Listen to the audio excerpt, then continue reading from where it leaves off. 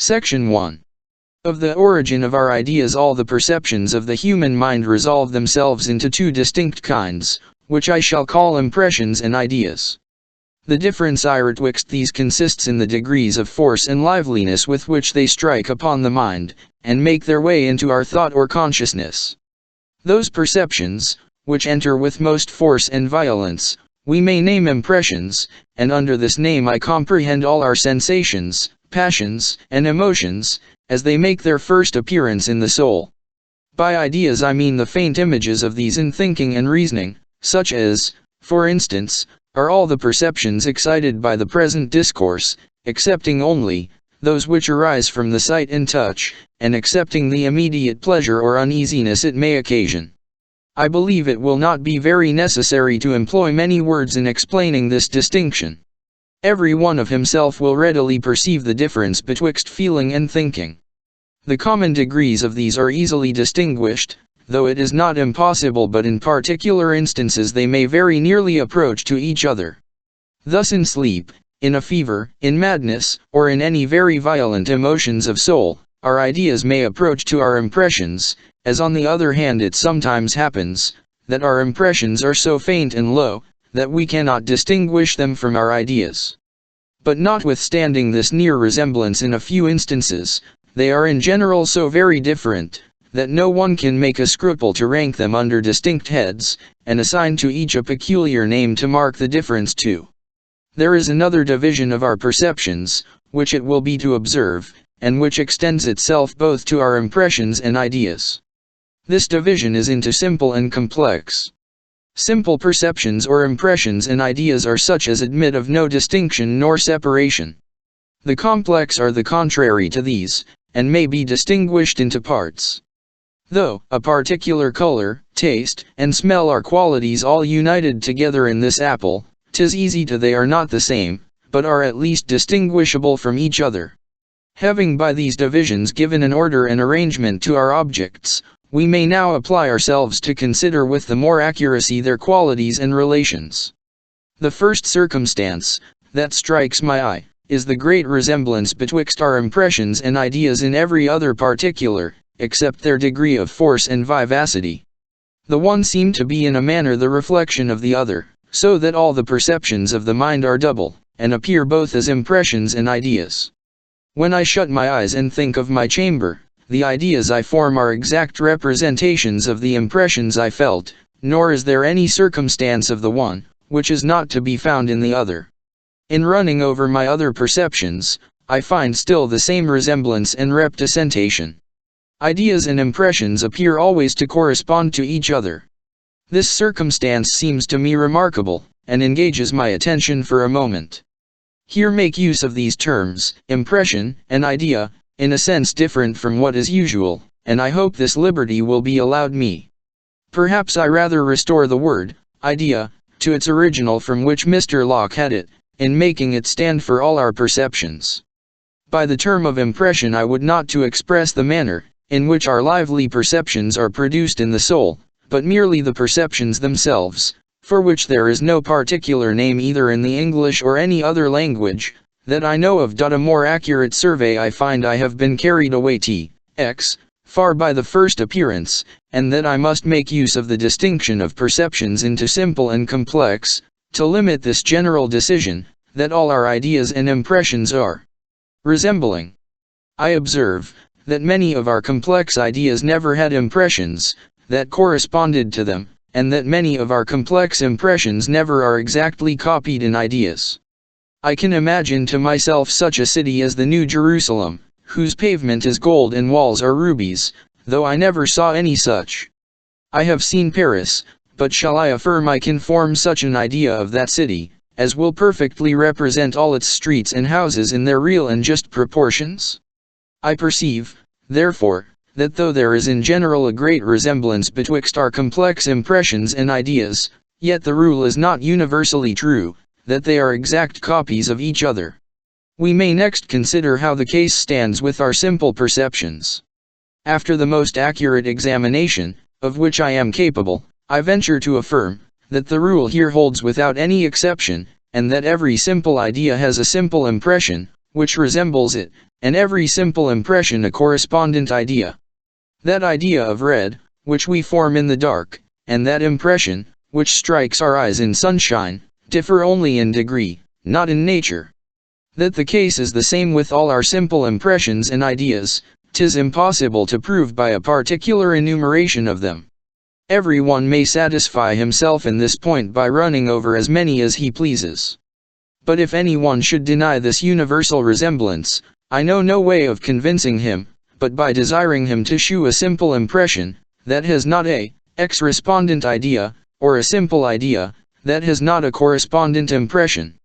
If he not answer this challenge, as 'tis certain he cannot, we may from his silence and our own observation establish our conclusion. Thus we find, that all simple ideas and impressions resemble each other, and as the complex are formed from them, we may affirm in general, that two species of perception are exactly correspondent. Having discovered this relation, which requires no farther examination, I am curious to find some other of their qualities. Let us consider how they stand with regard to their existence, and which of the impressions and ideas are causes, and which effects. The full examination of this question is the subject of the present treatise, and therefore we shall here content ourselves with establishing one general proposition, that all our simple ideas in their first appearance are derived from simple impressions, which are correspondent to them, and which they exactly represent. In seeking for phenomena to prove this proposition, I find only those of two kinds, but in each kind the phenomena are obvious, numerous, and inclusive.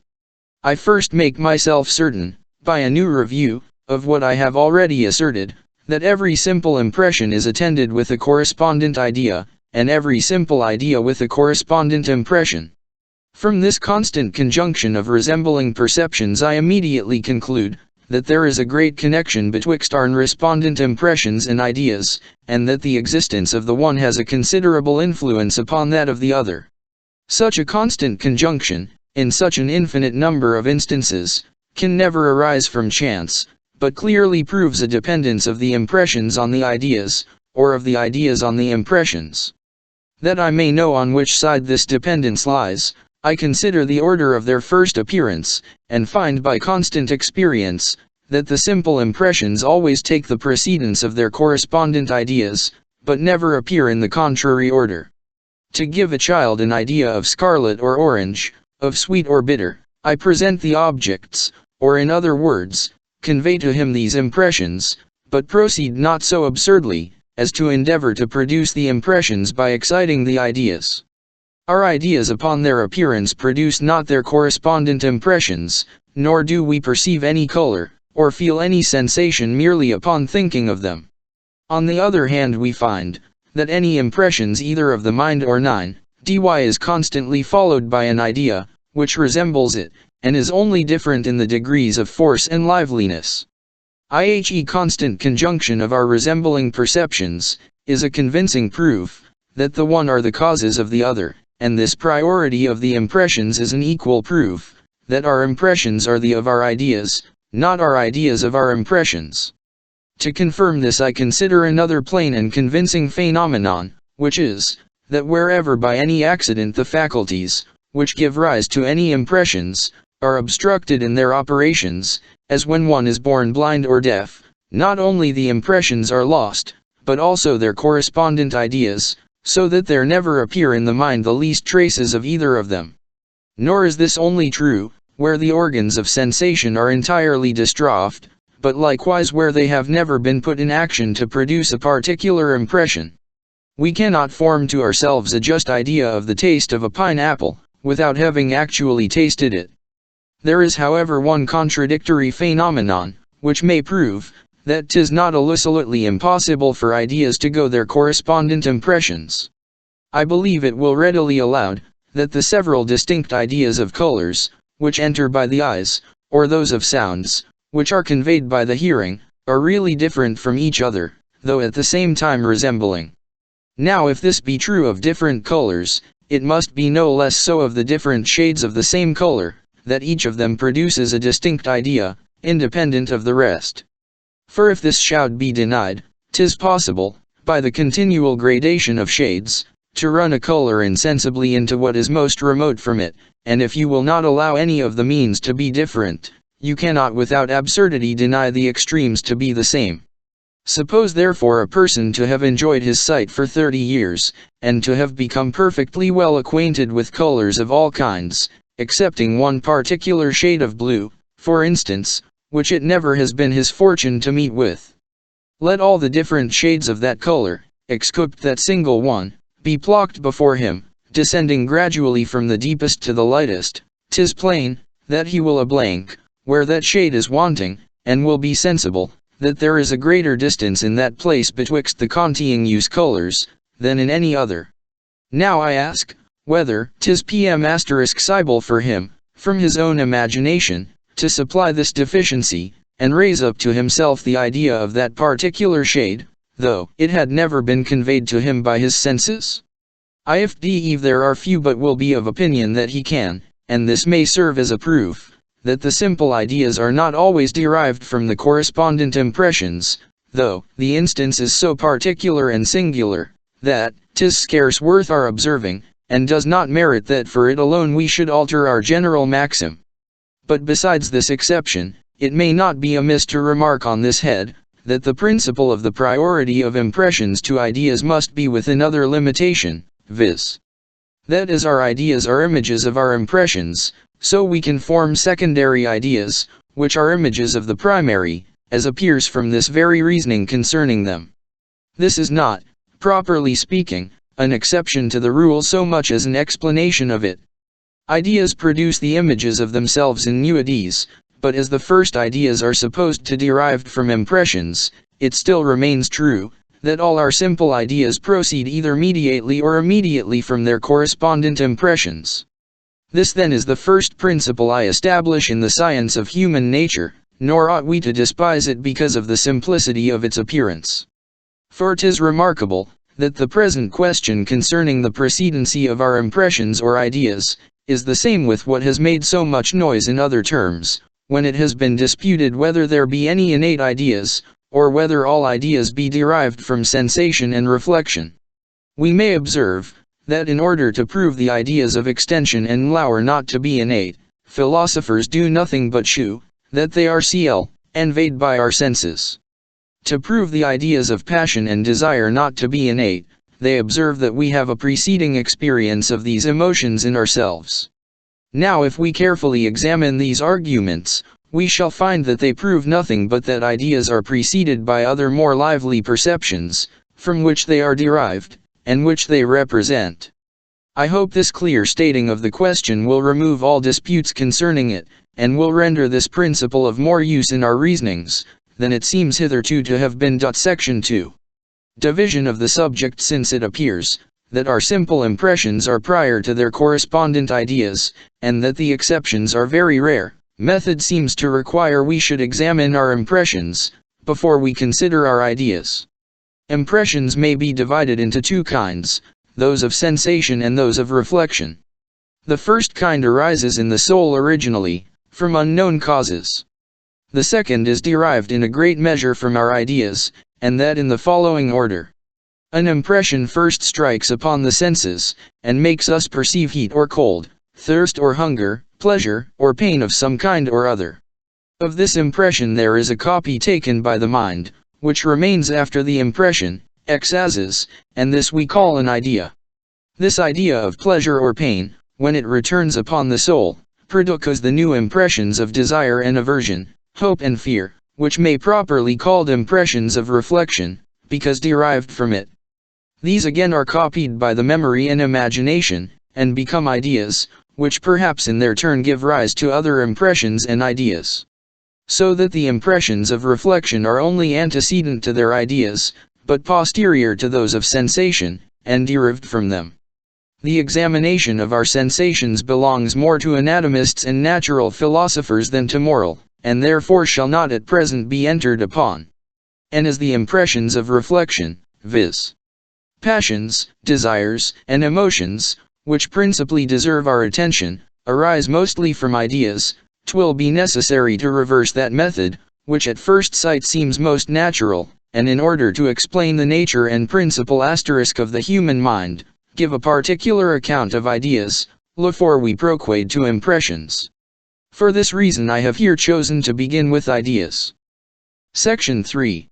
Of the ideas of the memory and imagination we find by experience, that when any impression has been present with the mind, it again makes its appearance there as an idea, and this it may do after two different ways, either when in its new appearance it retains a considerable degree of its first vivacity, and is somewhat intermediate betwixt an impression and an idea, or when it entirely loses that vivacity, and is a perfect idea.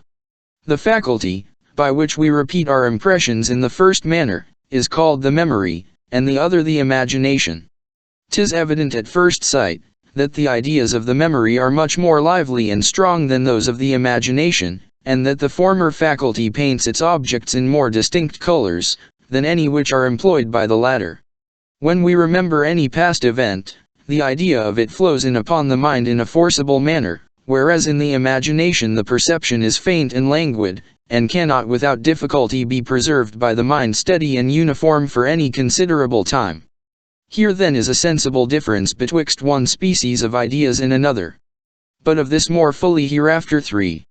There is another difference these two kinds of ideas, which is no less evident, namely that though neither the ideas of the memory nor imagination, neither the lively nor faint ideas can make their appearance in the mind, unless their correspondent impressions have gone before to prepare the way for them, yet the imagination is not restrained to the same order and form with the original impressions, while the memory is in a manner tied down in that respect, without any power of variation. 'Tis evident, that the memory preserves the original form, in which its objects were presented, and that wherever we depart from it in recollecting anything, it proceeds from some defect or imperfection in that faculty. An historian may, perhaps, for the more convenient carrying on of his narration, relate an event before another, to which it was in fact luxgastrier, but then he takes notice of this disorder, if he be exact, and by that means replaces the idea in its due position. 'Tis the same case in our recollection of those places and persons, with which we were formerly acquainted. The chief exercise of the memory is not to preserve the simple ideas, but their order and position. In short, this principle is supported by such a number of common and vulgar phenomena, that we may spare ourselves the trouble of insisting on it any farther. The same evidence follows us in our second principle, of the liberty of the imagination to transpose and change its ideas. The fables we meet with in poems and romances put this entirely out of question. Nature there is totally confounded, and nothing mentioned but winged horses, fiery dragons, and monstrous giants. Nor will this liberty of the fancy appear strange, when we consider, that all our ideas are copy*d from our impressions, and that there are not any two impressions which are perfectly inseparable. Not to mention, that this is an evidence of the division of ideas into simple and complex. Wherever the imagination perceives a difference among ideas, it can easily produce a separation. 3 Part 111. Section 5. Section 4. Of the connection or association of ideas, as all simple ideas may be separated by the imagination, and may be united again in what form it pleases, nothing would be more unaccountable than the operations of that faculty, were it not guided by some universal principles, which render it, in some measure, uniform with itself in all times and places. Were ideas entirely loose and unconnected, chance alone would join them, and 'tis impossible the same simple ideas should fall regularly into complex ones, as they commonly do, without some bond of union among them, some associating quality, by which one idea naturally introduces another.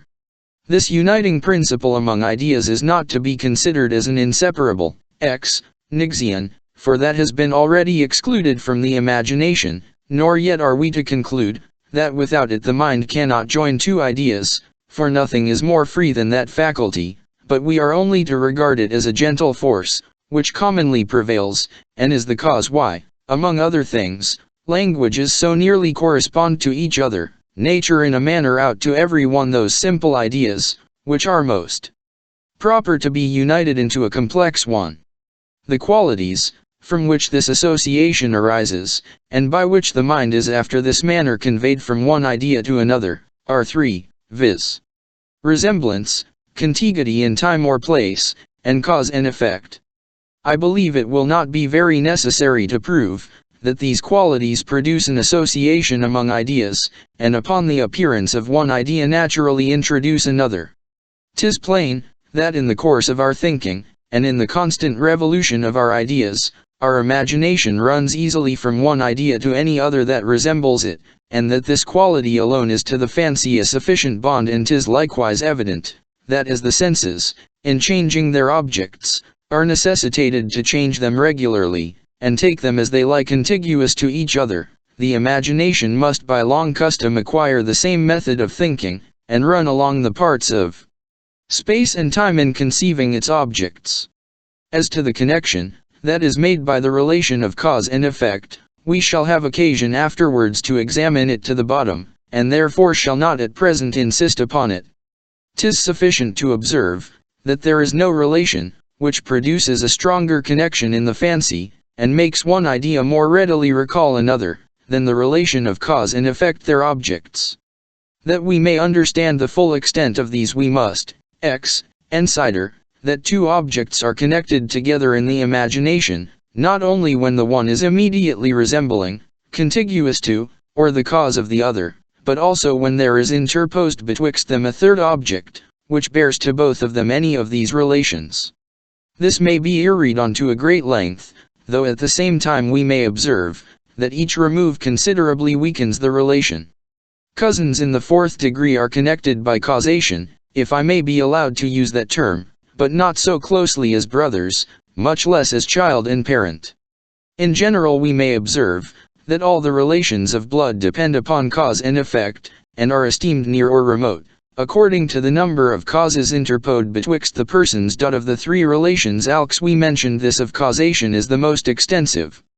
Two objects may be considered as plocked in this relation, as well when one is the cause of any of the actions or motions of the other, as when the former is the cause of the existence of the latter.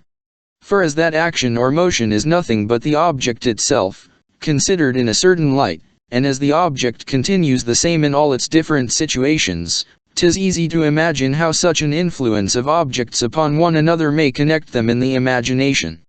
We may carry this farther, and remark, not only that two objects are connected by the relation of cause and effect, when the one produces a motion or any action in the other, but also when it has a power of producing it. And this we may observe to be the of all the relations of and duty, by which men influence each other in society, and are plocked in the ties of government and subordination. A master is such a one as by his situation, arising either from force or agreement, has a power of directing in certain particulars the actions of another, whom we call servant.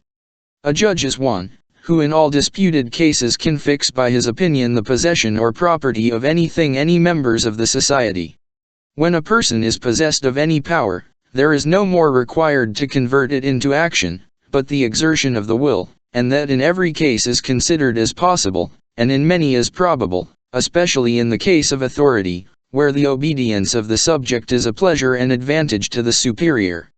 Are therefore the principle of union or cohesion among our simple ideas, and in the imagination supply the place of that inseparable connection, by which they are united in our memory. Here is a kind of attraction, which in the mental world will be found to have as extraordinary effects as in the natural, and to shew itself in as many and as various forms. Its effects are everywhere conspicuous, but as to its causes, they are mostly unknown, and must be resolved into original qualities of human nature, which I pretend not to explain.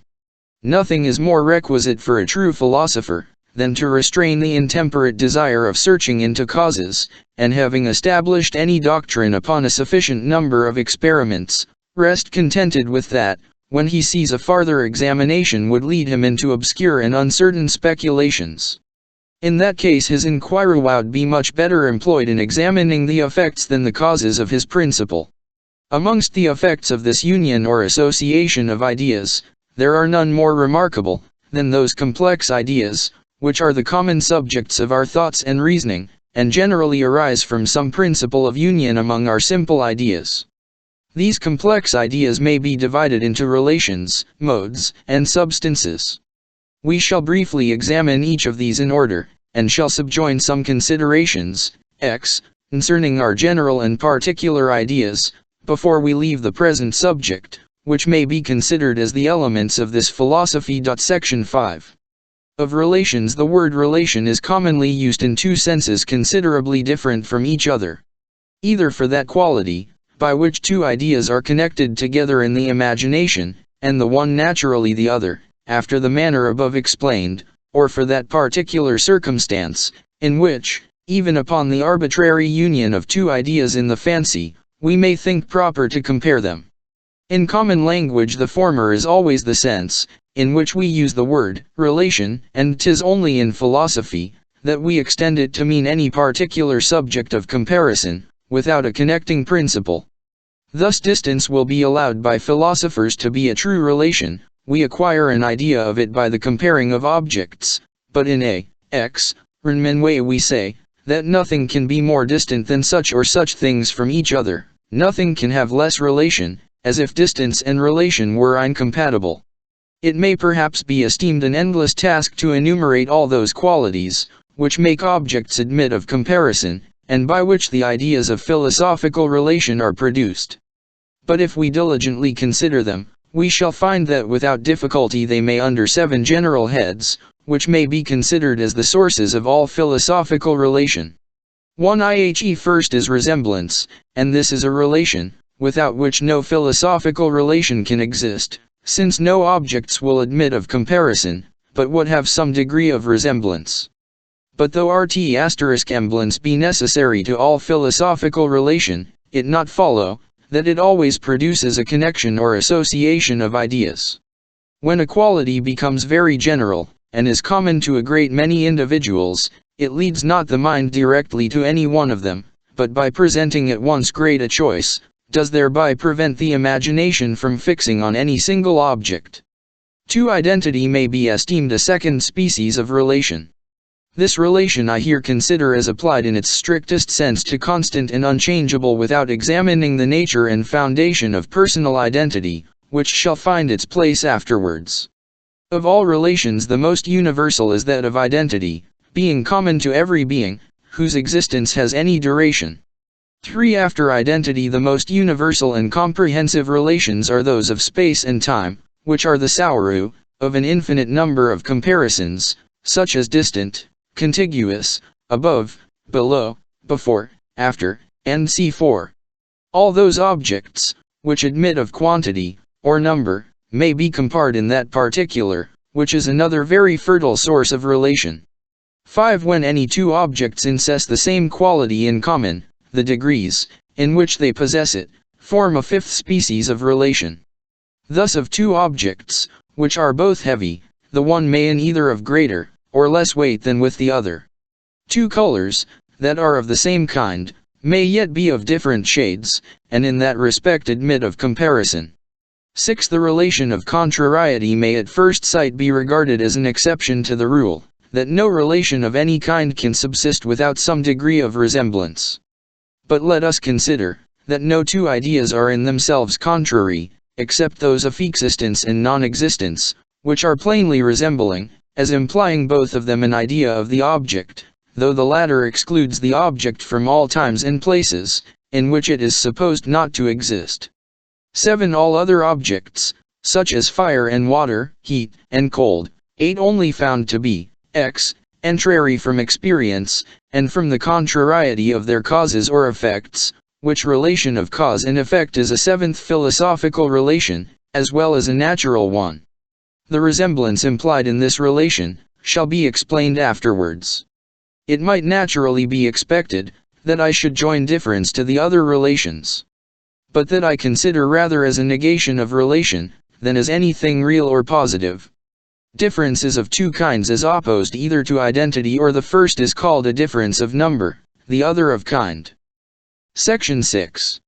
Of modes and substances I would fain ask those philosophers, who found so much of their reasonings on the distinction of substance and accident, and imagine we have clear ideas of each, whether the idea of substance be derived from the impressions of sensation or reflection. If it be conveyed to us by our senses, I ask, which of them, and after what manner? If it perceived by the eyes, it must be a color, if by the ears, a sound, if by the palate, a taste, and so of the other senses. But I believe none will assert that substance is either a color, or sound, or a taste. The idea of substance must therefore be derived from an impression or reflection, if it really exist.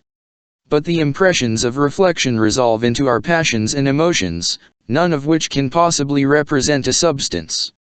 We have therefore no idea of substance, distinct from that of a collection of particular qualities, nor have we any other meaning when we either talk or reason concerning it. The idea of a substance as well as that of a mode, is nothing but a collection of simple ideas, that are united by the imagination, and have a particular name assigned them, by which we are able to reel, either to or others, that collection.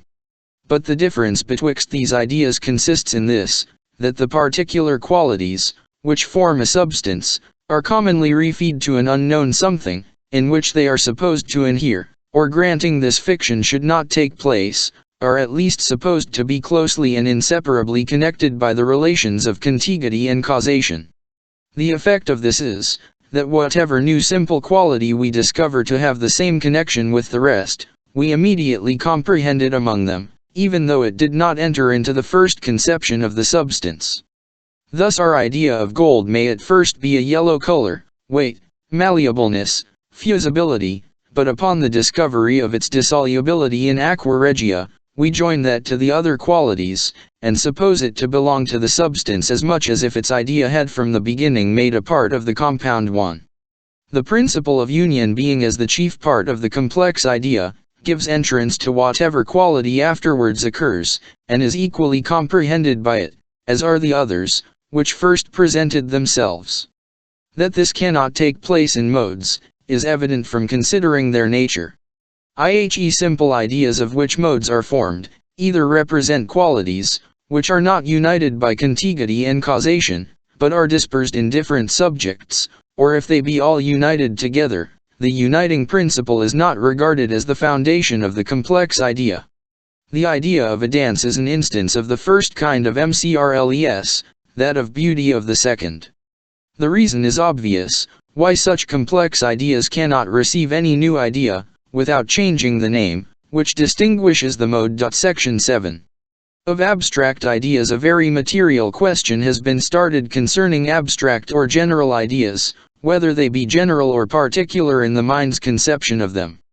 A great philosopher has disputed the received opinion in this particular, and has asserted, that all general ideas are nothing but particular ones, annexed to a certain term, which gives them a more extensive signification, and makes them recall upon occasion other individuals, which are similar to them. As I look upon this to be one of the greatest and most valuable discoveries that has been made of late years in the Republic of Letters, I shall here endeavor to confirm it by some arguments, which I hope will put it beyond all doubt and controversy. 'Tis evident, that in forming most of our general ideas, if not all of them, we abstract from every particular degree of quantity and quality, and that an object ceases not to be of any particular species on account of every small alteration in its extension, duration, and other properties.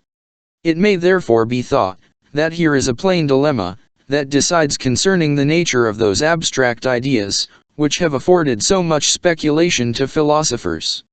The abstract idea of a man represents men of all sizes and all qualities, which 'tis concluded it cannot do, but either by representing at once all possible sizes and all possible qualities, or by representing no particular one at all.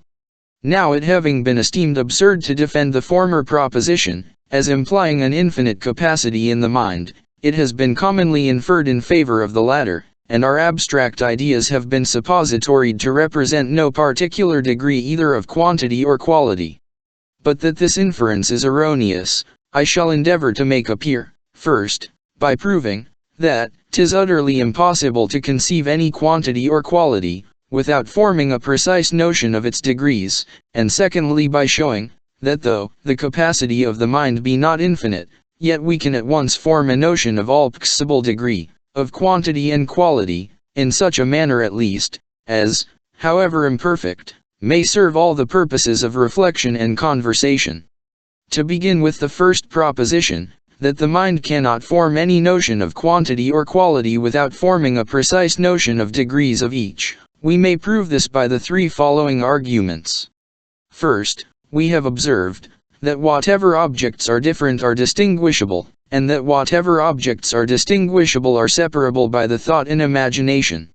And we may here add, that these propositions are equally true in the inverse, and that whatever objects are separable are also distinguishable, and that whatever objects are distinguishable are also different. For how is it possible we can separate what is not distinguishable, or distinguish what is not different?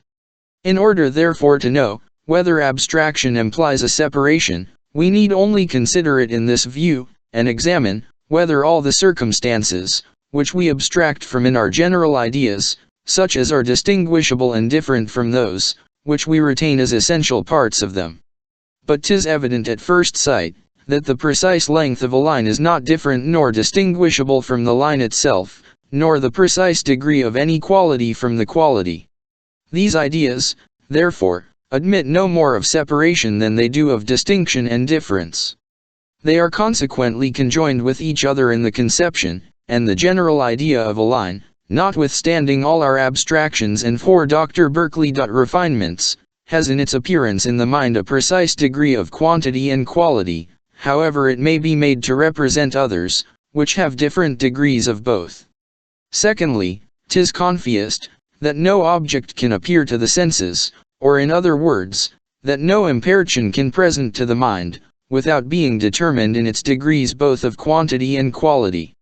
The confusion, in which impressions are sometimes involved, proceeds only from their faintness and unsteadiness, not from any capacity in the mind to receive any impression, which in its real existence has no particular degree nor proportion. That is a contradiction in terms, and even implies the flat *t of all contradictions, viz. that 'tis *able for the same thing both to and not to be. Now since all ideas are derived from impressions, and are nothing but copies and representations of them, whatever is true of the one must be acknowledged concerning the other. Impressions and ideas differ only in their strength and vivacity. The foregoing conclusion is not founded on any particular degree of vivacity. It cannot therefore be affected by any variation in that particular. An idea is a weaker impression, and as a strong impression must necessarily have a determinate quantity and quality, the case must be the same with its copy or representative. Thirdly, 'tis a principle generally received in philosophy, that everything in nature is individual, and that 'tis utterly absurd to suppose a triangle really existent, which has no precise proportion of sides and angles. If this therefore be absurd in fact and reality, it must also be absurd in idea, since nothing of which we can form a clear and distinct idea is absurd and impossible. But to form the idea of an object, and to form an idea simply is the same thing, the reference of the idea to an object being an extraneous denomination, of which in itself it bears no mark or character. Now as 'tis impossible to form an idea of an object, that is of quantity and quality, and yet is possiest of no precise degree of either, it follows, that there is an equal impossibility of forming an idea, that is not inconfined in both these particulars. Abstract ideas are therefore in themselves individual, however they may become general in their representation. The image in the mind is only that of a particular object, though the application of it in our reasoning be the same, as if it were universal. This application of ideas beyond their nature proceeds from our collecting all their possible degrees of quantity and quality in such an imperfect manner as may serve the purposes of life, which is the second proposition I proposed to explain. When we have found a resemblance among several objects, that often occur to us, we apply the same name to all of them, whatever differences we may observe in the degrees of their quantity and quality, and whatever other differences may appear among them.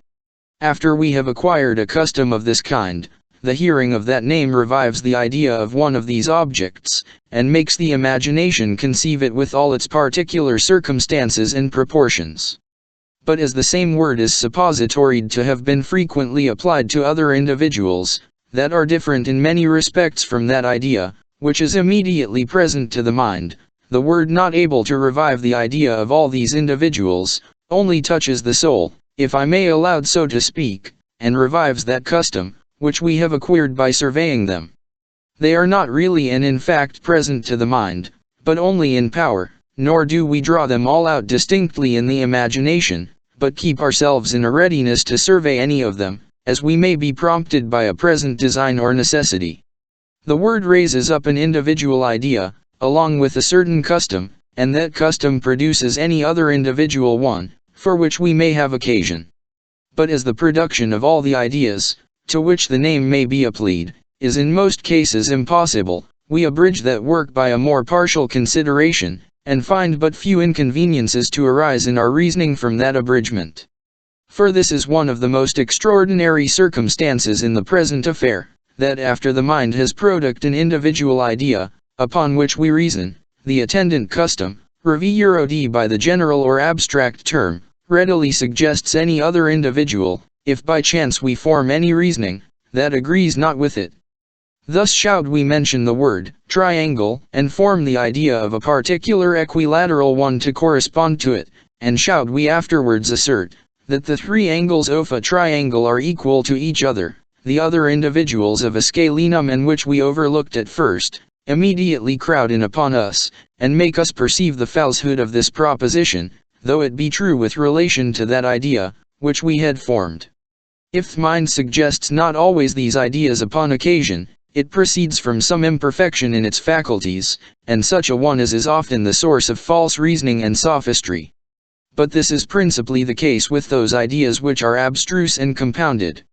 On other occasions the custom is more entire, and 'tis seldom we run into such errors. Nay, so entire is the custom, that the very same idea may be annexed to several different words, and may be employed in different reasonings, without any danger of mistake. Thus the idea of an equilateral triangle of an inch perpendicular may serve us in talking of a figure, of a rectilineal figure, of a regular figure, of a triangle, and of an equilateral triangle. All these terms, therefore, are in this case attended with the same idea, but as they are wont to be applied in a greater or lesser compass, they excite their particular habits, and thereby keep the mind in a readiness to observe, that no conclusion be formed contrary to any ideas, which are usually comparised under them. Before those habits have einkorn entirely perfect, perhaps the mind may not be content with forming the idea of only one individual, but may run over several, in order to make itself comprehend its own meaning, and the compass of that collection, which it intends to express by the general term. That we may fix the meaning of the word figure, we may revolve in our mind the ideas of circles, square asterisk, parallelograms, triangles of different sizes and proportions, and may not rest on one image or idea. However this may be, 'tis certain that we form the idea of individuals, whenever we use any general term, that we seldom or never can exhaust these individuals, and that those, which remain, are only represented by means of that habit, by which we reel them, whenever any present occasion requires it. This then is the nature of our abstract ideas and general terms, and 'tis after this manner we account for the foregoing paradox, that some ideas are particular in their nature, but general in their representation. A particular idea becomes general by being annexed to a general term, that is, to a term, which from a customary conjunction has a relation to many other particular ideas, and readily recalls them in the imagination. The only difficulty that can remain on this subject must be with regard to that custom, which so readily recalls every particular idea, for which we may have occasion, and is excited by any word or sound, to which we commonly annex it. The most proper method, in my opinion, of giving a satisfactory explication of this act of the mind, is by producing other instances, which are analogous to it, and other principles, which facilitate its operation. To explain the ultimate causes of our mental actions is impossible. 'Tis sufficient, if we can give any satisfactory account of them from experience and analogy. First then I observe, that when we mention any great number, such as 1,000, the mind has generally no adequate idea of it, but only a exenver of producing such an idea, by its adequate idea of the decimals, under which the is cl. Comprehended. This imperfection, however, in our ideas, is never felt in our reasonings, which seems to be an instance parallel to the present one of universal ideas. Secondly, we have several instances of habits, which may be revived by one single word, as when a person, who has by rote any periods of a discourse, or any number of verses, will be put in remembrance of the whole, which he is at a loss to recollect, by that single word or expression, with which they begin. Thirdly, I believe every one, who examines the situation of his mind in reasoning, will agree with me, that we do not annex distinct and complete ideas to every term we make use of, and that in talking of government, church, negotiation, conquest, we seldom spread out in our minds all the simple ideas, of which these complex ones are compassed. 'Tis however observable, that notwithstanding this imperfection we may avoid talking nonsense on these subjects, and may perceive any repugnance among the ideas, as well as if we had a full comprehension of them. Thus if instead of saying, that in war the weaker have always recourse to negotiation, we should say, that they have always recourse to conquest, the custom, which we have acquired of attributing certain relations to ideas, still follows the words, and makes us immediately perceive the absurdity of that proposition, in the same manner as one particular idea may serve us in reasoning concerning other ideas, however different from it in several circumstances. Fourthly, as the individuals are collected together, and flocked under a general term with a view to that resemblance, which they bear to each other, this relation must facilitate their entrance in the imagination, and make them be suggested more readily upon occasion. And indeed if we consider the common progress of the thought, either in reflection or conversation, we shall find great reason to be satisfied in this particular. Nothing is more admirable, than the readiness, with which the imagination suggests its ideas, and presents them at the very instant, in which they become necessary or useful. The fancy runs from one end of the universe to the other in collecting those ideas, which belong to any subject. One would think the whole intellectual world of ideas was at once subjected to our view, and that we did nothing but pick out such as were most proper for our purpose. There may not, however, be any present, beside those very ideas, that are thus collected by a kind of magical faculty in the soul, which, though it be always most perfect in the greatest geniuses, and is properly what we call a genius, is however inexplicable by the utmost efforts of human understanding. Perhaps these four reflex ions may help to remove all difficulties to the hypothesis I have proposed concerning abstract ideas, so contrary to that, which has hitherto prevailed in philosophy. But to tell the truth, I place my chief confidence in what I have already proved concerning the impossibility of general ideas, according to the common method of explaining them. We must certainly seek some new system on this head, and there plainly is none beside what I have proposed. If ideas be particular in their nature, and at the same time finite in their number, 'tis only by custom they can become general in their representation, and contain an infinite number of other ideas under them. Before I leave this subject I shall employ the same principles to explain that distinction of reason, which is so much talked of, and is so little understood, in the schools. Of this kind is the distinction betwixt figure and the body figured, motion and the body moved. The difficulty of explaining this distinction arises from the principle ALXVE explained, that all ideas, which are different, are separable. For it follows from thence, that if the figure be different from the body, their ideas must be separable as well as distinguishable. If they be not different, their ideas can neither be separable nor distinguishable.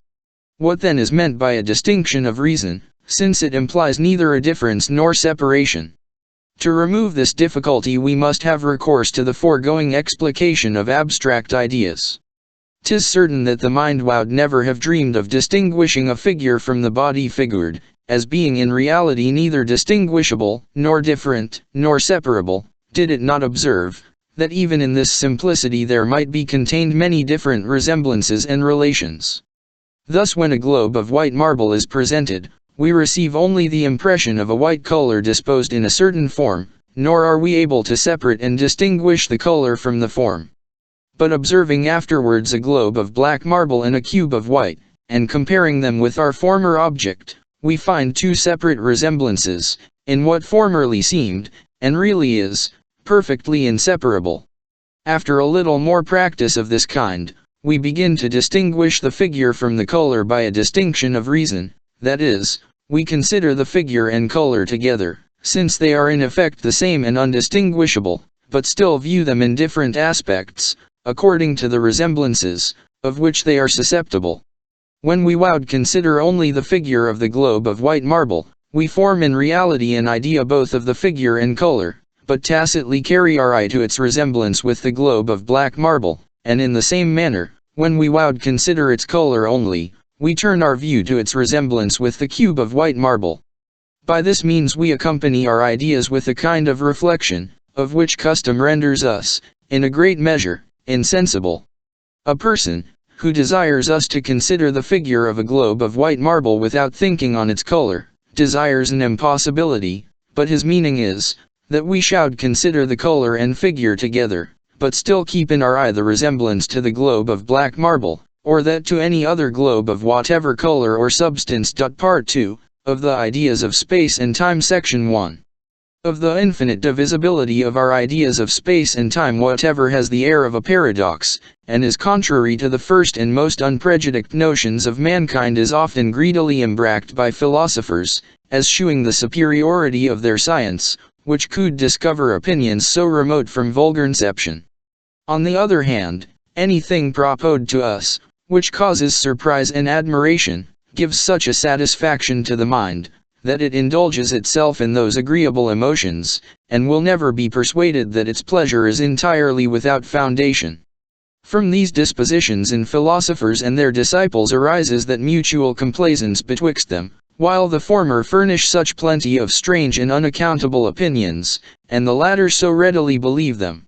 Of this mutual complaisance I cannot give a more evident instance than in the doctrine of infinite divisibility, with the examination of which I shall begin this subject of the ideas of space and time. It is universally allowed, that the capacity of the mind is limited, and can never attain a full and adequate conception of infinity, and though it were not allowed, 'twould be sufficiently evident from the plainest observation and experience. 'Tis also obvious, that whatever is capable of being divided in infinitum, must consist of an infinite number of parts, and that 'tis impossible to set any bounds to the number of parts, without setting bounds at the same time to the division. It requires scarce any induction to conclude from hence, that the idea, which we form of any finite quality, is not infinitely divisible, but that by proper distinctions and separations we may run up this idea to inferior ones, which will be perfectly simple and indivisible. In rejecting the infinite capacity of the mind, we suppose it may arrive at an end in the division of its ideas, nor are there any possible means of evading the evidence of this conclusion. 'Tis therefore certain, that the imagination reaches a minimum, and may raise up to itself an idea, of which it cannot conceive any subdivision, and which cannot be diminished without a total annihilation. When you tell me of the 1,000th and 10,000th part of a grain of sand, I have a distinct idea of these numbers and of their different proportions, but the images, which I form in my mind to represent the things themselves, are nothing different from each other, nor inferior to that image, by which I represent the grain of sand itself, which is suppositoried so vastly to them. What consists of parts is distinguishable into them, and what is distinguishable is separable. But whatever we may imagine of the thing, the idea of a grain of sand is not distinguishable, nor separable into 20, much less into 1,000, 10,000, or an infinite number of different ideas. 'Tis the same case with the impressions of the senses as with the ideas of the imagination. Put a spot of ink upon paper, fix your eye upon that spot, and retire to such a distance, that at last you lose sight of it. 'Tis plain, that the moment before it vanished the image or impression was perfectly indivisible. 'Tis not for want of rays of light striking on our eyes, that the minute parts of distant bodies convey not any sensible impression, but because they are removed beyond that distance, at which their impressions were reduced to a minimum, and were incapable of any farther diminution. A microscope or telescope, which renders them visible, produces not any rays of light, but only spreads those, which always flowed from them, and by that means both gives parts to impressions, which to the naked eye appear simple and uncompounded, and advances to a minimum, what was formerly imperceptible. We may hence discover the error of the common opinion, that the capacity of the mind is limited on both sides, and that 'tis impossible for the imagination to form an idea, of what goes beyond a certain degree of minuteness as well as of greatness. Nothing can be more minute, than some ideas, which we form in the fancy, and images, which appear to the senses, since there are ideas and images perfectly simple and indivisible. The only defect of our senses is, that they give us disproportioned images of things, and represent as minute and uncompounded what is really great and compassed of a vast number of parts. This mistake we are not sensible of, but taking the impressions of those minute objects, which appear to the senses, to be equal or nearly equal to the objects, and finding by reason, that there are other objects vastly more minute, we too hastily conclude, that these are inferior to any idea of our imagination or impression of our senses. This however is certain, that we can form ideas, which shall be no greater than the smallest atom of the animal spirits of an insect 1,000 times less than a mite, and we ought rather to conclude, that the difficulty lies in enlarging our conceptions so much as to form a just notion of a mite, or even of an insect 1,000 times less than a mite. For in order to form a just notion of these animals, we must have a distinct idea representing every part of them, which, according to the system of infinite divisibility, is utterly impossible, and according to that of indivisible parts or atoms, is extremely difficult, by reason of the vast number and multiplicity of these parts. Section 2. Of the infinite divisibility of space and time. Wherever ideas are adequate representations of objects, the relations, contradictions, and agreements of the ideas are all applicable to the objects, and this we may in general observe to be the foundation of all human knowledge. But our ideas are adequate representations of the most minute parts of extension, and through whatever divisions and subdivisions we may suppose these parts to arrive at, they can never become inferior to some ideas, which we form. The plain consequence is, that whatever appears impossible and contradictory upon the comparison of these ideas, must be really impossible and contradictory, without any farther excuse or evasion. Everything capable of being infinitely divided contains an infinite number of parts, otherwise the division would stop short by the indivisible parts, which we should immediately arrive at. If therefore any finite extension be infinitely divisible, it can be no contradiction to suppose, that a finite extension contains an infinite number of parts, and vice versa, if it be a contradiction to suppose, that a finite extension contains an infinite of parts, no finite extension can be infinitely divisible. But that this latter supposition is absurd, I easily convince myself by the consideration of my clear ideas. I first take the least idea I can form of a part of extension, and being certain that there is nothing more minute than this idea, I conclude, that whatever I discover by its means must be a real quality of extension. I then repeat this idea once, twice, thrice, and see and find the compound idea of extension, arising from its repetition, always to augment, and become double, triple, quadruple, till at last it swells up to a considerable bulk, greater or smaller, in proportion as I repeat more or less the same idea. When I stop in the addition of parts, the idea of extension ceases to augment, and were I to carry on the addition in infinitum, I clearly perceive, that the idea of extension must also become infinite. The whole, I conclude, that the idea of an infinite number of parts is individually the same idea with that of an infinite extension, that no finite extension is capable of containing an infinite of parts, and consequently that no finite extension is infinitely divisible. 5. I may subjoin another argument proposed by a noted author 6, which seems to me very strong and beautiful. 'Tis evident, that existence in itself belongs only to unity, and is never applicable to number, but on account of the unites, of which the number is compassed. 20 men may be said to exist, but 'tis only LMAs 1, 2, 3, 4, and C are existent, and if you deny the existence of the latter, that of the former falls of course.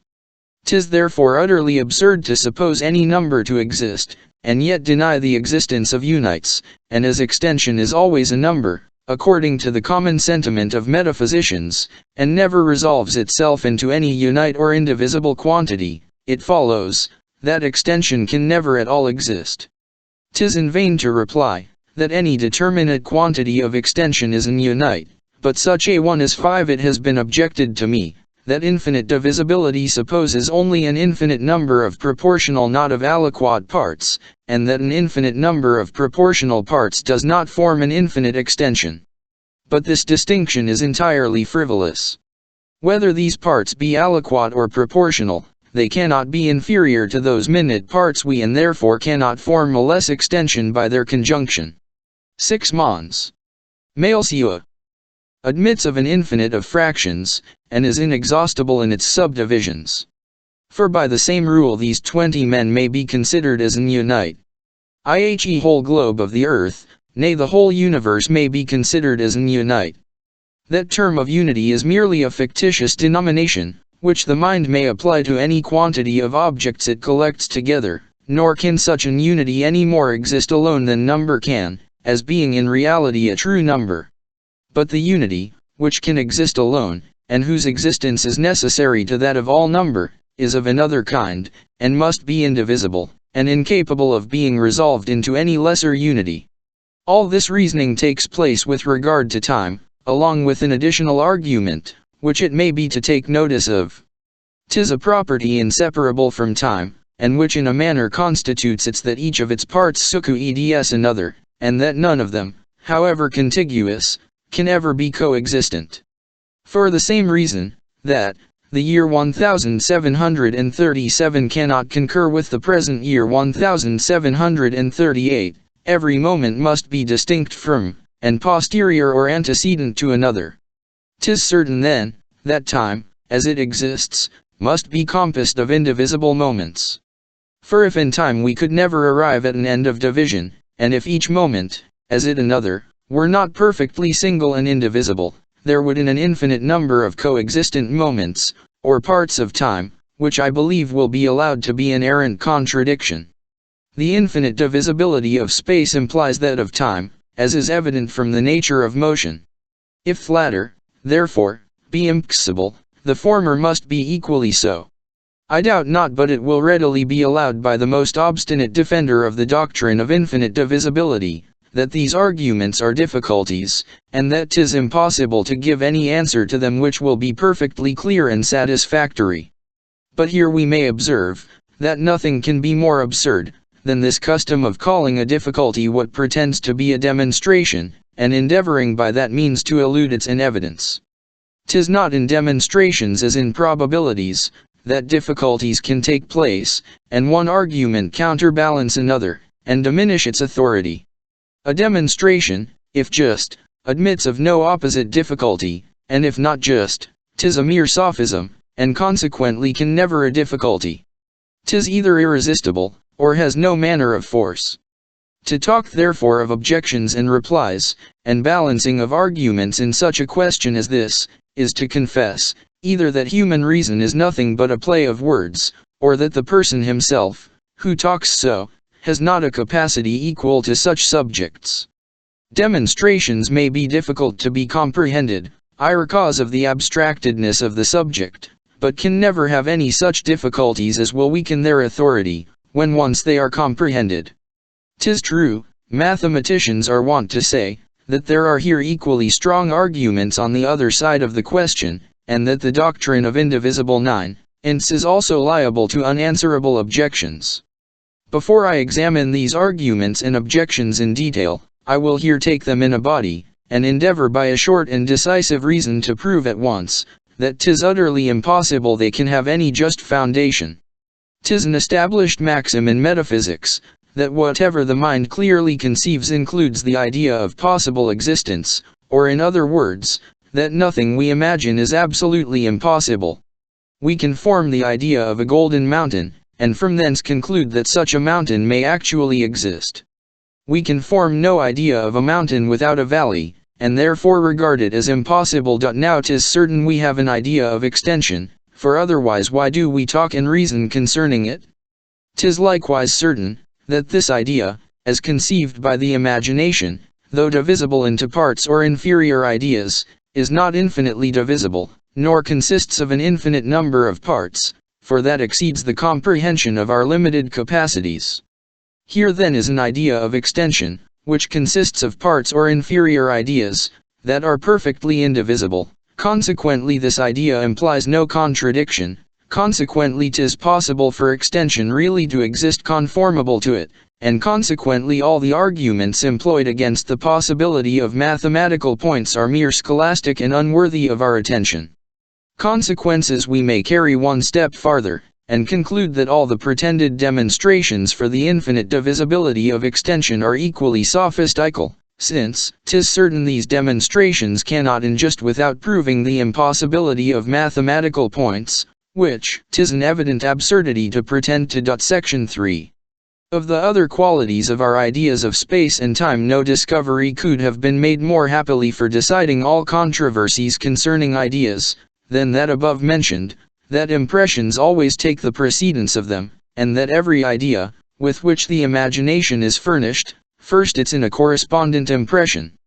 These latter perceptions are all so clear and evident, that they admit of no controversy, though many of our ideas are so obscure, that 'tis almost impossible even for the mind, which forms them, to tell exactly their nature and composition. Let us apply this principle, in order to discover farther the nature of our ideas of space and time. Upon opening my eyes, and turning them to the surrounding objects, I perceive many visible bodies, and upon shutting them again, and considering the distance betwixt these bodies, I acquire the idea of extension. As every idea is derived from some impression, which is exactly similar to it, the impressions similar to this idea of extension, must either some sensations derived from the sight, or some internal impressions arising from these sensations. Our internal impressions are our passions, emotions, desires, and aversions, none of which, I believe, will ever be asserted to the model, from which the idea of space is derived. There remains therefore nothing but the senses, which can convey to us this original impression. Now what impression do our senses here convey to us? This is the principal question, and decides without appeal concerning the nature of the idea. The table before me is alone sufficient by its view to give me the idea of extension. This idea, then, is borrowed from, and represents some impression, which this moment appears to the senses. But my senses convey to me only the impressions of colored points, disposed in a certain manner. If thigh is sensible of anything farther, I desire it may be pointed out to me. But if it be impossible to shew anything farther, we may conclude with certainty, that the idea of extension is nothing but a copy of these colored points, and of the manner of their appearance. Suppose that in the extended object, or composition of colored from which we first received the idea of extension, the points were of a purple color, it follows, that in every repetition of that idea we would not only place the points in the same order with respect to each other, but also bestow on them that precise color, with which alone we are acquainted. But afterwards having experience of the other colors of violet, green, red, white, black, and of all the different compositions of these, and finding a resemblance in the disposition of colored points, of which they are composed, we omit the peculiarities of color, as far as possible, and found an abstract idea merely on that disposition of points, or manner of appearance, in which they agree. Nay, even when the resemblance is carried beyond the objects of one sense, and the of touch are found to be similar to those of sight in the disposition of their parts, this does not hinder the abstract idea from representing both, upon account of their resemblance.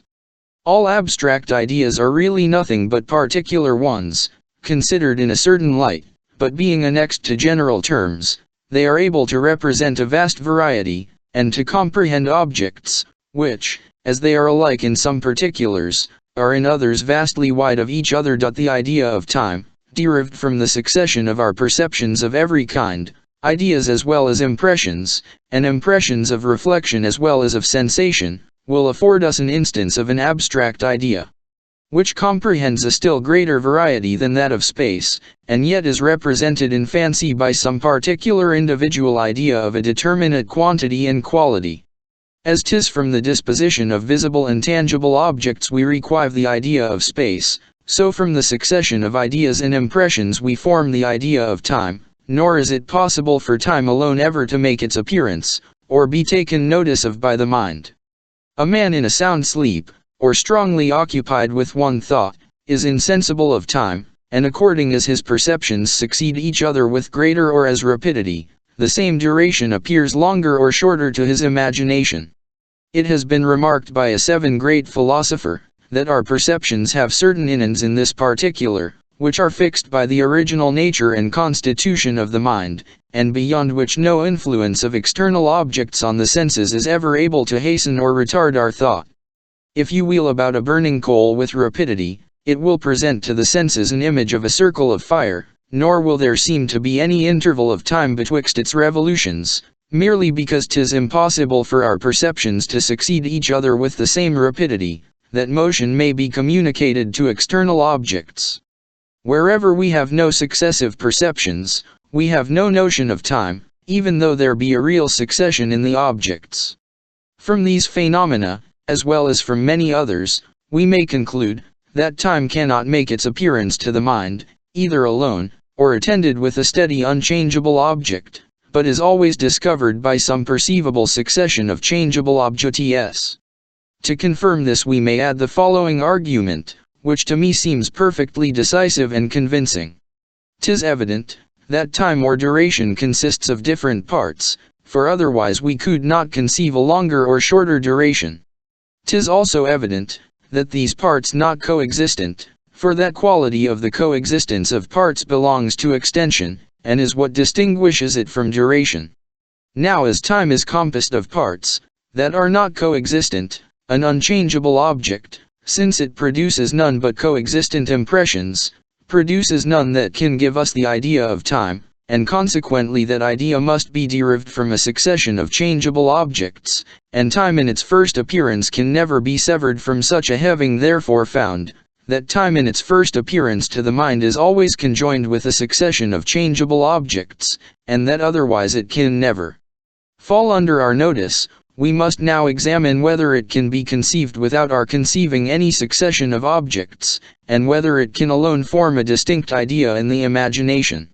In order to know whether any objects, which are joined in impression, separable in idea, we need only consider, if they be different from each other, in which case, 'tis plain they may be conceived apart.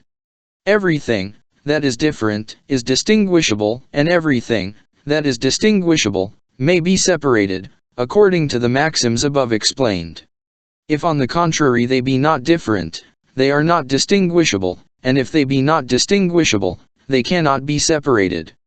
But this is precisely the case with respect to time, compared with our successive perceptions. The idea of time is not derived from a particular impression mixed up with others, and plainly distinguishable from them, but arises altogether from the manner in which impressions appear to the mind, without making one of the number. 5 Notes 7 Mr. Locke. Played on a flute give us the impression and idea of time, though time be not a sixth impression, which presents itself to the hearing or any other of the senses.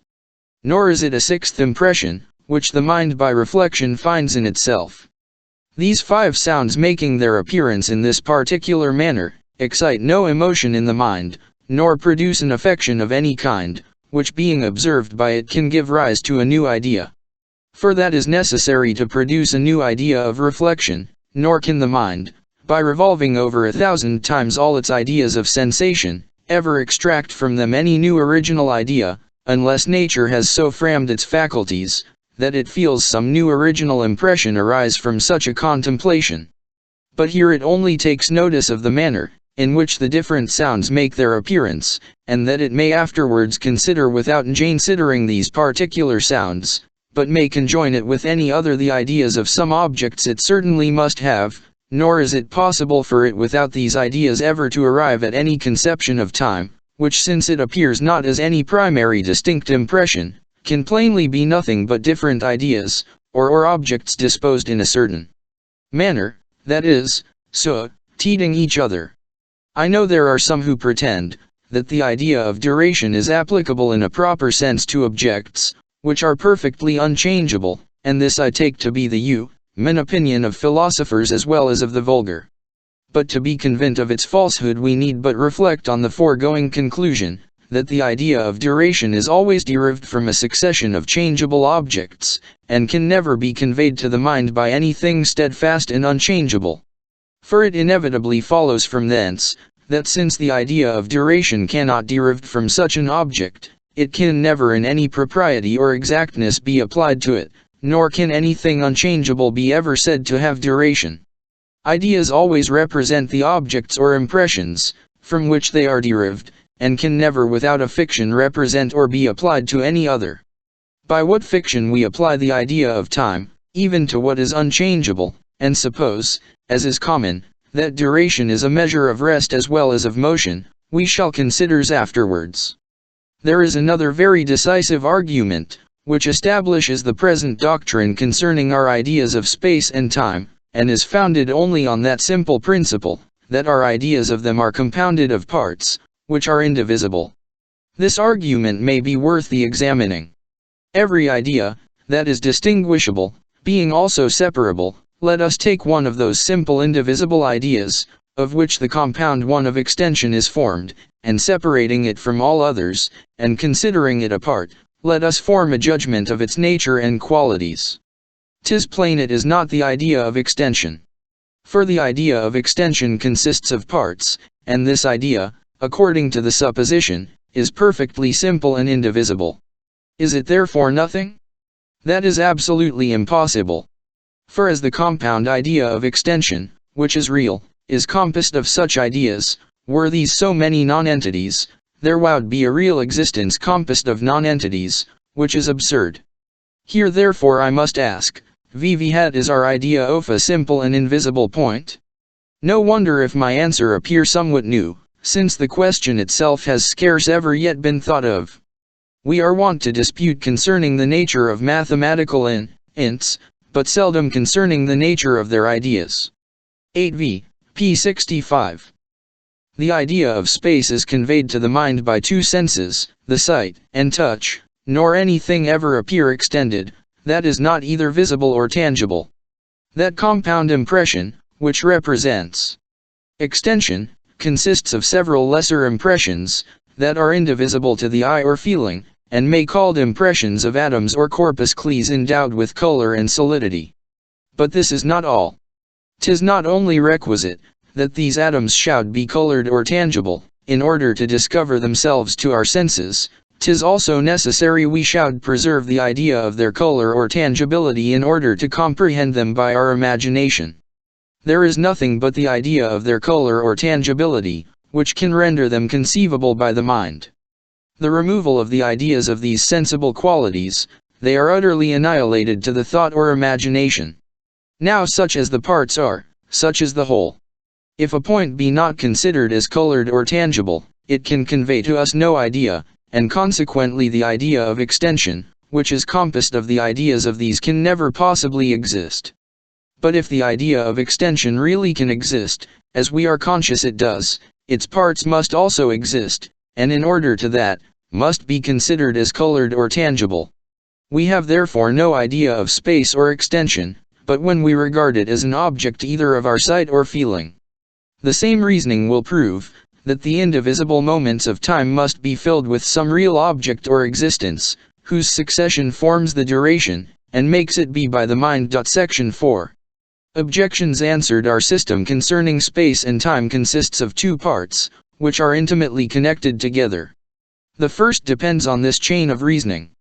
The capacity of the mind is not infinite, consequently no idea of extension or duration consists of an infinite number of parts or inferior ideas, but of a finite number, and these simple and indivisible. 'Tis therefore possible for space and time to exist conformable to this idea, and if it be possible, 'tis certain they actually do exist conformable to it, since their infinite divisibility is utterly impossible and contradictory.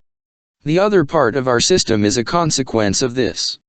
I.e. parts, into which the ideas of space and time resolve, become at last indivisible, and these indivisible parts, being nothing in themselves, are inconceivable when not filled with something real and existent. The ideas of space and time are therefore no separate or distinct ideas, but merely those of the manner or order, in which objects exist, or, in other words, 'tis impossible to conceive either a vacuum and extension without matter, or a time, when there was no succession or change in any real existence. The intimate connection these parts of our system is the reason why we shall examine together the objections, which have been urged against both of them, beginning with those against the finite divisibility of extension. The first of these objections, which I shall take notice of, is more proper to prove this connection and dependence of the one part upon the other, than to destroy either of them. It has often been maintained in that extension must divisible, in infinitum, because the system of mathematical points is absurd, and that system is absurd, because a mathematical point is a nonentity, and consequently can never by its conjunction with others form a real existence. His would be perfectly decisive, were there no medium betwixt the infinite divisibility of matter, and the nonentity of mathematical points. But there is evidently a medium, viz. The bestowing a doer or solidity on these evidents, and the absurdity of both the extremes is a demonstration of the truth and reality of this medium. The system of physical points, which is another medium, is absurd to need a refutation. A real extension, such as a physical point is suppositoried to be, can never exist without parts, different from each other, and wherever objects are different, they are distinguishable and separable by the imagination. 11. The second objection is derived from the there would of penetration, if extension consisted of mathematical points. A simple and indivisible atom, that touches another, must necessarily penetrate it, for 'tis impossible it can touch it by its external parts, from the very supposition of its perfect simplicity, which excludes all parts. It must therefore touch it intimately, and in its whole essence, secundum esse, tota, and totaliter, which is the very definition of penetration. But is impossible, mathematical points are of consequence equally impossible. I answer this objection by substituting a juster idea of penetration. Suppose two bodies containing no void within their circumference, to approach each other, and to unite in such a manner that the body, which results from their union, is no more extended than either of them. 'Tis this we must mean when we talk of penetration. But 'tis evident this penetration is nothing but the annihilation of one of these bodies, and the preservation of the other, without our being able to distinguish particularly which is preserved and which annihilated. Before the approach we have the idea of two lies. After it we have the idea only of one. 'Tis impossible for the mind to preserve any notion of difference betwixt two bodies of the same nature existing in the same place at the same time. Taking then penetration in this sense, for the annihilation of one body upon its approach to another, I ask any one, if he sees a necessity, that a colored or tangible should be annihilated upon the approach of another colored or tangible point. On the contrary, does he not evidently perceive, that from the union of these points there results an object, which is compounded and divisible, and may be distinguished into two parts, of which each preserves its existence distinct and separate, notwithstanding its contiguity to the other? Let him aid his fancy by conceiving these points to of different colors, the better to prevent their coalition and confusion. A blue and a red point may surely lie contiguous without any penetration or annihilation. For if they cannot, what possibly can become of them? Whether shall the red or the blue be annihilated? Or if these colors unite into one, what new color will they produce by their union? What chiefly gives rise to these objections, and at the same time renders it so difficult to give a satisfactory answer to them, is the natural infirmity and unsteadiness of our imagination and senses, when employed on such minute objects.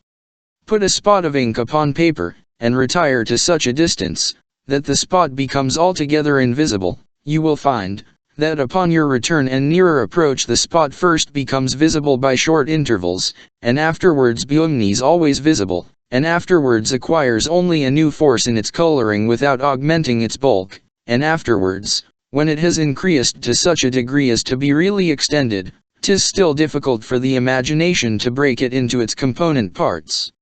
Because of the uneasiness it finds in the conception of such a minute object as a single point. This infirmity affects most of our reasonings on the present subject, and makes it almost impossible to answer in an intelligible manner, and in proper expressions, many questions which may arise concerning it.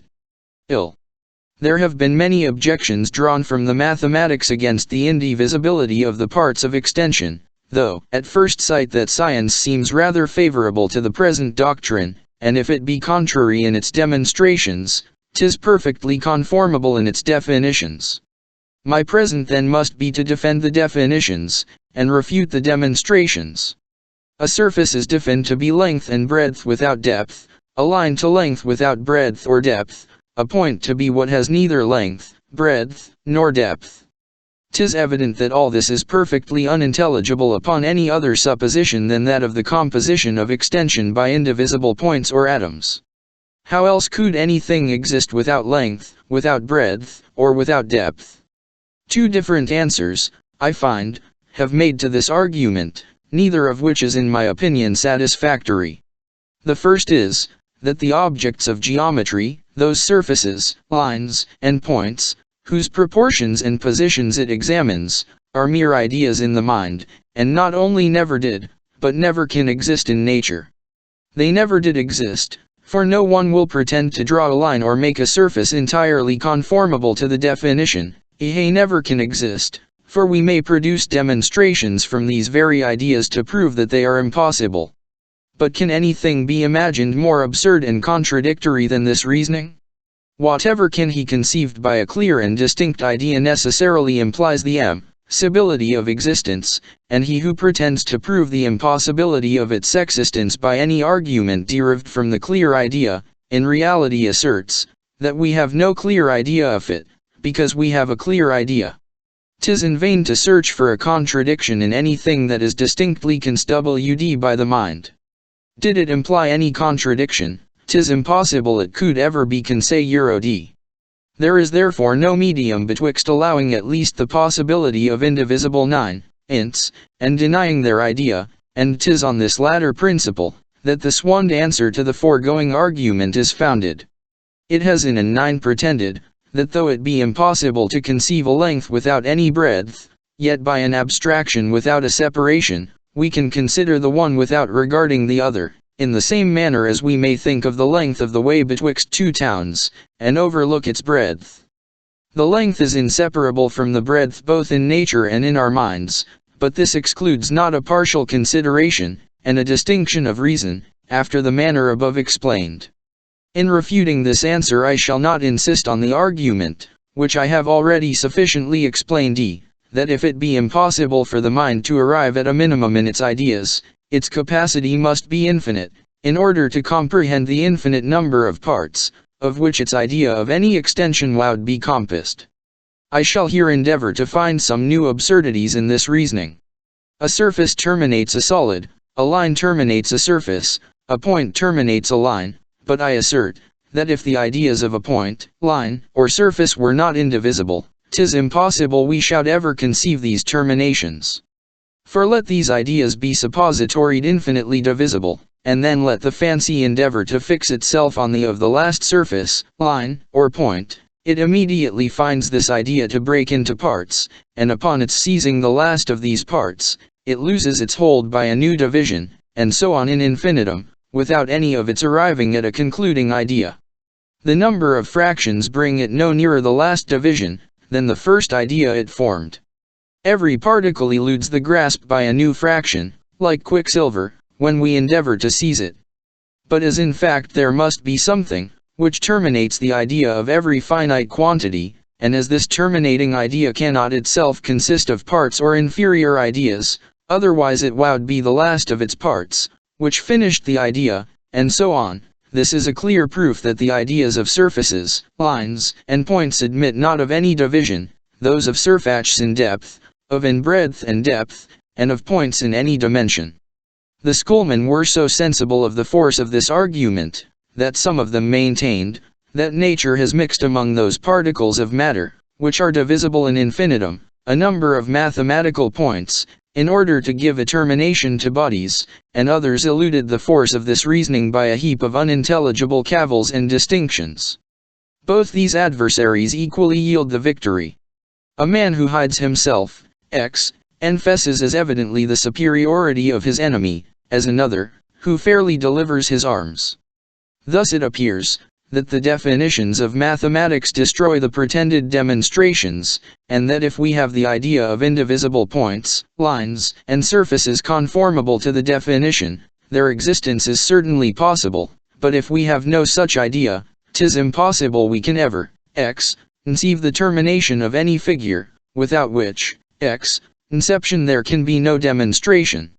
But I go farther, and maintain, that none of these demonstrations can have sufficient weight to establish such a principle, as this of infinite divisibility, and that because art depends with regard to such minute objects, they are not properly demonstrations, being built on ideas, which are not exact, and maxims, which are not precisely true.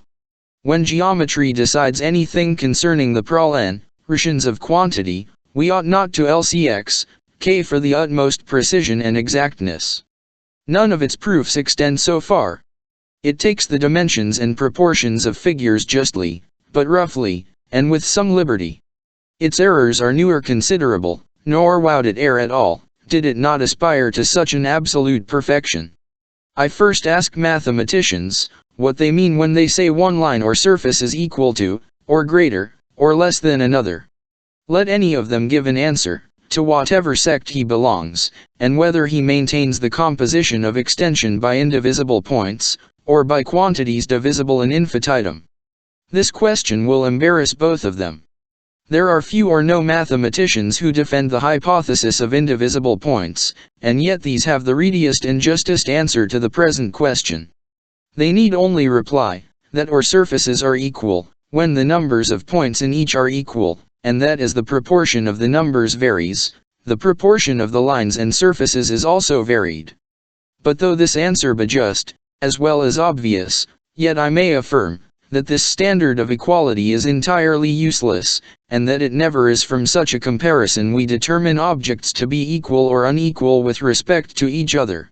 For as the points, which enter into the composition of any line or surface, whether perceived by the sight or touch, are so minute and so confounded with each other, that 'tis utterly impossible for the mind to compute their such a computation will never afford us a standard, by which we may judge of proportions.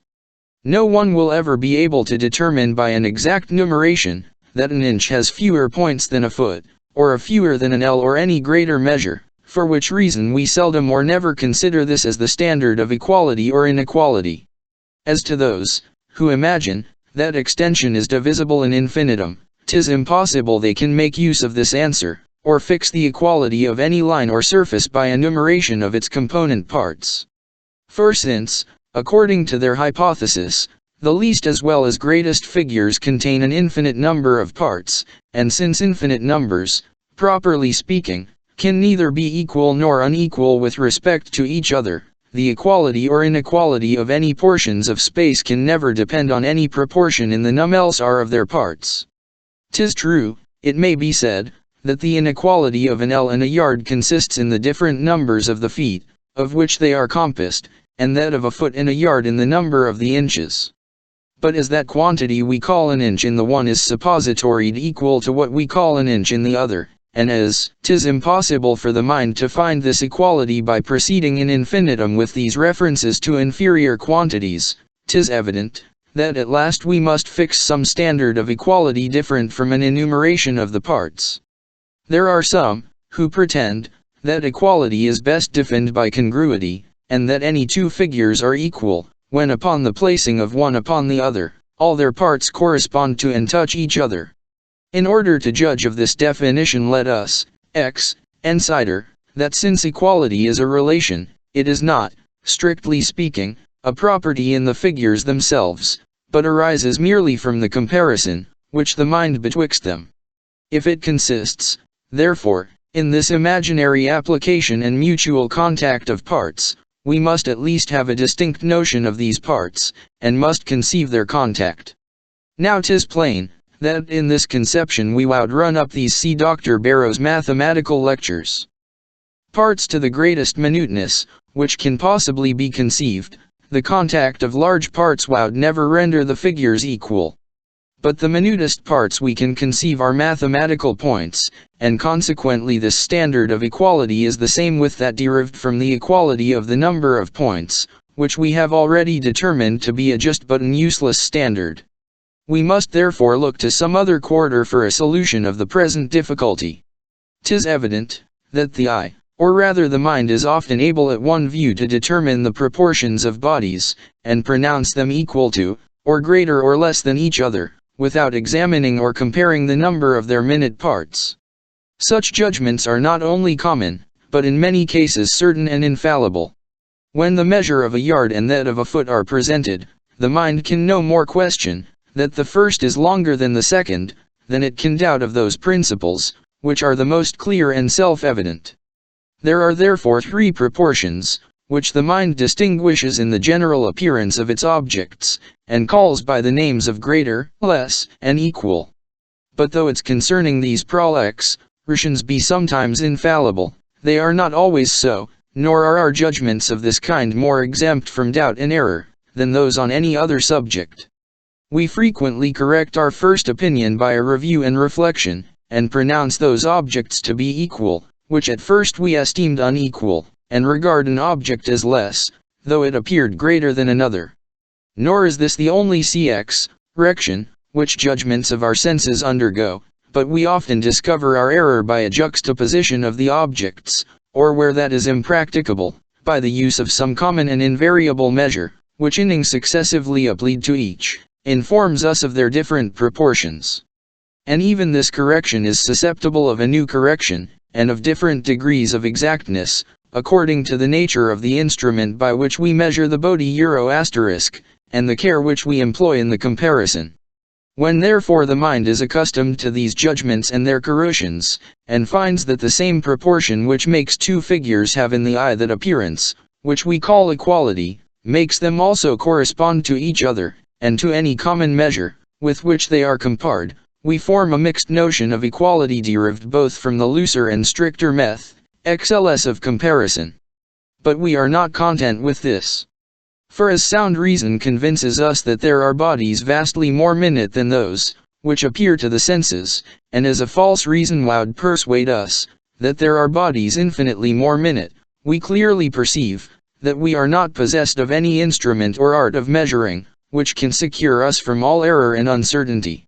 We are sensible, that the addition or removal of one of these minute parts, is not discernible either in the appearance or measuring, and as we imagine, that two figures, which were equal before, cannot be equal after this removal or addition, we therefore sense some imaginary standard of equality, by which the appearances and measuring are exactly corrected, and the figures reduced entirely to that proportion.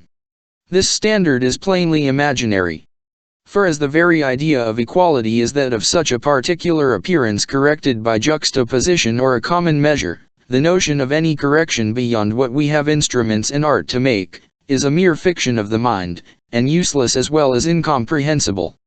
But though this standard be only imaginary, the fiction however is very natural, nor is anything more usual, than for the mind to proceed after this manner with any action, even after the reason has ceased, which first determined it to begin.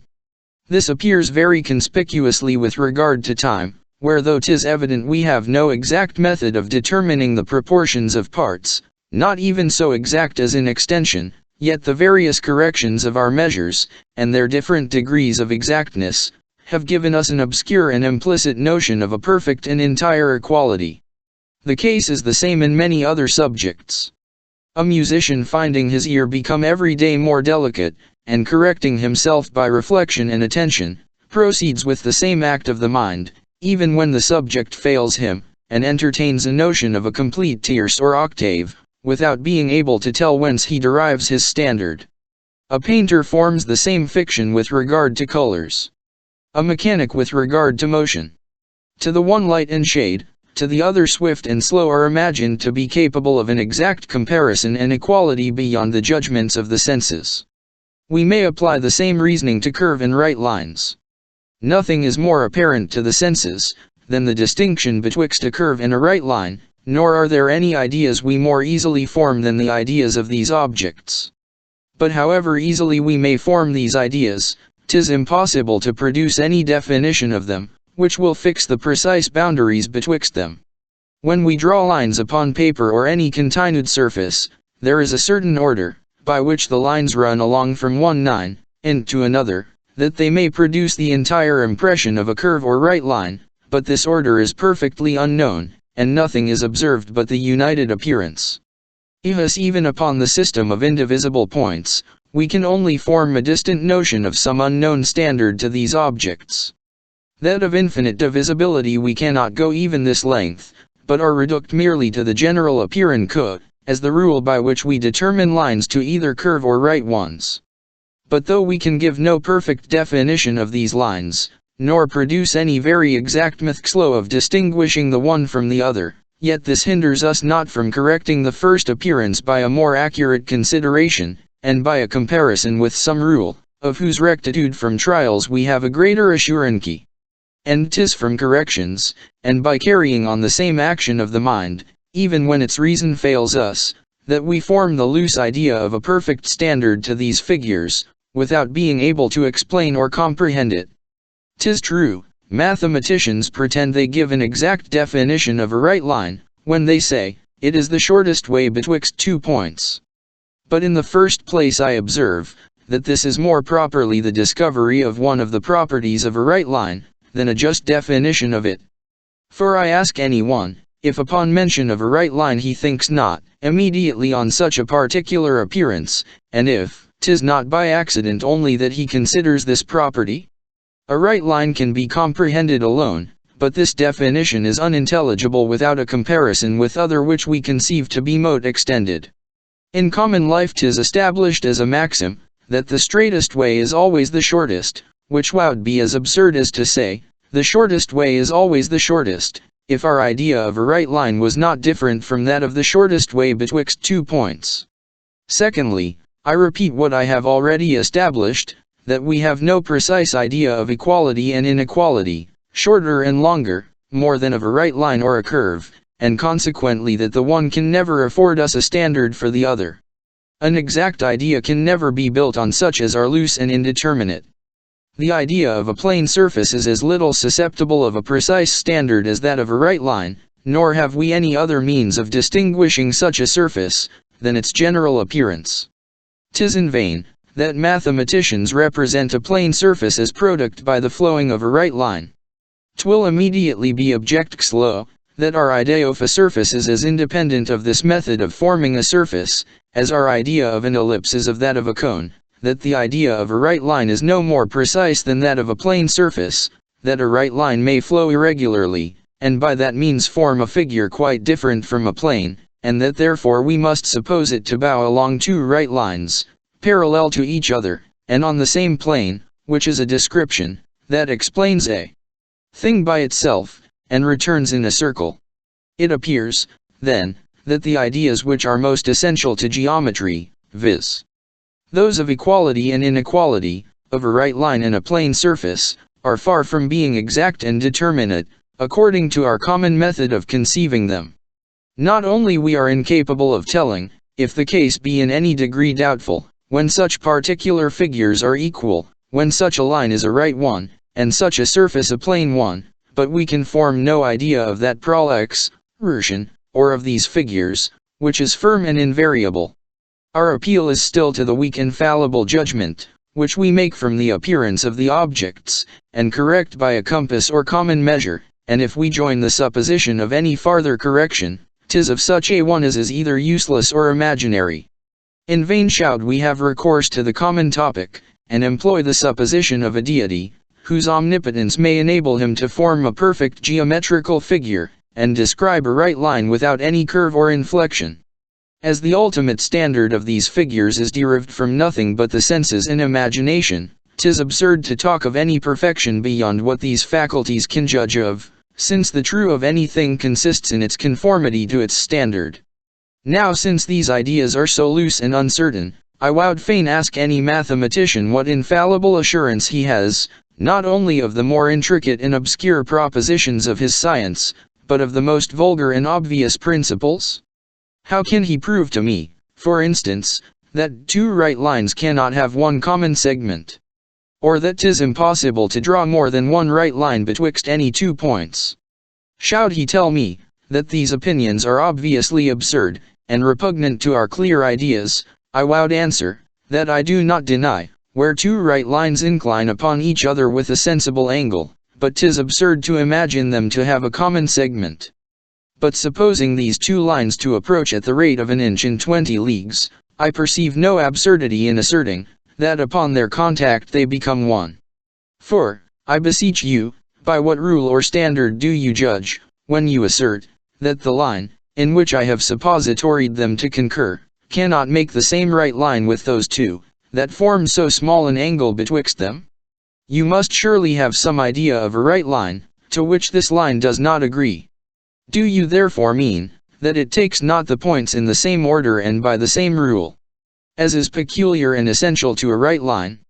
If so, I must inform you, that besides that in judging after this manner you allow, that extension is compassed of indivisible points, which, perhaps, is more than you intend. Besides this, I say, I must inform you, that neither is this the standard from which we form the idea of a right line, nor, if it were, is there any such firmness in our senses or imagination, as to determine when such an order is violated or preserved. The original standard of a right line is in reality nothing but a certain general appearance, and 'tis evident right lines may be made to concur with each other, and yet correspond to this standard, though corrected by all the means either practicable or imaginable. This may open our eyes a little, and let us see, that no geometrical demonstration for the infinite divisibility of extension can have so much force as what we naturally attribute to every argument, which is supported by such magnificent pretensions. At the same time we may learn the reason, why geometry fails of evidence in this single point, while all its other reasonings command our fullest assent and approbation. And indeed it seems more requisite to give the reason of this exception, than to shew, that we really must make such an exception, and regard all the mathematical arguments for infinite divisibility as utterly sophistical. For 'tis evident, that as no idea of quantity is infinitely divisible, there cannot be imagined a more glaring absurdity, than to endeavor to prove, that quantity itself admits of such a division, and to prove this by means of ideas, which are directly outside in that particular. And as this absurdity is very glaring in itself, so there is no argument founded on it, which is not attended with a new absurdity, and involves not an evident contradiction.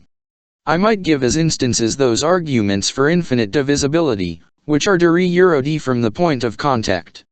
I know there is no mathematician, who will not refuse to be judged by the diagrams he describes upon paper, these being loose drafts, as he will tell us, and sewing only to convey with greater facility certain ideas, which are the true foundation of all our reasoning.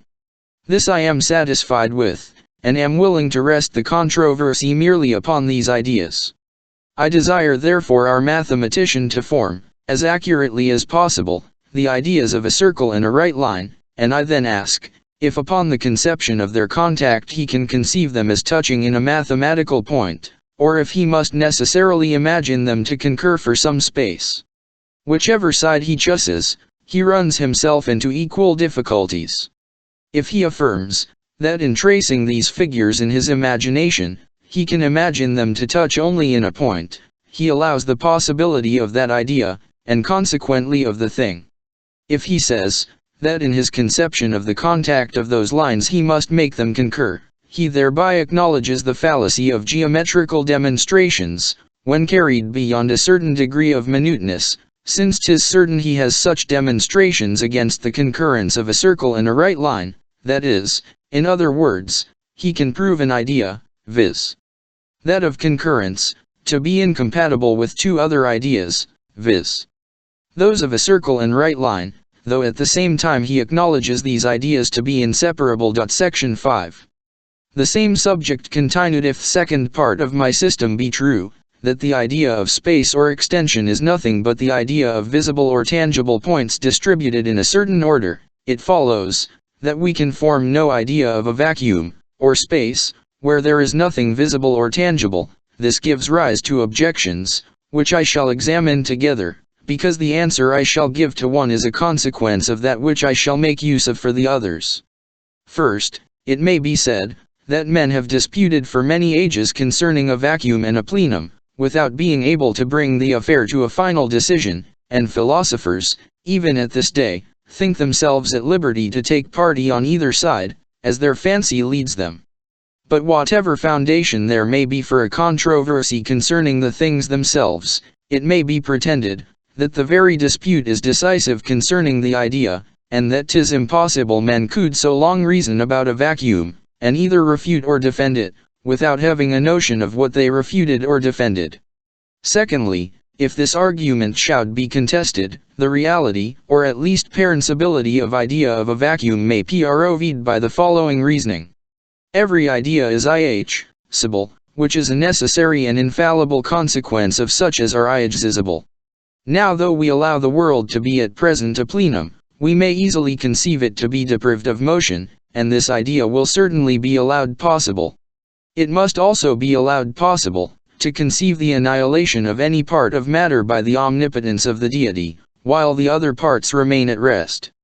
For as every idea, that is distinguishable, is separable by the imagination, and as every idea, that is separable by the imagination, may be conceived to be separately existent, 'tis evident, that the existence of one particle of matter, no more implies the existence of another, than a square figure in one body implies a square figure in every one.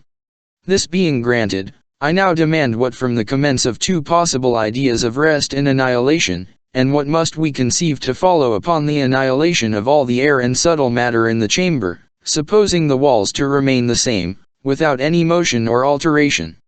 There are some metaphysicians, who answer, that since matter and extension are the same, the annihilation of one necessarily implies that of the other, and there being now no distance betwixt the walls of the chamber, they touch each other, in the same manner as my hand the paper, which is immediately before me.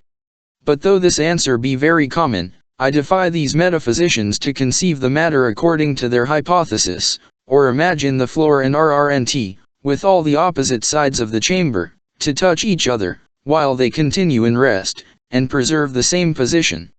For how can the two walls, that run from south to north, touch each other, while they touch the opposite ends of two walls, that run from east to west? And how can the door and RTXJF ever meet, while they are separated by the four walls, that lie in a position? If you change their position, you suppose a motion. If you conceive anything betwixt them, you suppose a new creation. But keeping strictly to the two ideas of rest and annihilation, 'tis evident, that the idea, which results from them, is not that of a contact of parts, but something else, which is concluded to be the idea of a vacuum. The third objection carries the matter still farther, and not only asserts, that the idea of a vacuum is real and possible, but also necessary and unavoidable. This assertion is founded on the motion we observe, in which, 'tis maintained, would be impossible and inconceivable without a vacuum, into which one body must move in order to make way for another. I shall not enlarge upon this objection, because it principally belongs to natural philosophy, which lies without our present sphere. In order to answer these objections, we must take the matter pretty deep, and consider the nature and origin of several ideas, lest we dispute without understanding perfectly the subject of the controversy. 'Tis evident the idea of darkness is no positive idea, but merely the negation of light, or more properly speaking, of colored and visible objects. A man, who enjoys his sight, receives no other perception from turning his eyes on every side, when entirely deprived of light, than what is common to him with one born blind, and 'tis such a one has no idea either of light or darkness. The consequence of this is, that 'tis not from the mere removal of visible objects we receive the impression of extension without matter, and that the idea of utter darkness can never be the same with that of vacuum. Suppose again a man to be supported in the air, and to be softly conveyed along by some invisible power, 'tis evident he is sensible of nothing, and never the idea of extension, nor indeed any idea, from this invariable motion. Even supposing he moves his limbs to and fro, this cannot convey to him that idea. He feels in that case a certain sensation or impression, the parts of which are successive to each other, and may give him the idea of time, but certainly are not disposed in such a manner as is necessary to convey the idea of space or extension. Since then it appears that darkness and motion, with the utter removal of everything visible and tangible, can never give us the idea of extension without matter, or of a vacuum. The next question is, whether they can convey this idea, when mixed with something visible and tangible. 'Tis commonly allowed by philosophers, that all bodies, which discover themselves to the eye, appear as if painted on a plain surface, and that their different degrees of remoteness from ourselves are discovered more by reason than by the senses. When I hold up my hand before me, and spread my fingers, they are separated as perfectly by the blue color of the firmament, as they could be by any visible object, which I could place betwixt them. In order, therefore, to know whether the sight can convey the impression and idea of a vacuum, we must suppose, that amidst an entire darkness, there are luminous bodies presented to us, whose light discovers only these basicles themselves, without giving us any impression of the surrounding objects. We must form a parallel supposition concerning the objects of our feeling. 'Tis not proper to suppose a irrefect removal of all tangible objects. We must allow something to be perceived by the feeling, and after an interval and motion of the hand or other organ of sensation, another object of the touch to be met with, and upon leaving that, another, and so on, as often as we please. The question is, whether these intervals do not afford us the idea of extension without body. To begin with the first case, 'tis evident, that when only two luminous bodies appear to the eye, we can perceive, whether they be conjoined or separate, whether they be separated by a great or small distance, and if this distance we can perceive its increase or diminution, with the motion of the bodies. But as the distincu is not in this case anything colored or visible, it may thought that there is here a vacuum or pure extension, not only intelligible to the mind, but obvious to the very senses. This is our natural and most familiar way of thinking, but which we shall learn to correct by a little reflection. We may observe, that when two bodies present themselves, where there was formerly an entire darkness, the only change that is discoverable is in the appearance of these two objects, and that all the rest continues to be as before, a perfect negation of light, and of every colored or visible object. This is not only true of what may be said to be remote from these bodies, but also of the very distaini, which is interposed them, that being nothing but darkness, or the negation of light, without parts, without composition, invariable and indivisible. Now since this distance causes no acception different from what a blind man receives from his eyes, or what is conveyed to us in the darkest night, it must partake of the same properties, and as blindness and darkness afford us no ideas of extension, 'tis impossible that the dark and indistinguishable distance betwixt two bodies can ever produce that idea. The sole difference in absolute darkness and the appearance of two or more visible luminous objects consists, as I said, in the objects themselves, and in the manner they affect our senses. I.e. angles, which the rays of light flowing from them, form with each other, the motion that is required in the eye, in its passage from one to the other, and the different parts of the organs, which are affected by them, these produce the only perceptions, from which we can judge of the distance. But as these perceptions are each of them simple and indivisible, they can never give us the idea of extension. We may illustrate this by the sense of feeling, and the imaginary distance or interval interposed betwixt tangible or solid objects. I suppose two cases, viz. that of a man supported in the air, and moving his limbs to and fro, without meeting anything tangible, and that of a man, who feeling something tangible, leaves it, and after a motion, of which he is sensible, perceives another tangible object, and I then ask, wherein consists the difference twixt these two cases? No one will make any scruple to affirm, that it consists merely in the perceiving those objects, and that the sensation, which arises from the motion, is in both cases the same, and as that sensation is not capable of conveying to us an idea of extension, when unaccompanied with some other perception, it can no more give us that idea, when mixed with the impressions of tangible objects, since that mixture produces no alteration upon it. But though motion and darkness, either alone, or with tangible and visible objects, convey no idea of a vacuum or extension without matter, yet they are the causes why we falsely imagine we can form such an idea. For there is a close relation betwixt that motion and darkness, and a real extension, or composition of visible and tangible objects. First, we may observe, that two visible objects appearing in the midst of utter darkness, affect the senses in the same manner, and form the same angle by the rays, which flow from them, and meet in the eye, as if the distance betwixt them were filled with visible objects, that give us a true idea of extension. The sensation of motion is likewise the same, when there is mating tangible interpode betwixt two bodies, as when we feel a compounded body, whose different parts are plocked beyond each other. Secondly, we find by experience, that two LX does, which are so plocked as to affect the senses in the same manner with two others, that have a certain extent of visible objects interpode betwixt them, are capable of receiving the same extent, without any sensible impulse or penetration, and without any change on that angle, under which they appear to the senses. In like manner, where there is one object, which we cannot feel after another without an interval, and the perceiving of that sensation we call motion in our hand or organ of sensation, experience shews us, that 'tis elexable same may be felt with the same sensation of motion, along with the interpode impression of solid and tangible objects, attending the sensation. That is, in other words, an invisible and intangible distance may be converted into a visible and tangible one, without any change on the distant objects. Thirdly, we may observe, as another relation betwixt these two kinds of that they have nearly the same effects on every natural phenomenon. For as all qualities, such as heat, cold, light, attraction, and diminish in proportion to the distance, there is but little difference observed, whether this distance be marked out by compounded and sensible objects, or known only by the manner in which the distant objects affect the senses.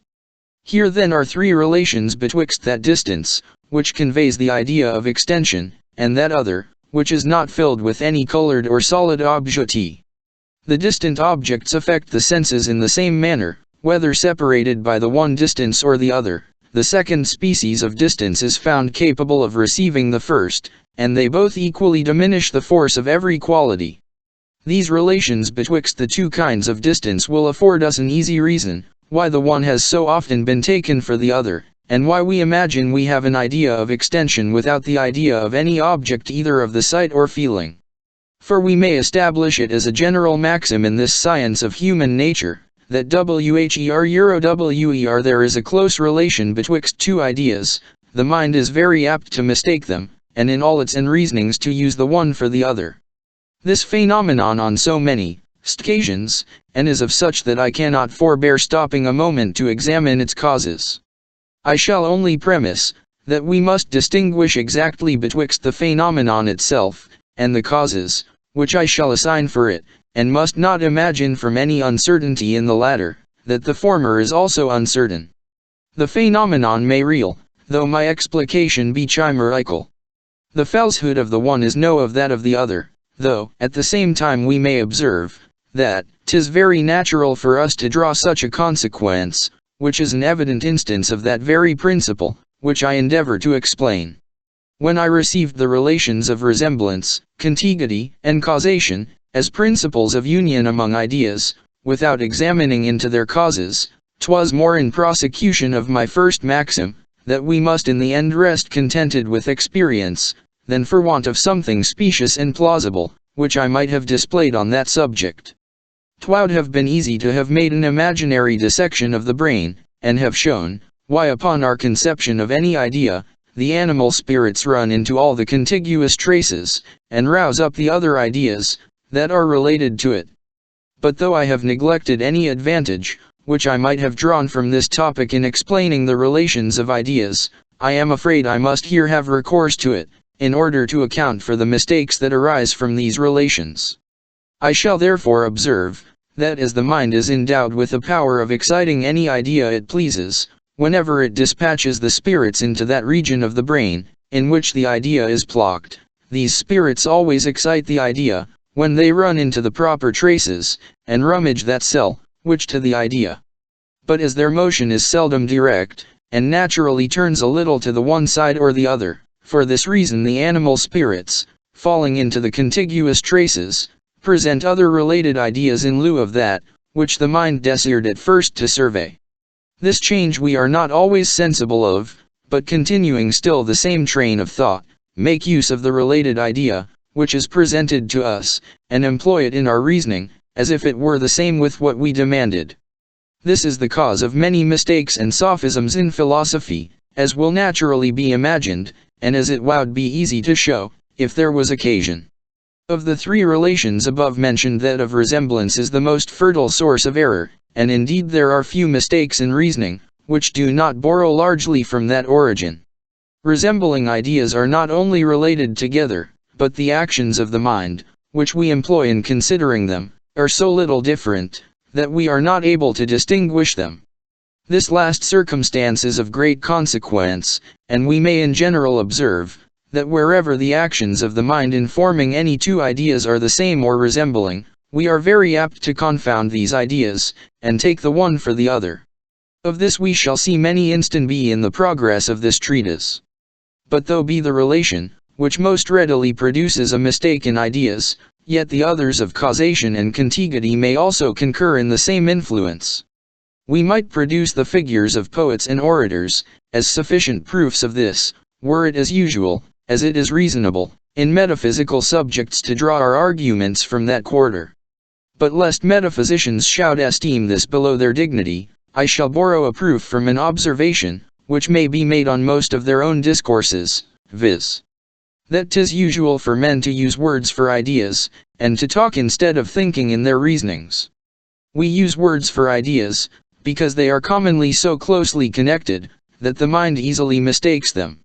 And this likewise is the reason, why we substitute the idea of a distance, which is not considered either as visible or tangible, in the room of extension, which is nothing but a composition of visible or tangible points disposed in a certain order. In causing this mistake there concur both the relations of causation and resemblance. As the first species of distance is found to be convertible into the second, 'tis in this respect a kind of cause, and the similarity of their manner of affecting the senses, and diminishing every quality, forms the relation of resemblance. After this chain of reasoning and explication of my principles, I am now prepared to answer all the objections that have been offered, whether derived from metaphysics or mechanics. The frequent disputes concerning a vacuum, or extension without matter, prove not the reality of the idea, upon which the dispute turns, there being nothing more common, than to see men deceive themselves in this particular, especially when by means of any close relation, there is another idea presented, which may the occasion of their mistake.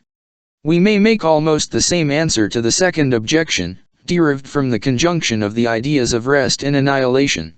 When everything is annihilated in the chamber, and the walls continue immovable, the chamber must be conceived much in the same manner as at present, when the air that fills it, is not an object of the senses. This annihilation leaves to the eye, that fictitious distance, which is discovered by the different parts of the organ, that are affected, and by the degrees of light and shade, and to the feeling, that which consists in a sensation of motion in the hand, or other member of the body. In vain should we search any farther. On whichever side we turn this subject, we shall find that these are the only impressions such an object can produce after the suppository annihilation, and it has already remarked, that impressions can give rise to no ideas, but to such as resemble them. Since a body interposed betwixt two others may be suppositoried to be annihilated, without producing any change upon such as lie on each hand of it, 'tis easily conceived, how it may be created anew, and yet produce as little alteration. Now the motion of a body has much the same effect as its creation. The distant bodies are no more affected in the one case, than in the other. This to satisfy the imagination, and proves there is no repugnance in such a motion. Afterwards experience comes in play to persuade us that two bodies, situated in the manner above described, have really such a capacity of receiving body betwixt them, and that there is no obstacle to the conversion of the invisible and intangible distance into one that is visible and tangible. However natural that conversation may seem, we cannot be sure it is practicable, before we have had experience of it. Thus I seem to have answered the three objections above mentioned, though at the same time I am sensible that few will be satisfied with these answers, but will immediately propose new objections and difficulties. 'Twill probably, he said, that my reasoning makes nothing to the matter in hand, and that I explain only the manner in which objects affect the senses, without endeavoring to account for their real nature and operations.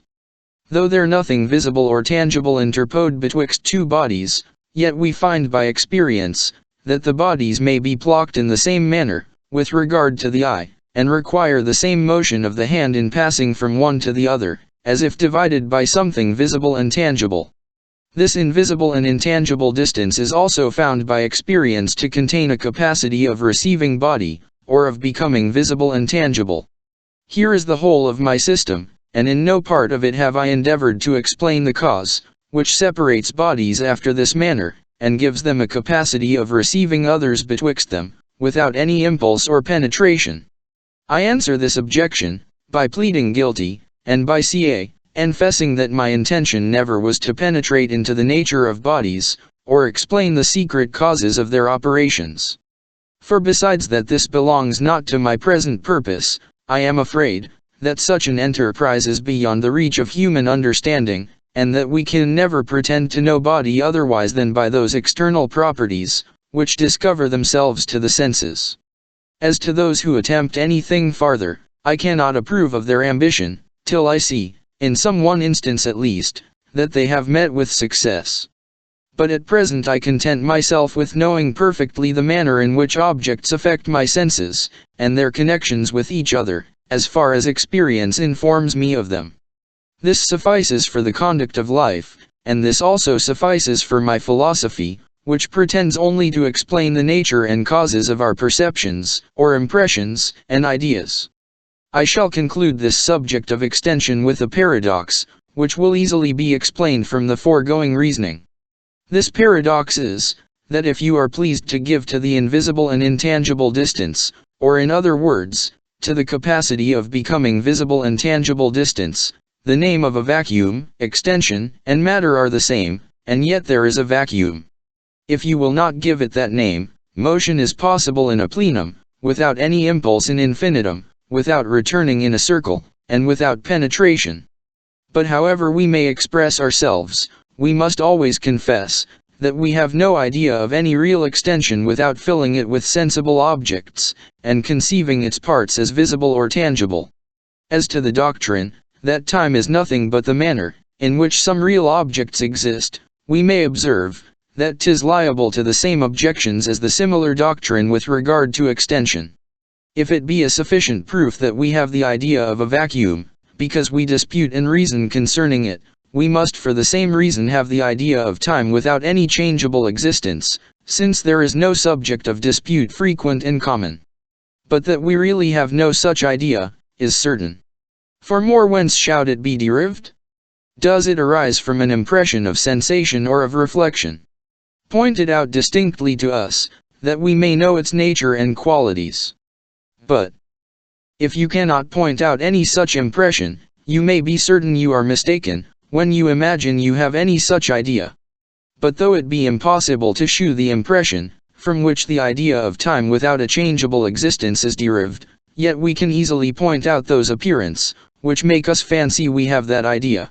For we may observe, that there is a continual succession of perceptions in our mind, so that the idea of time being forever present with us, when we consider a steadfast object at 5 o'clock, and regard the same at 6, we are apt to apply to it that idea in the same manner as if every moment were distinguished by a different position, or an alteration of the object.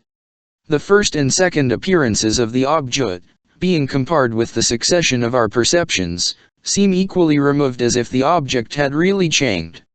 To which we may add, what experience shews us, that the object was susceptible of such a number of changes betwixt these appearances, as also that the unchangeable or rather fictitious duration has the same effect upon every quality, by increasing or diminishing it, as that succession, which is obvious to the senses.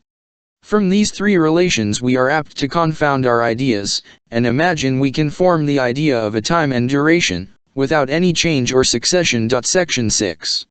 Of the idea of existence, and of external existence. It may not be amiss, before we leave this subject, to explain the ideas of existence and of external existence, which have their difficulties, as well as the ideas of space and time.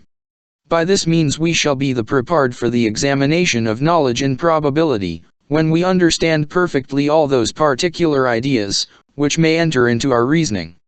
There is no impression nor idea of any kind, of which we have any consciousness or memory, that is not conceived as existent, and 'tis evident, that from this the most perfect idea and assurance of being is derived.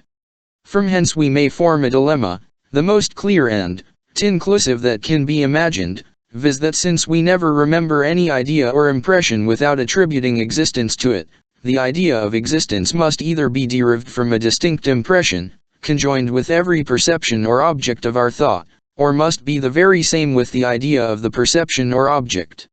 As this dilemma is an evident consequence of the principle, that every idea arises from a similar impression, so our decision betwixt the propositions of the dilemma is no more doubtful.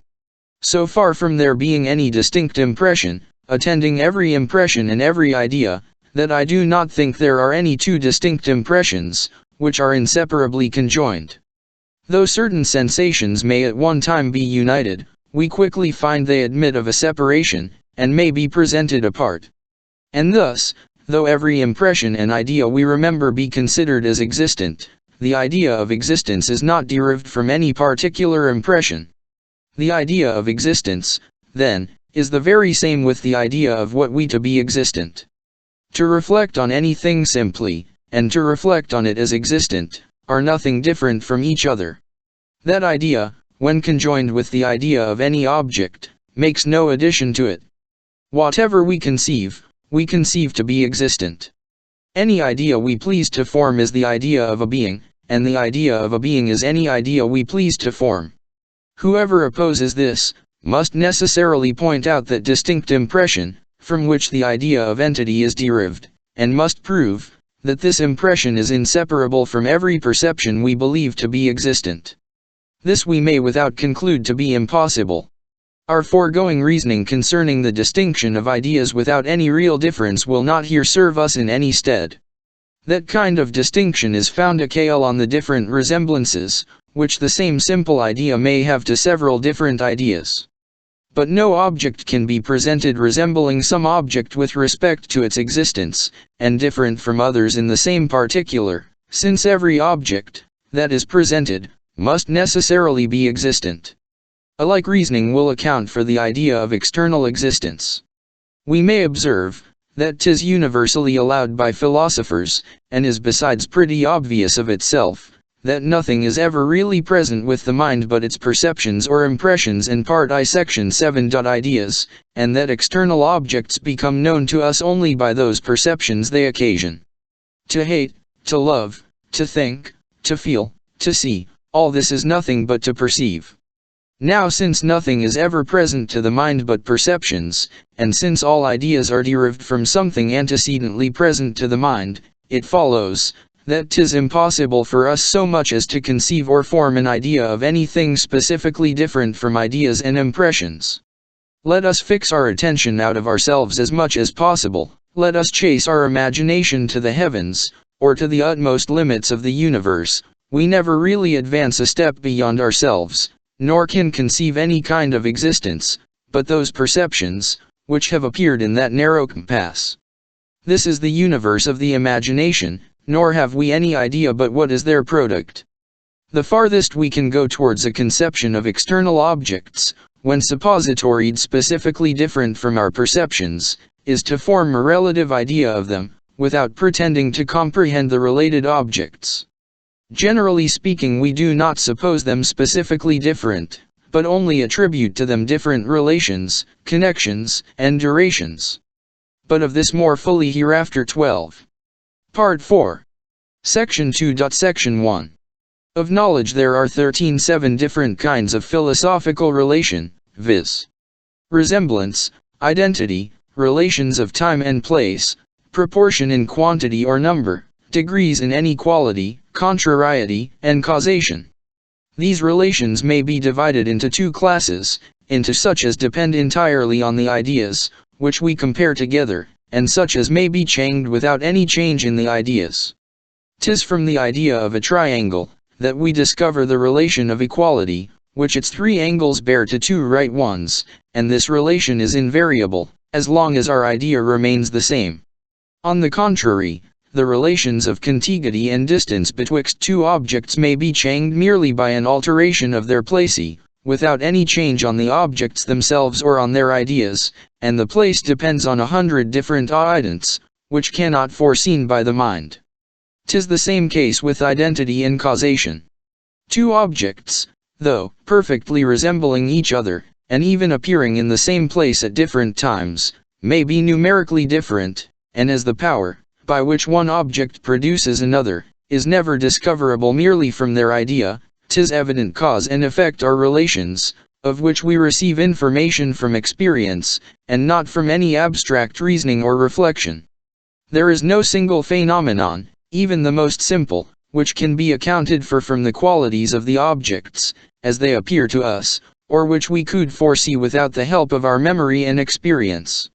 It appears, therefore, that of these 7 philosophical relations, there remain only 4, which depending solely upon ideas, the objects of uncertainty.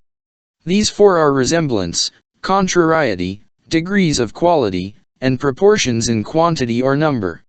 3 of these relations are discoverable at first sight, and fall more properly under the province of intuition than demonstration. When any objects resemble each other, the resemblance will at first strike the eye, or rather the mind, and seldom requires a second examination. The case is the same with contrariety, and with the degrees of any quality. No one can once doubt but existence and non-existence destroy each other, and are perfectly incompatible and contrary. And though it be impossible to judge exactly of the degrees of any quality, such as color, taste, heat, cold, when the difference betwixt them is very small, yet 'tis easy to decide that any of them is superior or inferior to another, when there is, and this we always pronounce at first sight, without any inquiry or reasoning. We might proceed, after the same manner, in fixing the proportions of quantity or number, and might at one view observe a superiority or inferiority betwixt any numbers, or figures, especially where the difference is very great and remarkable. As to equality or any exact proportion, we only guess at it from a single consideration, except in very short numbers, or very limited portions of extension, which are comprehended in an instant, and where we perceive an impossibility of falling into any considerable error. In all other cases we must settle the proportions with some liberty, or proceed in a more artificial manner. I have already observed, that geometry, or the art, by which we fix the proportions of figures, though it much excels, in universality and exactness, the loose judgments part I section 5. Of the senses and imagination, yet never attains a perfect in exactness. Its first principles are still drawn from the general appearance of the objects, and that appearance can never afford us any security, when we examine the prodigious minuteness of which nature is susceptible.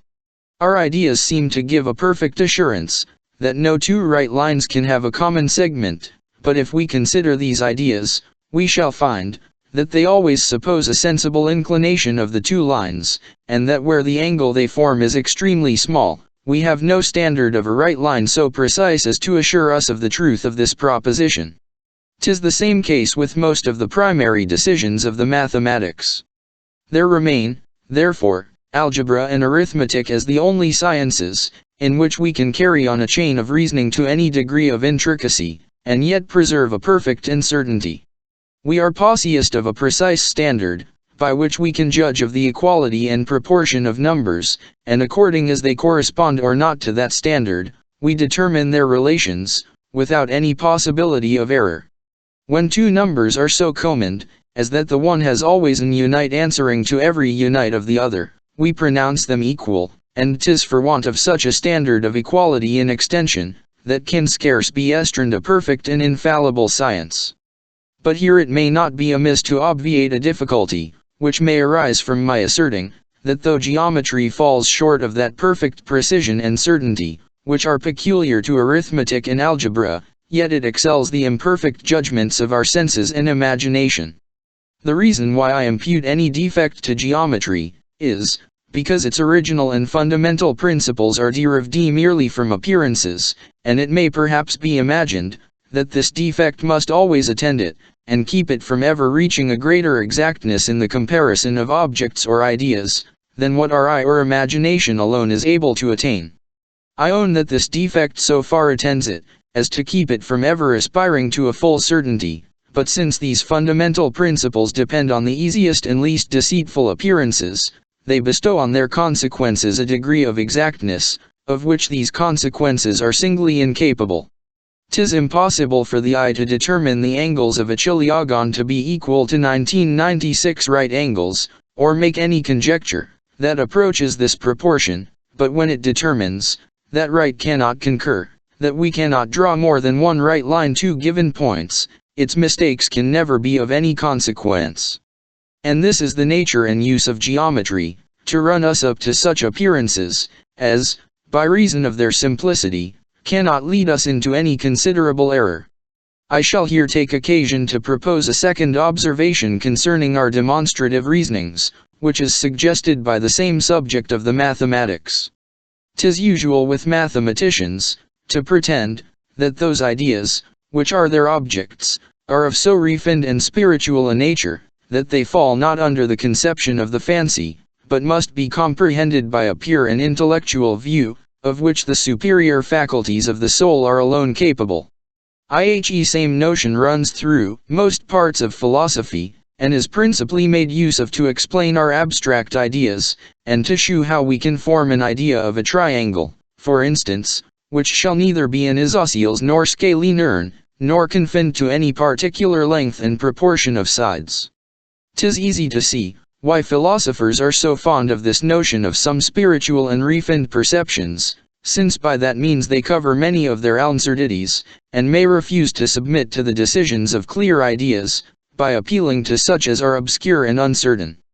But to destroy this artifice, we need but reflect on that principle so oft insisted on, that all our ideas are copied from our impressions. For from thence we may immediately conclude, that since all impressions are clear and precise, the ideas, which are copied from them, must be of the same nature, and can never, but from our fault, contain anything so dark and intricate. An idea is by its very nature weaker and fainter than an impression, but being in every other respect the same, cannot imply any very great mystery. If its weakness render it obscure, 'tis our business to remedy that defect, as much as possible, by keeping the idea steady and precise, and till we have done so, 'tis in vain to pretend to reasoning and philosophy. Section 2. Of probability, and of the idea of cause and effect. This is all I think necessary to observe concerning those four relations, which are the foundation of science, but as to the other three, which depend not upon the idea, and may be absent or present even while that remains the same, 'twill be proper to explain them more particularly. These three relations are identity, the situations in time and place, and causation. All kinds of reasoning consist in nothing but a companion, and a discovery of those relations, either constant, or inconstant, which two or more objects bear to each other. This comparison we may make, either when both the objects are present to the senses, or when neither of them is present, or when only one. When both the objects are present to the senses along with the relation, we call this perception rather than reasoning, nor is there in this case any exercise of the thought, or any action, properly speaking, but a mere passive admission of the impressions through the organs of sensation. According to this way of thinking, we ought not to receive as reasoning any of the observations we may make concerning identity, and the relations of time and place, since in none of them the mind go beyond what is immediately present to the senses, either to discover the real existence or the relations of objects. 'Tis only causation, which produces such a connection, as to give us assurance from the existence or action of one object, that 'twas followed or preceded by any other existence or action, nor can the other two relations be ever made use of in reasoning, except so far as they either affect or are affected by it. There is nothing in any objects to persuade us, that they are either always remote or always contiguous, and when from experience and observation we discover that their relation in this particular is invariable, we always conclude there is some secret cause, which separates or unites them. The same reasoning extends to identity. We readily suppose an object may continue individually the same, though several times absent from and present to the senses, and to it an identity, notwithstanding the interruption of the perception, whenever we conclude that if we had kept our eye or hand constantly upon it, it would have conveyed an invariable and uninterrupted perception. But this conclusion beyond the impressions of our senses can be founded only on the connection of cause and effect, nor can we otherwise have any security that the object is not chained upon us, however much the new object may resemble that which was formerly present to the whenever we discover such a perfect resemblance, we consider whether it common in that of objects, whether possibly or probably any cause could operate in producing the change in resemblance, and according as we determine concerning these causes and effects, we form our judgment concerning the identity of the object. Here then it appears, that of those three relations, which depend not upon the mere ideas, the only one, that can tract beyond our senses, and informs us of existences and objects, which we do not see or feel, is causation. This relation, therefore, we shall endeavor to explain fully before we leave the subject of the understanding. To begin regularly, we must consider the idea of causation, and see what origin it is de re Eurodi. 'Tis impossible to reason justly, without understanding perfectly the idea concerning which we reason, and 'tis impossible perfectly to understand any idea, without tracing it up to its origin, and examining that primary impression, from which it arises. I.e. examination of the impression bestows a clearness on the idea, and the examination of the idea bestows a like clearness on all our reasoning. Let us therefore cast our eye on any two objects, which we call cause and effect, and turn them on all sides, in order to find that impression, which produces an idea of such prodigious consequence. At first sight I perceive, that I must not search for it in any of the particular qualities of the objects, since, whichever of these qualities I pitch on, I find some object, that is not possiest of it, and yet falls under the denomination of cause and indeed there is nothing existent, either externally or internally, which is not to be considered either as a cause or an effect, though 'tis plain there is no one quality, which universally belongs to all beings, and gives them a title to that denomination. The idea, then, of causation must be derived from some relation among objects, and that relation we must now endeavor to discover. I find in the first place, that whatever objects are considered as causes or effects, are contiguous, and that nothing can operate in a time or place, which is ever so little removed from those of its existence. Though distant objects may sometimes seem productive of each other, they are commonly found upon examination to be linked by a chain of causes, which are contiguous among themselves, and to the distant objects, and when in any particular instance we cannot discover this connection, we still presume it to exist. We may therefore consider the relation of antiguity as essential to that of causation, at least may suppose it such, according to the general opinion, till we can find a more proper occasion to clear up this matter, by examining what objects are or are not susceptible of conjunction. The second relation I shall observe as essential to causes and effects, is not so universally acknowledged, but is liable to some controversy. 'Tis that of priority of time in the cause before the effect. Some pretend that 'tis not absolutely necessary a cause should precede its effect, but that any object or action, in the very first moment of its existence, may exert its productive quality, and give rise to another object or action, perfectly cotemporary with itself. But beside that experience in most seems to contradict this opinion, we may establish the relation of priority by a kind of inference or reasoning. 'Tis an established maxim both in natural and moral philosophy, that an object, which exists for any time in its full without producing another, is not its sole cause, but is assisted by some other principle, which pushes it from its state of inactivity, and makes it exert that energy, of which it was secretly possessed. Now if any cause may be perfectly cotemporary with its effect, 'Tis certain, according to this maxim, that they must all of them so, since any one of them, which retards its operation for a single moment, exerts not itself at that very individual time, in which it might have operated, and therefore is no proper cause. The consequence of this would no less than the destruction of that succession of causes, which we observe in the world, and indeed, the utter annihilation of time. For if one cause were cotemporary with its effect, and this affinity with its effect, and so on, 'tis plain there would be no such thing as succession, and all objects must be coexistent. Part 4. 5. If this argument appear satisfactory, 'tis well. If not, I beg the reader to allow me the same liberty, which I have used in the preceding case, of supposing it such. For he shall find, that the affair is of no great importance. Having thus discovered or suppositoried the two relations of contiguity and succession to be essential to causes and effects, I find I am stopped short, and can proceed no farther in considering any single instance of cause and effect. Motion in 1 dy is regarded upon impulse as the cause of motion in another.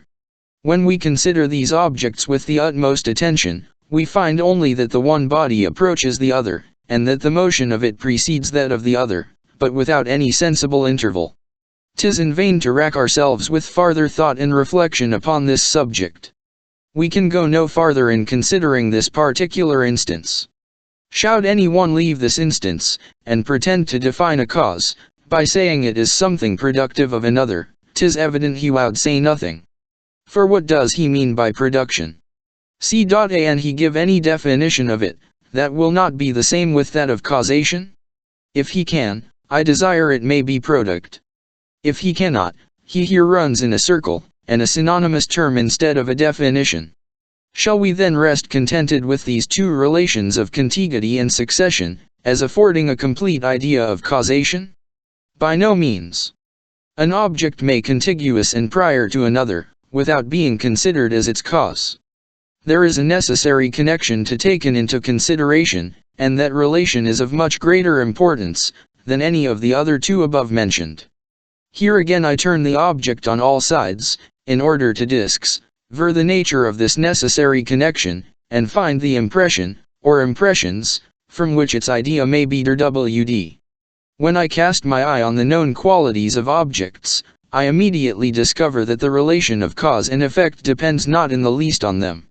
When I consider their relations, I can find none but those of contiguity and succession, which I have already regarded as imperfect and unsatisfactory.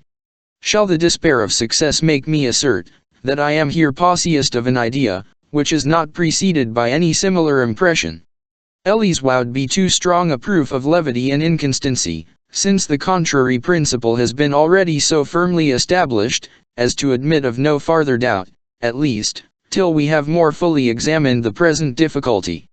We must, therefore, proceed like those, who being in search of anything that concealed from them, and not finding it in the place they expected, beat all the neighboring fields, without any certain view or design, in hopes their good fortune will at last guide them to what they search for. 'Tis necessary for us to leave the direct survey of this question concerning the nature of that necessary connection, which enters into our idea of cause and effect, and endeavor to find some other questions, the examination of which will perhaps afford a hint, that may serve to clear up the present difficulty. Of these questions there occur two, which I shall proceed to examine, viz. First, for what reason we pronounce it necessary, that everything whose existence has a beginning, should also have a cause? Secondly, why we conclude, that such particular causes must necessarily have such particular effects, and what is the nature of that inference we draw from the one to the other, and of the belief we repose in it.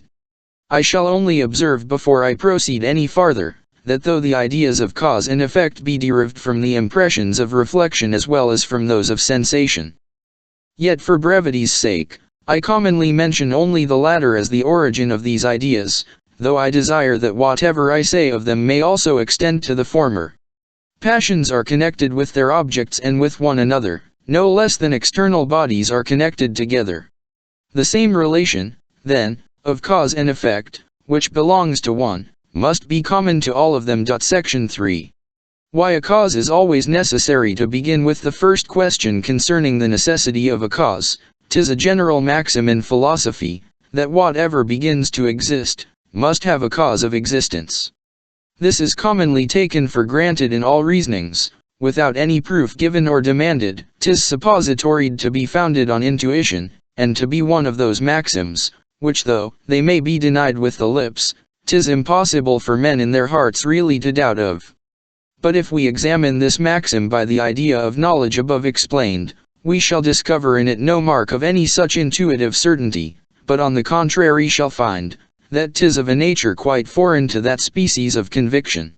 All certainty from the comparison of ideas, and from the discovery of such relations as are unalterable, so long as the ideas continue the same. These relations are resemblance, proportions in quantity and number, degrees of any quality, and contrariety, none of which are implied in this proposition: whatever has a beginning has also a cause of existence. That proposition therefore is not intuitively certain. At least any one, who would assert it to be intuitively certain, must deny these to be the only infallible relations, and must find some other relation of that kind to be implied in it, which it will then be time enough to examine. But here is an argument, which proves at once, that the foregoing proposition is neither intuitively nor demonstrably certain. We can never demonstrate the necessity of a cause to every new existence, or new modification of existence, without shewing at the same time the impossibility there is, that anything can ever to exist without some productive principle, and where the latter proposition cannot be proved, we must despair of ever being able to prove the former. Now that the latter proposition is utterly incapable of a demonstrative proof, we may satisfy ourselves by considering, that as all distinct ideas are separable from each other, and as the ideas of cause and effect are evidently distinct, 'twill be easy for us to conceive any object to be non-existent this moment, and existent the next, without joining to it the distinct idea of a cause or productive principle. The separation, therefore, of the idea of a cause from that of a beginning of existence, is plainly possible for the imagination, and consequently the actual separation of these objects is so far possible, that it no contradiction nor absurdity, and is therefore incapable of being refuted by any reasoning from mere ideas, without which 'tis impossible to demonstrate the necessity of a cause.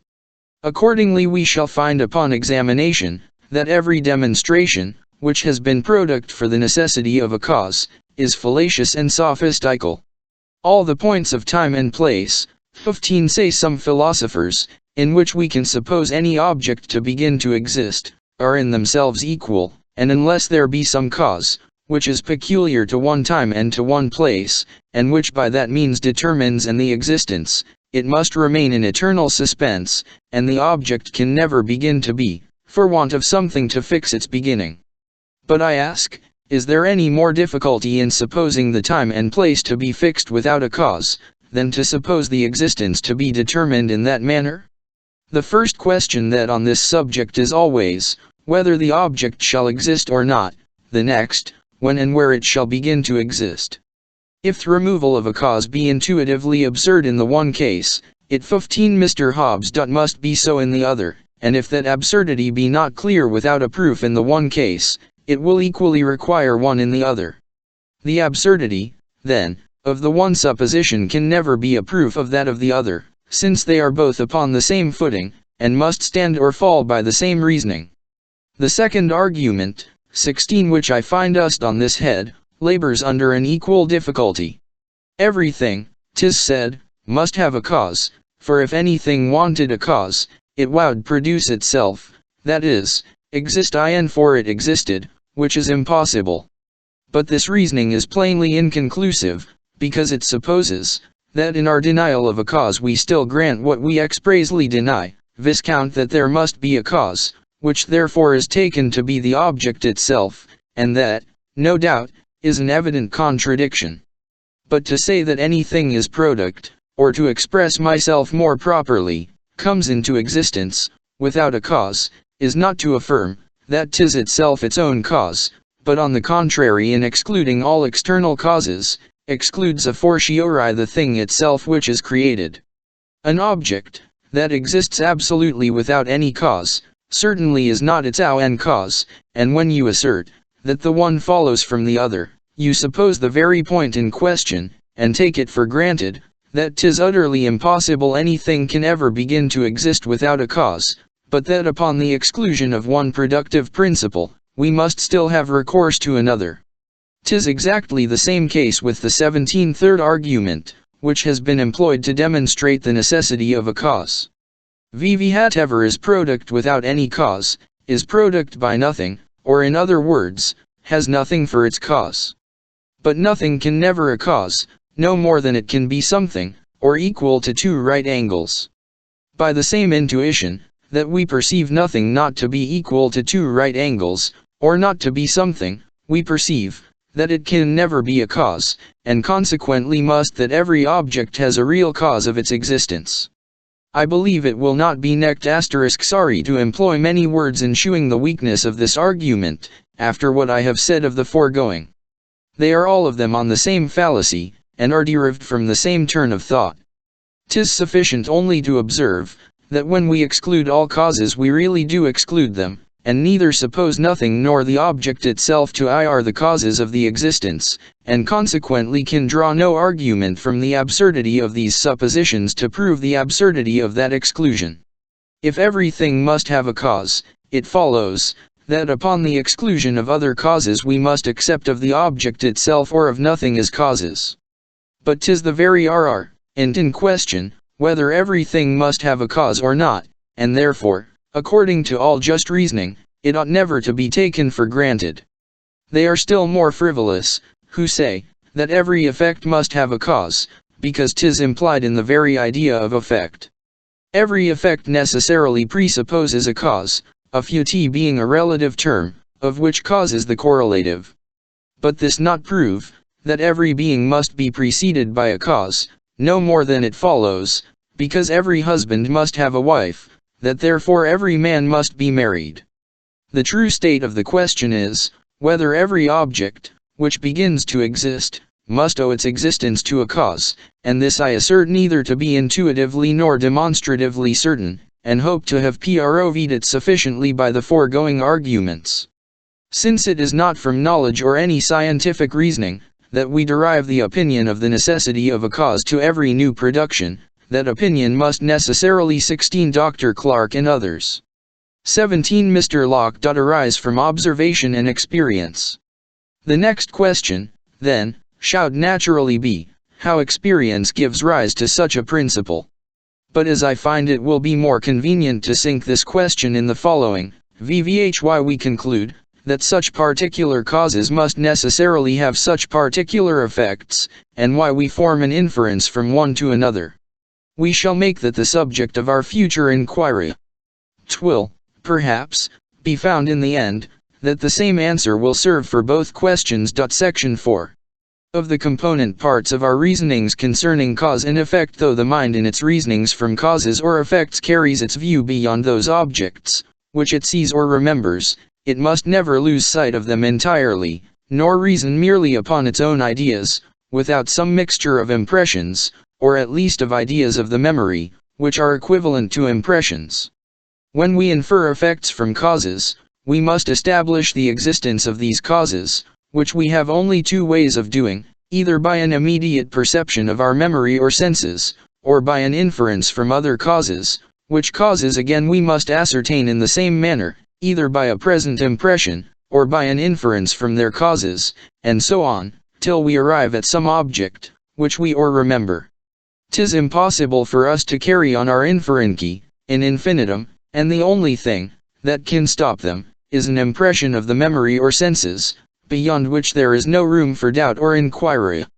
To give an instance of this, we may choose any of history, and consider for what reason we either believe or reject it. Thus we believe that Caesar was killed in the Senate House on the Ides of March, and that because this fact is established on the unanimous testimony of historians, who agree to assign this precise time and place to that event. Here are certain characters and letters present either to our memory or senses, which characters we likewise remember to have been used as the signs of certain ideas, and these ideas were either in the minds of such as were immediately present at that action, and received the ideas directly from its existence, or they were derived from the testimony of others, and that again from another testimony, by a visible gradation, till we arrive at those who were eyewitnesses and spectators of the event.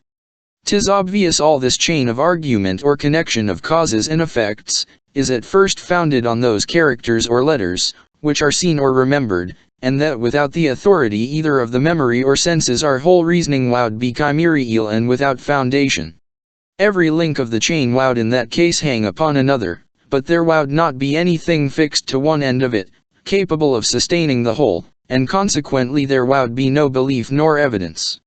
And this actually is the case with all hypothetical arguments, or reasonings upon a supposition, there being in them, neither any present impression, nor belief of a real existence.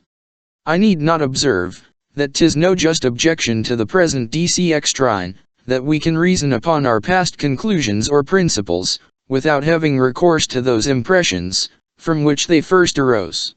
For even supposing these impressions should be entirely a fact from the memory, the conviction they product may still remain, and 'tis equally true, that all reasonings concerning causes and effects are originally derived from some impression, in the same manner, as the of a demonstration proceeds always from a comparison of ideas, though it may continue after the comparison is forgot. Section 5. Of the impressions of the senses and memory in this kind of reasoning, then, from causation, we employ materials, which are of a mixed and heterogeneous nature, and which, however connected, are yet essentially different from each other. All our arguments concerning causes and effects consist both of an impression of the memory or senses, and of the idea of that which produces the objective of the impression, or is product by it. Here therefore we have three things to explain, viz. First, the original impression. Secondly, the transition to the idea of the connected cause or effect. Thirdly, i.e. nature and qualities of that idea. As to those impressions, which arise from the senses, their ultimate cause is, in my opinion, perfectly inexplicable by human reason, and 'twill always impossible to decide with certainty, whether they arise immediately from the object, or are product by the creative power of the mind, or are derived from the author of our being. Nor is such a question any way material to our present purpose. We may draw inferences from the coherence of our perceptions, whether they be true or false, whether they represent nature justly, or be mere illusions of the senses. When we search for the characteristic, which distinguishes the memory from the imagination, we must immediately perceive, that it cannot lie in the simple ideas it presents to us, since both these faculties borrow their simple ideas from the impressions, and can never go beyond original perceptions. Faculties are as little distinguished from each other by the arrangement of their ideas. For though it be a property of the memory to preserve the original order and position of its ideas, while the imagination transposes and changes them, as it pleases, yet this difference is not sufficient to distinguish them in their operation, or make us know the one from the other, it being impossible to recall the past impressions, in order to compare them with our present ideas, and see whether their arrangement be exactly similar. Since therefore the memory is known, neither by the order of its complex ideas, nor the nature of its simple ones, it follows, that the difference betwixt it and the imagination lies in its superior force and vivacity. A man may indulge his fancy in feigning any past scene of adventures, nor would there be any possibility of distinguishing this from a remembrance of a like kind, were not the ideas of the imagination fainter and more obscure. A painter, who intended to represent a passion or emotion of any kind, would endeavor to get a sight of a person actuated by a like emotion, in order to enliven his ideas, and give them a force and vivacity superior to what is found in those, which are mere fictions of the imagination. The more recent this memory is, the clearer is the idea, and when after a long interval he would return to the contemplation of his object, he always finds its idea to be much decayed, if not wholly obliterated. We are frequently in doubt concerning the ideas of the memory, as they become very weak and feeble, and are at a loss to determine whether any image proceeds from the fancy or the memory, when it is not drawn in such lively colors as distinguish that latter faculty. I remember such an event, says one, but am not sure.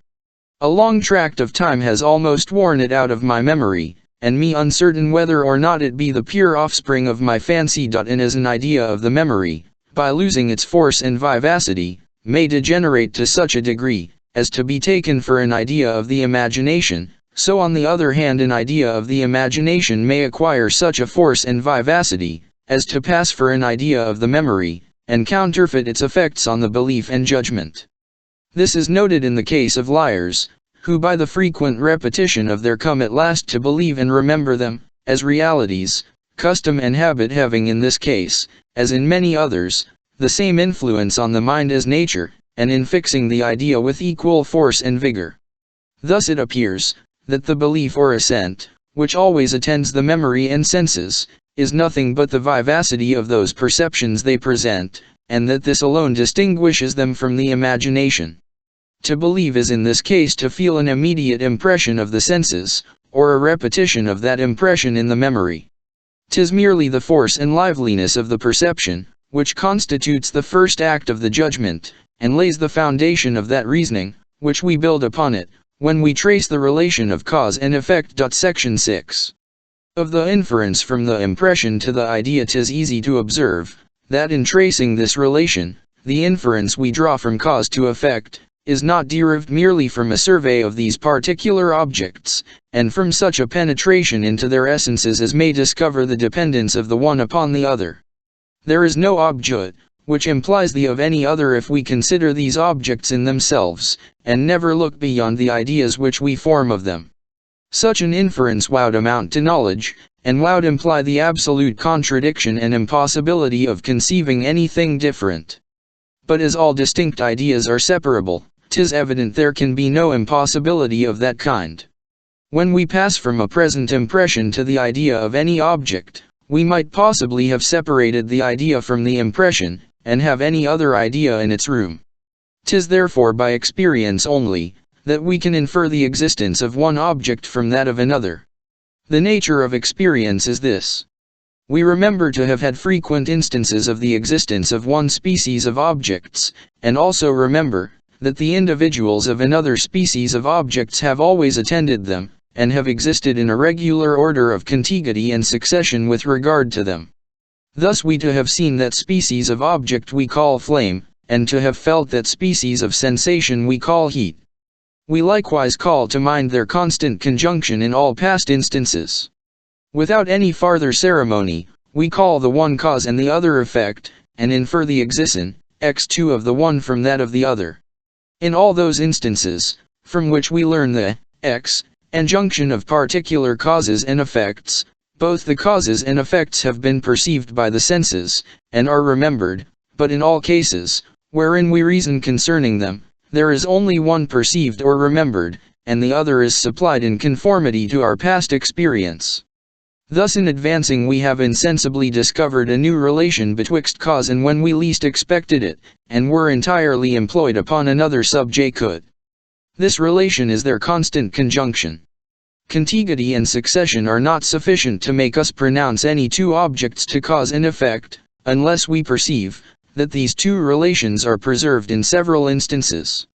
We may now see the advantage of quitting the direct survey of this relation, in order to discover the nature of that necessary connection, which makes so essential a part of it. There are hopes, that by this means we may at last arrive at our prox end, though to tell the truth, this new discovered relation of a constant conjunction seems to advance us but very little in our way. For it implies no more than this, that like objects have always been blocked in like relations of contiguity and succession, and it seems evident, at least at first sight, that by this means we can never discover any new idea, and can only multiply, but not enlarge the objects of our mind. It may be thought, that what we learn not from one object, we can never learn from 100, which are all of the same kind, and are perfectly resembling in every circumstance. As our senses shew us in one instance two bodies, or motions, or qualities in certain relations of succession and contiguity, so our memory presents us only with a multitude of wherein we always find like it does, motions, or qualities in like relations.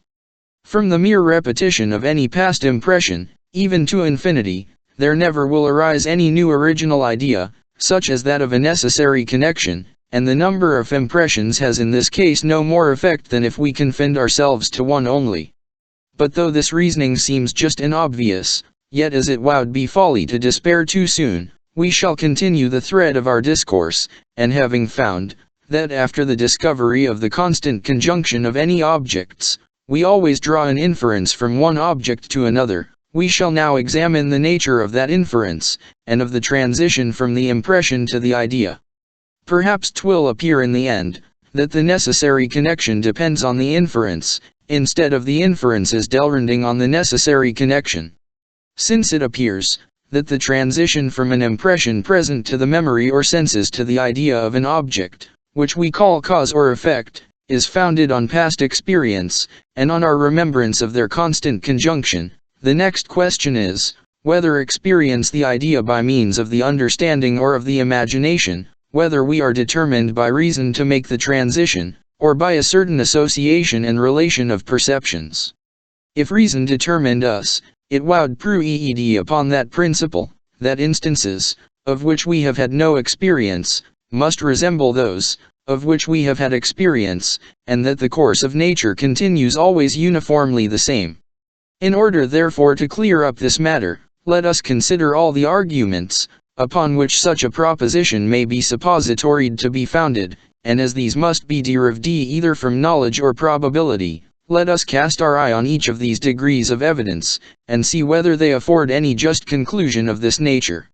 Our foregoing method of reasoning will easily convince us, that there can no demonstrative arguments to prove, that those instances, of which we have had no experience, resemble those, of which we have had experience. We can at least conceive a change in the course of nature, which sufficiently proves, that such a change is not absolutely impossible. To form a clear idea of anything, is an undeniable argument for its possibility, and is alone a refutation of any pretended demonstration against it. Probability, as it discovers not the relations of ideas, considered as such, but only those of objects, must in some respects be founded on the impressions of our memory and senses, and in some respects on our ideas.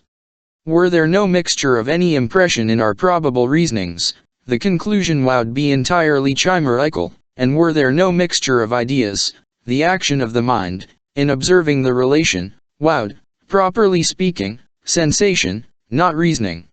'Tis therefore necessary, that in all probable reasonings there be something present to the mind, either seen or remembered, and that from this we infer something connected with it, which is not seen nor remembered. The only connection or relation of objects, which can lead us beyond the immediate impressions of our memory and senses, is that of cause and effect, and that because 'tis the only one, on which we can found a just inference from one object to another. The idea of cause and effect is derived from experience, which informs us, that such particular objects, in all past instances, have been constantly conjoined with each other, and as an object similar to one of these is suppositoried to be immediately present in its impression, we thence presume on the existence of one similar to its usual attendant. According to this account of things, which is, I think, in every point unquestionable, probability is founded on the presumption of a resemblance those objects, of which we have had experience, and those, of which we have had none, and therefore 'tis impossible, this presumption can arise from probability.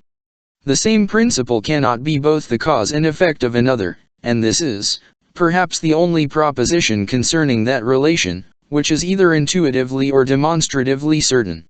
Should any one think to elude this argument, and without determining whether our reasoning on this subject be derived from demonstration or probability, pretend that all conclusions from causes and effects are built on solid reasoning, I can only desire, that this reasoning may be product, in order to be exposed to our examination.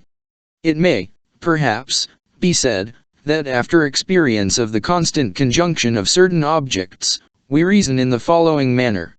Such an object is always found to produce another. 'Tis impossible it could have this effect, if it was not endowed with the power of production. The power necessarily implies the effect, and therefore there is a just foundation for drawing a conclusion from the existence of one object to that of its usual attendant. The past production implies a power, the power implies a new production, and the new production is what we infer from the and the past production. 'Twere easy for me to shew the weakness of this reasoning, were I willing to make use of those observations I have already made, that the idea of production is the same with that of causation, and that no existence certainly and demonstratively implies a power in any other object, or were it proper to anticipate what I shall have occasion to remark afterwards concerning the idea we form of power and efficacy. But as such a method of proceeding may seem either to weaken my system, by resting one part of it on another, or to breed a confusion in my reasoning, I shall endeavor to maintain my present assertion without any such assistance. It shall therefore be allowed for a moment, that the production of one object by another in any one instance implies a power, and that this power is connected with its effect. But it having been already proved, that the power lies not in the sensible qualities of the cause, and there being nothing but the sensible qualities present to us, I ask, why in other you presume that the same Lx, Wer still exists, merely upon the appearance of these qualities? Your appeal to past experience decides nothing in the present case, and at the utmost can only prove, that that very object, which product any other, was at that very instant endowed with such a power, but can never prove, that the same power must continue in the same object or collection of sensible quality, much less, that a like power is always conjoined with like sensible qualities. Should it be said, that we have experience, that the same power continues united with the same object, and that like objects are endowed with like powers, I would renew my question, why from these experience we form any conclusion beyond those past instances, of which we have had experience. If you answer this question in the same manner as the preceding, your answer gives still occasion to a new question of the same kind, even in infinitum, which clearly proves, that the foregoing reasoning had no just foundation. Thus not only our reason fails us in the discovery of the ultimate connection of causes and effects, but even after experience has informed us of their constant conjunction, 'tis impossible for us to satisfy ourselves by our reason, why we should extend that experience beyond those particular instances, which have fallen under our observation. We suppose, but are never able to prove, that there must be a resemblance betwixt those objects, of which we have had experience, and those which lie beyond the reach of our discovery. We have already taken notice of certain relations, which make us pass from one to another, even though there be no reason to determine us to that transition, and this we may establish for a general rule, that wherever the mind constantly and uniformly makes a transition without any reason, it is influenced by these relations. Now this is exactly the present case. Reason can never shew us the connection of one object with another, though aided by experience, and the observation of their constant conjunction in all past when the mind, therefore, passes from the idea or impression of one object to the idea or belief of another. It is not determined by reason, but by certain principles, which associate together the ideas of these objects, and unite them in the imagination. Had ideas no more union in the fancy than objects seem to have to the understanding, we could never draw any inference from causes to effects, nor repose belief in any matter of fact. The inference, therefore, depends solely on the union of ideas. The principles of union among ideas I have reduced to three general ones, and have asserted, that the idea or impression of any object naturally introduces the idea of any other object, that is resembling, contiguous to, or connected with it. These principles I allow to be neither the infallible nor the sole causes of an union among ideas. They are not the infallible causes. For one may fix his attention during some time on any one object without looking farther. They are not the sole causes. For the thought has evidently a very irregular motion in running along its objects, and may leap from the heavens to the earth, from one end of the creation to the other, without any certain method or order. But though I allow this weakness in these three relations, and this irregularity in the imagination, yet I assert that the only general principles, which associate ideas, are resemblance, contiguity and causation. There is indeed a principle of union among ideas, which at first sight may be esteemed different from any of these, but will be found at the bottom to depend on the same origin. When every individual of any species of objects is found by experience to be constantly united with an individual of another species, the appearance of any new individual of either species naturally conveys the thought to its usual attendant. Thus, because such a particular idea is commonly annexed to such a particular word, nothing is required but the hearing of that word to produce the correspondent idea, and 'twill scarce be possible for the mind, by its utmost efforts, to prevent that transition. In this case it is not absolutely necessary, that upon hearing such a particular sound, we should reflect on any past experience, and consider what idea has been usually connected with the sound. The imagination of itself supplies the place of this reflection, and is so accustomed to pass from the word to the idea, that it interposes not a moment's delay betwixt the hearing of the one, and the conception of the other. But though I acknowledge this to be a true principle of association among ideas, I assert it to be the very same with that betwixt the ideas of cause and effect, and to be an essential part in all our reasonings from that relation. We have no other notion of cause and effect, but that of certain objects, which have been always conjoined together, and which in all past instances have been found inseparable. We cannot penetrate into the reason of the conjunction. We only observe the thing itself, and always find that from the constant conjunction the objects acquire an union in the imagination. When the impression of one present to us, we immediately form an idea of its usual attendant, and consequently we may establish this as one part of the definition of an opinion or belief, that 'tis an idea related to or associated with a present impression. Thus though causation be a philosophical relation, as implying contiguity, succession, and constant conjunction, yet 'tis only so far as it is a natural relation, and produces an union among our ideas, that we are able to reason upon it, or draw any inference from it. Section 7. Of the nature of the idea or belief. The idea of an object is an essential part pfthe belief of it, but not the whole. We conceive many things, which we do not believe. In order then to discover more fully the nature of belief, or the qualities of those ideas we do, let us weigh the following considerations. 'Tis evident, that all reasonings from causes or effects terminate in conclusions, concerning matter of fact, that is, concerning the existence of objects or of their qualities.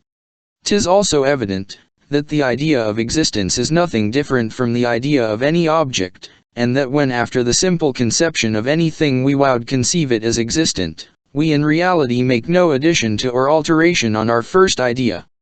Thus when we affirm, that God is existent, we simply form the idea of such a being, as he is represented to us, nor is the existence, which we attribute to him, conceived by a particular idea, which we join to the idea of his other qualities, and can again separate and distinguish from them.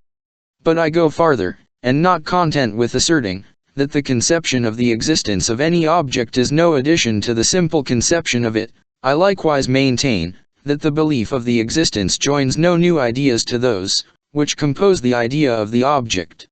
When I think of God, when I think of him as existent, and when I him to be existent, my idea of him neither increases nor diminishes. But as 'tis certain there is a great difference betwixt the simple conception of the existence of an object, and the belief of it, and as this difference lies not in the parts or composition of the idea, which it follows, that it must lie in the manner, in which we conceive it. Suppose a person present with me, who advances propositions, to which I do not assent, that Ces are wide in his bed, that silver is more fusible than lead, or mercury heavier than gold. 'Tis evident, that notwithstanding my incredulity, I clearly understand his meaning, and form all the same ideas, which he forms. My imagination is endowed with the same powers as his, nor is it possible for him to conceive any idea, which I cannot conceive, or conjoin any, which I cannot conjoin. I therefore ask, wherein consists the difference betwixt believing and disbelieving any proposition? The answer is easy with regard to propositions, that are proved by intuition or demonstration. In that case, the person, who assents, not only conceives the ideas according to the proposition, but is necessarily determined to conceive them in that particular manner, either immediately or by the interposition of other ideas. Whatever is absurd is unintelligible, nor is it possible for the imagination to conceive anything contrary to a demonstration. But as in reasonings from causation, and concerning matters of fact, this absolute necessity cannot take place, and the imagination is free to conceive both of the question, I still ask, wherein consists the difference betwixt incredulity and belie? Since in 9th cases the conception of the idea is equally possible and requisite, 'twill not be a satisfactory answer to say, that a person, who does not assent to a proposition you advance, after having conceived the object in the same manner with you, immediately conceives it in a different manner, and has different ideas of it. This answer is unsatisfactory, not because it contains any falsehood, but because it discovers not all the truth. 'Tis confiest, that in all cases, wherein we dissent from any person, we conceive both sides of the question, but as we can believe only one, it evidently follows, that the belief must make some difference betwixt that conception to which we assent, and that from which we dissent. We may mingle, and unite, and separate, and confound, and vary our ideas in 100 different ways, but till there appears some principle, which fixes one of these different situations, we have in reality no opinion, and this principle, as it plainly makes no addition to our precedent ideas, can only change the manner of our conceiving them. All the of the mind are of two kinds, viz. Impressions and ideas, which differ from each other only in their different degrees of force and vivacity. Our ideas are copied from our impressions, and represent them in all their parts. When you would any way vary the idea of a particular object, you can only increase or diminish its force and vivacity. If you make any other change on it, it represents a different object or impression. The case is the same as in colors.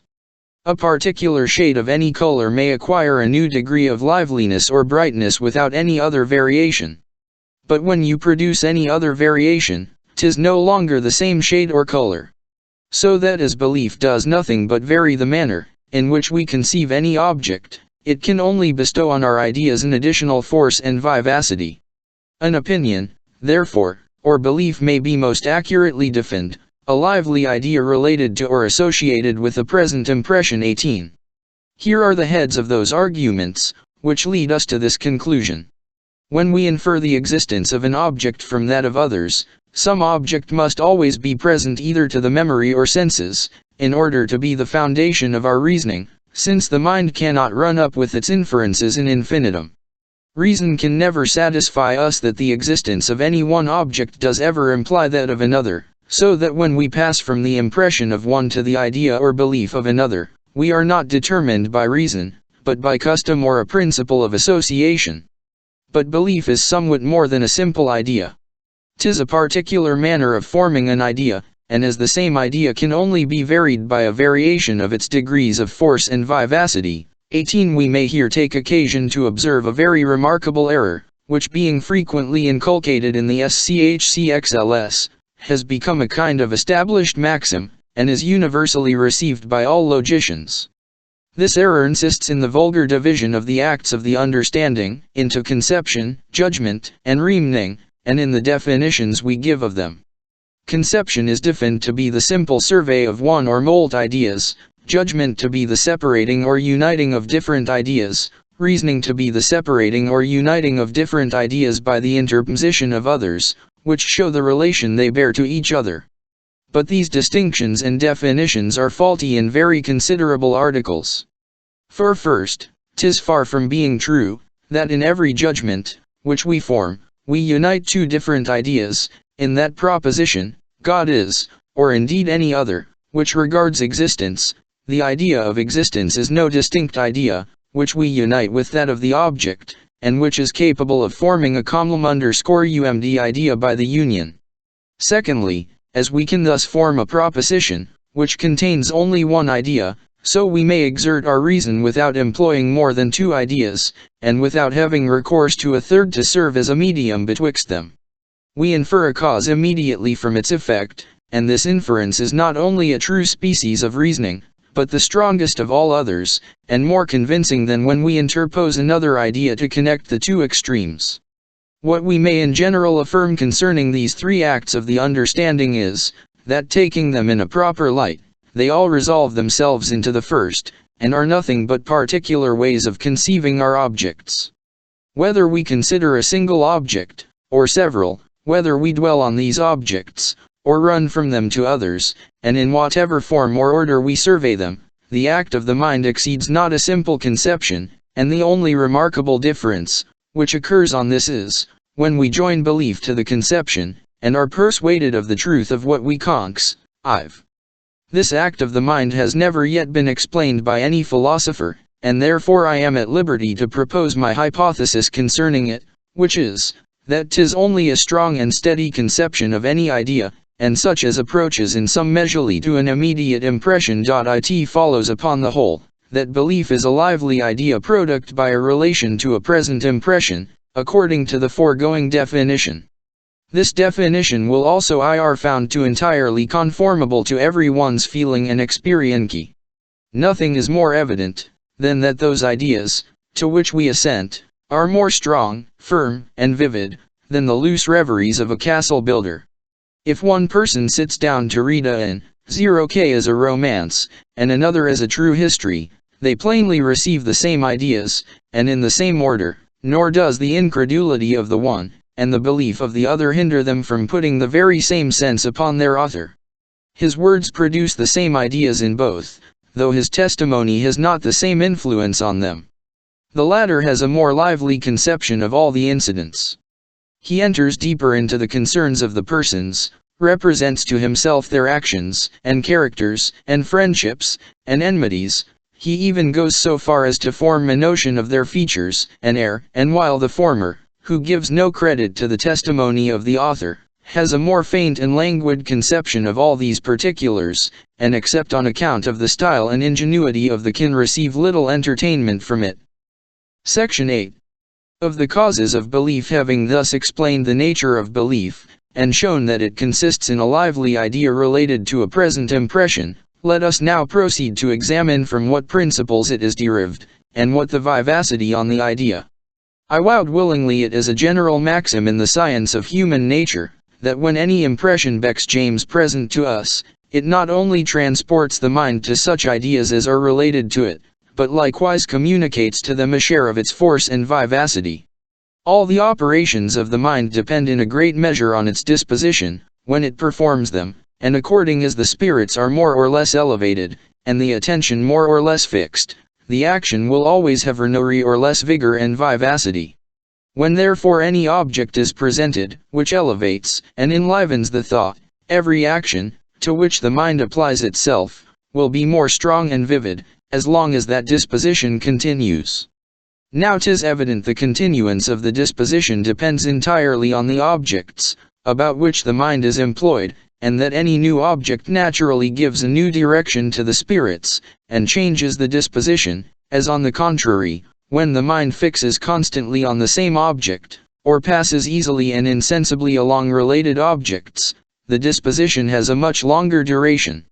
Hence it happens, that when the mind is once enlivened by a present impression, it proceeds to form a more lively idea of the related objects, by a natural transition of the disposition from the one to the other. The change of the objects is so easy, that the mind is scarce sensible of it, but applies itself to the conception of the related idea with all the force and vivacity it acquired from the present impression. If in considering the nature of relation, and that facility of transition, which is essential to it, we can satisfy ourselves concerning the reality of this phenomenon, 'tis well, but I must confess I place my chief confidence in experience to prove so material a principle. We may, therefore, observe, as the first experiment to our present purpose, that upon the appearance of the picture of an absent friend, our idea of him is evidently enlivened by the resemblance, and that every passion, which that idea occasions, whether of joy or sorrow, acquires new force and vigor. In producing this effect there concur both a relation and a present impression. Where the picture bears him no resemblance, or at least was not intended for him, it never so much as conveys our thought to him, and where it is absent, as well as the person, though the mind may pass from the thought of the one to that of the other, it feels its idea to be rather weakened than enlivened by that transition. We take a pleasure in viewing the picture of a friend, when 'tis set before us, but when 'tis removed, rather choose to consider him directly, than by reflection in an image, which is equally distant and obscure. The ceremonies of the Roman Catholic religion may be considered as experiments of the same nature. The devotees of that strange superstition usually plead in excuse of the mummeries, with which they are upbraided, that they feel the good effect of those external motions, and postures, and actions, in enlivening their devotion, and quickening their fervour, which otherwise would decay away, if directed entirely to distant and immaterial objects. We shadow out the objects of our faith, say they, in sensible types and images, and render them more present to us by the immediate presence of these types, than 'tis possible for us to do, merely by an intellectual view and contemplation. Sensible objects have always a greater influence on the fancy than any other, and this influence they readily convey to those ideas, to which they are related, and which they resemble. I shall only infer from these practices, and this reasoning, that the effect of resemblance in enlivening the idea is very common, and as in every case a resemblance and a pre-ent impression must concur, we are abundantly supplied with experiments to prove the reality of the foregoing principle. We may add force to experiments by others of a different kind, in considering the effects of contiguity, as well as of resemblance. 'Tis certain, that distance diminishes the force of every idea, and that upon our approach to any object, though it does not discover itself to our senses, it operates upon the mind with an influence that imitates an immediate impression. The thinking on any object readily transports the mind to what is cx, antiguous, but 'tis only the actual presence of an object that transports it with a superior vivacity. When I am a few miles from home, whatever relates to it touches me more nearly than when I am 200 leagues distant, though even at that distance the reflecting on anything in the neighborhood of my friends and family naturally produces an idea of them. But as in this latter case, both the objects of the mind are ideas, notwithstanding there is an easy transition them, that transition alone is not able to give a superior vivacity to any of the ideas, for want of some immediate impression. No one can doubt but causation has the same influence as the other two relations of resemblance and contiguity. Superstitious people are fond of the relicts of saints and holy men for the same reason that they seek after types and images, in order to enliven their devotion, and give them a more intimate and strong conception of those exemplary lives, which they desire to imitate. Now, 'tis evident, one of the relics a devotee could procure, would be the handiwork of a saint. And if his clothes and furniture are ever to be considered in this light, 'tis because they were once at his disposal, and were moved and affected by him, in which respect they are to be considered as imperfect effects, and as connected with him by a shorter chain of consequences than any of those, from which we learn the reality of his existence. This phenomenon clearly proves, that a present impression with a relation of causation may enliven any idea, and consequently produce belief or assent, according to the precedent definition of it. But why need we seek for other arguments to prove, that a present impression with a relation or transition of the fancy may enliven any idea, when this very instance of our reasonings from cause and effect will alone suffice to that purpose? 'Tis certain we must have an idea of every matter of fact, which we believe. 'Tis certain, that this idea arises only from a relation to a present impression.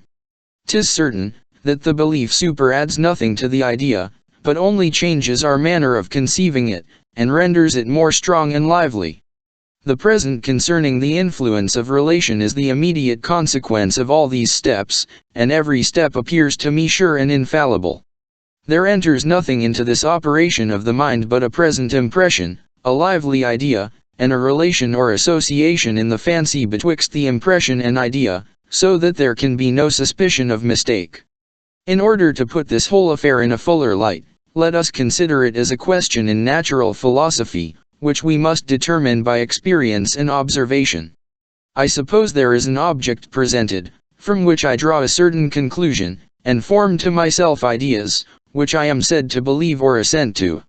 Here 'tis evident, that however that object, which is present to my senses, and that other, whose existence I infer by reasoning, may be thought to influence each other by their particular powers or qualities, yet as the phenomenon of belief, which we at present examine, is merely internal. These powers and qualities, being entirely unknown, can have no hand in producing it. 'Tis the present impression, which is to be considered as the true and real cause of the idea, and of the belief which attends it.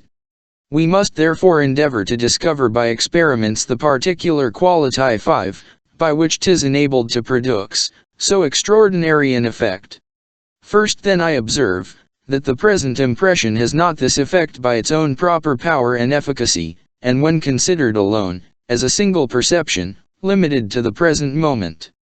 I find, that an impression, from which, on its first appearance, I can draw no conclusion, may afterwards become the foundation of belief, when I have had experience of its usual consequentiero asterisk. We must in every case have observed the same impression in past instances, and have found it to be constantly conjoined with some other impression. This is confirmed by such a multitude of experiments, that it admits not of the smallest doubt. From a second observation I conclude, that the belief which attends the present impression, and is product by a number of past impressions and conjunctions, that this I say, arises immediately, without any new operation of the reason or imagination. Of this I can be certain, because I never am conscious of any such operation, and find nothing in the subject, on which it can be founded.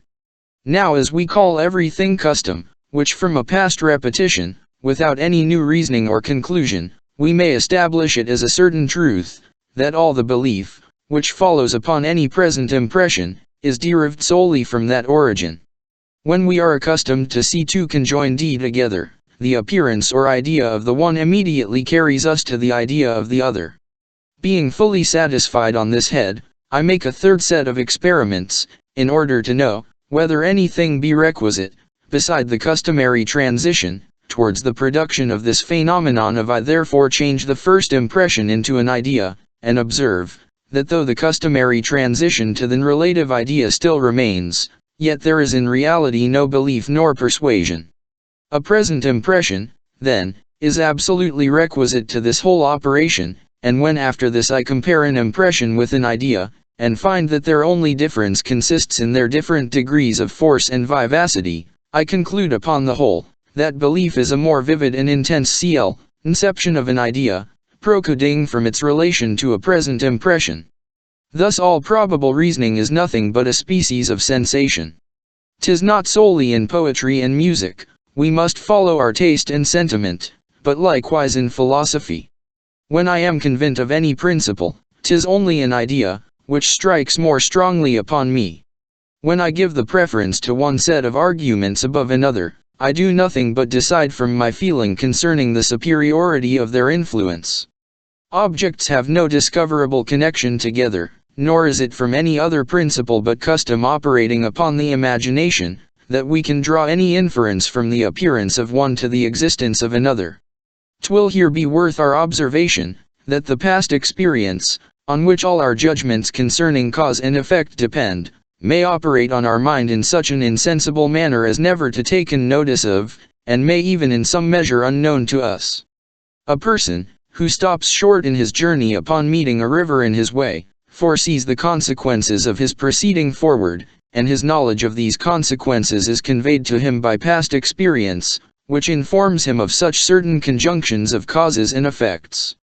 But can we think, that on this occasion he reflects on any past experience, and calls to remembrance instances, that he has seen or heard of, in order to discover the effects of water on animal bodies? No, surely, this is not the method in which he proceeds in his reasoning. The idea of sinking is so closely connected with that of water, and the idea of suffocating with that of sinking, that the mind makes the transition without the assistance of the memory. The custom operates before we have time for reflection. The objects seem so inseparable, that we interpose not a moment's delay in passing from the one to the other. But as this transition proceeds from experience, and not from any primary connection betwixt the ideas, we must necessarily acknowledge, that experience may produce a belief and a judgment of causes and effects by a secret operation, and without being once thought of. This removes all pretext, if there yet remains any, for asserting that the mind is convinced by reasoning of that principle, that instances of which we have no experience, must necessarily resemble those, of which we have. For we here find, that the understanding or imagination can draw inferences from past experience, without reflecting on it, much more without forming any principle concerning it, or reasoning upon that principle. In general we may observe, that in all the most established and uniform conjunctions of causes and effects, such as those of gravity, impulse, solidity, and the mind never carries its view expressly to consider any past experience, though in other associations of objects, which are more rare and unusual, it may assist the custom and transition of ideas by this reflection. Nay, we find in some cases, that the reflection produces the belief without the custom, or more properly speaking, that the reflection produces the custom in an oblique and artificial manner. I explain myself. 'Tis certain, that not only in philosophy, but even in common life, we may attain the knowledge of a particular cause merely by one experiment, provided it be made with judgment, and after a careful removal of all foreign and superfluous circumstances. Now as after one experiment of this kind, the mind, upon the appearance either of the cause or the effect, can draw an inference concerning the existence of its correlative, and as a habit can never acquired merely by one instance, it may be thought, that belief cannot in this case be esteemed the effect of custom. But this difficulty will vanish, if we consider, that though we are here suppositoried to have had only one experiment of a particular effect, yet we have many millions to convince us of this principle, that like objects, plocked in like circumstances, will always produce like effects, and as this principle has established itself by a sufficient custom, it bestows an evidence and firmness on any opinion, to which it can be applied. The connection of the ideas is not habitual after one experiment, but this connection is comprehended under another principle, that is habitual, which brings us back to our hypothesis. In all cases we transfer our experience to instances, of which we have no experience, either expressly or tacitly, either directly or indirectly. I must not conclude this subject without observing, that 'tis very difficult to talk of the 0-1 rations of the mind with perfect propriety and exactness, because common language has seldom made any very nice distinctions among them, but has generally called by the same term all such as nearly each other. And as this is almost inevitable of obscurity and confusion in the author, so it may frequently give rise to doubts and objections in the reader, which otherwise he would never have dreamed of. Thus my general position, that an opinion or belief is nothing but a strong and lively idea derived from a present impression related to it, may be liable to the following objection, by reason of a little ambiguity in those words strong and lively. It may be said, that not only an impression may give rise to reasoning, but that an idea may also have the same influence, especially upon my principle, that all our ideas are derived from correspondent impressions. For suppose I form at present an idea, of which I have forgot the correspondent impression, I am able to conclude from this idea, that such an impression did once exist, and as this conclusion is attended with belief, it may be asked, from whence are the qualities of force and vivacity derived, which constitute this belief, and to this I answer very readily, from the present idea. For as this idea is not here considered as the representation of any absent object, but as a real perception in the mind, of which we are intimately conscious, it must be able to bestow on whatever is related to it the same quality, call it firmness, or solidity, or force, or vivacity, with which the mind reflects upon it, and is assured of its present existence. The idea here supplies the place of an impression, and is entirely the same, so far as regards our present purpose. The same principles we need not be surprised to hear of the remembrance of an idea, that is, of the idea of an idea, and of its force and vivacity superior to the loose conceptions of the imagination. In thinking of our past thoughts we not only delineate out the objects, of which we were thinking, but also conceive the action of the mind in the meditation, that certain nisque qua, of which 'tis impossible to give any definition or description, but which every one sufficiently understands. When the memory offers an idea of this, and represents it as past, 'tis easily conceived how that idea may have more vigor and firmness, than when we think of a past thought, of which we have no remembrance. After this anyone will understand how we may form the idea of an impression and of an idea, and how we may believe the existence of an impression and of an idea. Section 9. Of the effects of other relations and other habits. However convincing the foregoing arguments may appear, we must not rest contented with them, but must turn the subject on every side, in order to find some new points of view, from which we may illustrate and confirm such extraordinary, and such fundamental principles. A scrupulous hesitation to receive any new hypothesis is so laudable a disposition in philosophers, and so necessary to the examination of truth, that it deserves to be complied with, and requires that every argument be product, which may tend to their satisfaction, and every objection removed, which may stop them in their reasoning. I have often observed, that, cause and the two relations of resemblancy and, antiguity, are to be considered as associating principles of thought, and as capable of conveying the imagination from one idea to another. I have also observed, that when of two objects connected together by any of these relations, one is immediately present to the memory or senses, not only the mind is convey/do its correlative by means of the associating principle, but likewise conceives it with an additional force and vigor, by the united operation of that principle, and of the present impression.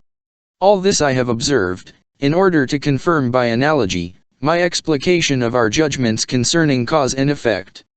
But this very argument may perhaps be turned against me, and instead of a confirmation of my hypothesis, may become an objection to it. For it may be said, that if all the parts of that be true, viz., that these three species of relation are derived from the same principles, that their effects in enforcing and enlivening our ideas are the same, and that belief is nothing but a more forcible and vivid conception of an idea, it should follow, that action of the mind may not only be derived from the relation of cause and effect, but also from those of contiguity and resemblance. But as we find by experience, that arises only from causation, and that we can draw no inference from one object to another, except they, rected by this relation, we may conclude, that there is some error in that reasoning, which leads us into such difficulties. This is the objection, let us now consider its solution. 'Tis evident, that whatever is present to the memory, striking upon the mind with a vivacity, which resembles an immediate impression, must become of considerable moment in all the operations of the mind, and must easily distinguish itself above the mere fictions of the imagination. Of these impressions or ideas of the memory we form a kind of system, comprehending whatever we remember to have been present, either to our internal perception or senses, and every particular of that system joined, to the present impressions, we are pleased to call a reality. But the mind stops not here. For finding, that with this system of perceptions, there is another connected by custom, or if you will, by the relation of cause or effect, it proceeds to the consideration of their ideas, and as it feels that 'tis in a manner necessarily determined to view these particular ideas, and that the custom or relation, by which it is determined, admits not of the least change, it forms them into a new system, which it likewise dignifies with the title of realities. The first of these systems is the object of the memory and senses, the second of the judgment. 'Tis this latter principle which peoples the world, and brings us acquainted with such existences, as by their removal in time and place, lie beyond the reach of the senses and memory. By means of it I paint the universe in my imagination, and fix my attention on any part of it I please. I form an idea of Rome, which I neither see nor but which is with such impressions as I remember to have received from the conversation and of travelers and historians. This idea of Rome I place in a certain situation on the idea of an object, which I call the globe. I join to it the conception of a particular government, and religion, and manners. I look backward and consider its first foundation, its several revolutions, successes, and misfortunes. All this, and everything else, which I believe, are nothing but ideas, though by their force and settled order, arising from custom and the relation of cause and effect, they distinguish themselves from the other ideas, which are merely the offspring of the imagination. As to the influence of contiguity and resemblance, we may observe, that if the contiguous and resembling object be comprehended in this system of realities, there is no doubt but these two relations will assist that of cause and effect, and infix the related idea with more force in the imagination. This I shall enlarge upon presently. Meanwhile I shall carry my observation a step farther, and assert, that even where the related object is but feigned, the relation will serve to enliven the idea, and increase its influence. A poet, no doubt, will be the better able to form a strong of the Elysian fields, that he prompts his imagination by the view of a beautiful meadow or garden, as at another time he may by his fancy place himself in the midst of these fabulous regions, that by the feigned contiguity he may enliven his imagination. But though I cannot altogether exclude the relations of resemblance and contiguity from operating on the fancy in this manner, 'tis observable that, when single, their influence is very feeble and uncertain. As the relation of cause and is requisite to persuade us of any real existence, so is this persuasion requisite to give force to these other relations. For where upon the appearance of an impression we not only feign another object, but likewise arbitrarily, and of our mere goodwill and pleasure give it a particular relation to the impression, this can have but a small effect upon the mind, nor is there any reason why, upon the return of the same impression, we should be determined to place the same object in the same relation to it. There is no manner of necessity for the mind to feign any resembling and contiguous objects, and if it feigns such, there is as little necessity for it always to confine itself to the same, without any difference or variation. And indeed such a fiction is founded on so little reason, that nothing but pure caprice can determine the mind to form it, and that principle being fluctuating and uncertain, 'tis impossible it can ever operate with any considerable degree of force and constancy. The mind foresees and anticipates the change, and even F.H.M. the very first instant feels the looseness of its actions, and the weak hold it has of its objects. And as this imperfection is very sensible in every single instance, it still increases by experience and observation, when we compare the several instances we may remember, and form a general rule against the reposing any assurance in those momentary glimpses of light, which arise in the imagination from a feigned resemblance and contiguity. The relation of cause and effect has all the opposite advantages. The objects it presents are fixed and unalterable. The impressions of the memory never change in any considerable degree, and each impression draws along with it a precise idea, which its place in the imagination, as something solid and real, certain and invariable. The thought is always determined to pass from the impression to the idea, and from that particular impression to that particular idea, without any choice or hesitation. But not content with removing this objection, I shall endeavor to extract from it a proof of the present doctrine. Contiguity and resemblance have an effect much inferior to causation, but still have some effect, and augment the conviction of any opinion, and the vivacity of any conception. If this can be proved in several new instances, beside what we have already observed, 'twill be allowed no inconsiderable argument, that IRF is nothing but a lively idea related to a present impression. To begin with contiguity, it has remarked among the Mahometans as well as Christians, that those pilgrims, who have seen Mecca or the Holy Land are ever after more faithful and nalless believers, than those who have not had that advantage. A man, whose memory presents him with a lively image of the Red Sea, and the desert, and Jerusalem, and Galilee, can never doubt of any miraculous events, which are related either by Moses or the evangelists. The lively idea of the placas passes by an easy transition to the facts, which are suppository to have been related to them by contiguity, and increases the belief by increasing the vivacity of the conception. The remembrance of these fields and rivers has the same influence on the vulgar as a new argument, and from the same causes. We may form a like observation concerning resemblance. We have remarked, that the conclusion, which we draw from a present object to its absent cause or effect, is never founded on any qualities, which we observe in that object, considered in itself, or, in other words, that 'tis impossible to determine, otherwise than by experience, what will result from any phenomenon, or what has preceded it. But though this be so evident in itself, that it seemed not to require any proof, yet some philosophers have imagined that there is an apparent cause for the communication of motion, and that a reasonable man might immediately infer the motion of one body from the impulse of another, without having recourse to any past observation. That this opinion is false will admit of an easy proof. For if such an inference may be drawn merely from the ideas of body, of motion, and of impulse, it must amount to a demonstration, and must imply the absolute impossibility of any contrary supposition. Every effect, then, beside the communication of motion, a formal cx, contradiction, and 'tis impossible not only that it can exist, but also that it can conceived. But we may soon satisfy ourselves of the contrary, by forming a clear and consistent idea of one body's moving upon another, and of its rest immediately upon the contact, or of its returning back in the same line, in which it came, or of its annihilation, or circular or elliptical motion, and in short, of an infinite number of other changes, which we may suppose it to undergo. These suppositions are all consistent and natural, and the reason why we imagine the communication of motion to be more consistent and natural not only than those suppositions, but also than any other natural effect, is founded on the relation of resemblance betwixt the cause and effect, which is here united to experience, and binds the objects in the closest and most intimate manner to each other, so as to make us imagine them to be absolutely inseparable.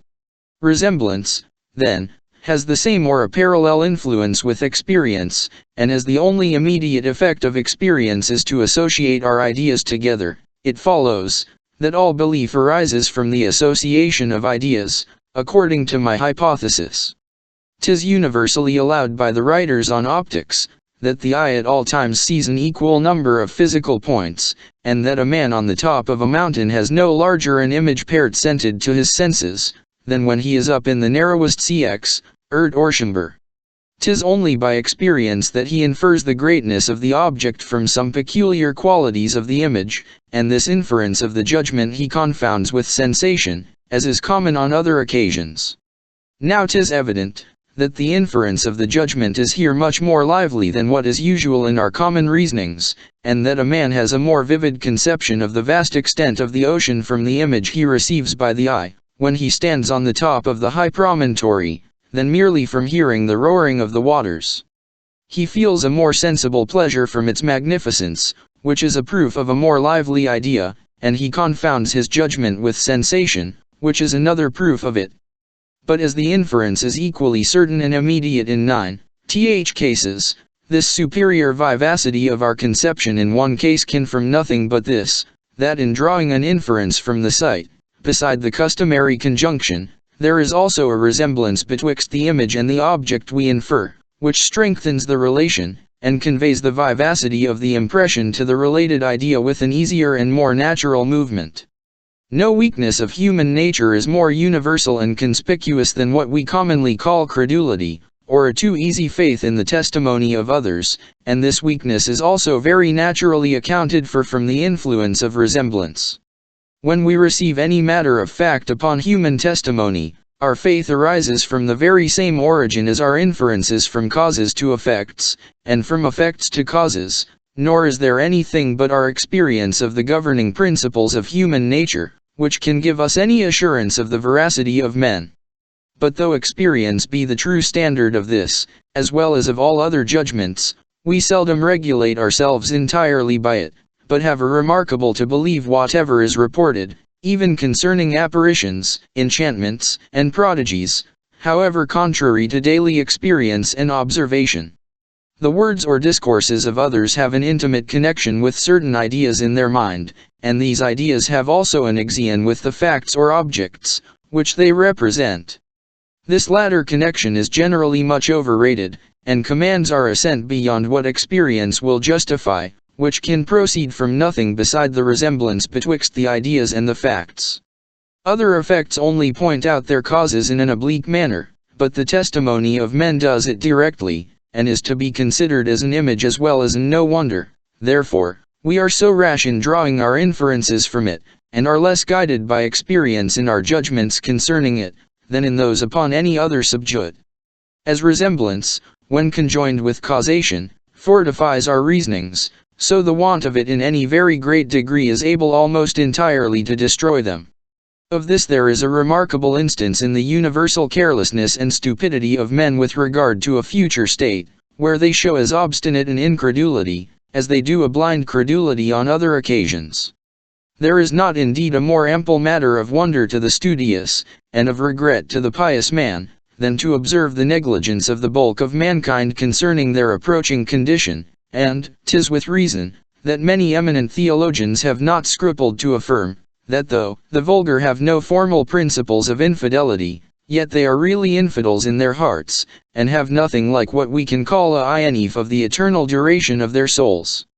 For let us consider on the one hand what divines have displayed with such eloquence concerning the importance of eternity, and at the same time reflect, that though in matters of rhetoric we ought to lay our account with some irration, we must in this case allow, that the strongest figures are infinitely inferior to the subject, and after this let us view on the other hand the prodigious security of men in this particular. I ask, if these people really believe what is inculcated on them, and what they pretend to affirm, and the answer is obviously in the negative.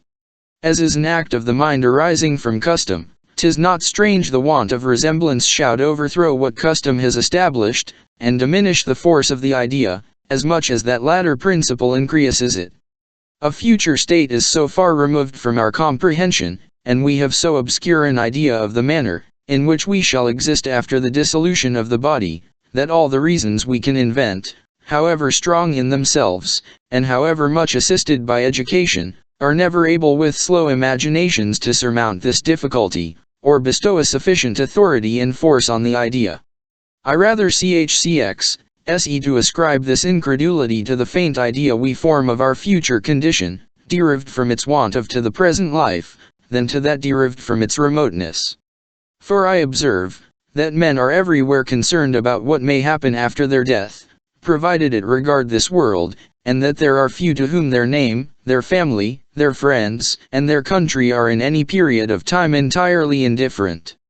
And indeed the want of resemblance in this case so entirely destroys belief, that except those few, who upon cool reflection on the importance of the subject, have taken care by repeated meditation to imprint in their minds the arguments for a future state, there scarce are any, who believe the immortality of the soul with a true and established judgment, such as is derived from the testimony of travelers and historians. This appears very conspicuously wherever men have occasion to compare the pleasures and pains, the rewards and punishments of this life with those of a future, even though the case does not concern themselves, and there is no violent passion to disturb their judgment. The Roman Catholics are certainly the most zealous of any sect in the Christian world, and yet you'll find few among the more sensible people of that communion, who do not blame the gunpowder treason, and the massacre of Saint Bartholomew, as cruel and barbarous, though projected or executed against those very people, whom without any scruple they condemn to eternal and infinite punishments. All we can say in excuse for this inconsistency is, that they really do not believe what they affirm concerning a future state, nor is there any better proof of it than the very inconsistency. We may add to this a remark, that in matters of religion men take a pleasure in being terrified, and that no preachers are so popular, as those who excite the most dismal and gloomy passions. In the common affairs of life, where we feel and are penetrated with the solidity of the subject, nothing can be more disagreeable than fear and terror, and 'tis only in dramatic performances and in religious discourses, that they ever give pleasure. In these latter cases the imagination reposes itself indolently on the idea, and the passion, being softened by the want of belief in the subject, has no more than the effect of enlivening the mind, and fixing the attention. The present hypothesis will receive additional confirmation, if we examine the effects of other kinds of custom, as well as of other relations. To understand this we must consider, that custom, to which I attribute all belief and reasoning, may operate upon the mind in invigorating an idea after two several ways. For supposing that in all past experience we have found two objects to have been always conjoined together, 'tis evident, that upon the appearance of one of these objects in an impression, we must from custom make an easy transition to the idea of that object, which usually attends it, and by means of the present impression an easy transition must conceive that idea in a stronger and more lively manner, than we do any loose floating image of the fancy. But let us next suppose, that a mere idea alone, without any of this curious and almost artificial preparation, should frequently make its appearance in the mind. This idea must by degrees acquire a facility and force, and both by its firm hold and easy introduction distinguish itself from any new and unusual idea. This is the only particular, in which these two kinds of custom agree, and if it appear, that their effects on the judgment are similar and proportionable, we may certainly conclude, that the foregoing explication of that faculty is satisfactory. But can we doubt of this agreement in their influence on the judgment, when we consider the nature and effects of education? All those opinions and notions of things, to which we have been accustomed from our infancy, take such deep root, that 'tis impossible for us, by all the powers of reason and experience, to eradicate them, and this habit not only approaches in its influence, but even on many occasions prevails over that which arises from the constant and inseparable union of causes and effects. Here we must not be contented with saying, that the vividness of the idea produces the belief, we must maintain that they are individually the same. The frequent repetition of any idea infixes it in the imagination, but could never possibly of itself produce belief, if that act of the mind was, by the original constitution of our natures, annexed only to a reasoning and comparison of ideas. Custom may lead us into some false comparison of ideas. This is the utmost effect we can conceive of it. But 'tis certain it could never supply the place of that comparison, nor produce any act of the mind, which naturally belonged to that principle. A person, that has lost a leg or an arm by amputation, endeavors for a long time afterwards to serve himself with them. After the death of any one, 'tis a common remark of the whole family, but especially of the servants, that they can scarce believe him to be dead, but still imagine him to be in his or in any other place, where they were accustomed to find him. I have often heard in conversation, after talking of a person, that is any way celebrated, that one, who has no acquaintance with him, will say, "I have never seen such a one, but almost fancy I have, so often have I heard talk of him." All these are parallel instances. If we consider this argument from education in a proper light, 'twill appear very convincing, and the more so, that 'tis founded on one of the most common phenomena, that is anywhere to be met with. I am persuaded, that upon examination we shall find more than one half of those opinions, that prevail among mankind, to be owing to education, and that the principles, which are thus implicitly imbraced, overbalance those, which are owing either to abstract reasoning or experience. As liars, by the frequent repetition of their lies, come at last to remember them, so the judgment, or rather the imagination, by the like means, may have ideas so strongly imprinted on it, and conceive them in so full a light, that they may operate upon the mind in the same manner with those, which the senses, memory, or reason present to us. But as education is an artificial and not a natural cause, and as its maxims are frequently contrary to reason, and even to themselves in different times and places, it is newer upon that acmement recognized by philosophers, though in reality it built almost on the same foundation of custom and repetition as our reasonings from causes and effects. 19.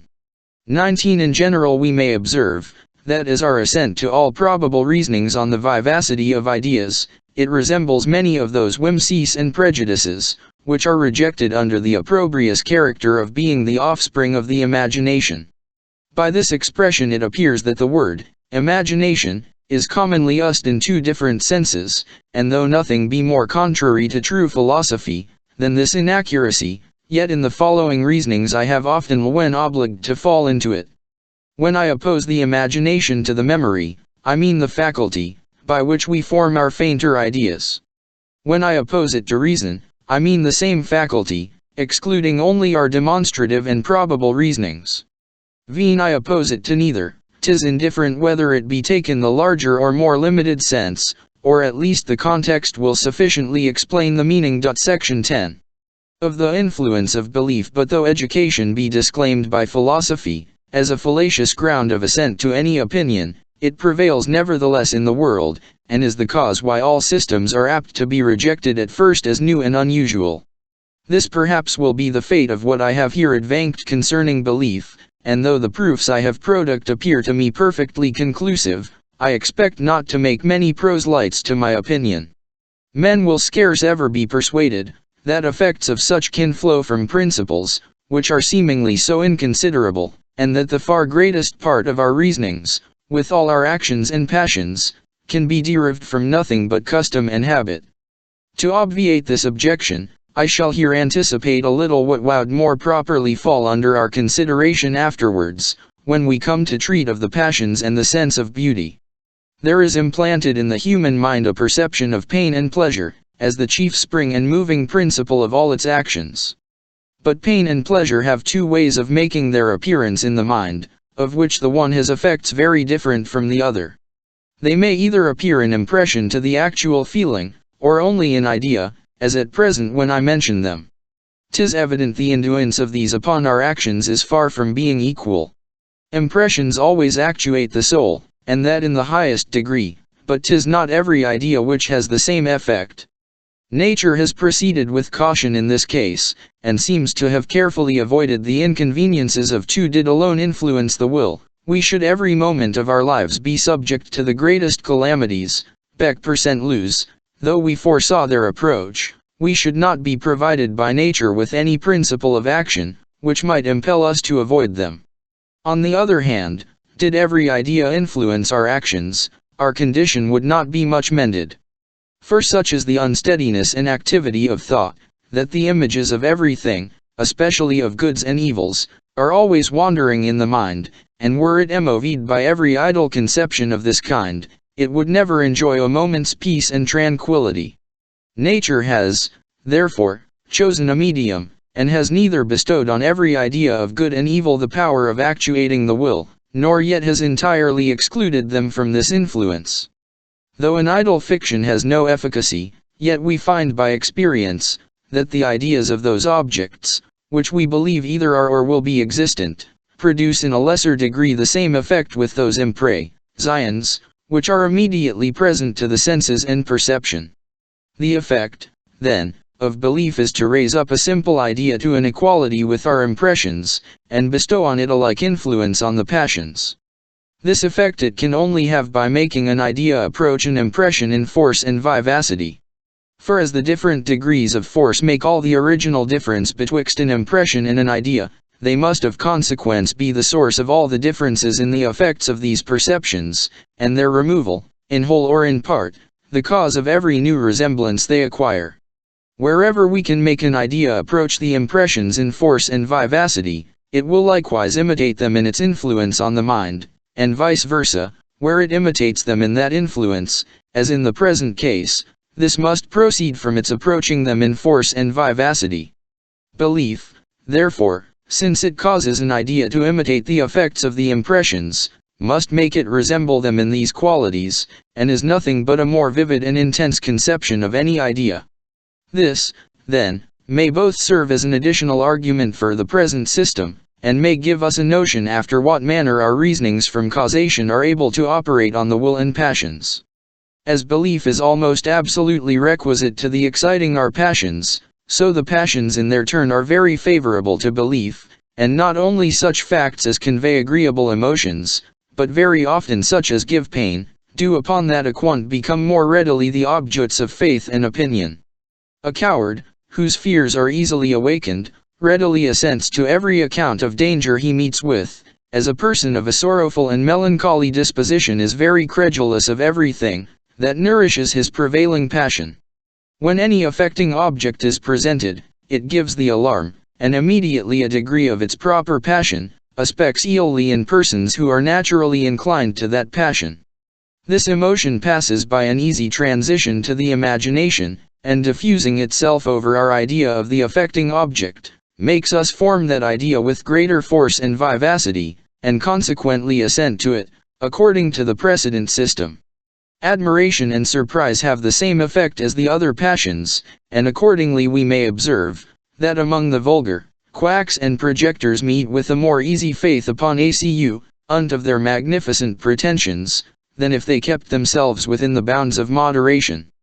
The first astonishment, which naturally attends their miraculous relations, spreads itself over the whole soul, and so vivifies and enlivens the idea, that it resembles the inferences we draw from experience.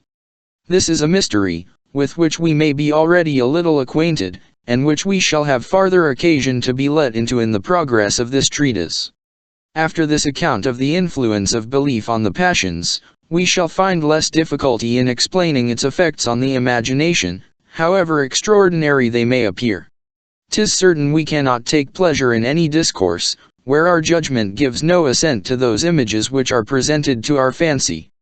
The conversation of those who have acquired a habit of lying, though in affairs of no moment, never gives any satisfaction, and that because those ideas they present to us, not being attended with belief, make no impression upon the mind. Poets themselves, though liars by profession, always endeavor to give an air of truth to their fictions, and where that is totally neglected, their performances, however ingenious, will never be able to afford much pleasure. In short, we may observe, that even when ideas have no manner of influence on the will and passions, truth and reality are still requisite, in order to make them entertaining to the imagination. But if we compare together all the phenomena that on this head, we shall find, that truth, however necessary it may seem in all works of genius, has no other effect than to procure an easy reception for the ideas, and to make the mind acquiesce in them with satisfaction, or at least without reluctance. But as this is an effect, which may easily be supposed to flow from that solidity and force, which, according to my system, attend those ideas that are established by reasonings from causation, it follows, that all the influence of belief upon the fancy may be explained from that system. Accordingly we may observe, that wherever that influence arises from any other principles beside truth or reality, they supply its place, and give an equal entertainment to the imagination. Poets have formed what they call a poetical system of things, which though it be believed neither by themselves nor readers, is commonly esteemed a sufficient foundation for any fiction. We have been so much accustomed to the names of Mars, Jupiter, Venus, that in the same manner as education infixes any opinion, the constant repetition of these ideas makes them enter into the mind with facility, and prevail upon the fancy, without influencing the judgment. In like manner tragedians always borrow their fable, or at least the names of their principal actors, from some known passage in history, and that not in order to deceive the spectators, for they will frankly confess, that truth is not in any circumstance inviolably observed, but in order to procure a more easy reception into the imagination for those extraordinary events, which they represent. But this is a precaution, which is not required of comic poets, whose personages and incidents, being of a more familiar kind, enter easily into the conception, and are received without any such formality, even though at first sight they be known to be fictitious, and the pure offspring of the fancy. This mixture of truth and in the fables of tragic poets not only serves our present purpose, by shewing that the imagination can be satisfied without any absolute belief or assurance, but may in another view be regarded as a very strong confirmation of this system. 'Tis evident, that poets make use of this artifice of borrowing the names of their and the chief events of their poems, from history, in order to procure a more easy reception for the whole, and cause it to make a deeper impression on the fancy and affections. The several incidents of the piece acquire a kind of relation by being united into one poem or representation, and if any of these incidents be an object of belief, it bestows a force and vivacity on the others, which are related to it. I.e. vividness of the first conception diffuses itself along the relations, and is conveyed, as by so many pipes or canals, to every idea that has any communication with the primary one. This can never amount to a perfect assurance, and that because the union among the ideas is, in a manner, accidental, but still it approaches so near, in its influence, as may convince us, that they are derived from the same origin. Belief must please the imagination by means of the force and vivacity which attends it, since every idea, which has force and is found to be agreeable to that faculty. To confirm this we may observe, that the assistance is mutual betwixt the judgment and fancy, as well as betwixt the judgment and passion, and that belief not only gives vigor to the imagination, but that a vigorous and strong imagination is of all talents the most proper to procure belief and authority. 'Tis difficult for us to withhold our assent from what is painted out to us in all the colors of eloquence, and the vivacity produced by the fancy is in many cases greater than that which arises from custom and experience. We are hurried away by the lively imagination of our author or companion, and even he himself is often a victim to his own fire and genius. Nor will it be amiss to remark, that as a lively imagination very often degenerates into madness or folly, and bears it a great resemblance in its operations, so they influence the judgment after the same manner, and produce belief from the very same principles. When the imagination, from any extraordinary ferment of the block slow and spirits, acquires such a vivacity as disorders all its powers and faculties, there is no means of distinguishing betwixt truth and falsehood, but every loose fiction or idea, having the same influence as the impressions of the memory, or the conclusions of the judgment, is received on the same footing, and operates with equal force on the passions. A present impression and a customary transition are now no longer necessary to enliven our ideas. Every chimera of the brain is as vivid and intense as any of those inferences, which we formerly dignified with the name of conclusions, matters of fact, and sometimes as the present impressions of the senses.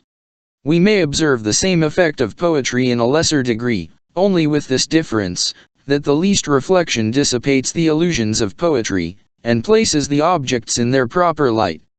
'Tis however certain, that in the warmth of a poetical enthusiasm, a poet has a counterfeit and even a kind of vision of his objects, and if there be any shadow of argument to support this belief, nothing contributes more to his full conviction than a blaze of poetical figures and images, which have their effect upon the poet himself, as well as upon his readers. Section 11.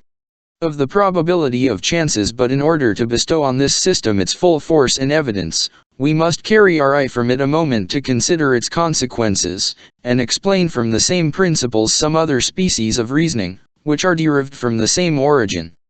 Those philosophers, who have human reason into knowledge and probability, and have defined the first to that evidence, which arises from the comparison of ideas, are obliged to comprehend all our arguments from causes or effects under the general term of probability.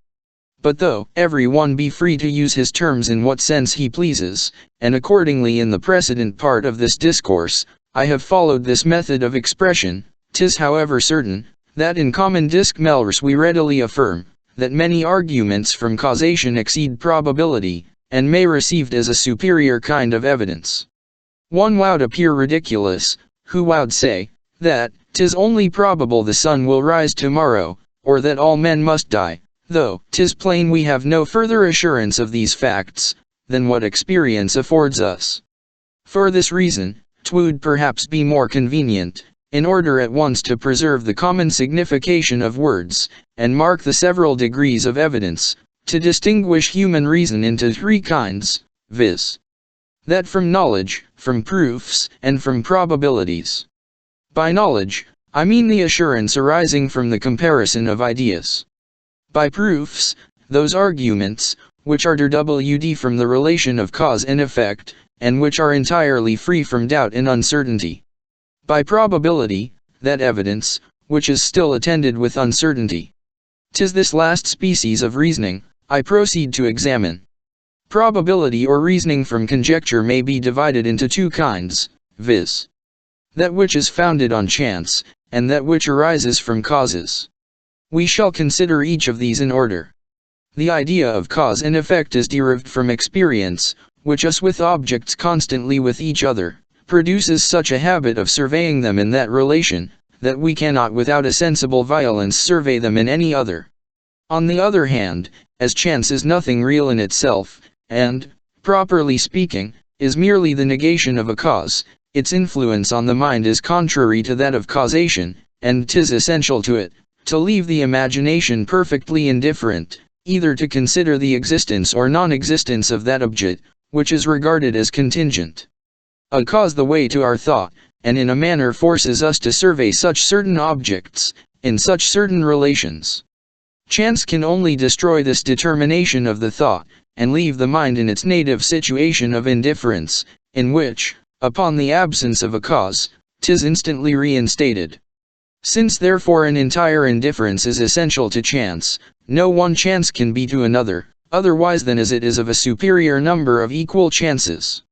For if we affirm that one chance can, after any other manner, be superior to another, we must at the same time affirm, that there is something, which gives it the superiority, and determines the event rather to that side than the other, that is, in other words, we must allow of a cause, and destroy the supposition of chance, which we had established. A perfect and total indifference is essential to chance, and one total indifference can never be either superior or inferior to another.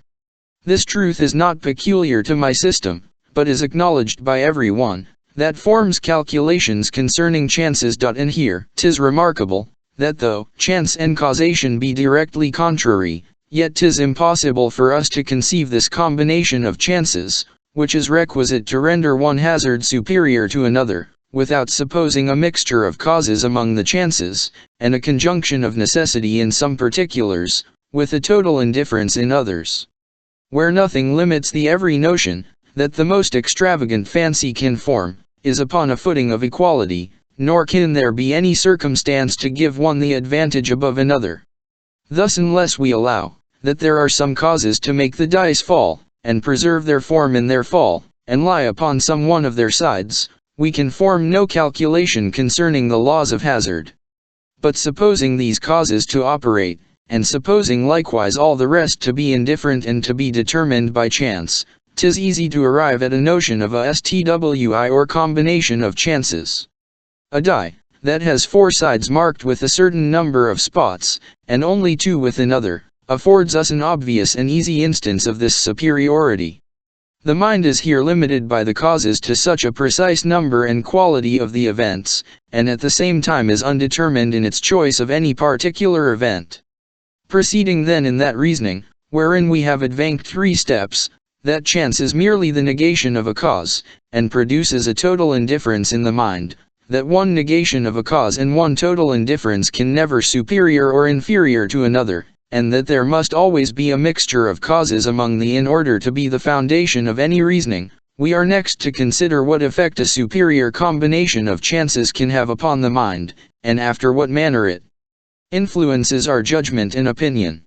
Here we may repeat all the same arguments we employed in examining that belief, which arises from causes, and may prove after the same manner, that a superior number of chances produces our assent neither by demonstration nor probability. 'Tis indeed evident, that we can never by the comparison of mere ideas make any discovery, which can be of in this affair, and that 'tis impossible to prove with certainty, that any event must fall on that side where there is a superior number of chances. To suppose in this case any certainty, were to overthrow what we have established concerning the opposition of chances, and their perfect equality and indifference. Shall it be said, that though, in an opposition or chances, 'tis impossible to determine with certainty, on which side the event will fall, yet we can pronounce with certainty, that 'tis more likely and probable, 'twill on that side where there is a superior number of chances, than where there is an inferior. Shall this be said, I would ask, what is here meant by likelihood and probability? The likelihood and probability of is a superior number of equal chances, and consequently when we say 'tis likely the event will fall on the side, which is superior, rather than on the inferior, we do no more than affirm, that where there is a superior number of chances there is actually a superior, and where there is an inferior there is an inferior, which are identical propositions, and of no consequence. The question is, by what means a superior number of equal chances operates upon the mind, and produces belief or assent, since it appears, that 'tis neither by arguments derived from demonstration, nor from probability. In order to clear up this difficulty, we shall suppose a person to take a die, formed after such a manner as that 4 of its sides are merlied with one figure, or one number of spots, and 2 with another, and to put this die into the box with an intention of throwing it. 'Tis plain, he must conclude the one figure to be more probable than the other, and give the preference to that which is inscribed on the greatest number of sides. He in a manner believes, that this will lie uppermost, though still with hesitation and doubt, in proportion to the number of chances, which are contrary, and according as these contrary chances diminish, and the superiority increases on the other side, his belief acquires new degrees of stability and assurance.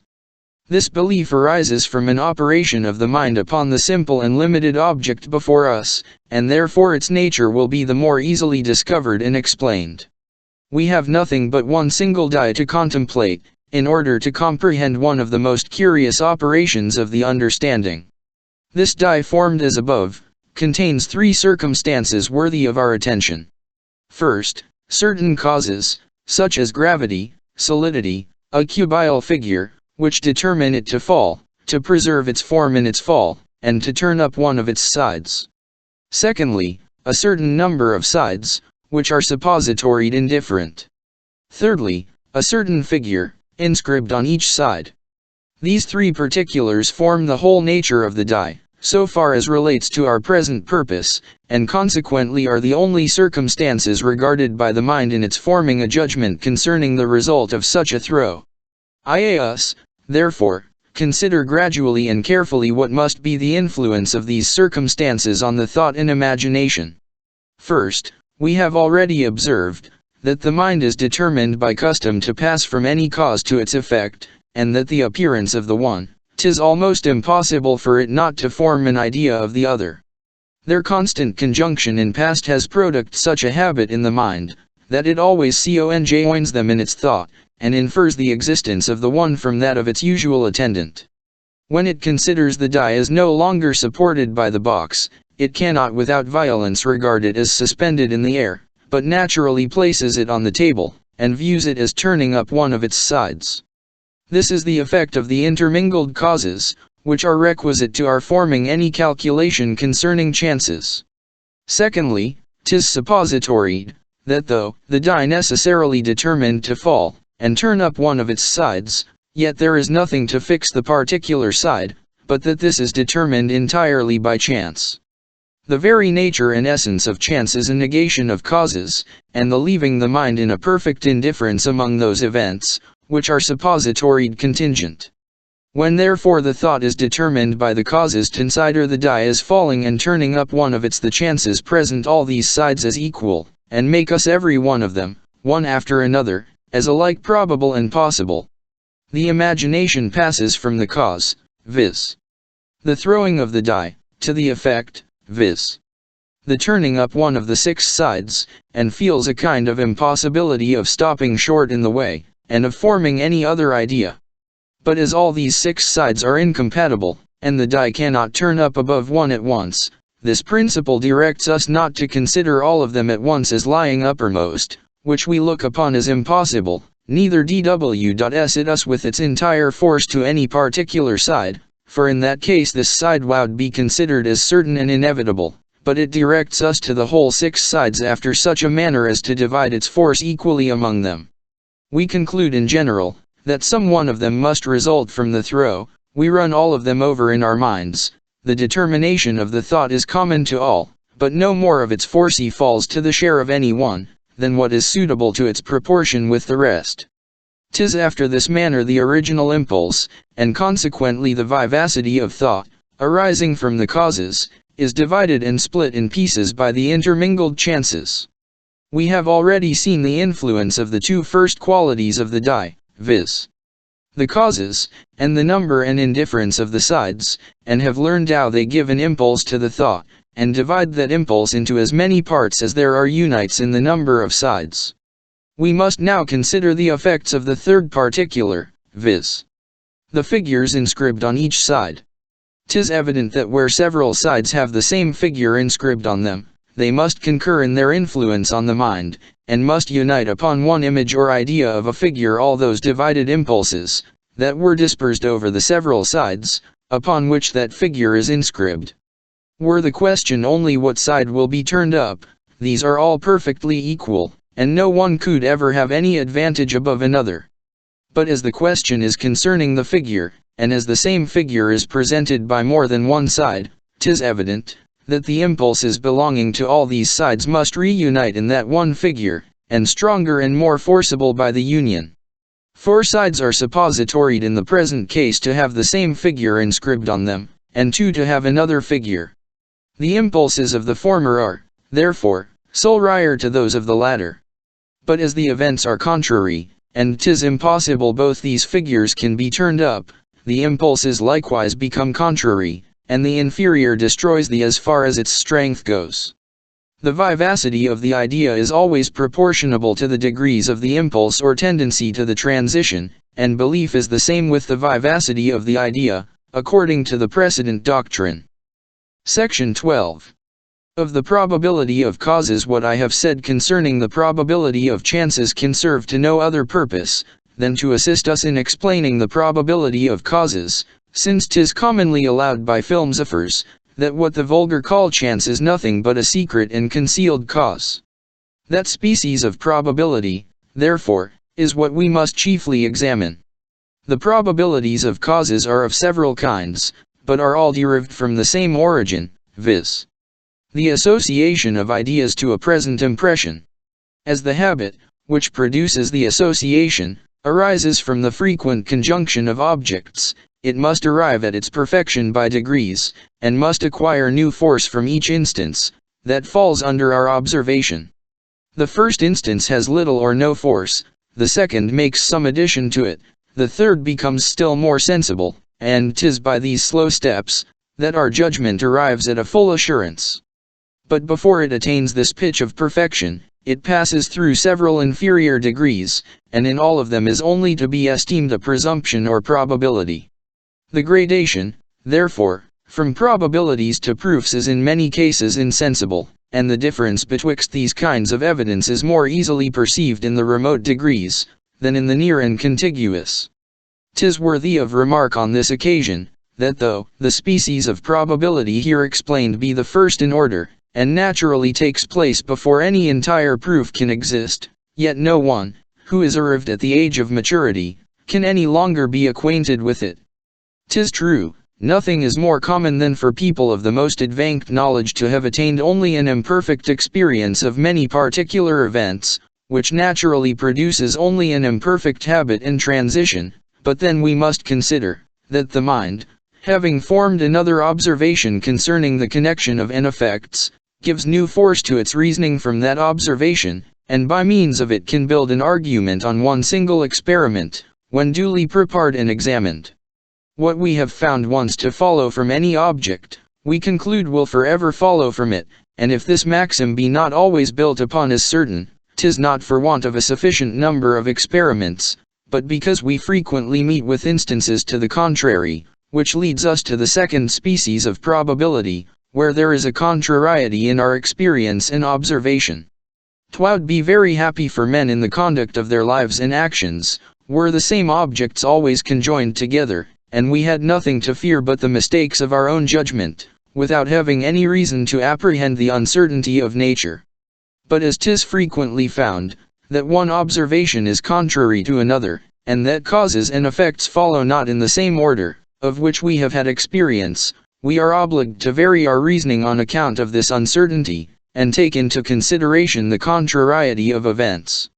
The first question that occurs on this head is concerning the nature and causes of the contrariety. The vulgar, who take things according to their first appearance, attribute the of events to such an uncertainty in the causes, as makes them often fail of their usual influence, though they meet with no obstacle nor impediment in their operation. But philosophers observing, that almost in every part of nature there is contained a vast variety of springs and principles, which are hid, by reason of their minuteness or remoteness, find that 'tis at least possible the contrariety of events may not proceed from any contingency in the cause, but from the secret operation of contrary causes. This possibility is converted into certainty by farther observation, when they remark, that upon an exact scrutiny, a contrariety of effects always betrays a contrariety of causes, and proceeds from their mutual hindrance and opposition. A peasant can give no better reason for the stopping of any clock or watch than to say, that commonly it does not go right, but an artisan easily perceives, that the same force in the spring or pendulum has always the same influence on the wheels, but fails of its usual effect, perhaps by reason of a grain of dust, which puts a stop to the whole movement.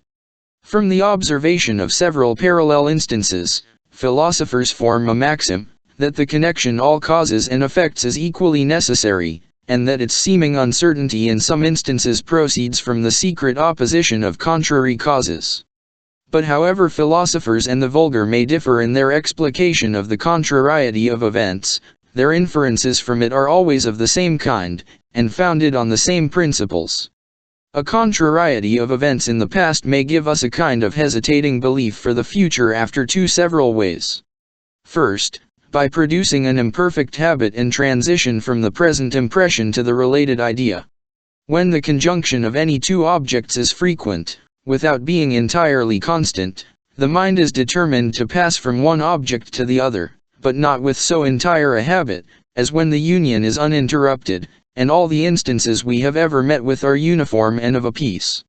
We end from common experience, in our actions as well as reasonings, that a constant perseverance in any course of life produces a strong inclination and tendency to continue for the future, though there are habits of inferior degrees of force, proportioned to the inferior degrees of steadiness and uniformity in our conduct. There is no doubt but this principle takes place, and produces those inferences we draw from contrary phenomena, though I am persuaded, that upon examination we shall not find it to be the principle that most commonly influences the mind in this species of reasoning. When we follow only the habitual determination of the mind, we make the transition without any reflection, and interpose not a moment's delay betwixt the view of one object and the belief of that, which is often found to attend it. As the custom depends not upon any deliberation, it operates immediately, without allowing any time for reflection. But this method of proceeding we have but few instances of in our probable reasonings, and even fewer than in those, which are derived from the uninterrupted conjunction of objects. In the former species of reasoning we commonly take knowingly into consideration the contrariety of past events, we compare the different sides of the contrariety, and carefully weigh the experiments, which we have on each side, whence we may conclude, that our reasonings of this kind arise not directly from the habit, but in an oblique manner, which we must now endeavor to explain.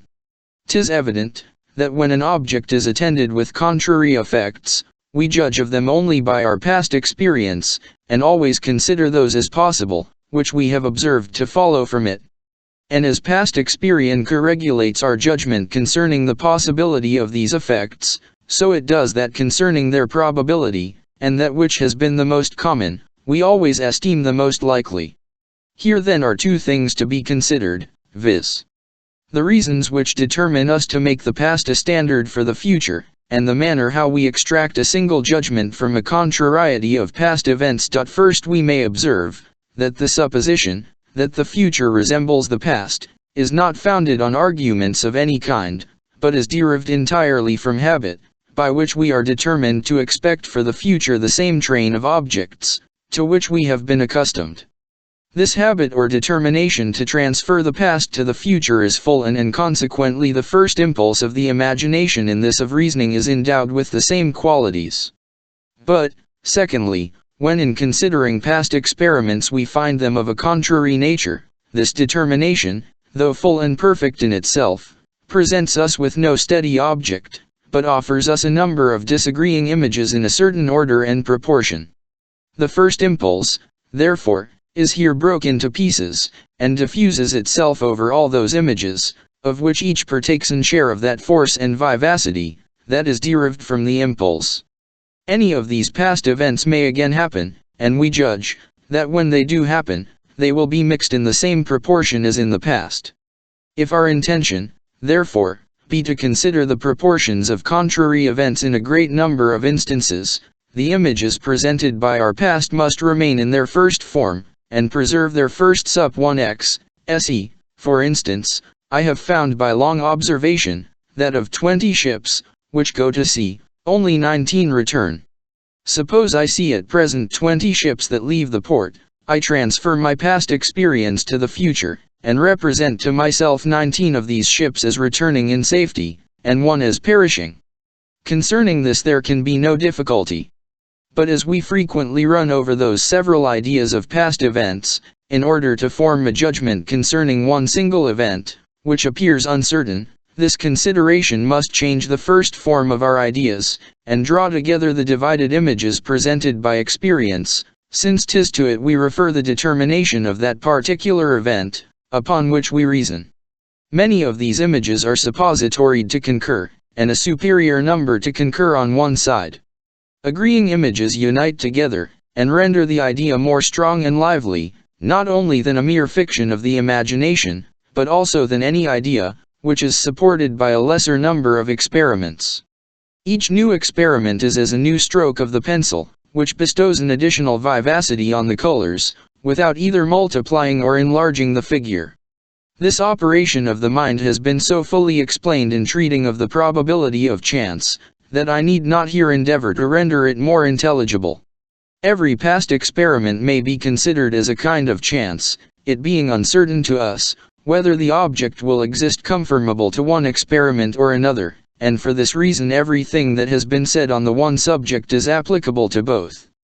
Thus upon the whole, contrary experiments produce an imperfect belief, either by weakening the habit, or by dividing and afterwards joining in different parts, that perfect habit, which makes us in general, that instances, of which we have no experience, must necessarily resemble those of which we have.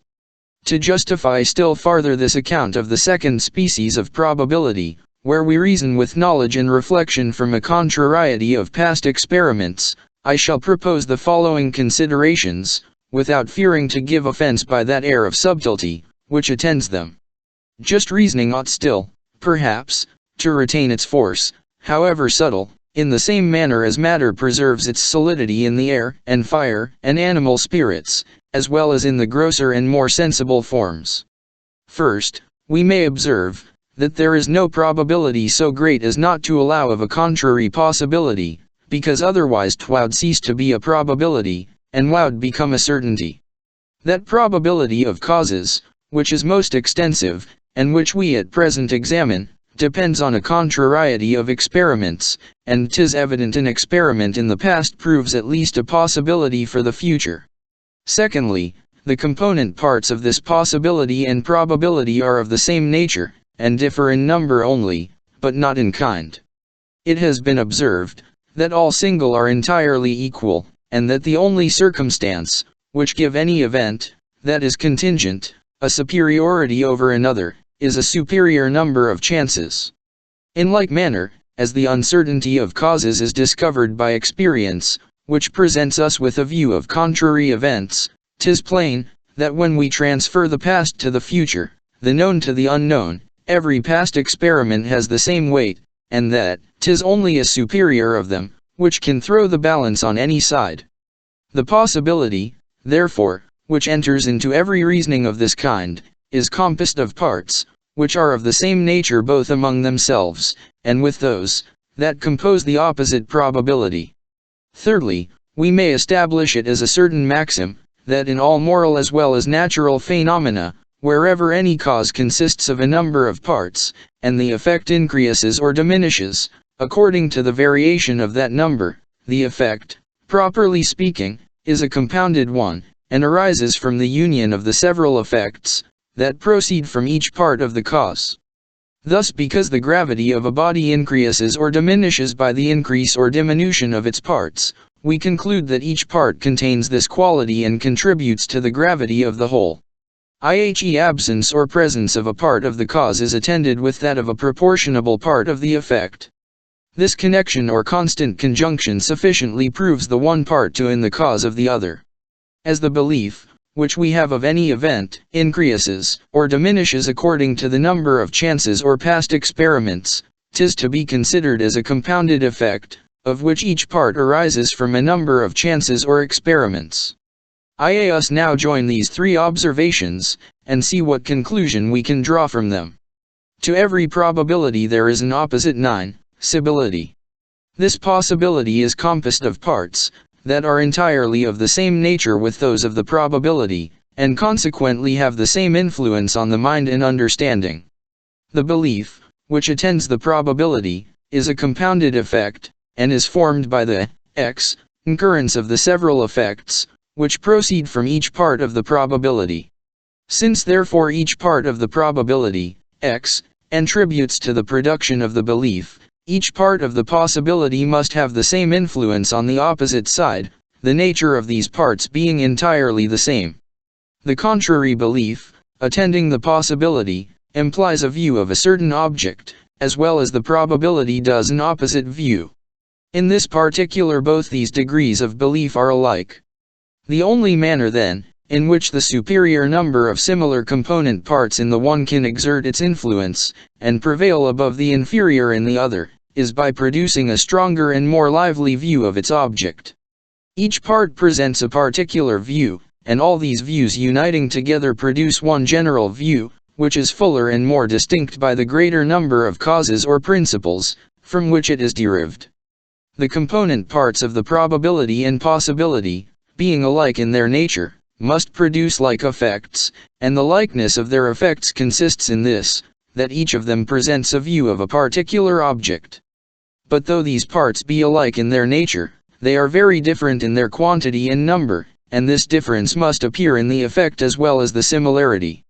Now as the view they present is in both cases full and entire, and comprehends the object in all its parts, 'tis impossible that in this particular there can be any nor is there anything but a superior vivacity in the probability, arising from the concurrence of a superior number of views, which can distinguish these effects.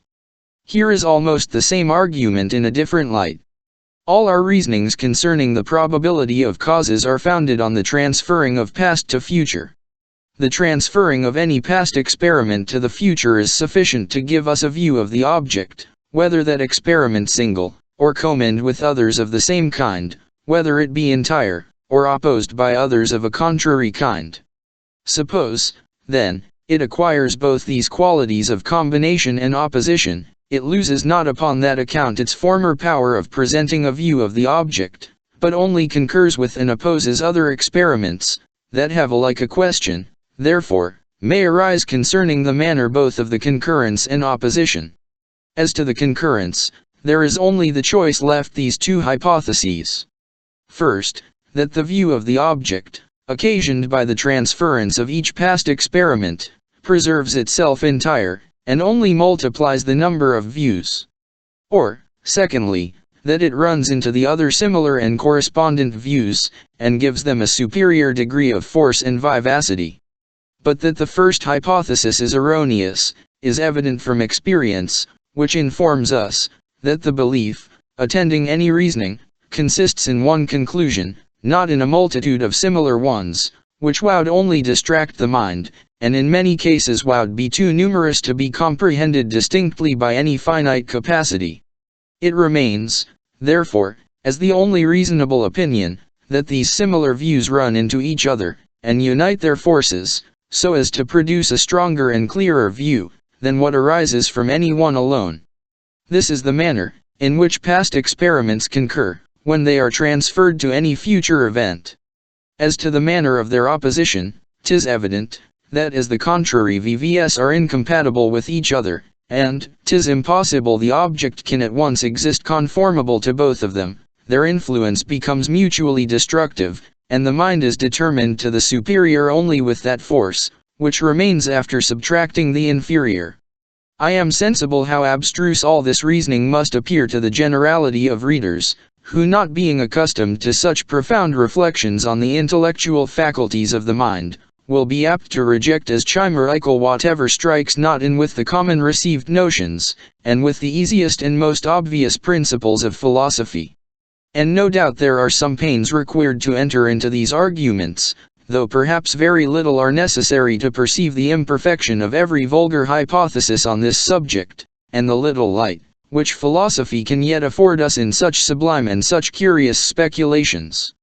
Let men be once fully persuaded of these two principles, that there is nothing in any object, considered in itself, which can afford us a reason for drawing a conclusion beyond it, and, that even after the observation of the frequent or constant conjunction of objects, we have no reason to draw any inference concerning any object beyond those of which we have had experience. I say, let men be once fully convinced of these two principles, and this will throw them so loose from all common systems, that they will make no difficulty of receiving any, which may appear the most extraordinary.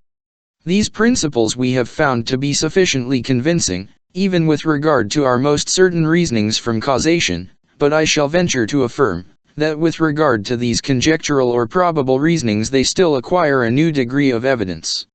First, 'tis obvious, that in reasonings of this kind, 'tis not the object presented to us, which, considered in itself, affords us any reason to draw a conclusion concerning any other object or event. For as this latter object is suppositoried uncertain, and as the is derived from a concealed contrariety of causes in the former, were any of the causes plocked in the known qualities of that object, they would no longer be concealed, nor would our conclusion be uncertain. But, secondly, 'tis equally obvious in this species of reasoning, that if the transference of the past to the future were founded merely on a conclusion of the understanding, it could never occasion any belief, or when we transfer contrary experiments to the future, we can only repeat these contrary experiments with their particular proportions, which could not produce assurance in any single event, upon which we reason, unless the fancy melted together all those images that concur, and extracted from them one single idea or image, which is intense and lively in proportion to the number of experiments from which it is derived, and their superiority above their antagonists. Our past presents no determinate object, and as our however faint, fixes itself on a determinate object, 'tis evident that the belief arises not merely from the transference of past to future, but from some operation of the fancy conjoined with it. This may lead us to conceive the manner, in which that faculty enters into all our reasonings. I shall conclude this subject with two reflections, which may our attention. The first may be explained after this manner. When the mind forms a reasoning concerning any matter of fact, which is only probable, it casts its eye backward upon past experience, and transferring it to the future, is presented with so many contrary views of its object, of which those that are of the same kind uniting together, and running into one act of the mind, serve to fortify and enliven it. But suppose that this multitude of views or glimpses of an object proceeds not from but from a voluntary act of the imagination, this effect does not follow, or at least, follows not in the same degree. For though custom and education produce belief by such a repetition, as is not derived from experience, yet this requires a long tract of time, along with a very frequent and undersigned repetition. In general we may pronounce, that a person, who would voluntarily repeat any idea in his mind, though supported by one past experience, would be no more inclined to believe the existence of its object, than if he had contented himself with one survey of it. Beside the effect of design, each act of the mind, being separate and independent, has a separate influence, and joins not its force with that of its fellows. Not being united by any common object, producing them, they have no relation to each other, and consequently make no transition or union of forces. This phenomenon we shall understand afterwards. My second reflection is founded on those large probabilities, which the mind can judge of, and the minute differences it can observe betwixt them. When the chances or experiments on one side amount to 10,000, and on the other to 10,001, the judgment gives the preference to the latter, upon account of that superiority, though 'tis plainly impossible for the mind to run over every particular view, and distinguish the superior vivacity of the image arising from the superior number, where the difference is so inconsiderable. We have a parallel instance in the affections. 'Tis evident, according to the principles above mentioned, that when an object produces any passion in us, which varies according to the different quantity of the object, I say, 'tis evident, that the passion, properly speaking, is not a simple emotion, but a compounded one, of a great number of weaker passions, derived from a view of each part of the object. For otherwise 'twere impossible the passion should increase by the increase of these parts. Thus a man, who desires £1,000, has in reality 1,000 or more desires, which uniting together, seem to make only one passion, though the composition evidently betrays itself upon every alteration of the 0 pages XXII. XXII. By the preference he gives to the larger number, if superior only by an unite. Yet nothing can be more certain, then that so small a difference would not be discernible in the passions, nor could render them distinguishable from each other. The difference, therefore, of our conduct in preferring the greater number depends not upon our passions, but upon custom, and general rules. We have found in a multitude of instances, that the augmenting the numbers of any sum augments the passion, where the numbers are precise and the difference sensible. The mind can perceive from its immediate feeling, that 3 guineas produce a greater passion than 2, and this it transfers to larger numbers, because of the resemblance, and by a general rule assigns to 1,000 guineas, a stronger passion than to 999. These general rules we shall explain presently. But beside these 2 species of probability, which are derived from an imperfect experience and from contrary causes, there is a third arising from analogy, which differs from them in some material circumstances. According to the hypothesis above explained, all kinds of reasoning from causes or effects are founded on 2 particulars, viz. the constant conjunction of any 2 objects in all past experience, and the resemblance of a present objectee to any one of them. The effect of these 2 particulars is, that the present object invigorates and enlivens the imagination, and the resemblance, along with the constant union, conveys this force and vivacity to the related idea, which we are therefore said to believe, or assent to. If you weaken either the union or you weaken the principle of transition, and of consequence that belief, which arises from it. The vivacity of the first impression C% will not be fully to the related idea, either where the conjunction of their objects is not constant, or where the present impression does not perfectly resemble any of those, whose union we are accustomed to observe. In those probabilities of chance and causes above explained, 'tis the constancy of the union, which is diminished, and in the probability derived from analogy, 'tis the resemblance only, which is effected without some degree of resemblance, as well as union. 'Tis impossible there can be any reasoning, but as this resemblance admits of many different degrees, the reasoning becomes proportionally more or less firm and certain. An experiment loses of its force, when transferred to instances, which are not exactly resembling, though 'tis evident it may still retain as much as may be the foundation of probability, as long as there is any resemblance remaining. Section 13. Of unphilosophical probability. All these kinds of probability are received by philosophers, and allowed to be reasonable foundations of belief and opinion. But there are others, that are derived from the same principles, though they have not had the good fortune to obtain the same sanction. The first probability of this kind may be accounted for thus. The diminution of the union, and of the resemblance, as above explained, diminishes the facility of the transition, and by that means weakens the evidence, and we may farther observe, that the same diminution of the evidence will follow from a diminution of the impression, and from the shading of those colors, under which it appears to the memory or senses.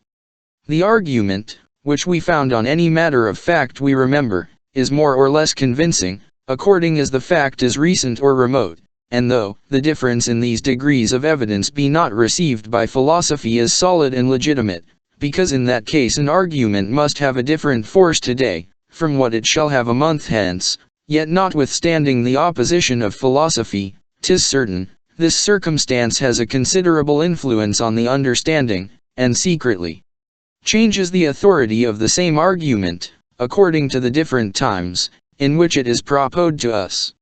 A greater force and vivacity in the impression naturally conveys a greater to the related idea, and 'tis on the degrees of force and vivacity, that the depends, according to the foregoing system. There is a second difference, which we may frequently observe in our degrees of belief and assurance, and which never fails to take place, though disclaimed by philosophers. An experiment, that is recent and fresh in the memory, affects us more than one that is in some measure obliterated, and has a superior influence on the judgment, as well as on the passions. A lively impression produces more assurance than a faint one, because it has more original force to communicate to the related idea, which thereby acquires a greater force and vivacity.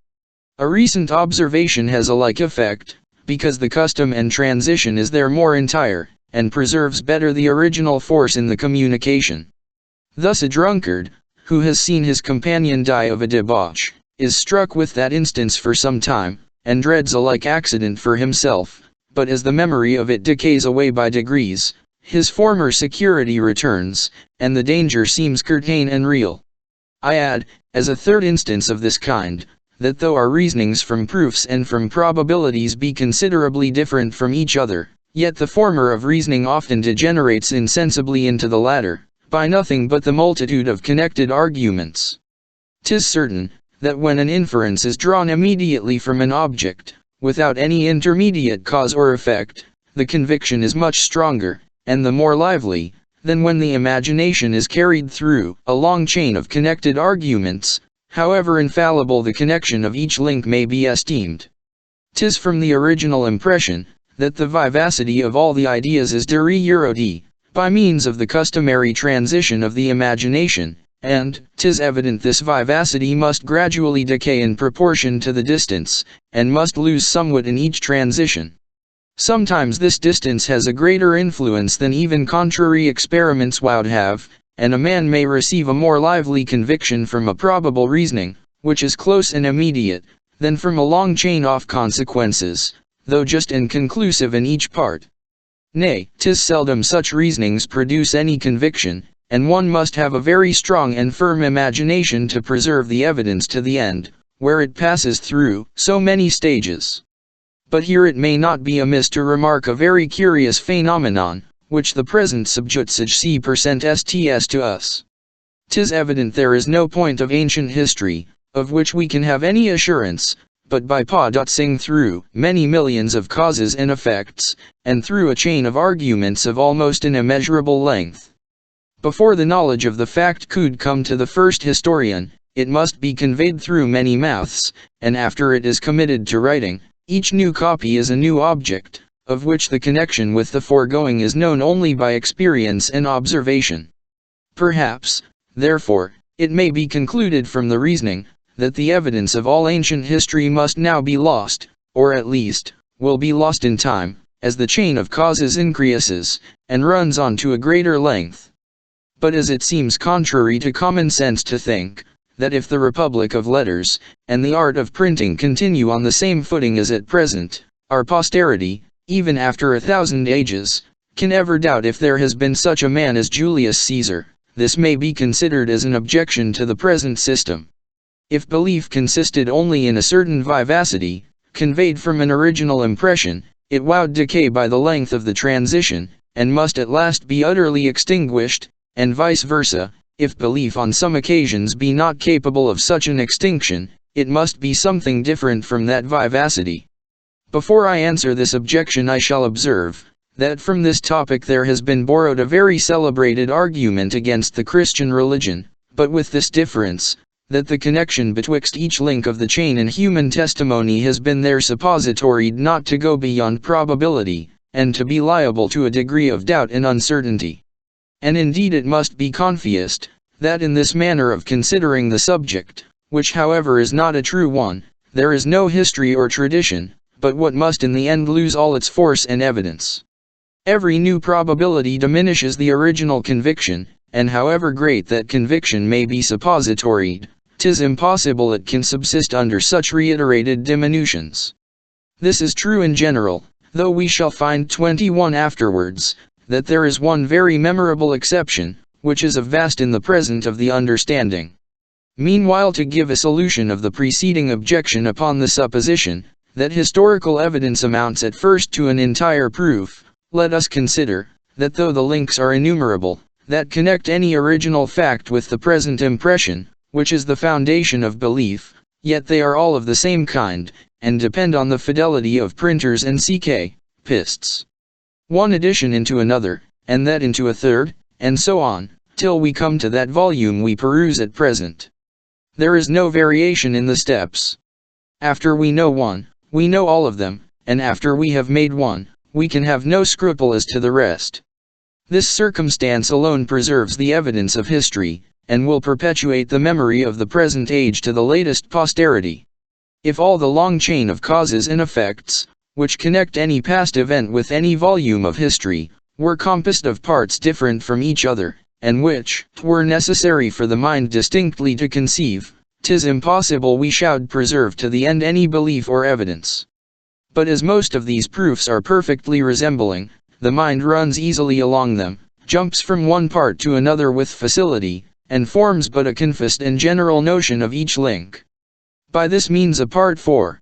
Section 1. Long chain of argument has as little effect in diminishing the original vivacity, as a much shorter would have, if composed of parts, which were different from each other, and of which each required a distinct consideration. A fourth unphilosophical species of probability is that derived from general rules, which we rashly form to ourselves, and which are the of what we properly call prejudice.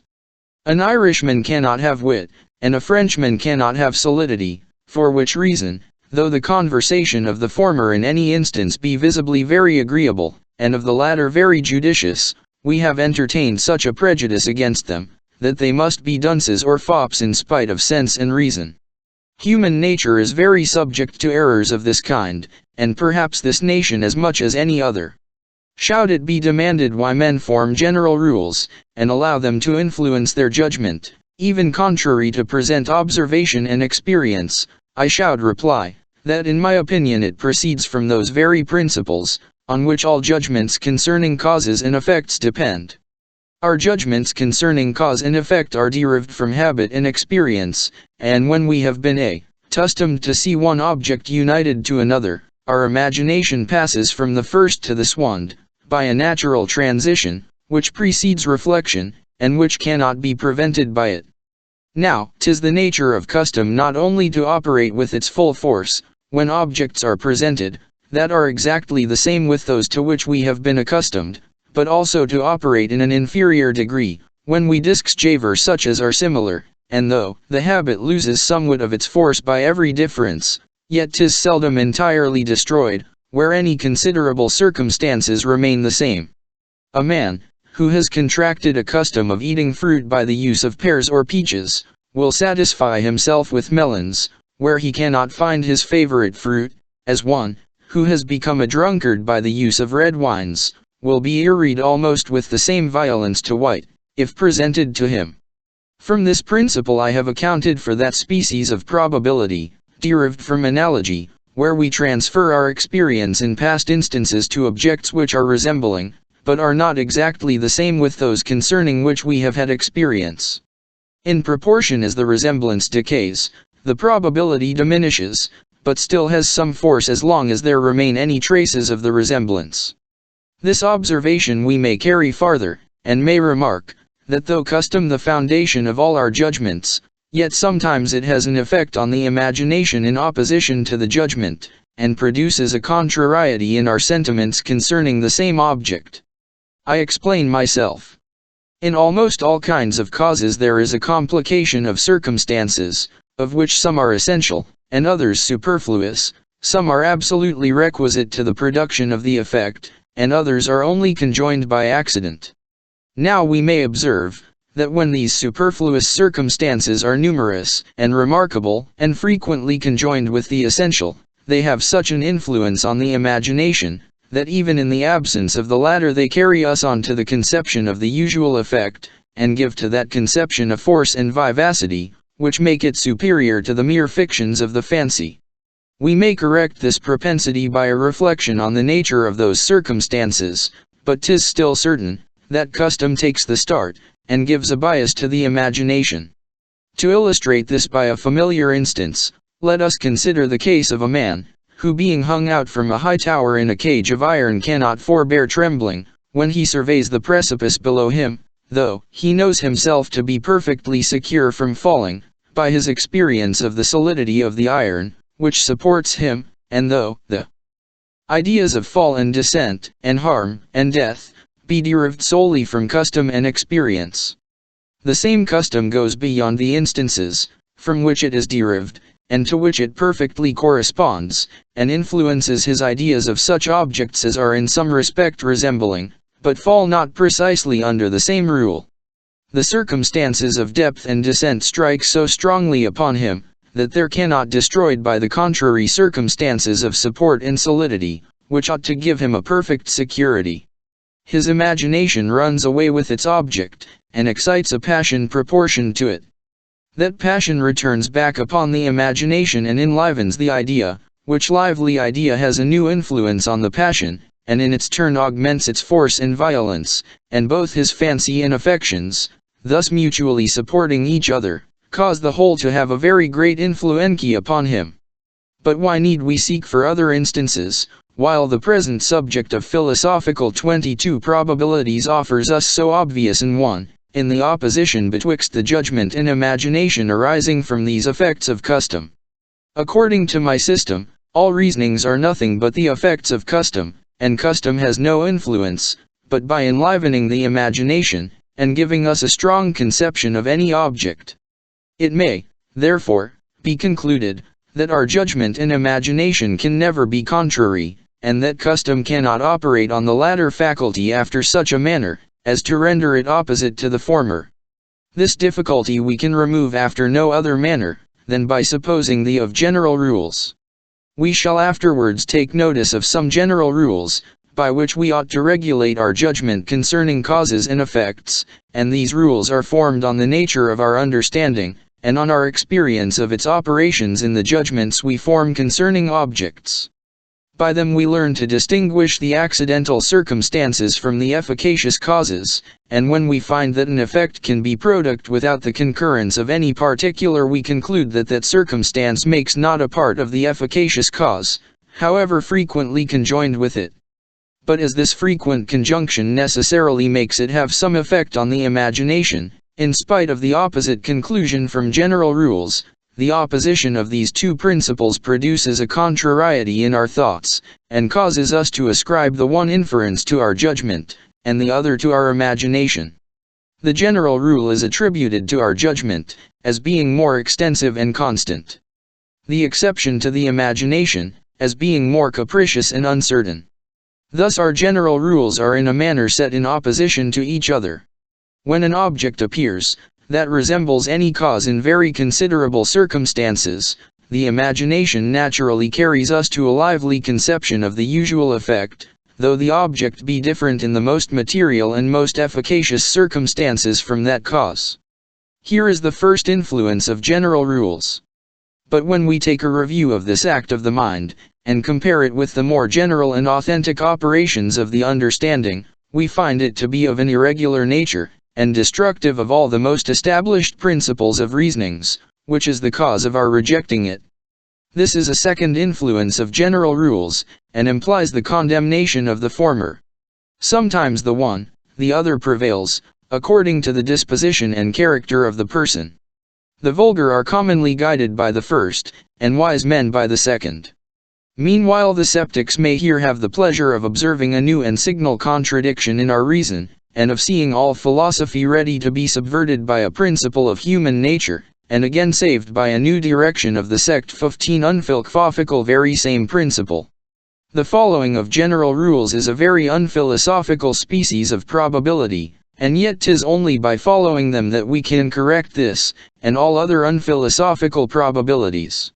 Since we have instances, where general rules operate on the imagination even contrary to the judgment, we need not be surprised to see their effects increase, when conjoined with that latter faculty, and to observe that they bestow on the ideas they present to us a force to what attends any other.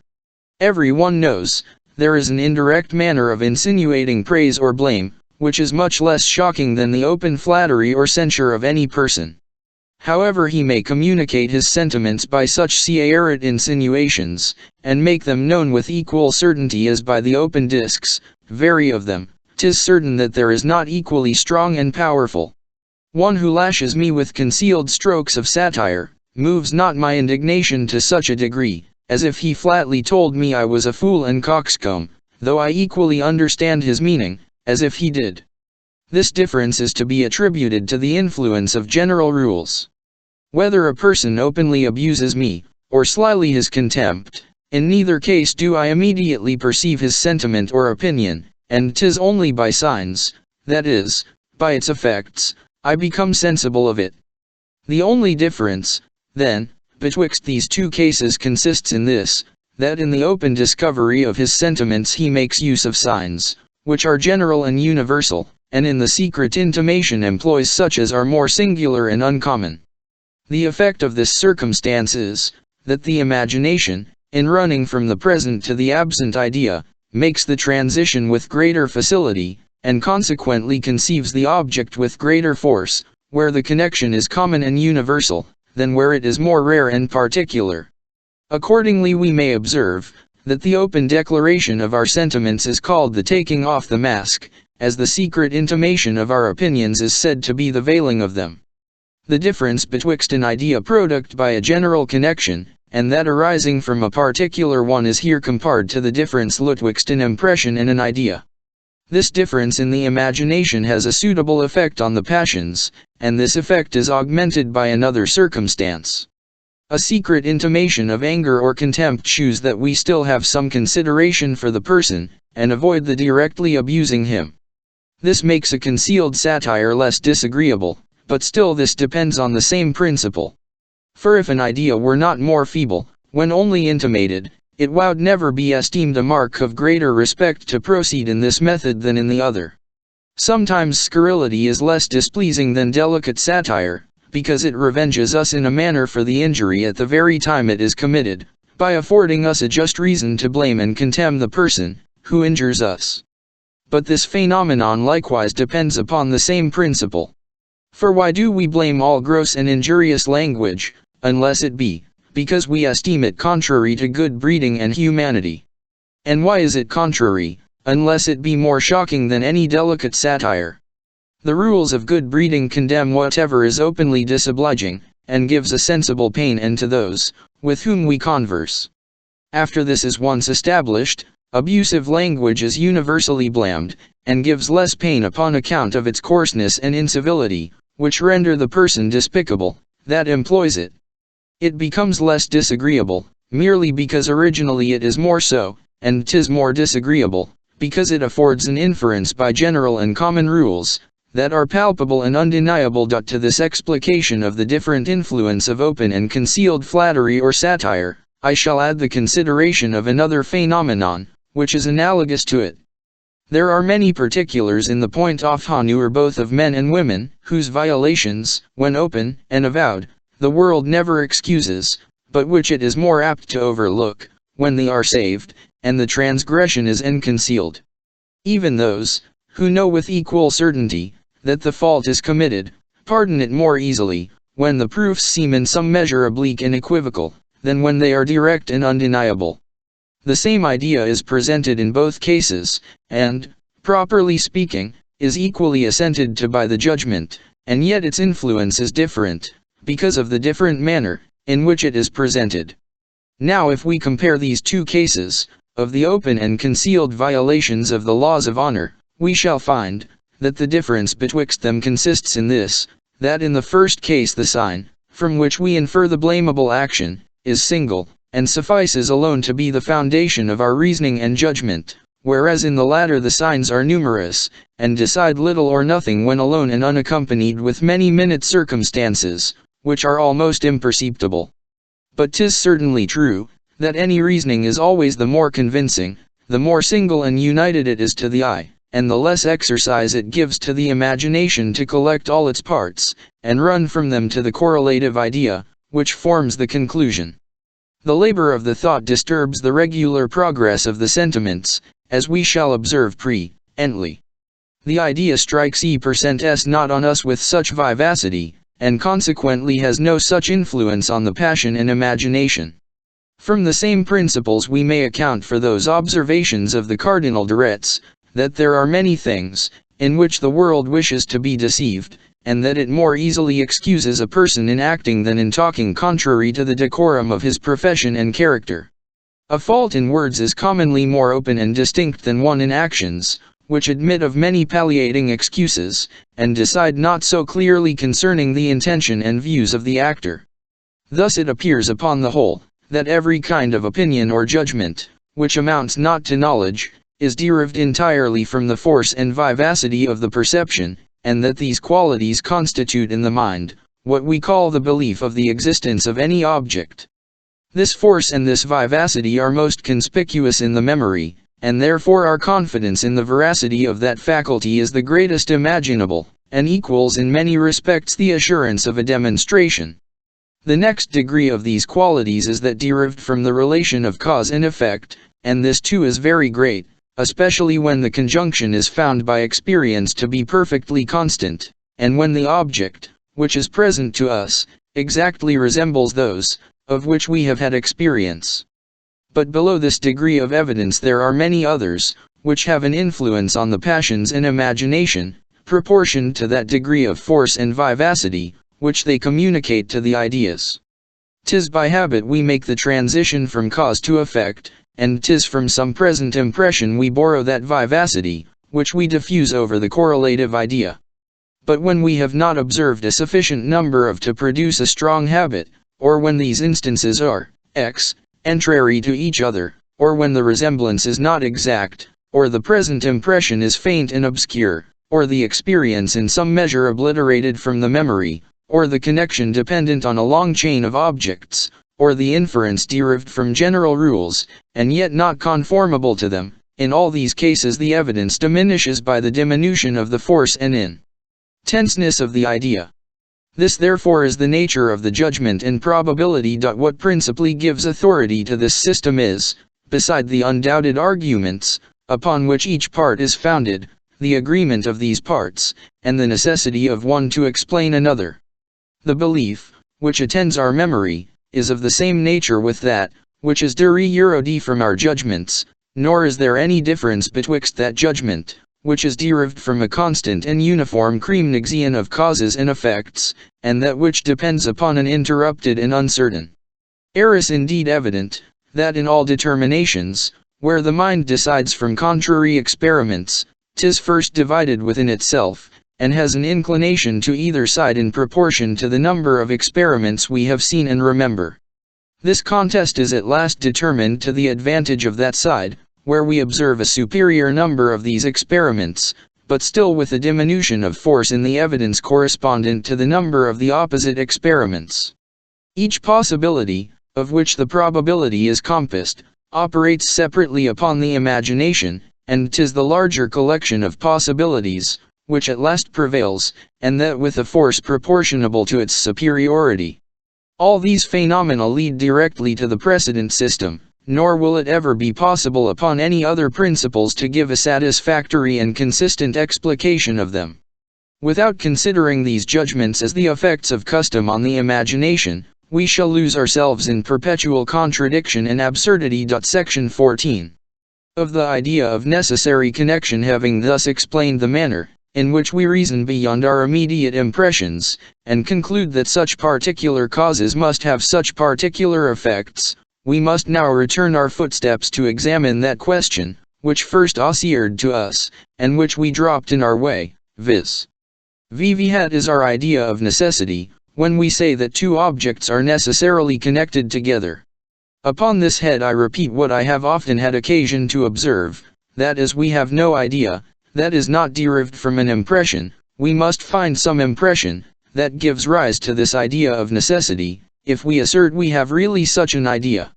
In order to this I consider, in what objects necessity is commonly suppositoried to lie, and finding that it is always ascribed to causes and effects, I turn my eye to two objects suppositoried to be plocked in that relation, and examine them in all the situations, of which they are susceptible.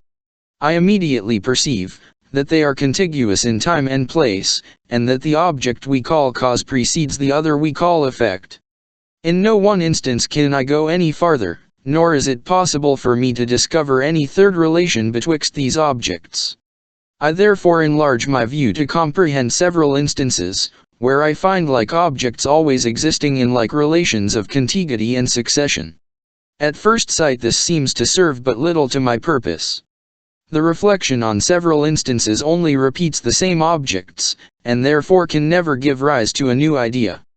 But upon farther inquiry I find, that the repetition is not in every particular the same, but produces a new impression, and by that means the idea, which I at present examine. For after a frequent repetition, I find, that upon the appearance of one of the objects, the mind is determined by custom to consider its usual attendant, and to consider it in a stronger light upon account of its relation to the first object. 'Tis this impression, then, or determination, which affords me the idea of necessity.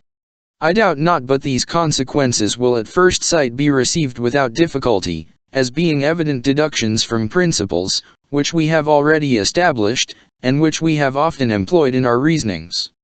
This evidence both in the first principles, and in the deductions, may seduce us unwarily into the conclusion, and make us imagine it contains nothing extraordinary, nor worthy of our curiosity.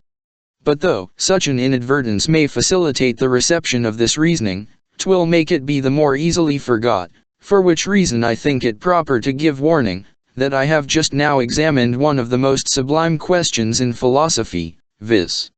That concerning the power and efficacy of causes, where all the sciences seem so much interested. Such a warning will naturally rouse up the attention of the reader, and make him desire a more full account of my doctrine, as well as of the arguments, on which it is founded. This request is so reasonable, that I cannot refuse complying with it, specially as I am hopeful that these principles, the more they are examined, will acquire the more force and evidence. There is no question, which on account of its importance, as well as difficulty, has caused more disputes both among ancient and modern philosophers, than this concerning the efficacy of causes, or that quality which makes them be followed by their effects. But before they entered upon these disputes, methinks it would not have been improper to have examined what idea we have of that efficacy, which is the subject of the controversy. This is what I find principally wanting in their reasonings, and what I shall here endeavor to supply. I begin with observing that the terms of efficacy, agency, power, force, energy, necessity, connection, and productive quality, are all nearly synonymous, and therefore 'tis an absurdity to employ any of them in defining the rest. By this observation we reject at once all the vulgar definitions, which philosophers have given of power and efficacy, and instead of searching for the idea in these definitions, must look for it in the impressions, from which it is originally derived. If it be a compound idea, it must arise from compound impressions. If simple, from simple impressions. The most general and most popular explication of this matter, is to say, 23 that finding from that there are several new productions in matter, such as the motions and variations of body, and concluding that there must somewhere be a power capable of producing them, we arrive at last by this reasoning at the idea of power and efficacy. But to be convinced that this explication is more popular than philosophical, we need but reflect on two very obvious principles *. First, that reason alone can never give rise to any original idea, and secondly, that reason, as distinguished from experience, can never make us conclude that a cause or productive quality is absolutely requisite to every beginning of existence. Both these considerations have been sufficiently explained, and therefore shall not at present be any farther insisted on. I shall only infer from them, that since reason never give rise to the idea of efficacy, that idea must be derived from and from some particular instances of this efficacy, which make their passage into the mind by the common channels of sensation or reflection. Ideas always represent their objects or impressions, and vice versa. There are some objects necessary to give rise to every idea. If we pretend, therefore, to have any just idea of this efficacy, we must produce some instance, wherein the efficacy is plainly discoverable to the mind, and its operations obvious to our consciousness or sensation. By the refusal of this, we acknowledge that the idea is impossible and imaginary, since the principle of innate ideas, which alone can save us from this dilemma, has been already refuted, and is now almost universally in the learned world. Our present business, then, must be to find some natural production, where the operation and efficacy of a cause can be clearly considered and comprehended by the mind, without any danger of obscurity or mistake. In this research we meet with very little encouragement from that prodigious diversity, which is found in the opinions of those philosophers, who have pretended to explain the secret force and energy of causes 24. There are some, who maintain, that jades operate by their substantial form, others, by their accidents or qualities, several, by their matter and form, some, by their form and accidents, others, by certain virtues and faculties distinct from all this. All these sentiments again are mixed and varied in 1,000 different ways, and form a strong presumption, that none of them have any solidity or evidence, and that the supposition of an efficacy in any of the known qualities of matter is entirely without foundation. This presumption must increase upon us, when we consider, that these principles of substantial forms, and accidents, and faculties, are not in reality any of the known 23. See Mr. Locke, Chapter of Power. 24. See Father Malebranche, Book 6. Part 2. Chapter 3, and the illustrations upon it. Properties of bodies, but are unintelligible and inexplicable. For 'tis evident philosophers would never have had recourse to such obscure and uncertain principles had they met with any satisfaction in such as are clear and intelligible, especially in such an affair as this, which must be an object of the simplest understanding, if not of the senses. Upon the whole, we may conclude, that 'tis impossible in any one instance to shew the principle, in which the force and agency of a cause is plocked, and that the most refined and most vulgar understandings are equally at a loss in this particular.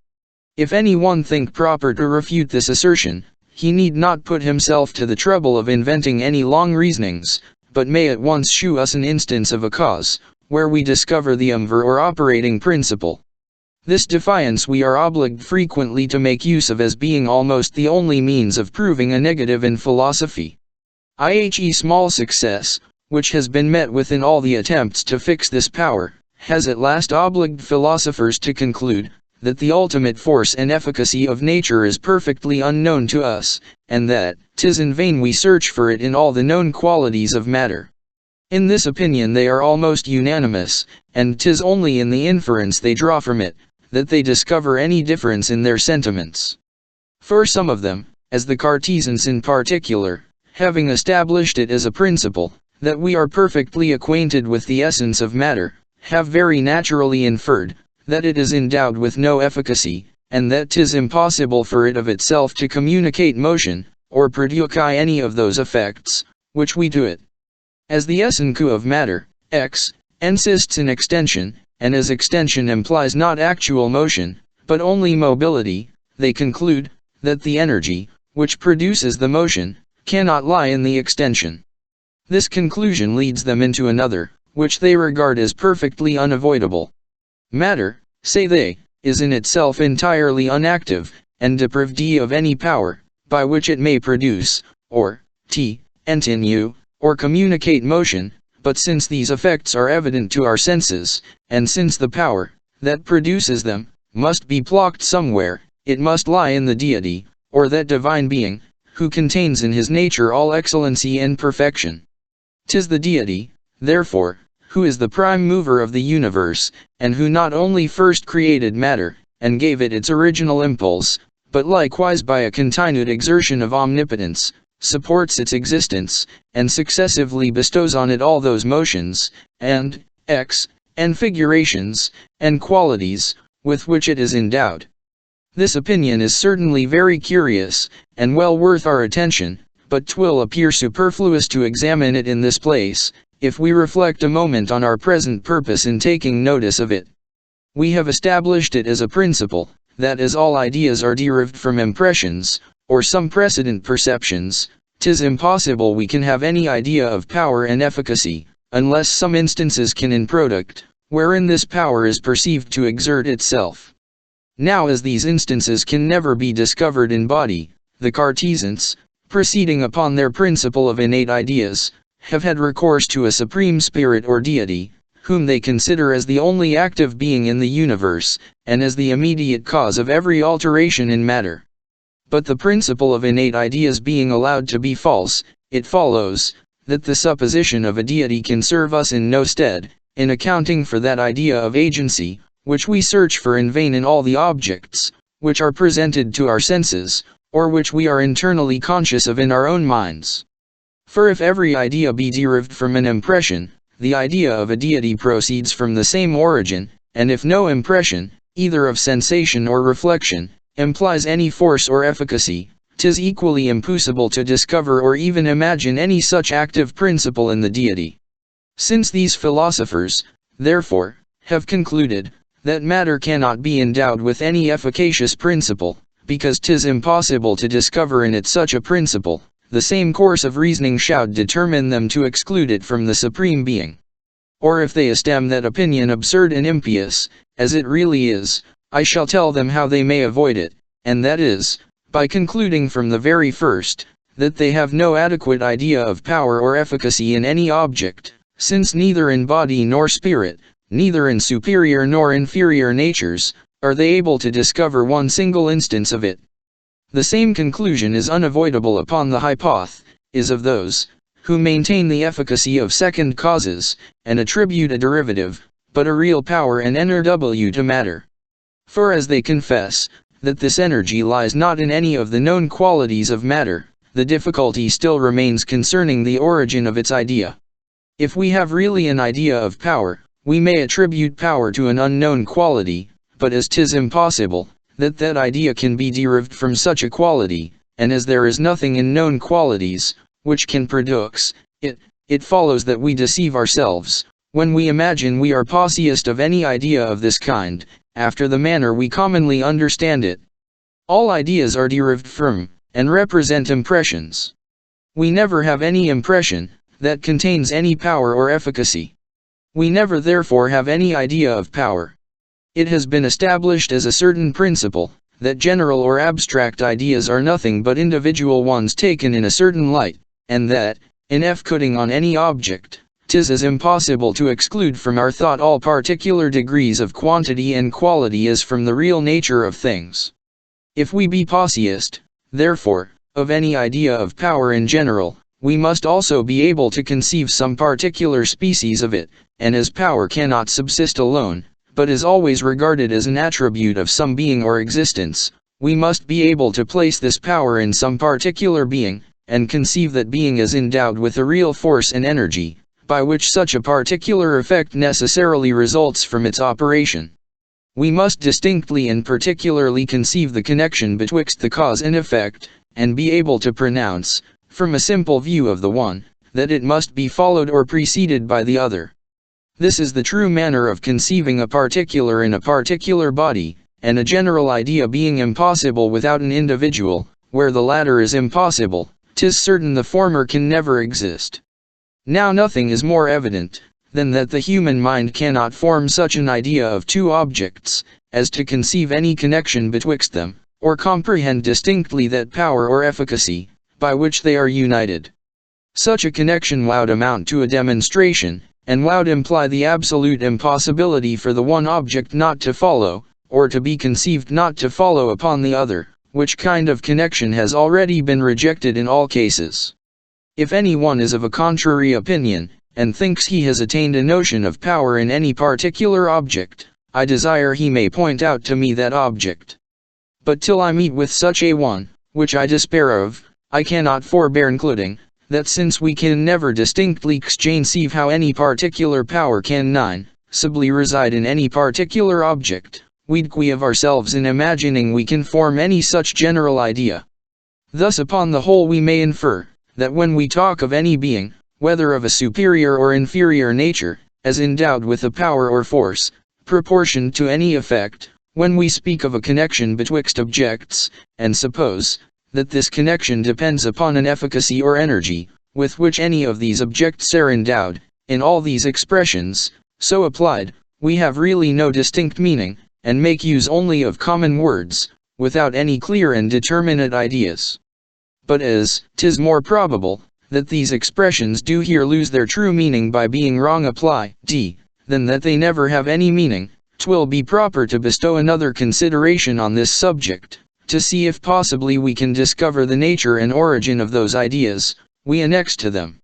Suppose two objects to be presented to us, of which the one is the cause and the other the effect, 'tis plain, that from the simple consideration of one, or both these objects we never shall perceive the tie, by which they are united, or be able certainly to pronounce, that there is a connection betwixt them.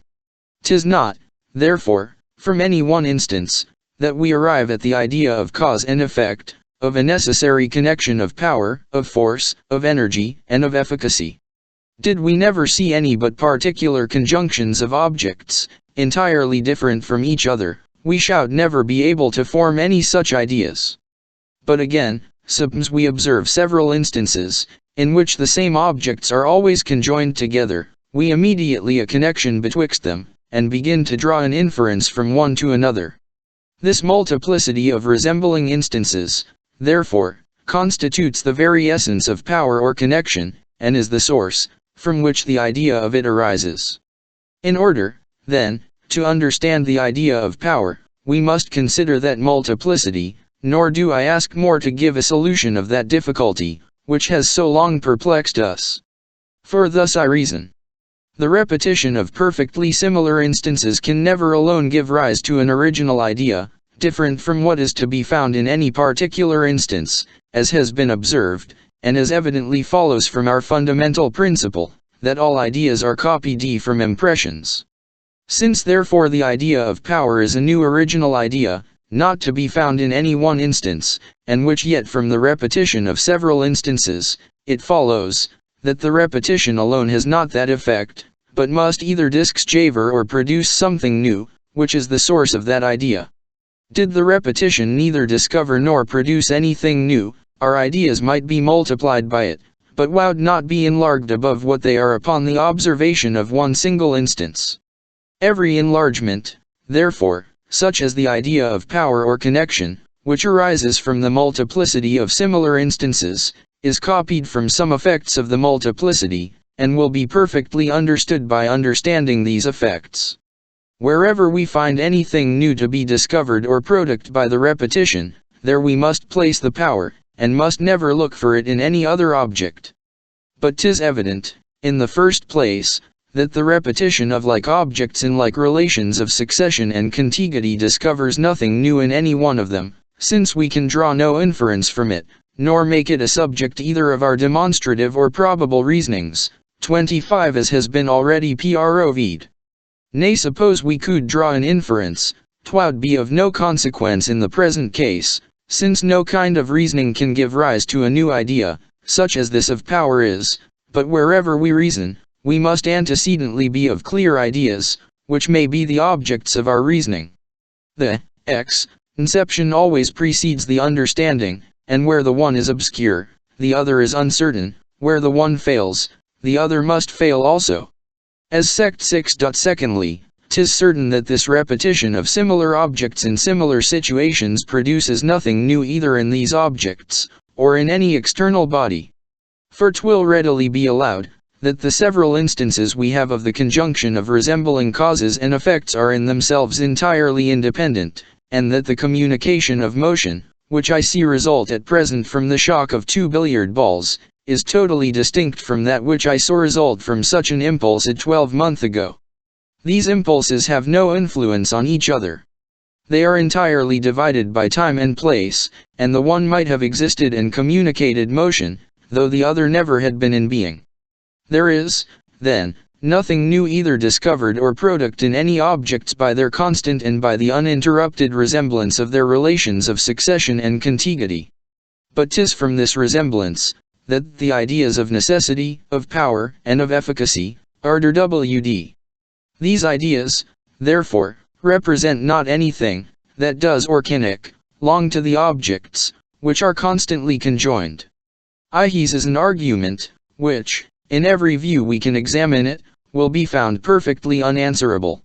Similar instances are still the first of our idea of power or necessity, at the same time that they have no influence by their similarity either on each other, or on any external object.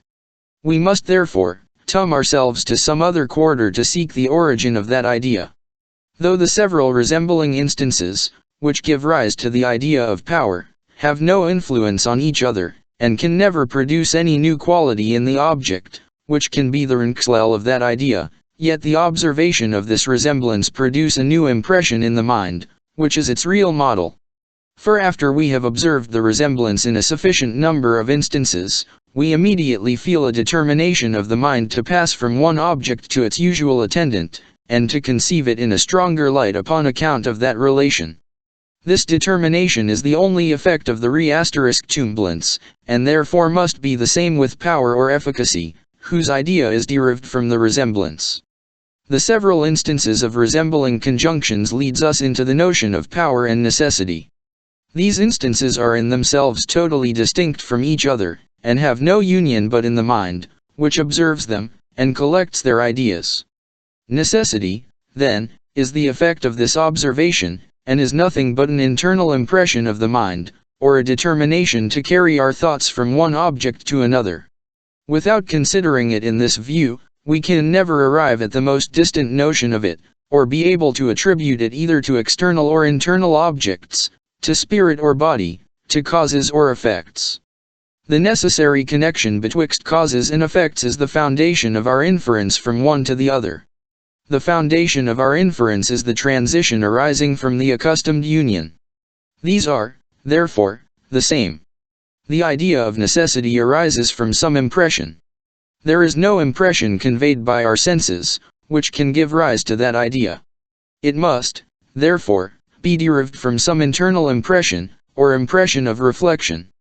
There is no internal impression, which has any relation to the present business, but that propensity, which custom produces, to pass from an object to the idea of its usual attendant. This therefore is the essence of necessity. The whole, necessity is something, that exists in the mind, not in objects, nor is it possible for us ever to form the most distant idea of it, considered as a quality in bodies. Either we have no idea of necessity, or necessity is nothing but that determination of the thought to pass from to effects and from effects to causes, according to their experienced union. Thus as the necessity, which makes 2 times 2 equal to 4, or 3 angles of a triangle equal to 2 right ones, lies only in the act of the understanding, by which we consider and compare these ideas, in like manner the necessity or power, which unites causes and effects, lies in the determination of the mind to pass from the one to the other. The efficacy or energy of causes is neither blocked in the causes themselves, nor in the deity, nor in the concurrence of these 2 principles, but belongs entirely to the soul, which considers the union of 2 or more objects in all past instances. 'Tis here that the real power of causes is blocked, along with their connection, and I am sensible, that of all the paradoxes, which I have had, or shall hereafter have occasion to advance in this treatise, the present one is the most violent, and that 'tis merely by dint of solid proof and reasoning I can ever hope it will have admission, and overcome the inveterate prejudices of mankind. Before we are reconciled to this doctrine, how often must we repeat to ourselves, that the simple view of any 2 objects or actions, however related, can never give us any idea of power, or of a connection betwixt them, that this idea from the repetition of their union, that the repetition neither discovers nor causes anything in the objects, but has an influence only on the mind, by that customary transition it produces, that this customary transition is, therefore, the same with the power and necessity, which are consequently qualities of perceptions, not of objects, and are internally felt by the soul, and not perceived externally in bodies. There is commonly an astonishment attending everything extraordinary, and this astonishment changes immediately into the highest degree of esteem or contempt, according as we approve or disapprove of the subject. I am much afraid, that though the foregoing reasoning appears to me the shortest and most decisive imaginable, yet with the generality of readers the bias of the mind will prevail, and give them a prejudice against the present doctrine. This contrary bias is easily accounted for. 'Tis a common observation, that the mind has a great propensity to spread itself on external objects, and to conjoin with them any internal impressions, which they occasion, and which always make their appearance at the same time that these objects discover themselves to the senses. Thus as certain sounds and smells are always found to attend certain visible objects, we naturally imagine a conjunction, even in place, betwixt the objects and qualities, though the qualities be of such a nature as to admit of no such conjunction, and really exist nowhere. But of this more fully 26 hereafter. Meanwhile 'tis sufficient to observe, that the same propensity is the reason, why we suppose necessity and power to lie in the objects we consider, not in our mind, that considers them, notwithstanding it is not exigible for us to form the most distant idea of that quality, when it is not taken for the determination of the mind, to pass from the idea of an object to that of its usual attendant. But though this be the only reasonable account we can give of necessity, the contrary notion is so riveted in the mind from the principles above mentioned, that I doubt not but my sentiments will be treated by many as extravagant and ridiculous. VV hat. The efficacy of causes lie in the determination of the mind. As if causes did not operate entirely independent of the mind, and would not continue their operation, even though there was no mind existent to contemplate them, or reason concerning them. Thought may well depend on causes for its operation, but not causes on thought. This is to reverse the order of nature, and make that secondary, which is 26 part. Leave section 5. Really primary. To every operation there is a power proportioned, and this power must be blocked on the body that operates. If we remove the power from one cause, we must ascribe it to another, but to remove it from all causes, and bestow it on a being that is no ways related to the cause or effect, but by perceiving them, is a gross absurdity, and contrary to the most certain principles of human reason. I can only reply to all these arguments, that the case is here much the same, as if a blind man should pretend to find a great many absurdities in the sup 1 cision, that the color of scarlet is not the same with the sound of a trumpet, nor light the same with solidity. If we have really no idea of a power or efficacy in any object, or of any real connection betwixt causes and effects, 'twill be to little purpose to prove that an efficacy is necessary in all operations. We do not understand our own meaning in talking so, but ignorantly confound ideas, which are entirely distinct from each other. I am, indeed, ready to allow that there may be several qualities both in material and immaterial objects, with which we are utterly unacquainted, and if we please to call these power or efficacy, 'twill be of little consequence to the world. But when, instead of meaning these unknown qualities, we make the terms of power and efficacy signify something, of which we have a clear idea, and which is incompatible with those objects, to which we apply it, obscurity and error begin then to take place, and we are led astray by a false philosophy.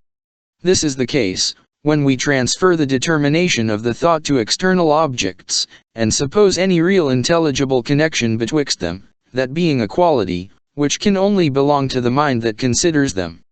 As to what may be said, that the operations of nature are independent of our thought and reasoning, I allow it, and accordingly have observed, that objects bear to each other the relations of contiguity and succession, that like objects may be observed in several instances to have like relations, and that all this is independent of, and antecedent to the operations of the understanding. But if we go any farther, and ascribe a power or necessary connection to these objects, this is what we can never observe in them, but must draw the idea of it from what we feel internally in contemplating them. And this I carry so far, that I am ready to convert my present reasoning into an instance of it, by a subtlety, which it will not be difficult to comprehend. When any object is presented to us, it immediately conveys to the mind a lively idea of that object, which is usually found to attend it, and this determination of the mind forms the necessary connection of these objects. But when we change the point of view, from the objects to the perceptions, in that case the impression is to be considered as the cause, and the lively idea as the effect, and their necessary connection is that new determination, which we feel to pass from the idea of the one to that of the other. The uniting principle among our internal perceptions is as unintelligible as that among external objects, and is not known to us any other way than by experience. Now the nature and effects of experience have been already sufficiently examined and explained. It never gives us any insight into the internal structure or operating principle of objects, but only accustoms the mind to pass from one to another. 'Tis now time to collect all the different parts of this reasoning, and by joining them together form an exact definition of the relation of cause and effect, which makes the subject of the present inquiry. His order would not have been excusable, of first examining our inference from the relation before we had explained the relation itself, had it been possible to in a different method. But as the nature of their relation depends so much on that of the inference, we have been obliged to advance in this seemingly preposterous manner, and make use of terms before we were able exactly to define them, or fix their meaning. We shall now correct this fault by giving a precise definition of cause and effect. There may two definitions be given of this relation, which are only different, by their presenting a different view of the same object, and making us consider it either as a philosophical or as a natural relation, either as a comparison of two ideas, or as an association betwixt them. We may define a cause to be an object precedent and contiguous to another, and where all the objects resembling the former are plocked in like relations of precedency and contiguity to those objects that resemble the latter. If this definition be defective, because drawn from objects foreign to the cause, we may substitute this other definition in its place, viz. A cause is an object precedent and contiguous to another, and so united with it, that the idea of the one determines the mind to form the idea of the other, and the impression of the one to form a more lively idea of the other. Should this definition also be rejected for the same reason, I know no other remedy, than that the persons, who express this delicacy, should substitute a juster definition in its place. But for my part I must own my incapacity for such an undertaking.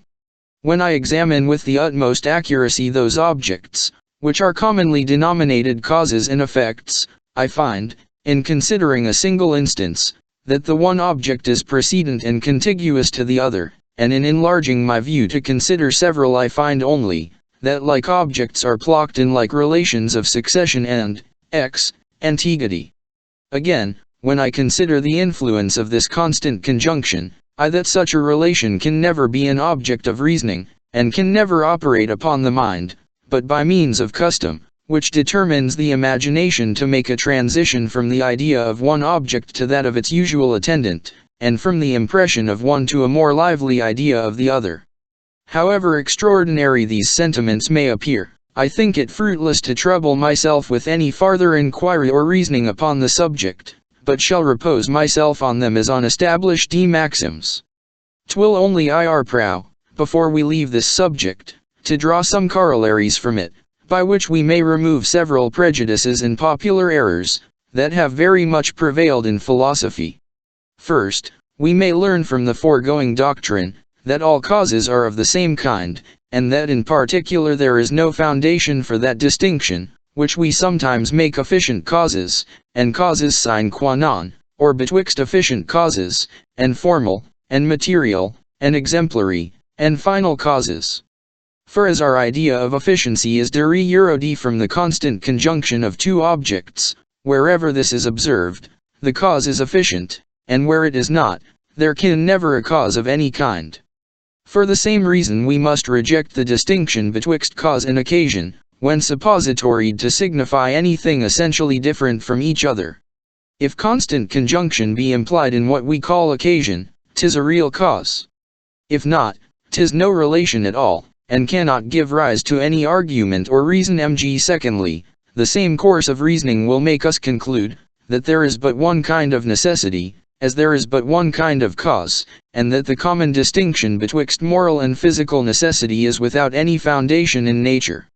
This clearly appears from the precedent explication of necessity.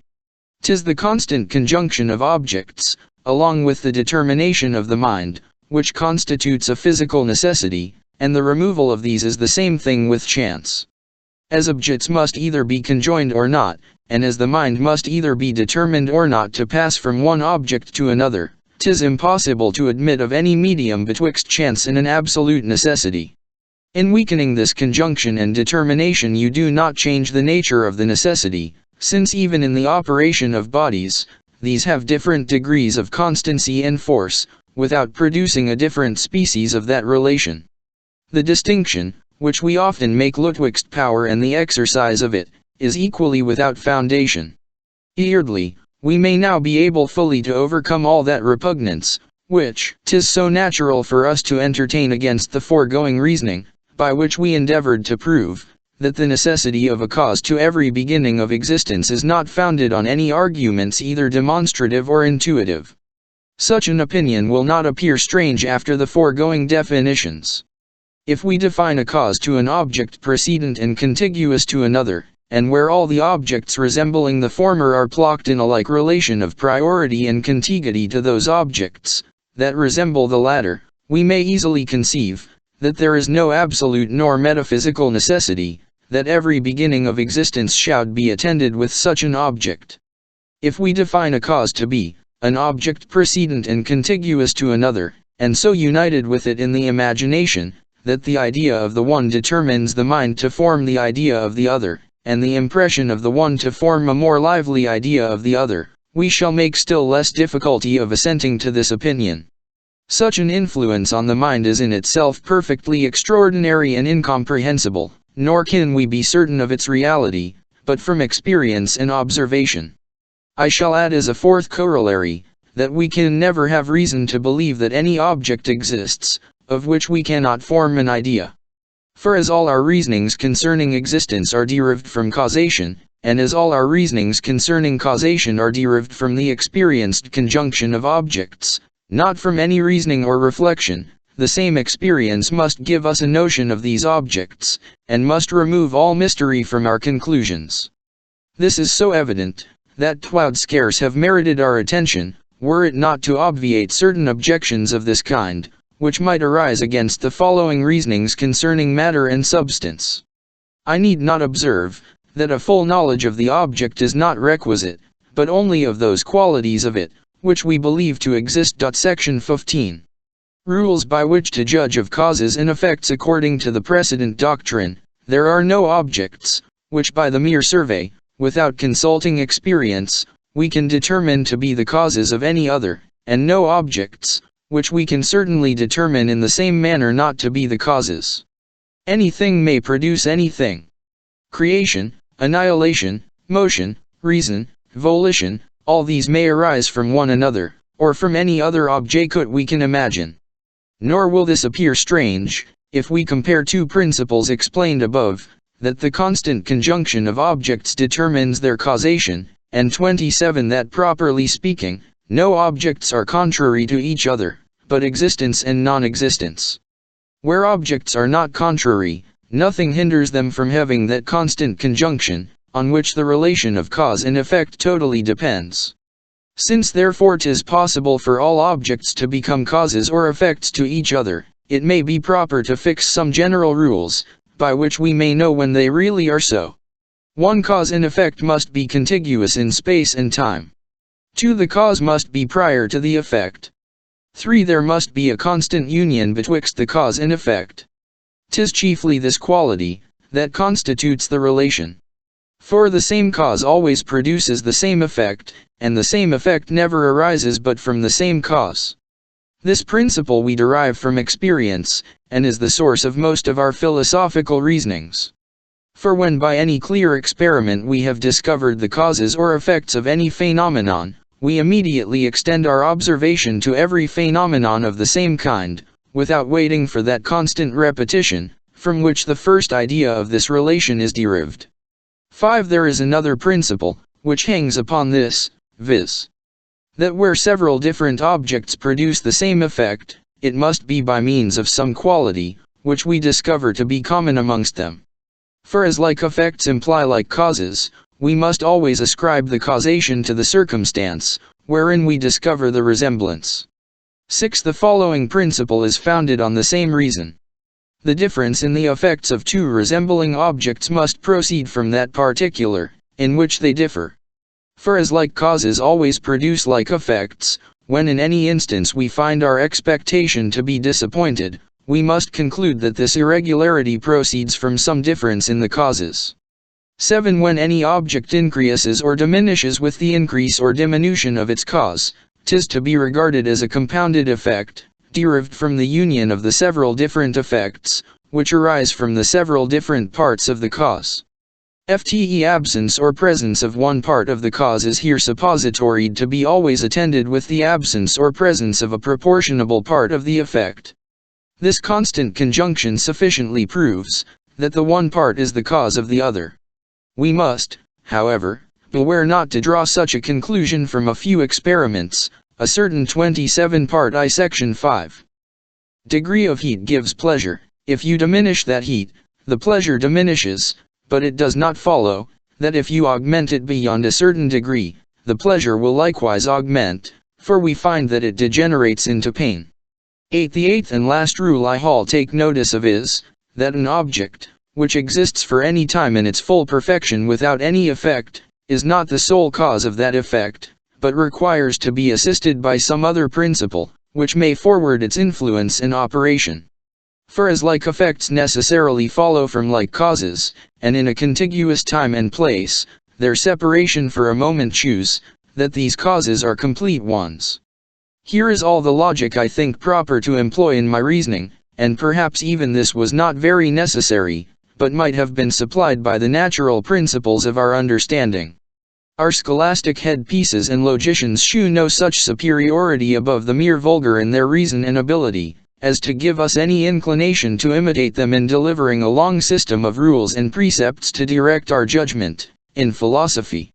All the rules of this nature are very easy in their invention, but extremely difficult in their application, and even experimental philosophy, which seems the most natural and simple of any, relures the utmost stretch of human judgment. There is no phenomenon in nature, but what is compounded and modified by so many different circumstances, that in order to arrive at the decisive point, we must carefully separate whatever is superfluous, and inquire by new experiments, if every particular circumstance of the first experiment was C% essential to it. These new experiments are liable to a discussion of the same kind, so that the utmost constancy is required to make us persevere in our inquiry, and the utmost sagacity to choose the right way among so many that present themselves. If this be the case even in natural philosophy, how much more in moral, where there is a much greater complication of circumstances, and where those views and sentiments, which are essential to any action of the mind, are so implicit and obscure, that they often escape our strictest attention, and are not only unaccountable in their causes, but even unknown in their existence. I am much afraid, lest the small success I meet with in my inquiries will make this observation bear the air of an apollo rather than of boasting. If anything can give me security in this particular, 'twill the enlarging the sphere of my experiments as much as possible, for which reason it may proper in this place to examine the reasoning faculty of brutes, as well as that of human creatures. Section 16. Of the reason of animals next to the ridicule of denying an evident truth, is that of taking much pains to defend it, and no truth appears to me more evident, than that beasts are endowed with thought and reason as well as men. The arguments are in this case so obvious, that they never escape the most stupid and ignorant. We are conscious, that we ourselves, in adapting means to ends, are guided by reason and design, and that 'tis not ignorantly nor casually we perform those actions, which tend to self-preservation, to the obtaining pleasure, and avoiding pain. When therefore we see other creatures, in millions of instances, perform like actions, and direct them to like ends, all our principles of reason and probability carry us with an invincible force to believe the existence of a like cause. 'Tis needless in my opinion to illustrate this argument by the enumeration of particulars. The smallest attention will supply us with more than are requisite. The resemblance betwixt the actions of animals and those of men is so entire in this respect, that the very first action of the first animal we shall please to pitch on, will afford us an argument for the present. This doctrine is as useful as it is obvious, and furnishes us with a kind of touchstone, by which we may try every system in this species of philosophy. 'Tis from the resemblance of the external actions of animals to those we ourselves perform, that we judge their internal likewise to resemble ours, and the same principle of reasoning, carried one step farther, will make us conclude that since our internal actions resemble each other, the causes, from which they are derived, must also be resembling.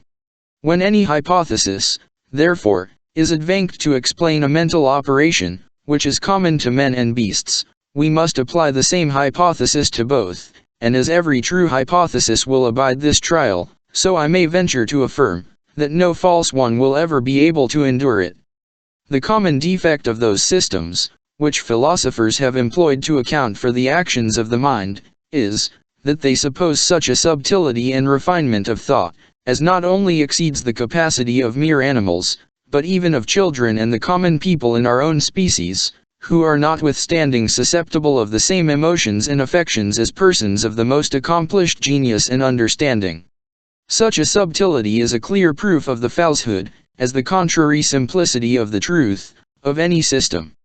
Let us therefore put our present system concerning the nature of the understanding to this decisive trial, and see whether it will equally account for the reasonings of beasts as for these of the human irises. Here we must make a distinction betwixt those actions of animals, which are of a vulgar nature, and seem to be on a level with their common capacities, and those more extraordinary instances of sagacity, which they sometimes discover for their own preservation, and the propagation of their species. A dog, that avoids fire and precipices, that shuns strangers, and caresses his master, affords us an instance of the first kind. A bird, that chooses with such care and nicety the place and materials of her nest, and sits upon her eggs for a due time, and in a suitable season, with all the precaution that a chemist is capable of in the most delicate projection, us with a lively instance of the second. As to the former actions, I assert they proceed from a reasoning, that is not in itself different, nor founded on different principles, from that which appears in human nature. 'Tis necessary in the first place, that there be some impression immediately present to their memory or senses, in order to be the foundation of their judgment. From the tone of voice the dog infers his master's anger, and his own punishment. From a certain sensation affecting his smell, he judges his game not to be far distant from him. Secondly, the inference he draws from the present impression is built on experience, and on his observation of the conjunction of objects in past instances. As you vary this experience, he varies his reasoning. Make a beating follow upon one sign or motion for me time, and afterwards upon another, and he will successively draw different conclusions, according to his most recent experience. Now let any philosopher make a trial, and endeavor to explain that act of the mind, which we call belief, and give an account of the principles, from which it is derived, independent of the influence of custom on the imagination, and let his hypothesis be equally applicable to beasts as to the human species, and after he has done this, I promise to embrace his opinion. But at the same time I demand as an equitable condition, that if my system the only one, which can answer to all these terms, it may be received as entirely satisfactory and convincing. And that 'tis the only one, is evident almost without any reasoning. Beasts certainly never perceive any real nixion among objects. 'Tis therefore by they infer one from another. They can never by any arguments form a general conclusion, that those objects, of which they have had no experience, resemble those of which they have. 'Tis therefore by means of custom alone, that experience operates upon them. All this was sufficiently evident with respect to man. But with respect to beasts there cannot be the least suspicion of mistake, which must be owned to be a strong confirmation, or rather an invincible proof of my system.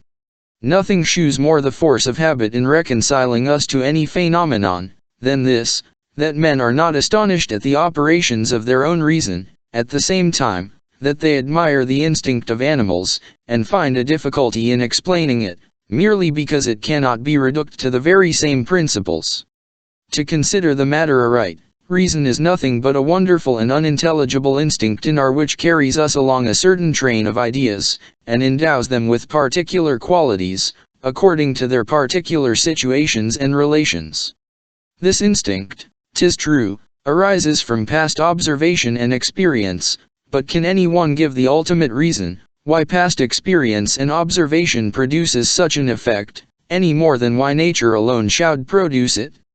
Nature may certainly produce whatever can arise from habit, nay, habit is nothing but one of the principles of nature, and derives all its force from that origin. Part 4, of the Sceptical and their Vitemso Philosoph Section 1. Of Scepticism with regard to reason. In all demonstrative sciences the rules are certain and infallible, but when we apply them, our fallible and uncertain faculties are very apt to depart from them, and fall into error. We must, therefore, in every reasoning form a new judgment, as a check or on our first judgment or belief, and must enlarge our view to comprehend a kind of history of all the instances, wherein our understanding has deceived us, compared with those, wherein its testimony was just and true. Our reason must be considered as a kind of cause, of which truth is the natural effect, but such a one as by the irruption of other causes, and by the inconstancy of our mental powers, may frequently be prevented. By this means all knowledge degenerates into probability, and this probability is greater or less, according to our experience oft veracity or deceitfulness of our understanding, and according to the simplicity or intricacy of the question. There is no algebraist nor mathematician so expert in his science, as to place entire confidence in any truth immediately upon his discovery of it, or regard it as anything but a mere probability.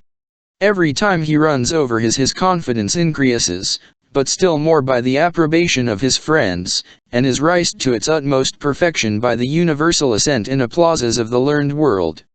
Now 'tis evident that this gradual increase of assurance is nothing but the addition of new probabilities, and is derived from the constant union of causes and effects, according to past experience and abswation. In of any length or importance, merchants seldom trust to the infallible certainty of numbers for their security, but by the artificial structure of the accompts, produce a probability beyond what is derived from the skill and experience of the accomptant.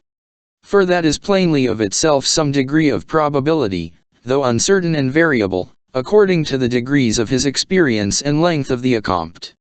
Now as none will maintain, that our assurance in a long numeration probability, I may safely affirm, that there scarce is any proposition concerning num LNRS, of which we can have a fuller security.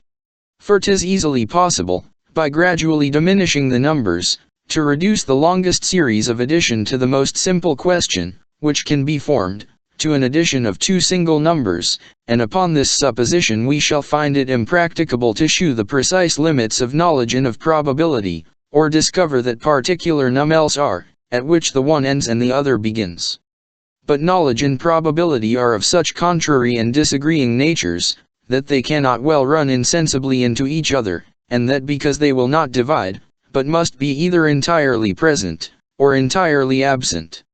Besides, if any single addition were certain, every one would be so, and consequently the whole or total sum, unless the whole can be different from all its parts.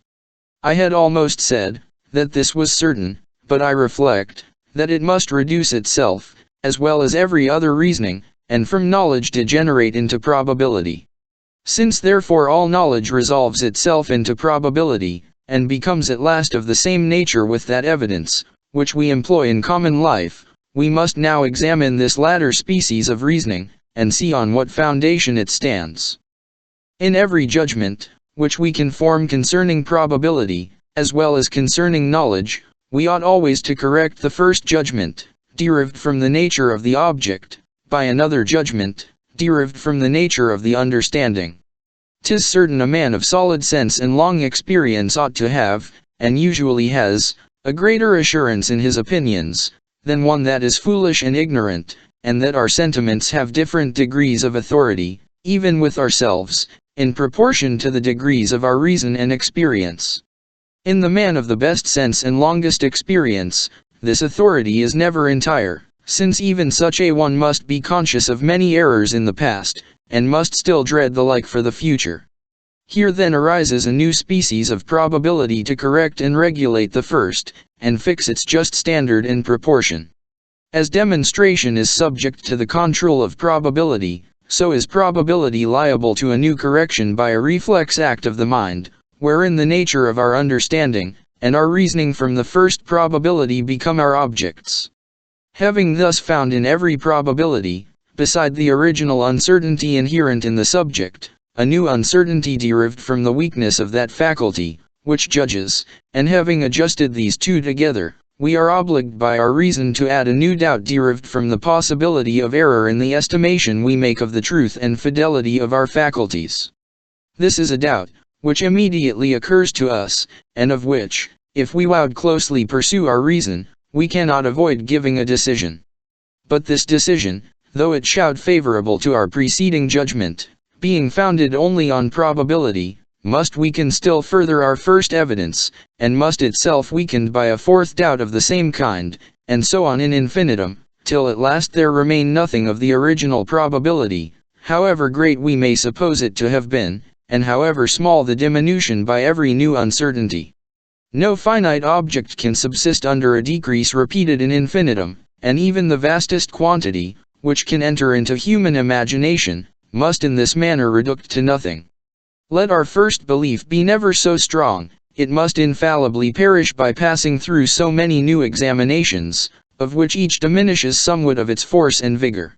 When I reflect on the natural fallibility of my judgment, I have less confidence in my opinions, than when I only consider the objects concerning which I reason, and when I proceed still farther, to turn the scrutiny against every successive I make of my faculties. All the rules of logic require a continual diminution, and at last a total extinction of belief and evidence. Should it here be asked me, whether I sincerely assent to this argument, which I seem to take such pains to inculcate, and whether I be really one of those sceptics, who hold that all is uncertain, and that our judgment is not in my thing of any measures of truth and falsehood, I should reply, that this question is entirely superfluous, and that neither I, nor any other person was ever sincerely and constantly of that opinion.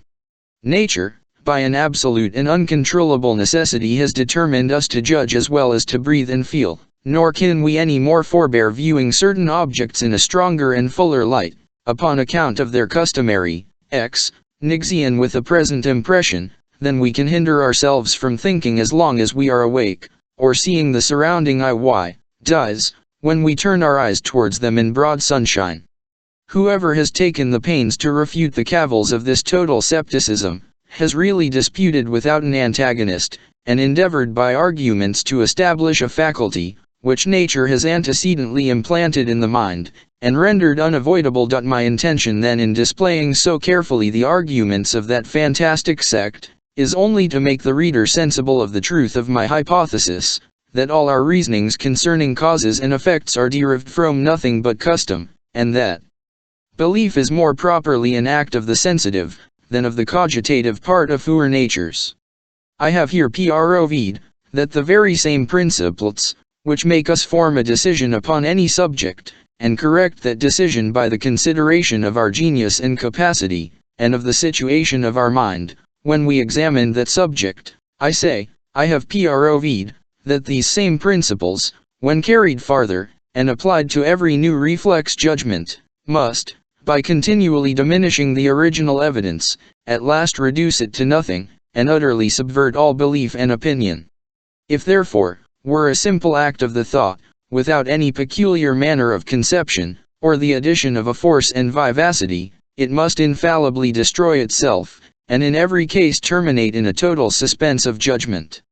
But as experience will sufficiently convince anyone, who thinks it worthwhile to try, that though he can find no error in the foregoing arguments, yet he still continues to believe, and think, and reason as usual, he may safely conclude, that his reasoning and is some sensation or peculiar manner of conception, which 'tis impossible for mere ideas and reflections to destroy.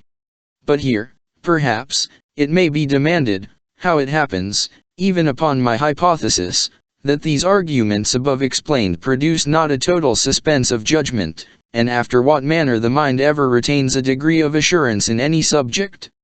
For as these new probabilities, which by their repetition perpetually diminish the original evidence, are founded on the very same principles, whether of thought or sensation, as the primary judgment, it may seem unavoidable, that in either case they must equally subvert it, and by the opposition, either of contrary thoughts or sensations, reduce the mind to a total uncertainty. I suppose, there is some question proposed to me, and that after revolving over the impressions of my memory and senses, and carrying my thoughts from them to such objects, as are commonly conjoined with them, I feel a stronger and more forcible conception on the one side, than on the other. This strong conception forms my first decision.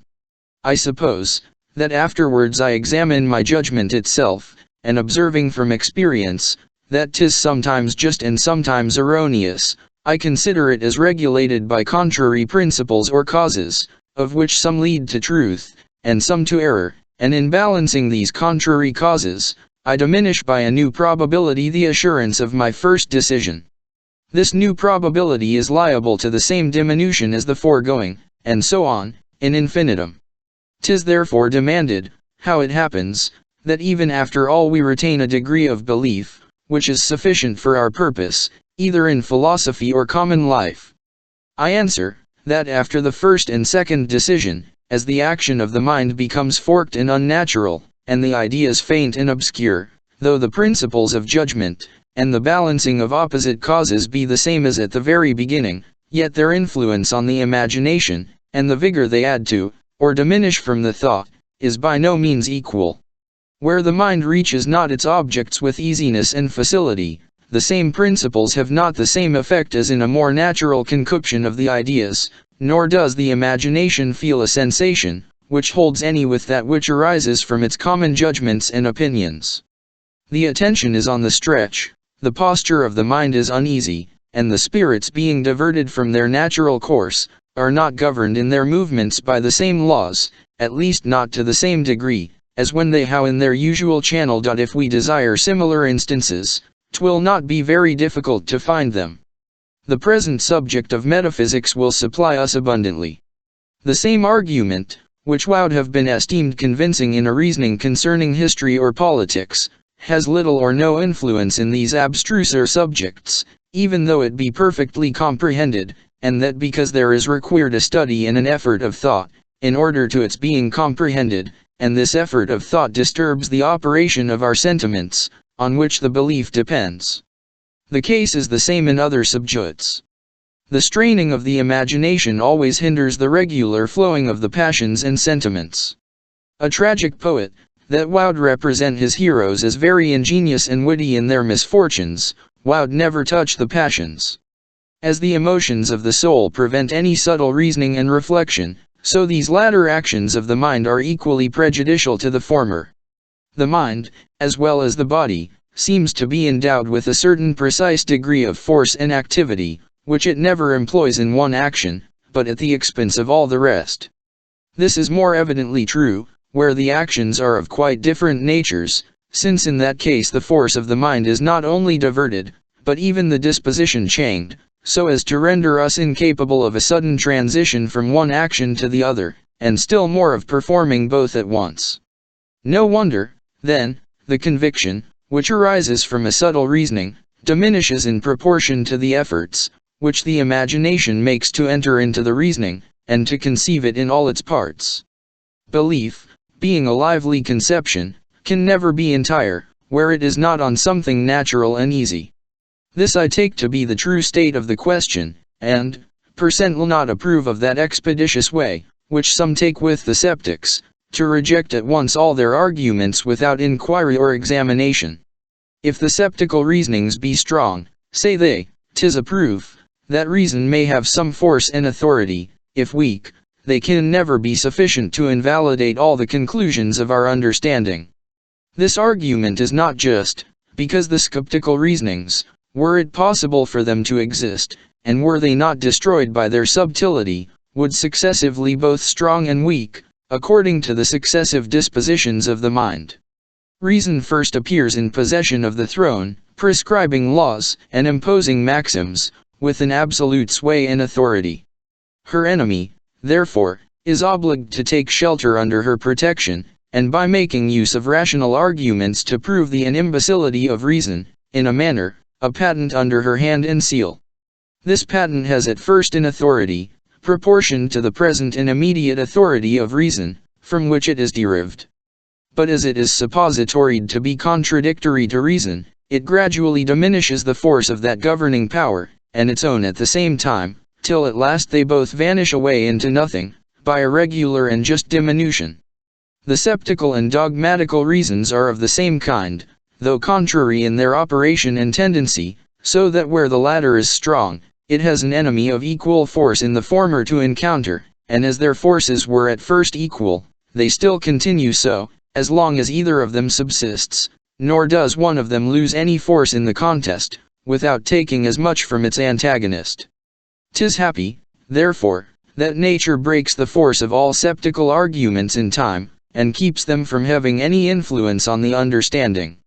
Were we to trust entirely to their self-destruction, that can never take place, till they have first subverted all and have totally destroyed human reason. Section 2. Of Scepticism with regard to the senses. Thus the sceptic still continues to reason and believe, even though he asserts that he cannot defend his reason by reason, and by the same rule he must assent to the principle concerning the existence of body, though he cannot pretend by any arguments of philosophy to maintain its veracity. Nature has not left this to his and has doubtless esteemed it an affair of too great importance to be trusted to our uncertain reasonings and speculations. We may well ask, what causes induce us to believe in the existence of body? But 'tis in vain to ask, whether there be body or not. That is a point, which we must take for granted in all our reasonings.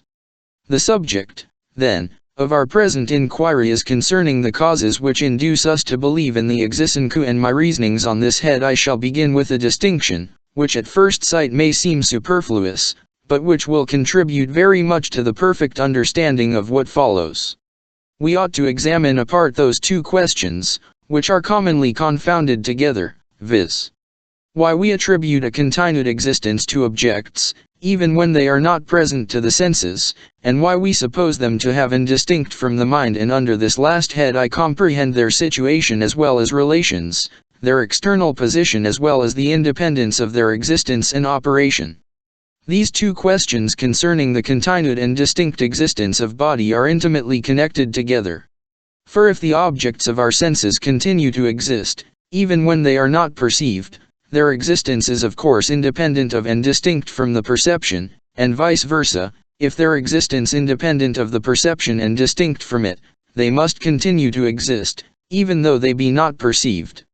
But though the decision of the one question decides the other, yet that we may the more easily discover the principles of human nature, from whence the decision arises, we shall carry along with us this distinction, and shall consider, whether it be the senses, reason, or the imagination, that produces the opinion of a continued or of a distinct existence. These are the only questions that are intelligible on the present subject. For as to the notion of external existence, when taken for something specifically different from our perceptions, 28 we have already shown its absurdity. To begin with the senses, 'tis evident these faculties are incapable of giving rise to the notion of the continued existence of their objects, after they no longer appear to the senses. For that is a contradiction in terms, and supposes that the senses, continue to operate, even after they have ceased all manner of operation. These faculties, therefore, if they have any influence in the present case, must produce the opinion of a distinct, not of a continued existence, and in order to that, must present their impressions either as images and representations, or as these very distinct and external existences. That our senses offer not their impressions as the images of something distinct, or independent, and external, is evident, because they convey to us nothing but a single perception, and never give us the least intimation of anything beyond. A single perception can never produce the idea of a double existence, but by some inference either of the reason or imagination. Vivien the mind looks farther than what part 11. Section 6. Immediately appears to it, its conclusions can never be put to the account of the senses, and it certainly looks farther, when from a single perception it infers a double existence, and ses the relations of resemblance and causation betwixt them. If our senses, therefore, suggest any idea of distinct existences, they must convey the impressions as those very existences, by a kind of fallacy and illusion. Upon this head we may observe, that all sensations are felt by the mind, such as they really are, and that when we doubt, whether they present themselves as distinct objects, or as mere impressions, the difficulty is not concerning their nature, but concerning their relations and situation. Now if the senses presented our impressions as external to, and independent of ourselves, both the objects and ourselves must be obvious to our senses, otherwise they could not be compared by these faculties. The difficulty, then, is how far we are ourselves the objects of our senses. 'Tis certain there is no question in philosophy more abstruse than that concerning identity, and the nature of the uniting principle, which constitutes a person. So far from being able by our senses merely to determine this question, we must have recourse to the most profound to give a satisfactory answer to it, and in life 'tis evident these ideas of self and person are never very fixed nor determinate. 'Tis absurd, therefore, to imagine the senses can ever distinguish betwixt ourselves and external objects. Add to this, that every impression, external and internal, passions, affections, sensations, pains and pleasures, are originally on the same footing, and that whatever other differences we may observe among them, they appear, all of them, in their true colors, as impressions, or perceptions. And indeed, if we consider the matter aright, 'tis scarce possible it should be otherwise, nor is it conceivable that our senses should be more capable of deceiving us in the situation and relations, than in the nature of our impressions. For since all actions and sensations of the mind are known to us by consciousness, they must necessarily appear in every particular what they are, and be what they appear. Everything that enters the mind, being in reality as the perception, 'tis impossible anything should to feeling appear different. This were to suppose, that even where we are most intimately conscious, we might be mistaken. But not to lose time in examining, whether 'tis possible for our senses to deceive us, and represent our perceptions as distinct from ourselves, that is as external to and independent of us, let us consider whether they really do so, and whether this error proceeds from an immediate sensation, or from some other causes. To begin with the question concerning external existence, it may be said, that setting aside the metaphysical question of the identity of a thinking substance, our own body evidently belongs to us, and as several impressions appear exterior to the body, we suppose them also exterior to ourselves. The paper, on which I write at present, is beyond my hand.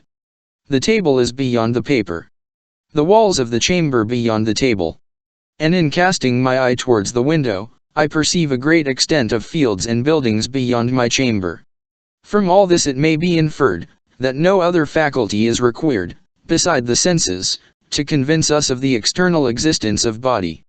But to prevent this inference, we need only weigh the three following considerations.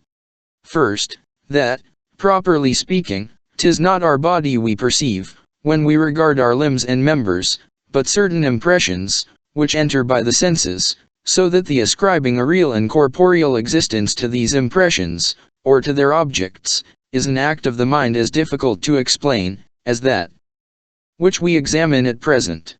Secondly, sounds, and tastes, and smells, though commonly regarded by the mind as continued independent qualities, appear not to have any existence in extension, and consequently cannot appear to the senses as situated externally to the body. The reason why we ascribe a place to them shall be considered 29 afterwards. Thirdly, even our sight informs us not of distance or outness, so to speak, immediately and without a certain reasoning and experience, as is acknowledged by the most rational philosophers.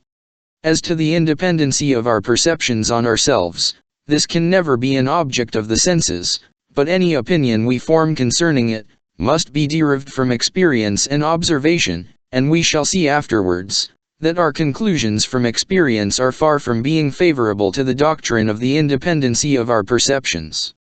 Meanwhile we may observe that when we talk of real distinct existences, we have commonly more in our eye their independency than external situation in place, and think an object has a sufficient reality, when its being is uninterrupted, and independent of the incessant revolutions, which we are conscious of in ourselves. Thus to resume what I have said concerning the senses, they give us no notion of continued existence, because they cannot operate beyond the extent in which they really operate. They as little produce the opinion of a distinct existence, because they neither can offer it to the mind as represented, nor as original. To offer it as represented, they must present both an object and an image. To make it appear as original, they must and this must lie in the relations and situation, in order to which they must be able to compare the object with ourselves, and even in that case they do not, nor is it possible they should, deceive us. We may, therefore, conclude with certainty, that the opinion of a continued and of a distinct existence never arises from the senses. To confirm this we may observe, that there are three different kinds of impressions conveyed by the senses. The first are those of the figure, bulk, motion, and solidity of bodies. The second those of colors, tastes, smells, sounds, heat and cold.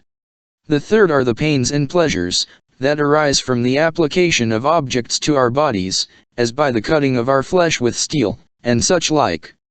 Both philosophers and the vulgar suppose the first of to have a distinct continued existency. The vulgar only regard the second as on the same footing. Both philosophers and the vulgar, again, esteem the third to be merely perceptions, and consequently interrupted and dependent beings.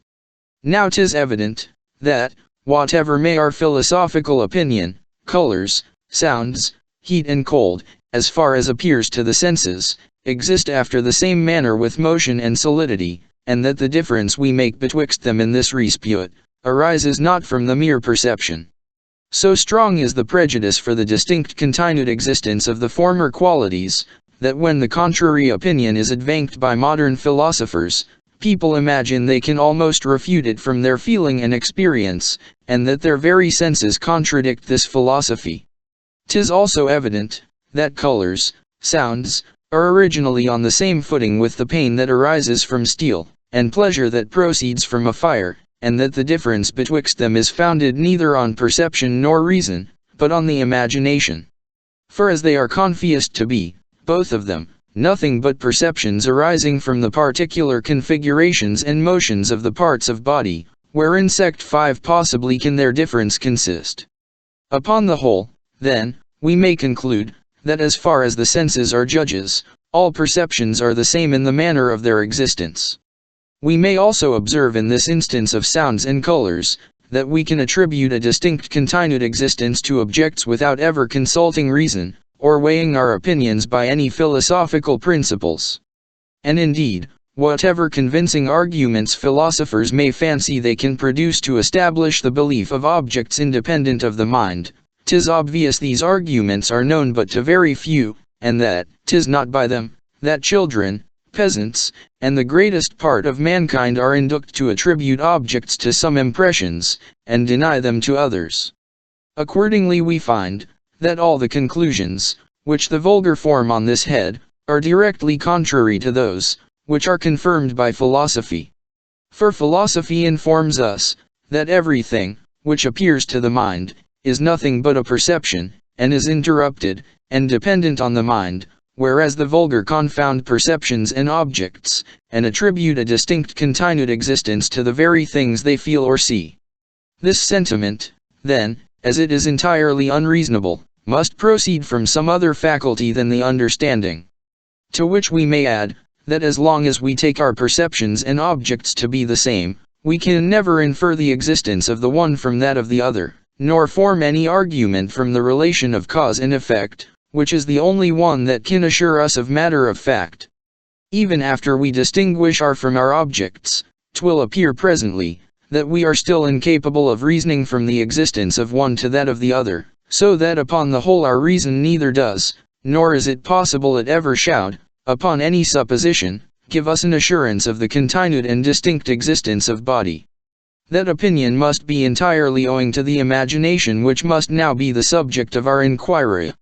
Since all impressions are internal and perishing existences, and appear as such, the notion of their distinct and continued existence must arise from a concurrence of some of their qualities with the qualities of the imagination, and since this notion does not extend to all of them, it must arise from certain qualities peculiar to some impressions. 'Twill therefore be easy for us to discover these qualities by a comparison of the impressions, to which we attribute a distinct and continued existence, with those, which we regard as internal and perishing. We may observe, then, that 'tis neither upon account of the involuntariness of certain impressions, as is commonly suppositoried, nor of their superior force and violence, that we attribute to them a reality, and continued existence, which we refuse to others, that are voluntary or feeble. For 'tis evident our pains and pleasures, our passions and affections, which we never suppose to have any existence beyond our perception, operate with greater violence, and are equally involuntary, as the impressions of figure and extension, color and sound, which we suppose to be permanent beings. The heat of a fire, when moderate, is suppositoried to exist in the fire, but the pain, which it causes upon a near approach, is not taken to have any being except in the perception.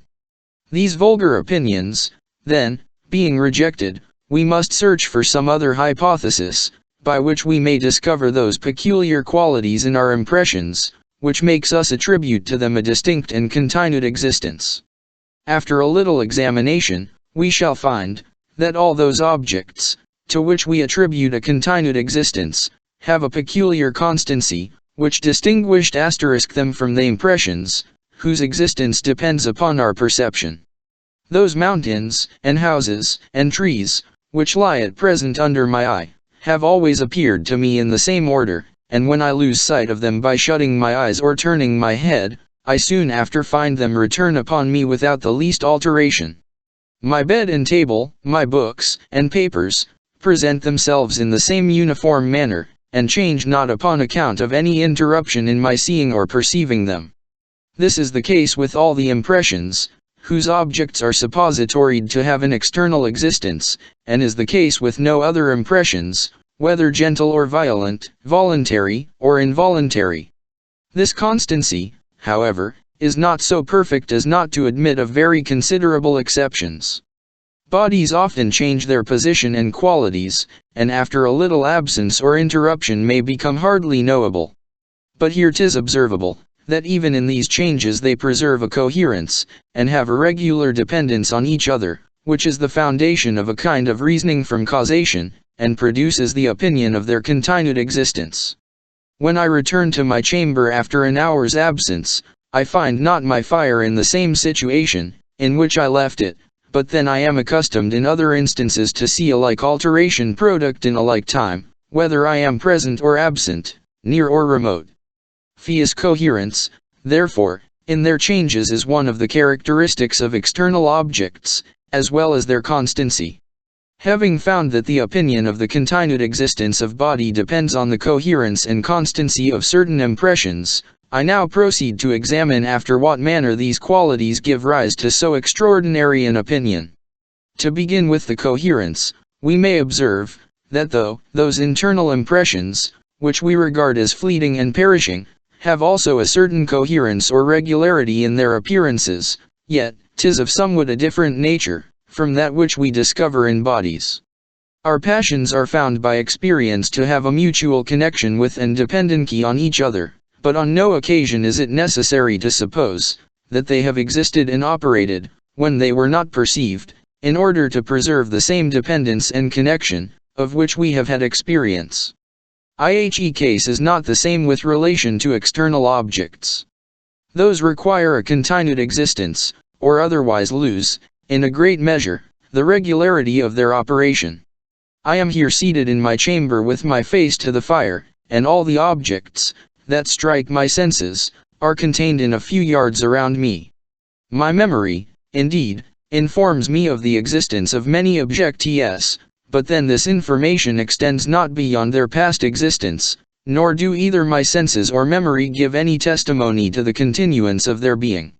When therefore I am thus seated, and revolve over these thoughts, I hear on a sudden a noise as of a door turning upon its hinges, and a little after see a who advances towards me.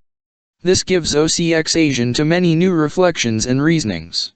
First, I never have observed that this noise proceed from anything but the motion of a drnr, and therefore conclude that the present phenomenon is a contradiction to all past experience, unless the door, which I remember on the other side the chamber, be still in being.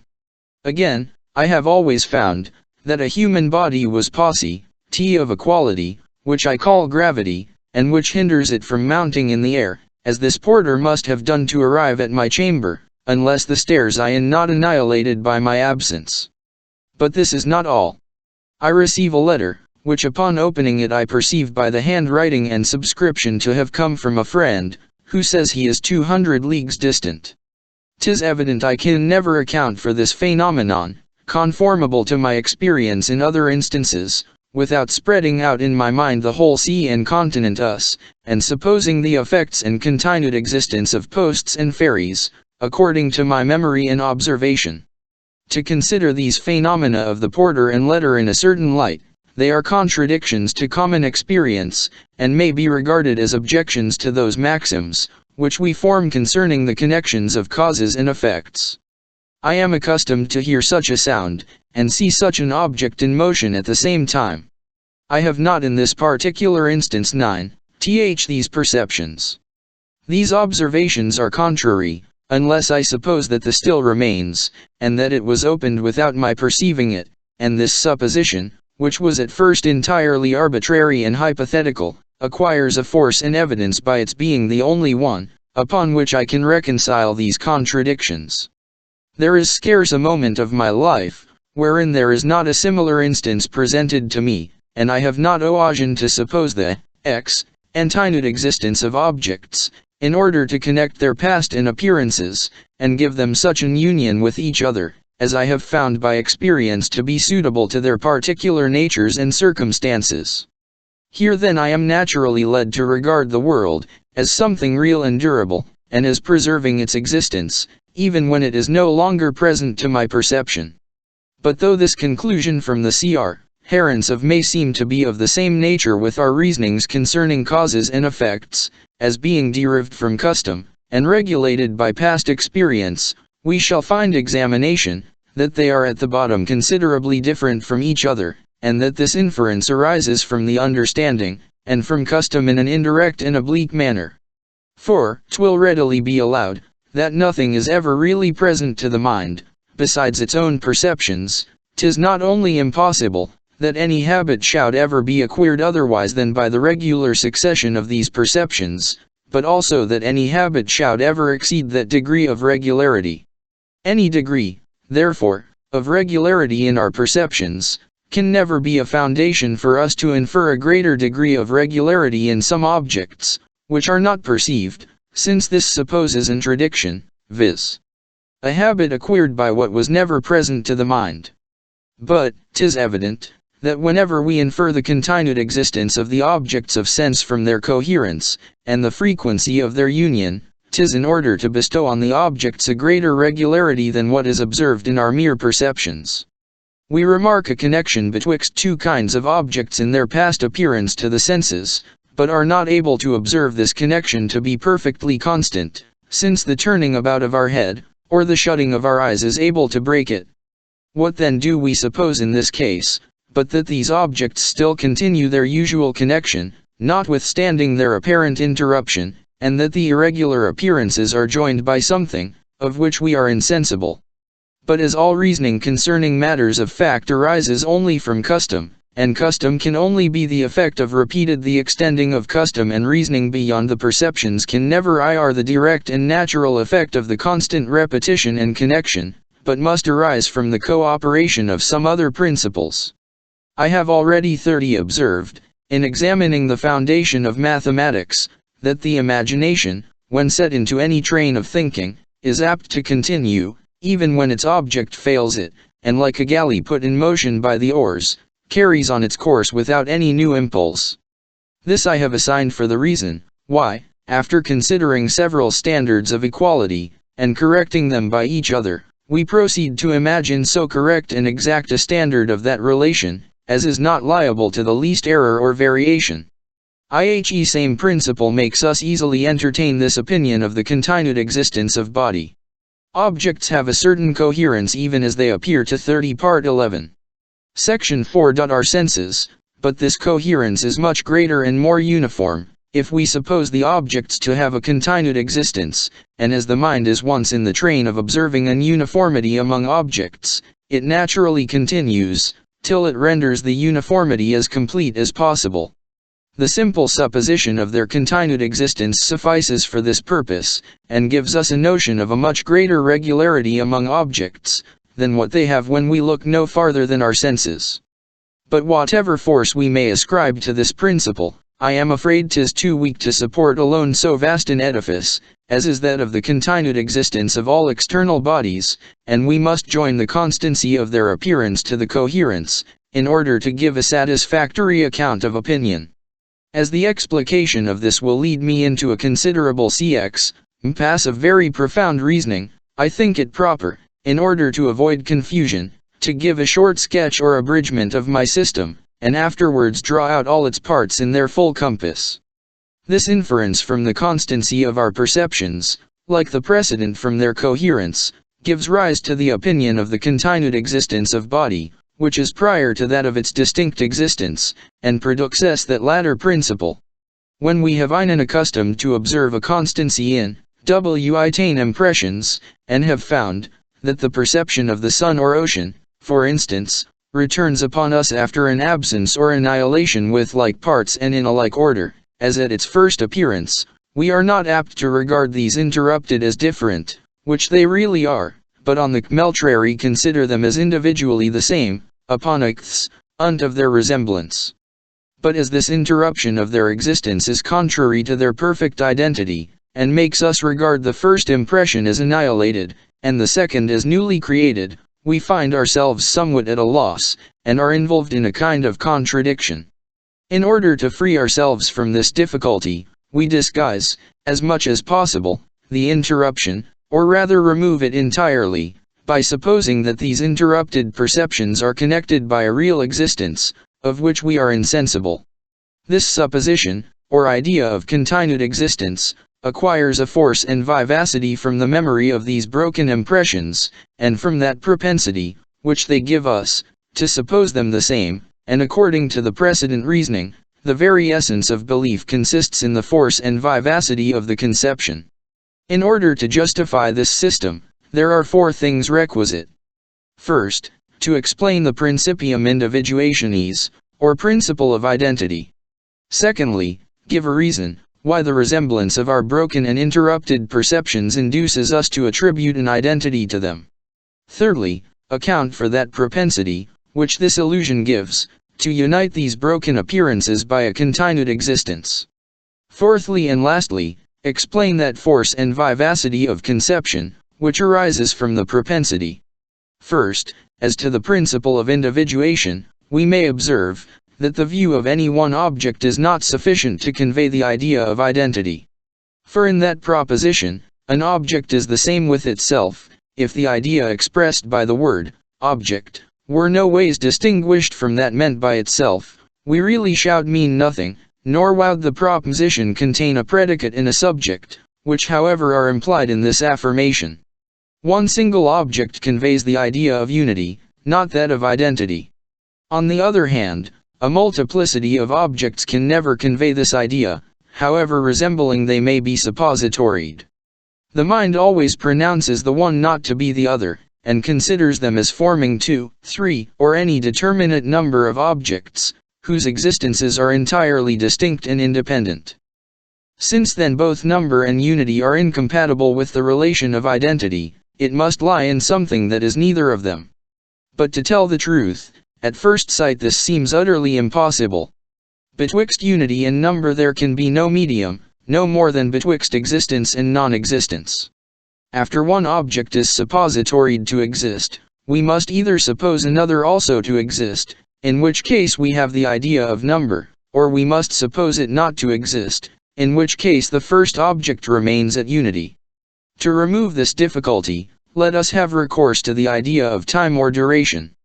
I have already observed, d31, that time, in a strict sense, implies succession, and that when we apply its idea to any unchangeable object, 'tis only by a fiction of the imagination, by which the unchangeable object is suppositoried to participate of the changes of the co-existent objects, and in particular of that of our this fiction of the imagination almost universally takes place, and 'tis by means of it, that a single object, plucked before us, and surveyed for any time without our discovering in it any interruption or variation, is able to give us a notion of identity.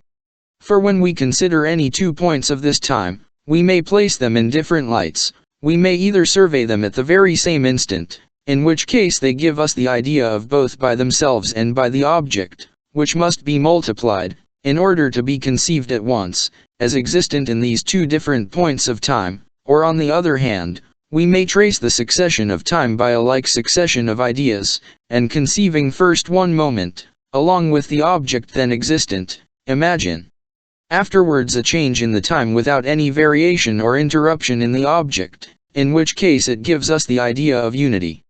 Here then is an idea, which is a medium betwixt unity and number, or more properly speaking, is either of them, according to the view in which we take it, and this idea we call that of identity. We cannot, in any propriety of speech, say that an object is the same with itself, unless we mean that the object existent at one time is the same with itself existent at another. By this means we make a difference betwixt the idea meant by the word object, and that meant by itself, without going the length of number, and at the same time without restraining ourselves to a strict and absolute unity. Thus the principle of individuation is nothing but the invariableness and uninterruptedness of any object, through a suppositoried variation of time, by which the mind can trace it in the different periods of its existence, without any break of the view, and without being obliged to form the idea of multiplicity or number. I now proceed to explain the second part of my system, and shew why the constancy of our perceptions makes us to them a perfect numerical identity, though there be very long intervals betwixt their appearance, and they have only one of the essential qualities of identity, viz. Invariableness. That I may avoid all ambiguity and confusion on this head, I shall observe, that I here account for the opinions and belief of the vulgar with regard to the existence of body, and therefore must entirely conform myself to their manner of thinking and of expressing themselves. Now we have already observed, that however philosophers may distinguish betwixt the objects and perceptions of the senses, which they suppose in resembling, yet this is a distinction, which is not comprehended by the generality of mankind, who as they perceive only one being, can never assent to the opinion of a double existence and representation. Those very sensations, which enter by the eye or ear, are with them the true objects, nor can they readily conceive that this pen or paper, which is part 11. Section 5. Immediately perceived, represents another, which is different from, but resembling it. In order, therefore, to accommodate myself to their notions, I shall at first suppose, that there is only a single existence, which I shall call indifferently object or perception, according as it shall seem best to suit my purpose, understanding by both of them what any common man means by a hat, or stone, or any other impression, conveyed to him by his senses. I shall sure to give warning, when I return to a more philosophical way of speaking and thinking. To enter, therefore, upon the question concerning the source of the error and deception with regard to identity, when we attribute it to our resembling perceptions, notwithstanding their interruption, I must here recall an observation, which I have already proved and explained d32. Nothing is more apt to make us mistake one idea for another, than any relation betwixt them, which associates them together in the imagination, and makes it pass with facility from one to the other. Of all relations, that of resemblance is in this respect the most efficacious, and that because it not only causes an association of ideas, but also of dispositions, and makes us conceive the one idea by an act or operation of the mind, similar to that by which we conceive the other. This circumstance I have observed to be of great moment, and we may establish it for a general rule, that whatever ideas place the mind in the same disposition or in similar ones, are very apt to be confounded. I.e. mind readily passes from one to the other, and perceives not the change without a strict attention, of which, generally speaking, 'tis wholly incapable. In order to apply this general maxim, we must first examine the disposition of the mind in viewing any object which preserves a perfect identity, and then find some other object, that is confounded with it, by causing a similar disposition. When we fix our thought on any object, and suppose it to continue the same for some time, 'tis evident we suppose the change to lie only in the time, and never exert ourselves to any new image or idea of the object. The faculties of the mind repose themselves in a manner, and take no more exercise, than what is necessary to continue that idea, of which we were formerly possessed, and which subsists without variation or interruption. The passage from one moment to another is scarce felt, and distinguishes not itself by a different perception or idea, which may require a different direction of the spirits, in order to its inception. Now what other objects, identical ones, are perceptible of placing the mind in the same disposition, when it considers them, and of causing the same uninterrupted passage of the imagination from one idea to another? This question is of the last importance. For if we can find any such objects, we may certainly conclude, from the foregoing principle, that they are very naturally confounded with identical ones, and are taken for them in most of our reasonings. But though this question be very important, 'tis not very difficult nor doubtful. For I immediately reply, that a succession of related objects places the mind in this disposition, and is considered with the same smooth and uninterrupted progress of the imagination, as attends the view of the same invariable object.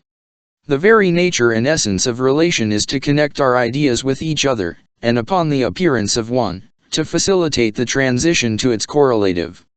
The passage related ideas is, therefore, so smooth and easy, that it produces little alteration on the mind, and seems like the continuation of the same action, and as the continuation of the same action is an effect of the continued view of the same object, 'tis for this reason we attribute sameness to every succession of related objects ts. The thought along the 32 part 11. 5. Succession with equal facility, as if it considered only one object, and therefore confounds the succession with the identity. We shall afterwards see many instances of this tendency of relation to make us ascribe an identity to different objects, but shall here confine ourselves to the present subject. We find by experience, that there is such a constancy in almost all the impressions of the senses, that their interruption produces no alteration on them, and hinders them not from returning the same in appearance and in situation as at their first existence. I survey the furniture of my chamber, I shut my eyes, and afterwards open them, and find the new perceptions to resemble perfectly those, which formerly struck my senses. This resemblance is observed in 1,000 and naturally connects together our ideas of interrupted perceptions by the strongest relation, and conveys the mind with an easy transition from one to another. An easy transition or passage of the imagination, along the ideas of these different and interrupted perceptions, is almost the same disposition of mind with that in which we consider one constant and uninterrupted perception. 'Tis therefore very natural for us to mistake the one for the other 3g. The persons, who entertain this opinion concerning the identity of our resembling perceptions, are in general all the unthinking and unphilosophical part of mankind, that is, all of us, at one time or other, and consequently such as suppose their perceptions to be their only objects, and never think of a double existence internal and external, repre-enting and repre-ent. The very image, which is present to the senses, is with us the real body, and 'tis to these interrupted images we ascribe a perfect identity. But as the interruption of the appearance seems contrary to the identity, and naturally leads us to regard these resembling perceptions as different from each other, we here find ourselves at a loss how to reconcile such opposite opinions. The smooth passage of the imagination along the ideas of the resembling makes us to them a identity. The interrupted manner of their appearance makes us consider them as so many resembling, but still distinct beings, which appear after certain intervals. The perplexity arising from this contradiction produces a propension to unite these broken appearances by the fiction of a continued existence, which is the third part of that hypothesis I proposed to explain. Nothing is more certain from experience, than that any contradiction either to the sentiments or passions gives a sensible uneasiness, whether it proceeds from without or from within, from the opposition of external objects, or from the combat of internal principles. On the contrary, whatever strikes in with the natural propensities, and either externally forwards their satisfaction, or internally concurs with their movements, is sure to give a sensible pleasure. Now there being here in opposition the notion of the identity of resembling perceptions, and the interruption of their appearance, the mind must be uneasy in that situation, and will naturally seek relief from the uneasiness. Since the uneasiness arises from the opposition of two contrary principles, it must look for relief by sacrificing the one to 33. This reasoning, it must be you, enfest, is somewhat abstruse, and difficult to comprehend, but it is remarkable, that this very difficulty may convert it into a proof of the reasoning. We may observe, that there are two elations, and both of them resemblances, which contribute to our mistaking the succession of our interrupted perceptions for an identical object. The first is, the resemblance of the second is the resemblance, which the act of the mind in surveying a succession of resembling objects to that in surveying an identical object. Now these resemblances we are apt to confound with each other, and 'tis natural we should, according to this very reasoning. But let us keep them distinct, and we shall find no difficulty in conceiving the pluident argument. The other. But as the passage of our thought along our resembling perceptions makes us ascribe to them an identity, we can never without reluctance yield up that opinion. We must, therefore, turn to the other side, and suppose that our perceptions are no longer interrupted, but preserve a continued as well as an invariable, and are by that means entirely the same. But here the interruptions in the appearance of these perceptions are so long and frequent, that 'tis impossible to overlook them, and as the appearance of a perception in the mind and its existence seem at first sight entirely the same, it may be doubted, whether we can ever assent to so palpable a contradiction, and suppose a perception to exist without being present to the mind. In order to clear up this matter, and learn how the interruption in the appearance of a perception implies not necessarily an interruption in its existence, 'twill be proper to touch upon some principles, which we shall have occasion to explain more fully afterwards. We may begin with observing, that the difficulty in the present case is not concerning the matter of fact, or whether the mind forms such a conclusion concerning the continued of its, but only concerning the manner in which the conclusion is formed, and principles from which it is derived. 'Tis certain, that almost all mankind, and even philosophers themselves, for the greatest part of their lives, take their perceptions to be their only objects, and suppose, that the very being, which is intimately present to the mind, is the real body or material existence. 'Tis also certain, that this very perception or object is suppositoried to have a continued uninterrupted being, and neither to annihilated by our absence, nor to be brought into existence by our presence. When we are absent from it, we say it still exists, but that we do not feel, we do not see it. When we are present, we say we feel, or see it. Here then may arise two questions. First, how we can satisfy ourselves in supposing a perception to be absent from the mind without being annihilated.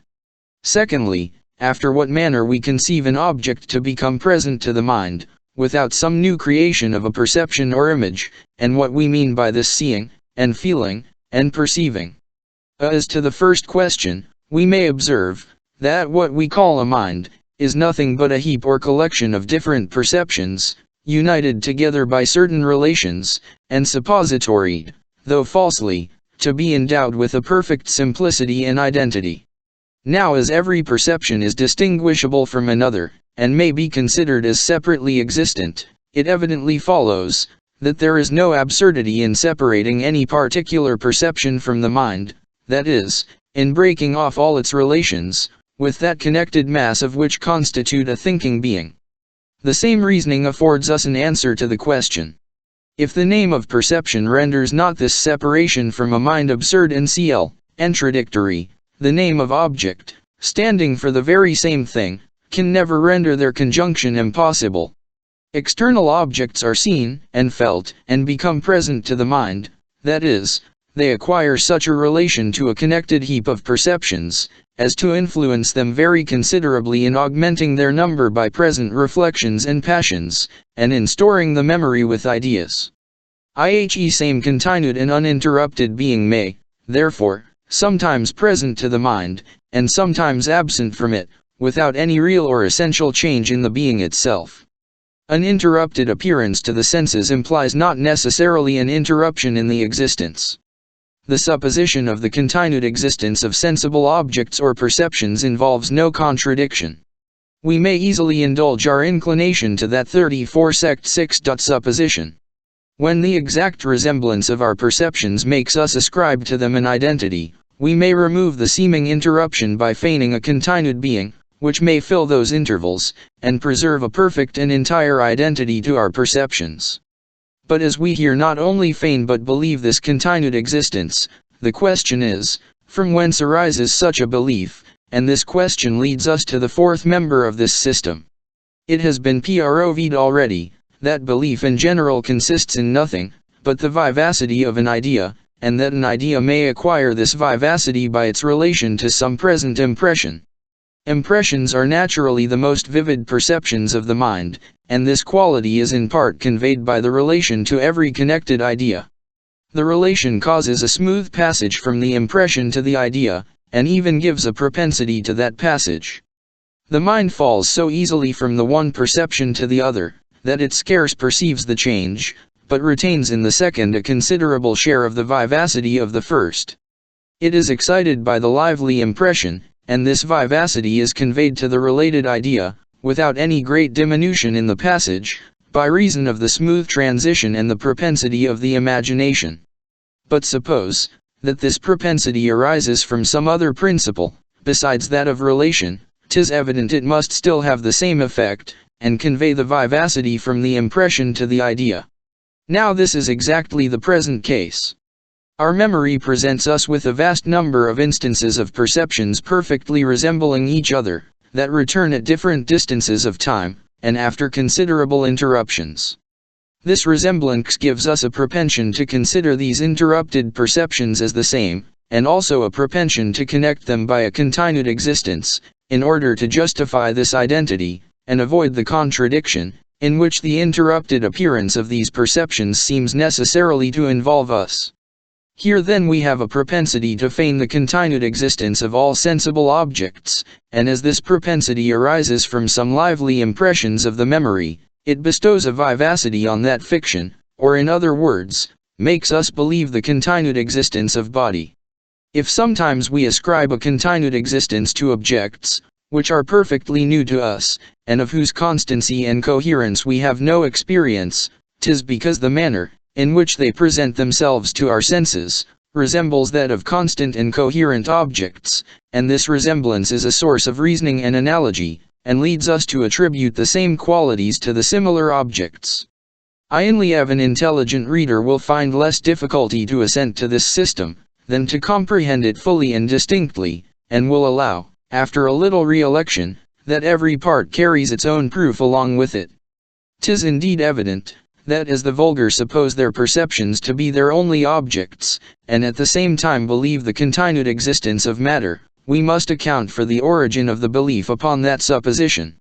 Now upon that supposition, 'tis a false opinion that any of our objects, or perceptions, are identically the same after an interruption, and consequently the opinion of their identity can never arise from reason, but must arise from the imagination. The imagination is seduced into such an opinion only by means of the resemblance of perceptions, since we find they are only our resembling perceptions, which we have a propension to suppose the same. This propension to bestow an identity on our resembling perceptions, produces the fiction of a continued existence, since that fiction, as well as the identity, is really false, as is acknowledged by all philosophers, and has no other effect than to remedy the interruption of our perceptions, which is the only circumstance that is contrary to their identity.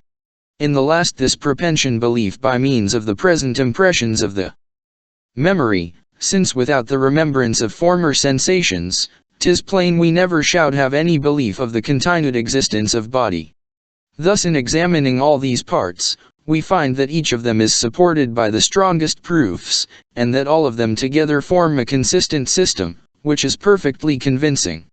A strong propensity or inclination alone, without any present, will sometimes cause a belief or opinion.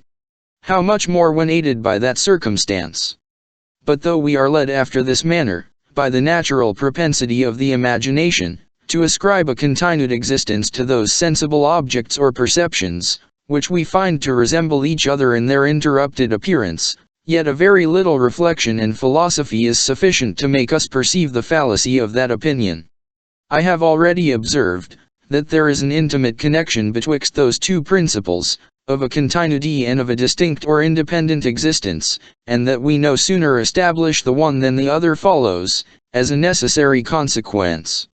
'Tis the opinion of a continued existence, which first takes place, and without much study or reflection draws the other along with it, wherever the mind follows its first and most natural tendency. But when we compare experiments, and reason a little upon them, we quickly perceive, that the doctrine of the independent existence of our sensible perceptions is contrary to the plainest experience. This leads us backward upon our footsteps to perceive our error in attributing a continued existence to our perceptions, and is the origin of many very curious opinions, which we shall here endeavor to account for. 'Twill first be proper to observe a few of those experiments, which convince us, that our perceptions are not possessed of any independent existence. When we press one eye with a finger, we immediately perceive all the objects to become double, and one half of them to be removed from their common and natural position. But as we do not attribute a continued existence to both these perceptions, and as they are both of the same nature, we clearly that all our perceptions are dependent on our organs, and the disposition of our nerves and animal spirits. This opinion is confirmed by the seeming increase and diminution of objects, according to their distance, by the apparent alterations in their figure, by the changes in their color and other qualities from our sickness and distempers, and by an infinite number of other experiments of the same kind, from all which we learn, that our sensible are not possessed of any distinct or independent existence. The natural consequence of this reasoning should be, that our perceptions have no more a continued than an independent existence, and indeed philosophers have so far run into this opinion, that they change their system, and distinguish, as we shall do for the future, betwixt perceptions and objects, of which the former are suppositoried to be interrupted, and perishing, and different at every different return, the latter to be uninterrupted, and to preserve a continued existence and identity. But however philosophical this new system may be esteemed, I assert that 'tis only a palliative remedy, and that it contains all the difficulties of the vulgar system, with some others, that are peculiar to itself. There are no principles either of the understanding or fancy, which lead us directly to embrace this opinion of the double existence of perceptions and objects, nor can we arrive at it but by passing through the common hypothesis of the identity and continuance of our interrupted perceptions. Were we not first persuaded, that our perceptions are our only objects, and continue to exist even when they no longer make their appearance to the senses, we should never led to think, that our perceptions and objects are different, and that our objects alone preserve a continued existence. The latter hypothesis has no primary recommendation either to reason or the imagination, but acquires all its influence on the imagination from the former. His proposition contains two parts, which we shall endeavor to prove as distinctly and clearly, as such abstruse subjects will permit. As to the first part of the proposition, that this philosophical hypothesis has no primary recommendation, either to reason or the imagination, we may soon satisfy ourselves with regard to reason by the following reflections. The only existences, of which we are certain, are perceptions, which being immediately present to us by consciousness, command our strongest assent, and are the first foundation of all our conclusions. The only conclusion we can draw from the existence of one thing to that of another, is by means of the relation of cause and effect, which shews, that there is a connection betwixt them, and that the existence of one is dependent on that of the other.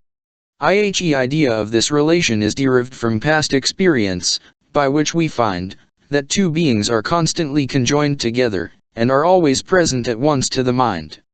But as no beings are ever present to the mind but perceptions, it follows that we may observe a conjunction or a relation of cause and effect different perceptions, but can never observe it between perceptions and objects. 'Tis impossible, therefore, that from the existence or any of the qualities of the former, we can ever form any conclusion concerning the existence of the latter, or ever satisfy our reason in this particular. 'Tis no certain, that this philosophical system has no primary recommendation to the imagination, and that faculty would never, of itself, and by its original tendency, have fallen upon such a principle. I confess it will somewhat difficult to prove this to the full satisfaction of the reader, because it implies a negative, which in many cases will not admit of any positive proof. If any one would take the pains to examine this question, and would invent a system, to account for the direct origin of this opinion from the imagination, we should be able, by the examination of that system, to pronounce a certain judgment in the present subject. Let it be taken for granted, that our perceptions are broken, and interrupted, and however like, are still different from each other, and let any one upon this supposition shew why the fancy, directly and immediately, proceeds to the belief of another existence, resembling these in their nature, but yet continued, and uninterrupted, and identical, and after he has done this to my satisfaction, I promise to renounce my present opinion. Meanwhile I cannot forbear concluding, from the very abstractedness and difficulty of the first supposition, that 'tis an improper subject for the fancy to work upon. Whoever would explain the origin of the common opinion concerning the continued and distinct existence of body, must take the mind in its situation, and must proceed upon the supposition, that our perceptions are our only objects, and continue to exist even when they are not perceived. Though this opinion be false, 'tis the most natural of any, and has alone any primary recommendation to the fancy. As to the second part of the proposition, that the philosophical system acquires all its influence on the imagination from the vulgar one, we may observe, that this is a natural and unavoidable consequence of the foregoing conclusion, that it has no primary recommendation to reason or the imagination. For as the philosophical system is found by experience to take hold of many minds, and in particular of all those, who reflect ever so little on this subject, it must derive all its authority from the vulgar system, since it has no original authority of its own. The manner, in which these two systems, though directly contrary, are connected together, may be explained, as follows. The imagination naturally runs on in this train of thinking. Our perceptions are our only objects, resembling perceptions are the same, however broken, or uninterrupted in their appearance. This appearing interruption is contrary to the identity. The interruption consequently extends not beyond the appearance, and the perception or object really continues to exist, even when absent from us. Our sensible perceptions have, therefore, a continued and uninterrupted existence. But as a little reflection destroys this conclusion, that our perceptions have a continued existence, by shewing that they have a dependent one, 'twould naturally be expected, that we must altogether reject the opinion, that there is such a thing in nature as a continued existence, which is preserved even when it no longer appears to the senses. The case, however, is otherwise. Philosophers are so far from rejecting the opinion of a continued existence upon rejecting that of the independence and continuance of our sensible perceptions, that though all sects agree in the latter sentiment, the former, which is, in a manner, its necessary consequence, has been peculiar to a few extravagant sceptics, who after all maintained that opinion in words only, and were never able to bring themselves sincerely to believe it. There is a great difference betwixt such opinions as we form after a calm and profound reflection, and such as we embrace by a kind of instinct or natural impulse, on account of their suitableness and conformity to the mind. If these opinions become contrary, 'tis not difficult to foresee which of them will have the advantage. As long as our attention is bent upon the subject, the philosophical and studied principle may prevail, but the moment we relax our thoughts, nature will display herself, and draw us back to our former opinion. Nay, she has sometimes such an influence, that she can stop our progress, even in the midst of our most profound reflections, and keep us from running on with all the consequences of any philosophical opinion. Thus, though we clearly perceive the dependence and interruption of our perceptions, we stop short in our career, and never upon that account reject the notion of an independent and continued existence. That opinion has taken such deep root in the imagination, that 'tis impossible ever to eradicate it, nor will any strained metaphysical conviction of the dependence of our perceptions be sufficient for that purpose.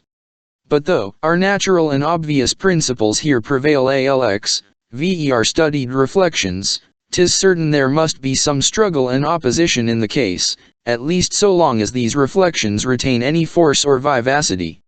In order to set ourselves at ease in this particular, we contrive a new hypothesis, which seems to comprehend both these principles of reason and imagination. This hypothesis is the philosophical one of the double existence of perceptions and objects, which pleases our reason, in allowing that our dependent perceptions are interrupted and different, and at the same time is agreeable to the imagination, in attributing a continued existence to something else, which we call objects. This philosophical system, therefore, is the monstrous offspring of two principles, which are contrary to each other, which are both at once embraced by the mind, and which are unable mutually to destroy each other. The imagination tells us, that our resembling perceptions have a continued and uninterrupted existence, and are not annihilated by their absence. Reflection tells us, that even our resembling perceptions are interrupted in their existence, and different from each other. The contradiction betwixt these opinions we elude by a new fiction, which is conformable to the hypotheses both of reflection and fancy, by ascribing these contrary qualities to different existences, the interruption to perceptions, and the continuance to objects. Nature is obstinate, and will not quit the field, however strongly attacked by reason, and at the same time reason is so clear in the nine int, that there is no possibility of disguising her. Not being able to reconcile these two enemies, we endeavor to set ourselves at ease as much as by successively granting to each whatever it demands, and by feigning a double existence, where each may find something that has all the conditions it desires. Were we fully convinced that our resembling perceptions are continued, and identical, and independent, we should never run into this opinion of a double existence, since we should find satisfaction in our first supposition, and would not look beyond. Again, were we fully convinced that our perceptions are dependent, and interrupted, and different, we should be as little inclined to embrace the opinion of a double existence, since in that case we should clearly perceive the error of our first supposition of a continued and would never regard it any farther. 'Tis therefore from the intermediate situation of the mind, that this opinion arises, and from such an adherence to these two contrary principles, as makes us seek some pretext to justify our receiving 9th, which happily at last is found in the system of a double existence. Another advantage of this philosophical system is its similarity to the vulgar one, by which means we can humor our reason for a moment, when it becomes troublesome and solicitous, and yet upon its least negligence or inattention, can easily return to our vulgar and natural notions. Accordingly we find, that philosophers neglect not this advantage, but immediately upon leaving their closets, mingle with the rest of mankind in those exploded opinions, that our perceptions are our only objects, and continue identically and uninterruptedly the same in all their interrupted appearances. There are other particulars of this system, wherein we may remark its dependence on the fancy, in a very conspicuous manner. Of these, I shall observe the two following. First, we suppose external objects to resemble internal perceptions. I have already shown, that the relation of cause and effect can never afford us any just conclusion from the or qualities of our perceptions to the existence of external continued objects, and I shall farther add, that even though they could afford such a conclusion, we should never have any reason to infer, that our objects resemble our perceptions. That opinion, therefore, is derived from nothing but the quality of the fancy above explained, that it borrows all its ideas from some precedent perception. We never can conceive anything but perceptions, and therefore must make everything resemble them. Secondly, as we suppose our objects in general to resemble our perceptions, so we take it for granted, that every particular object resembles that perception, which it causes. I.e. relation of cause and effect determines us to join the other of resemblance, and the ideas of these existences being already united together in the fancy by the former relation, we naturally add the latter to complete the union. We have a strong propensity to complete every union by joining new relations to those which we have before observed betwixt any ideas, as we shall have occasion to observe presently. 35. Having thus given an account of all the systems both popular and philosophical, with regard to external existences, I cannot forbear giving vent to a certain sentiment, which risks upon reviewing those systems. I begun this subject with premising, that we ought to have an implicit faith in our senses, and that this would be the conclusion I should draw from the whole of my reasoning. But to be ingenuous, I feel myself at present of a quite contrary sentiment, and am more inclined to repose number 35 sect 5 faith at all in my senses, or rather imagination, than to place in it such an implicit confidence. I cannot conceive how such trivial qualities of the fancy, conducted by such false suppositions, can ever lead to any solid and rational system. They are the coherence and constancy of our perceptions, which produce the opinion of their continued, though these qualities of perceptions have no perceivable connection with such an existence. The constancy of our perceptions has the most considerable effect, and yet is attended with the greatest difficulties. 'Tis a gross illusion to suppose, that our resembling perceptions are numerically the same, and 'tis this illusion which leads us into the opinion that these perceptions are uninterrupted, and are still existent, even when they are not present to the senses. This is the case with our popular system. And as to our philosophical one, 'tis liable to the same difficulties, and is loaded with this absurdity, that it at once denies and establishes the vulgar supposition. Philosophers deny our resembling perceptions to be identically the same, and uninterrupted, and yet have so great a propensity to believe them such, that they arbitrarily invent a new set of perceptions, to which they attribute these qualities. I say, a new set of, for we may well suppose in general, but 'tis impossible for us distinctly to conceive, objects to be in their nature anything but exactly the same with perceptions. What then can we look for from this confusion of groundless and extraordinary opinions but error and falsehood? And how can we justify to ourselves any belief we repose in them? This sceptical doubt, 9th with respect to reason and the is a malady, which can never be radically cured, but must return upon us every moment, however we may chase it away, and sometimes may seem entirely free from it. 'Tis impossible upon any system to defend either our understanding or senses, and we but expose them farther when we endeavor to justify them in that manner. As the sceptical doubt arises naturally from a profound and intense reflection on those subjects, it always increases, the farther we carry our reflections, whether in opposition or conformity to it. Carelessness and inattention alone can afford us any remedy.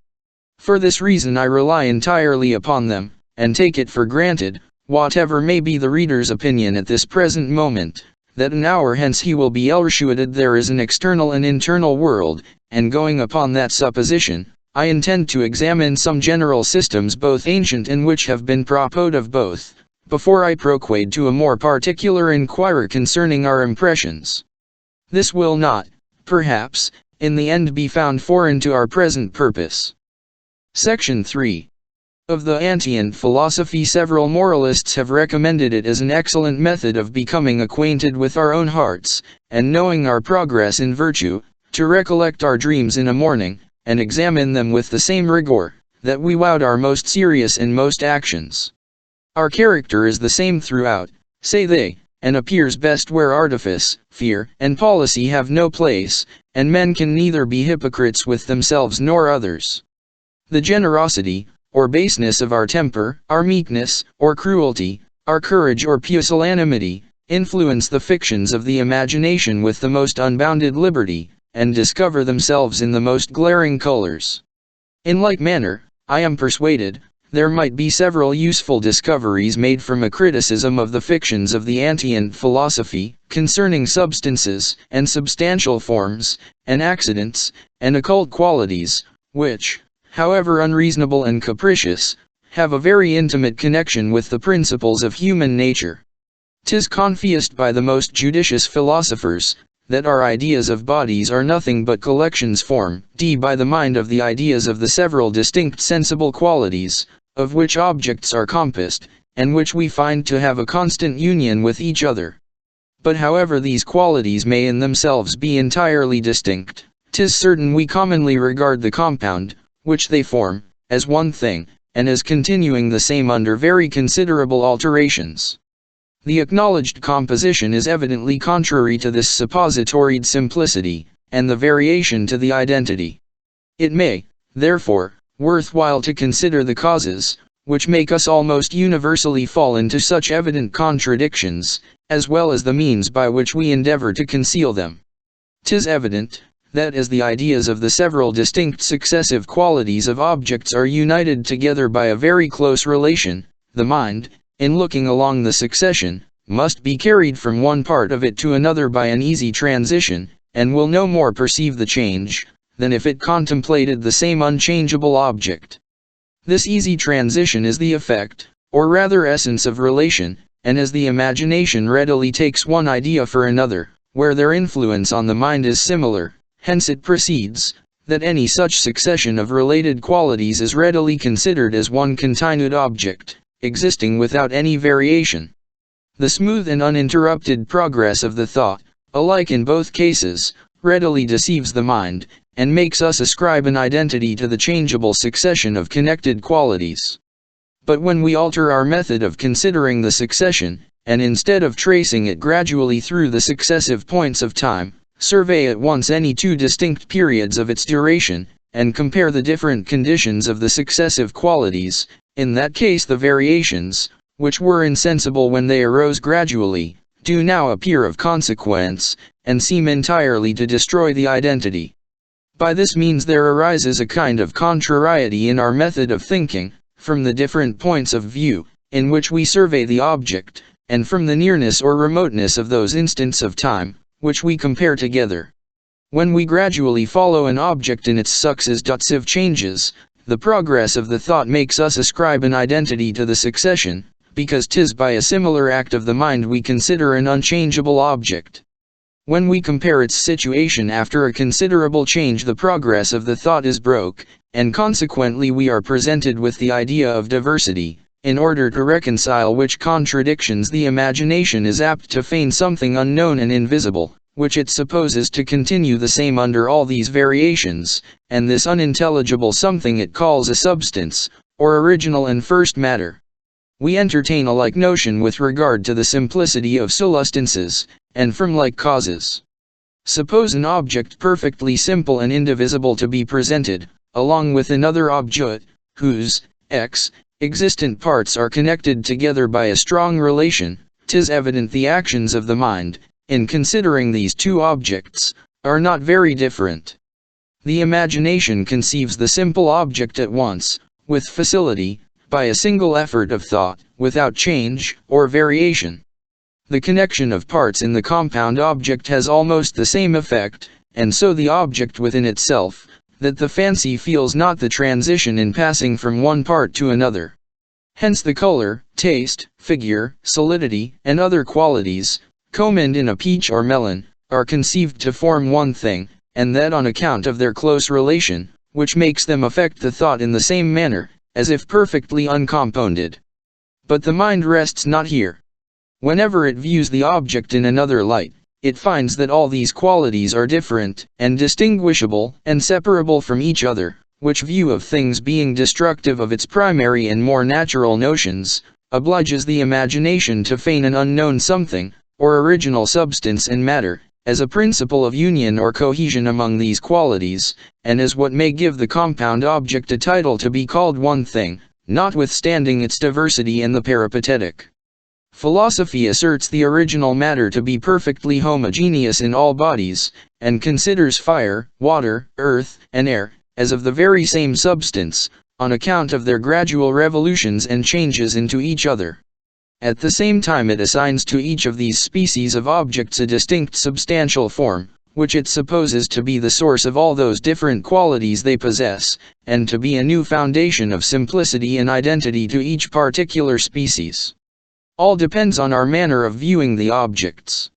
When we look along the insensible changes of 9, we suppose all of them to be of the same substance or essence. When we consider their sensible differences, we attribute to each of them a substantial and essential difference. And in order to indulge ourselves in both these ways of considering we suppose all bodies to have at once a substantial form. The notion of accidents is an unavoidable consequence of this method of thinking with regard to substances and substantial forms, nor can we, looking upon colors, sounds, tastes, figures, and other properties of bodies, as existences, which cannot subsist apart, but require a subject of inhesion to sustain and support them. For having never discovered any of these sensible qualities, where, for the reasons else we mentioned, we did not likewise fancy a substance to exist, the same habit, which makes us infer a connection betwixt cause and effect, makes us here infer a dependence of every quality on the unknown substance. The custom of imagining a dependence has the same effect as the custom of observing it would have. This conceit, however, is no more reasonable than any of the foregoing. Every quality being a distinct thing from another, may conceive to exist apart, and may exist apart, not only from every other quality, but from that unintelligible chimera of a substance. But these philosophers carry their fictions still farther in their sentiments concerning occult qualities, and both suppose a substance supporting, which they do not understand, and an accident supported, of which they have as imperfect an idea. The whole system, therefore, is entirely incomprehensible, and yet is derived from principles as natural as any of these above explained. In considering this subject we may observe a gradation of three opinions, that rise above each other, according as the persons, who form them, acquire new degrees of reason and knowledge. These opinions are that of the vulgar, that of a false philosophy, and that of the true, where we shall find upon inquiry, that the true philosophy approaches nearer to the sentiments of the vulgar, than to those of a mistaken knowledge. 'Tis natural for men, in their common and careless way of thinking, to imagine they perceive a connection betwixt such objects as they have instantly found united together, and because custom has rendered it difficult to separate the ideas, they are apt to fancy such a separation to in itself impossible and absurd. But philosophers, who abstract from the effects of custom, and compare the ideas of objects, immediately perceive the falsehood of these vulgar sentiments, and discover that there is no known connection among objects. Every different object appears to them entirely distinct and separate, and they perceive, that 'tis not from a view of the nature and qualities of objects we infer one from another, but only when in several instances we observe them to have been and constantly conjoined.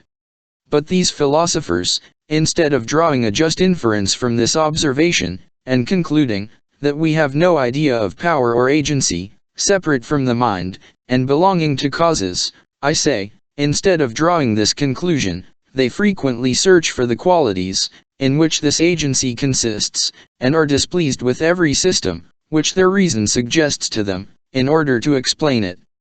They have sufficient force of genius to free them from the vulgar error, that there is a natural and perceivable connection twixt the several sensible qualities and actions of matter, but not sufficient to keep them from ever seeking for this connection in matter, or causes. Had they fallen upon the just conclusion, they would have returned back to the situation of the vulgar, and would have regarded all these disquisitions with indolence and indifference. At present they are to be in a very lamentable condition, and such as the poets have given us but a faint notion of in their descriptions of the punishment of Sisyphus and Tantalus. For what can be imagined more tormenting, than to seek with eagerness, what forever flies us, and seek for it in a place, where 'tis impossible it can ever exist? But as nature seems to have observed a kind of justice and compensation in everything, she has not neglected philosophers more than the rest of the creation, but has reserved them a consolation amid all their disappointments and afflictions. This consolation principally consists in their invention of the words faculty and occult quality. For it being usual, after the frequent use of terms, which are really significant and intelligible, to omit the idea, which we would express by them, and to preserve only the custom, by which we recall the idea at pleasure, so it naturally happens, that after the frequent use of terms, which are wholly insignificant and unintelligible, we fancy them to be on the same footing with the precedent, and to have a secret meaning, which we might discover by reflection. The resemblance of their appearance deceives the mind, as is usual, and make us imagine a thorough resemblance and conformity. By this means these philosophers set themselves at ease, and arrive at last, by an illusion, at the same indifference, which the people attain by their stupidity, and true philosophers by their moderate scepticism. They need only say, that any phenomenon, which puzzles them, arises from a faculty or an occult quality, and there is an end of all dispute and inquiry upon the matter. But among all the instances, wherein the Peripatetics have shown they were guided by every trivial propensity of the imagination, no one is more remarkable than their sympathies, antipathies, and horrors of a vacuum. There is a very remarkable inclination in human nature, to bestow on external objects the same emotions, which it observes in itself, and to find everywhere those ideas, which are most present to it. This inclination, 'tis true, is suppressed by a little reflection, and only takes place in children, poets, and the Antean philosophers. It appears in children, by their desire of beating the stones, which hurt them, in poets, by their readiness to personify everything, and in the Antean philosophers, by these fictions of sympathy and antipathy. We must pardon children, because of their age, poets, because they profess to follow implicitly the suggestions of their fancy, but what excuse shall we find to justify our philosophers in so signal a weakness? Section 4. Of the modern philosophy. But here it may be objected, that the imagination, according to my own confession, being the ultimate judge of all systems of philosophy, I am unjust in blaming the antient philosophers for making use of that faculty, and allowing themselves to be entirely guided by it in their reasonings. In order to justify myself, I must distinguish in the imagination betwixt the principles which are permanent, irresistible, and universal, such as the customary tradition from causes to effects, and from effects to causes, and the principles, which are changeable, weak, and irregular, such as those I have just now taken notice of.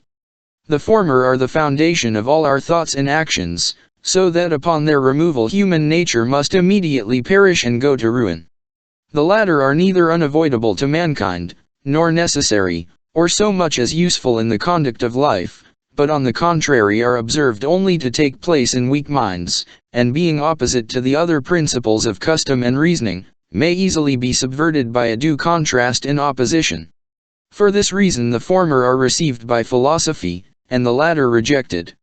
One who concludes somebody to be near him, when he hears an articulate voice in the dark, reasons justly and naturally, though that conclusion be derived from nothing but custom, which infixes and enlivens the idea of a human creature, on account of his usual conjunction with the present impression.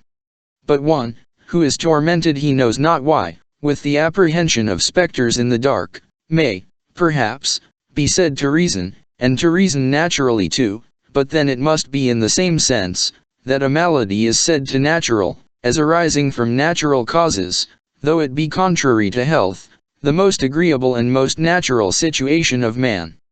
The opinions of the antient philosophers, their fictions of substance and accident, and their reasonings concerning substantial forms and occult qualities, are like the spectres in the dark, and are derived from principles, which, however common, are neither universal nor unavoidable in human nature. The modern philosophy pretends to be entirely free from this defect, and to arise only from the solid, permanent, and consistent principles of the imagination.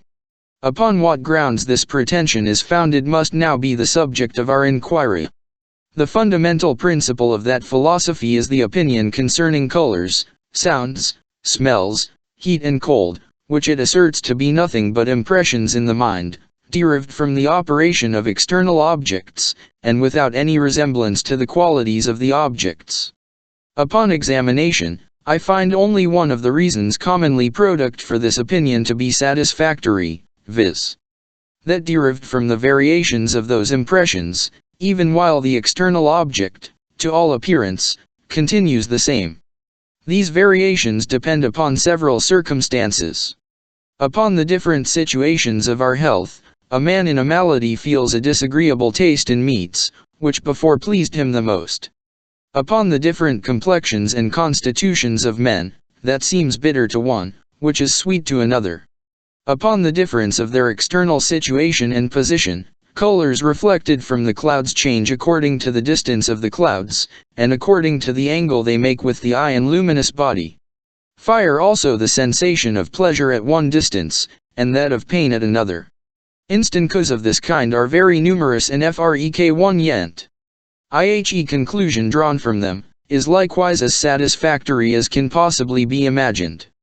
'Tis certain, that when different impressions of the same sense arise from any object, every one of these impressions has not a resembling quality existent in the object.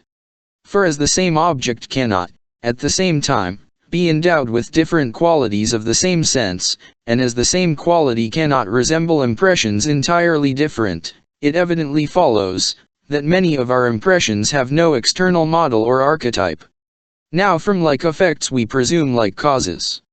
Many of the impressions of color, sound, and see are confious to he nothing but internal existences, and to arise from causes, which no ways resemble them. These impressions are in appearance nothing different from the other impressions of color, sound, and see. We conclude, therefore, that they are, all of them, derived from a like origin. This principle being admitted, all the other doctrines of that philosophy seem to follow by an easy, for upon the removal of sounds, colors, heat, cold, and other sensible qualities, from the rank of continued independent existences, we are reduced merely to what are called primary qualities, as the only real ones, of which we have any adequate notion. These primary qualities are extension and solidity, with their different mixtures and modifications, figure, motion, gravity, and cohesion. The generation, increase, decay, and corruption of animals and vegetables, are nothing but changes of figure and motion, as also the operations of all bodies on each other, of fire, of light, water, air, earth, and of all the elements and powers of nature. One figure and motion produces another figure and motion, nor does there remain in the material universe any other principle, either active or passive, of which we can form the most distant idea. I believe many objections might be made to this system, but at present I shall confine myself to one, which is in my opinion very decisive. I assert, that instead of explaining the operations of external objects by its means, we utterly annihilate all these objects, and reduce ourselves to the opinions of the most extravagant scepticism concerning them. If colors, sounds, tastes, and smells be merely nothing we can conceive as of a real, continued, and independent existence, not even motion, extension, and solidity, which are the primary qualities chiefly insisted on. To begin with the examination of motion, 'tis evident this is a quality altogether inconceivable alone, and without a reference to some other object. The idea of motion necessarily supposed % that of a body moving. Now what is our idea of the moving body, without which motion is it must resolve itself into the idea of extension or of solidity, and consequently the reality of motion depends upon that of these other qualities. This opinion, which is universally acknowledged concerning motion, I have proved to be true with regard to extension, and have shown that 'tis impossible to conceive extension, but as composed of parts, endowed with color or solidity. The idea of extension is a compound idea, but as it is not compounded of an infinite number of parts or inferior ideas, it must at last resolve itself into such as are perfectly simple and indivisible. These simple and indivisible parts, not being ideas of extension, must be non-entities, unless conceived as colored or solid. Color is excluded from any real existence.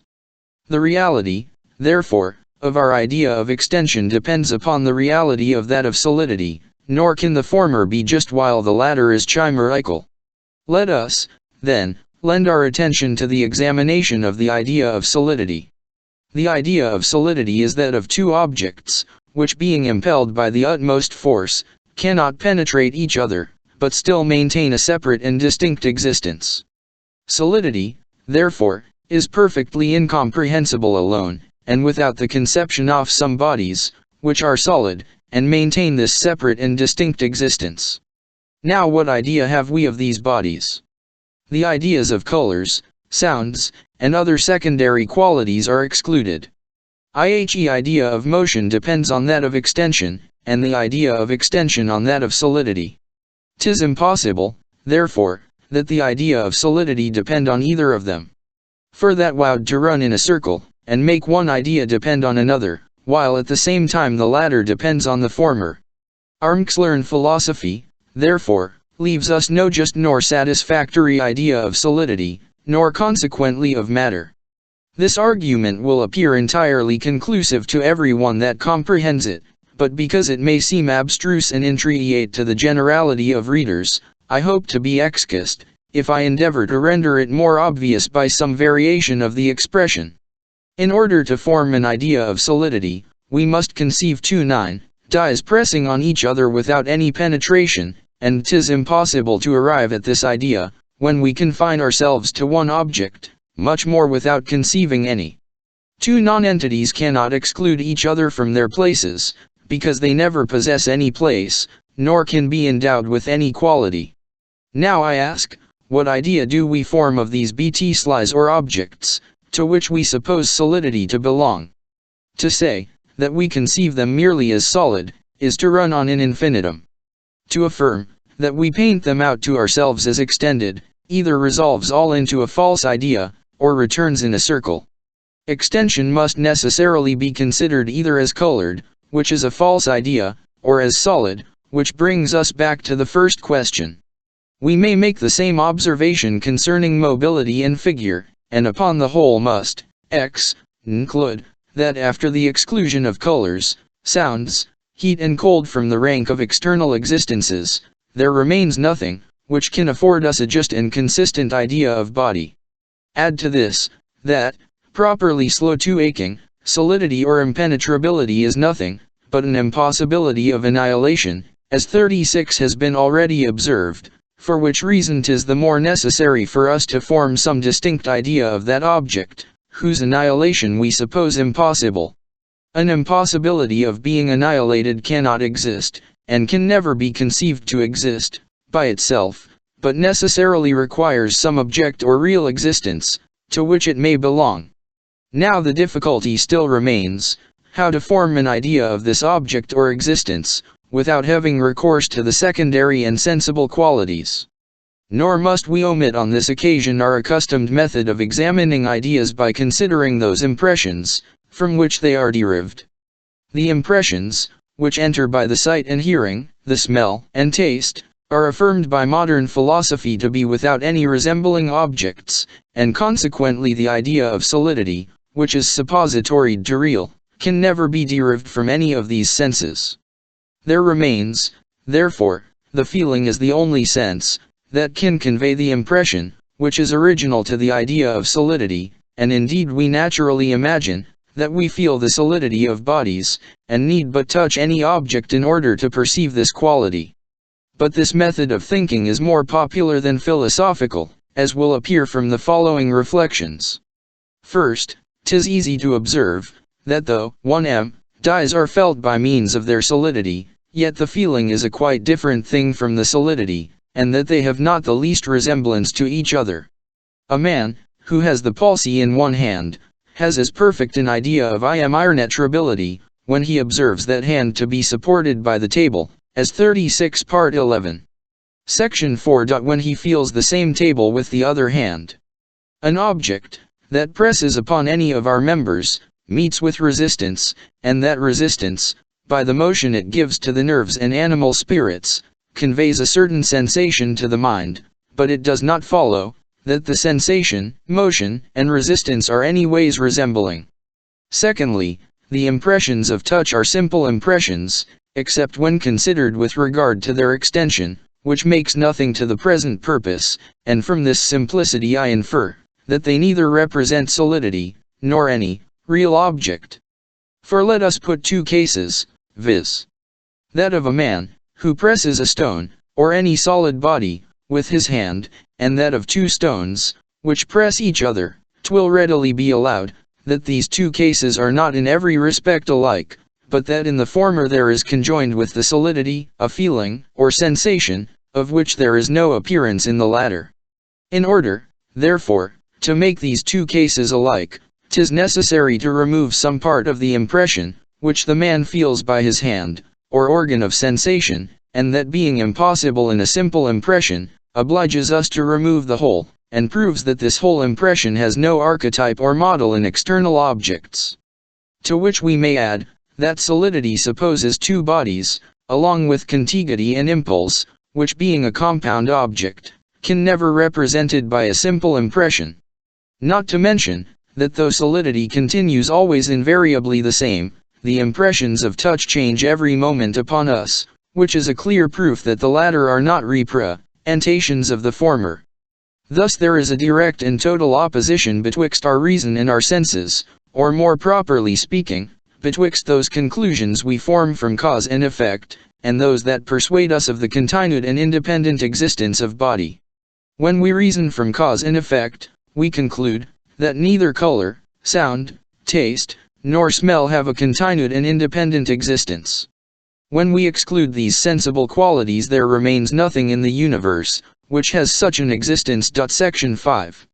Of the immateriality of the soul, having found such contradictions and difficulties in every system concerning external objects, and in the idea of matter, which we fancy so clear and determinate, we shall naturally expect still greater difficulties and contradiction in every ca concerning our internal perceptions, and the nature of the mind, which we are apt to imagine so much more obscure and uncertain. But in this we should deceive ourselves. The intellectual world, though involved in infinite obscurities, is not perplexed with any such contradictions as those we have discovered in the natural. What is known concerning it agrees with itself, and what is unknown, we must be contented to leave so. 'Tis true, while we hearken to certain philosophers, they promise to diminish our ignorance, but I am afraid 'tis at the hazard of running us into contradictions, from which the subject is of itself exempted. These philosophers are the curious reasoners concerning the material or immaterial substances, in which they suppose our perceptions to inhere. In order to put a stop to these endless cavils on both sides, I know no method, than to ask these philosophers in a few words, what they mean by substance and inhesion. And after they have answered this question, 'twill then be reasonable, and not till then, to enter seriously into the dispute. This question we have found impossible to be answered with regard to matter and body, but besides that in the case of the mind, it labors under all the same difficulties, 'tis burthened with some additional ones, which are peculiar to that subject. As every idea is derived from a precedent impression, had we any idea of the substance of our minds, we must also have an impression of it, which is very difficult, if not impossible, to be conceived. For how can an impression represent a substance, otherwise than by resembling it? And how can an impression resemble a substance, since, according to this philosophy, it is not substance, and has none of the peculiar qualities or characteristics of a substance? But leaving the question of what may or may not be, for that other what actually is, I desire those philosophers, who pretend that we have an idea of the substance of our minds, to point out the impression that produces it, and tell distinctly after what manner that impression operates, and from what object it is derived. Is it an impression of sensation or of redaction? Is it pleasant, or painful, or indifferent? Does it attend us at all times, or does it only return at intervals? If at intervals, at what times principally does it return, and by what causes is it product? If instead of answering these questions, any one should evade the difficulty, by saying, that the definition of a substance is something which may exist by itself, and that this definition ought to satisfy us, should this be said, I should observe, that this definition agrees to everything that can possibly be conceived, and never will serve to distinguish substance from accident, or the soul from its perceptions. For thus I reason. Whatever is clearly conceived may exist, and whatever is clearly conceived, after any manner, may exist after the same manner. This is one principle, which has been already acknowledged. Again, everything, which is different, is distinguishable, and everything which is distinguishable, is separable by the imagination. This is another principle. My conclusion from both is, that since all our perceptions are different from each other, and from everything else in the universe, they are also distinct and separable, and may be considered as separately existent, and may exist separately, and have no need of anything else to support their existence. They are, therefore, as far as this definition explains a substance.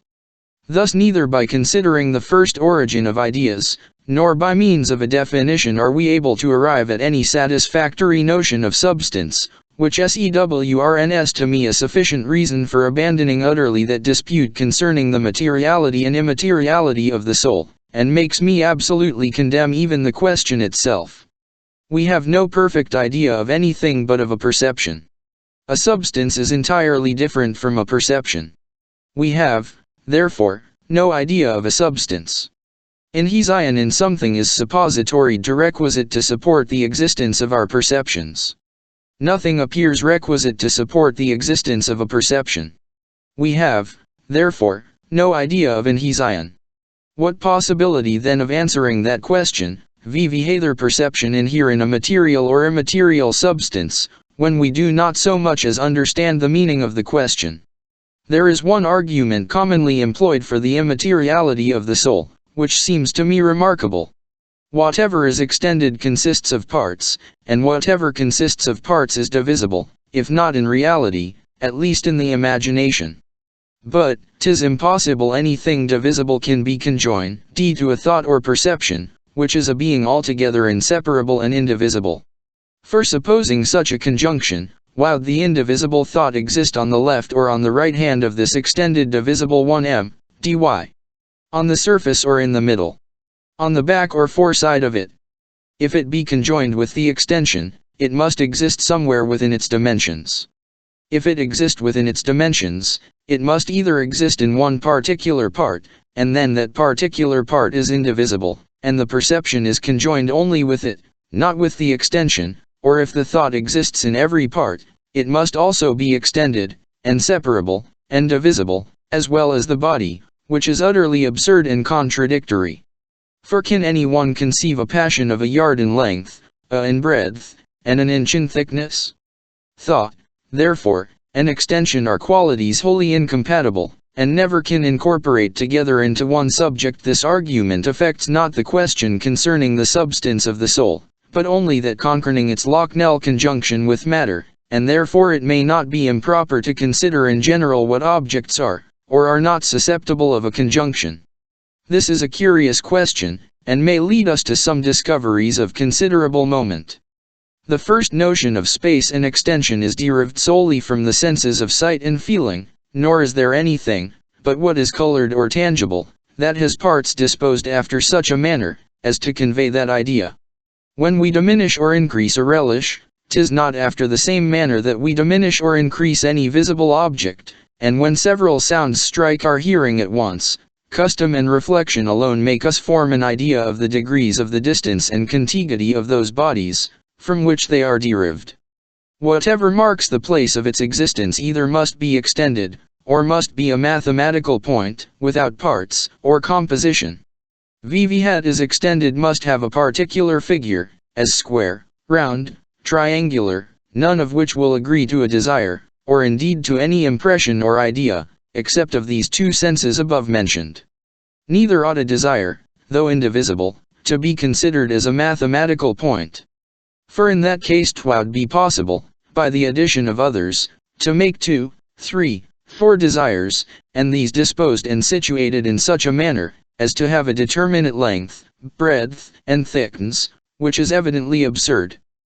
'Twill not be surprising after this, if I deliver a maxim, which is condemned by several metaphysicians, and is esteemed contrary to the most certain principles of human reason. This maxim is that an object may exist, and yet be nowhere, and I assert, that this is not only possible, but that the greatest part of beings do and must exist after this manner.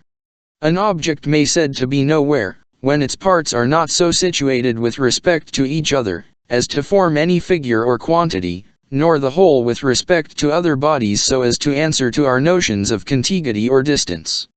Now this is evidently the case with all our perceptions and objects, except those of the sight and feeling. A moral reflection cannot be blocked on the right or on the left hand of a passion, nor can a smell or sound be either of a circular or a square figure. These objects and perceptions, so far from requiring any particular place, are absolutely incompatible with it, and even the imagination cannot attribute it to them. And as to the absurdity of supposing them to be nowhere, we may consider, that if the passions and sentiments appear to the perception to have any particular place, the idea of extension might derive from them, as well as from the sight and touch, contrary to what we have already. If they appear not to have any particular place, they may possibly arrest in the same manner, since whatever we conceive is possible. 'Twill not now be necessary to prove, that those acceptions, which are simple, and exist nowhere, are incapable of any conjunction in place with matter or body, which is extended and divisible. 'Tis impossible to found a relation 37 but on some common quality. It may be better worth our while to remark, that this question of the local conjunction of objects does not only occur in metaphysical disputes concerning the nature of the soul, but that even in common life we have every moment occasion to examine it. Thus supposing we consider a fig at one end of the table, and an olive at the other, 'tis evident, that in forming the complex ideas of these substances, One of the most obvious is that of their different relishes, and 'tis as evident, that we incorporate and conjoin these qualities with such as are colored and tangible. The bitter taste of the one, and sweet of the other are suppositoried to lie in the very visible body, and to be separated from each other by the whole length of the table. This is so notable and so natural an illusion, that it may be proper to consider the principles, from which it is derived. Though an extended object be incapable of a conjunction in place with another, that exists without any place or extension, yet are they susceptible of many other relations. Thus the taste and smell of any fruit are inseparable from its other qualities of color and tangibility, and whichever of them be the cause or effect, 'tis certain they are always coexistent. Nor are they only coexistent in general, but also co-temporary in their appearance in the mind, and 'tis upon the application of the extended body to our senses we receive its particular taste and smell. These relations, then, of causation, and contiguity in the time of their appearance, betwixt the extended object and the quality, which exists without any particular place, must have such an effect on the mind, that upon the appearance of one it will immediately turn its thought to the conception of the other. Nor is this all. We not only turn our thought from one to the other upon account of their relation, but likewise endeavor to give them a new relation, viz. that of a conjunction in place, that we may render the transition more easy and natural. For 'tis a quality, which I shall often have occasion to remark in human nature, and shall explain more fully in its proper place, that when objects are united by any relation, we have a strong propensity to add 37 part I section 5. Some new relation to them, in order to complete the union. In our arrangement of bodies we never fail to place such as are resembling, in contiguity to each other, or at least in correspondent points of view. Why? But because we feel a satisfaction in joining the relation of contiguity to that of resemblance, or the resemblance of situation to that of qualities. The effects of this propensity have G8 already observed in that resemblance, which we so readily suppose betwixt particular impressions and their external causes, but we shall not find a more evident effect of it, than in the present instance, where from the relations of causation and contiguity in time betwixt two objects, we feign likewise that of a conjunction in place, in order to strengthen the but whatever confessed notions we may form of an union in place and body, as a fig, and its particular taste. 'Tis certain that upon reflection we must observe in this union something altogether unintelligible and contradictory. For should we ask ourselves one obvious question, viz. If the taste, which we conceive to be contained in the circumference of the body, is in every part of it or in one only, we must quickly find it a loss, and the impossibility of ever giving a satisfactory answer.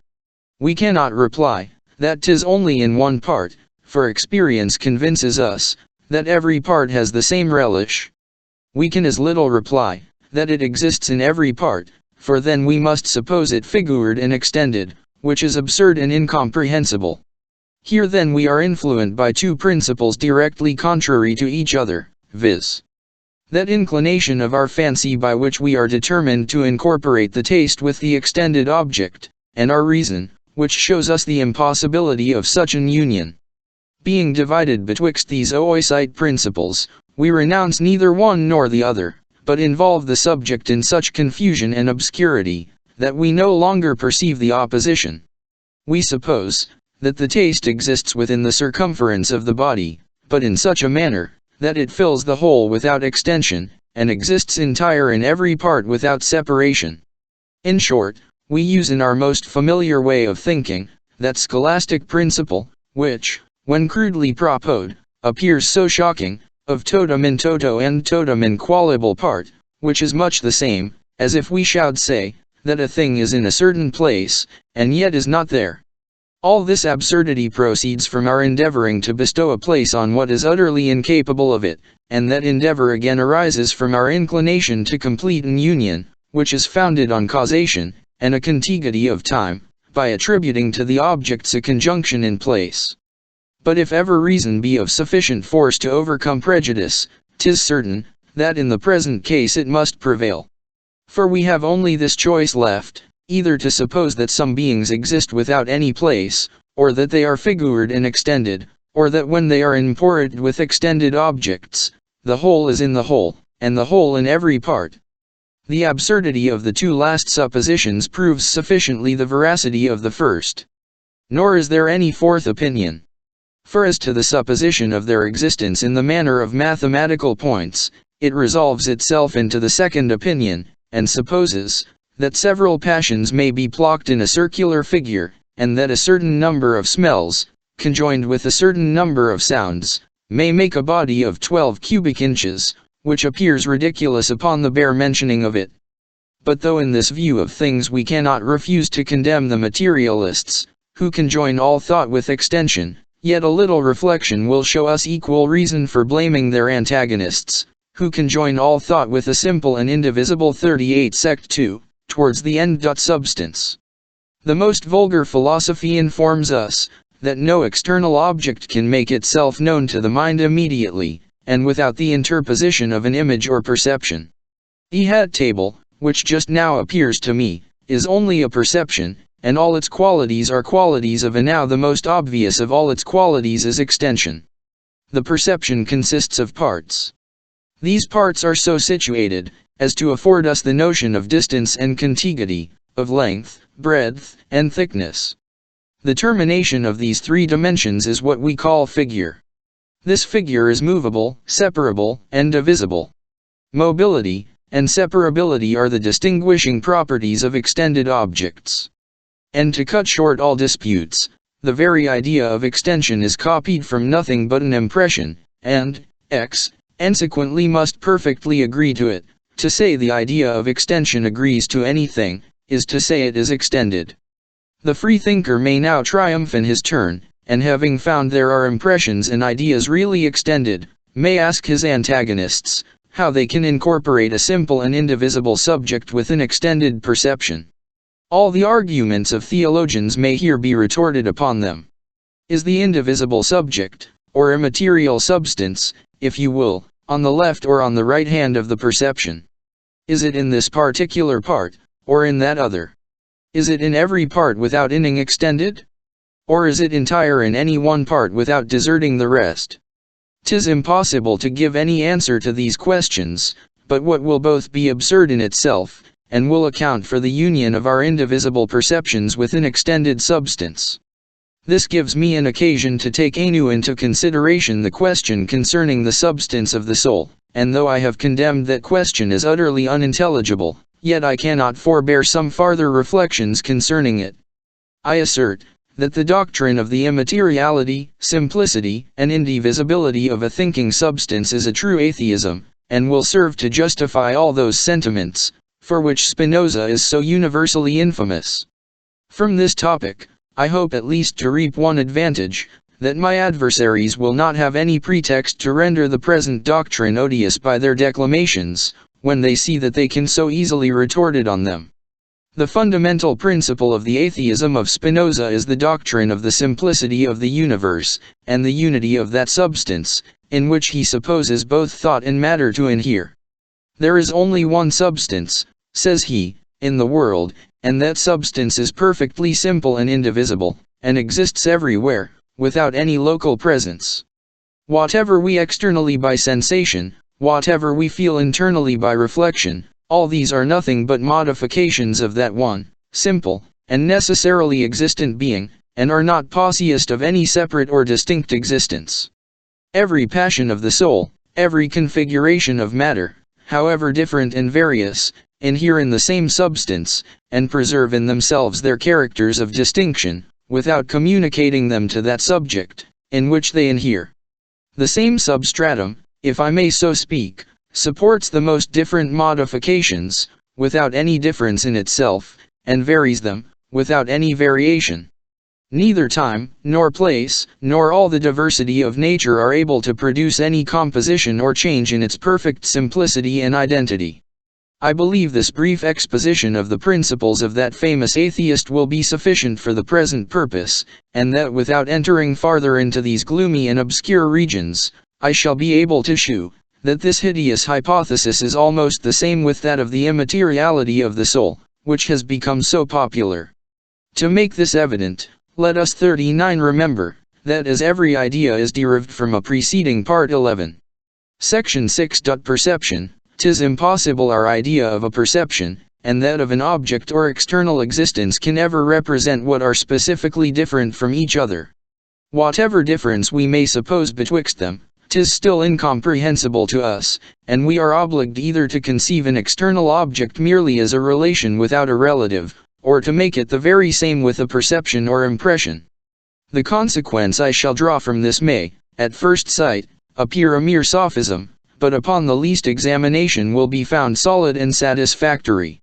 I say then, that since we may suppose, but never can conceive a specific difference betwixt an object and impression, any conclusion we form concerning the connection and repugnance of impressions, will not be known cotainely to applicable to objects, but that on the other hand, whatever conclusions of this kind we form, concerning will most certainly be applicable to impressions.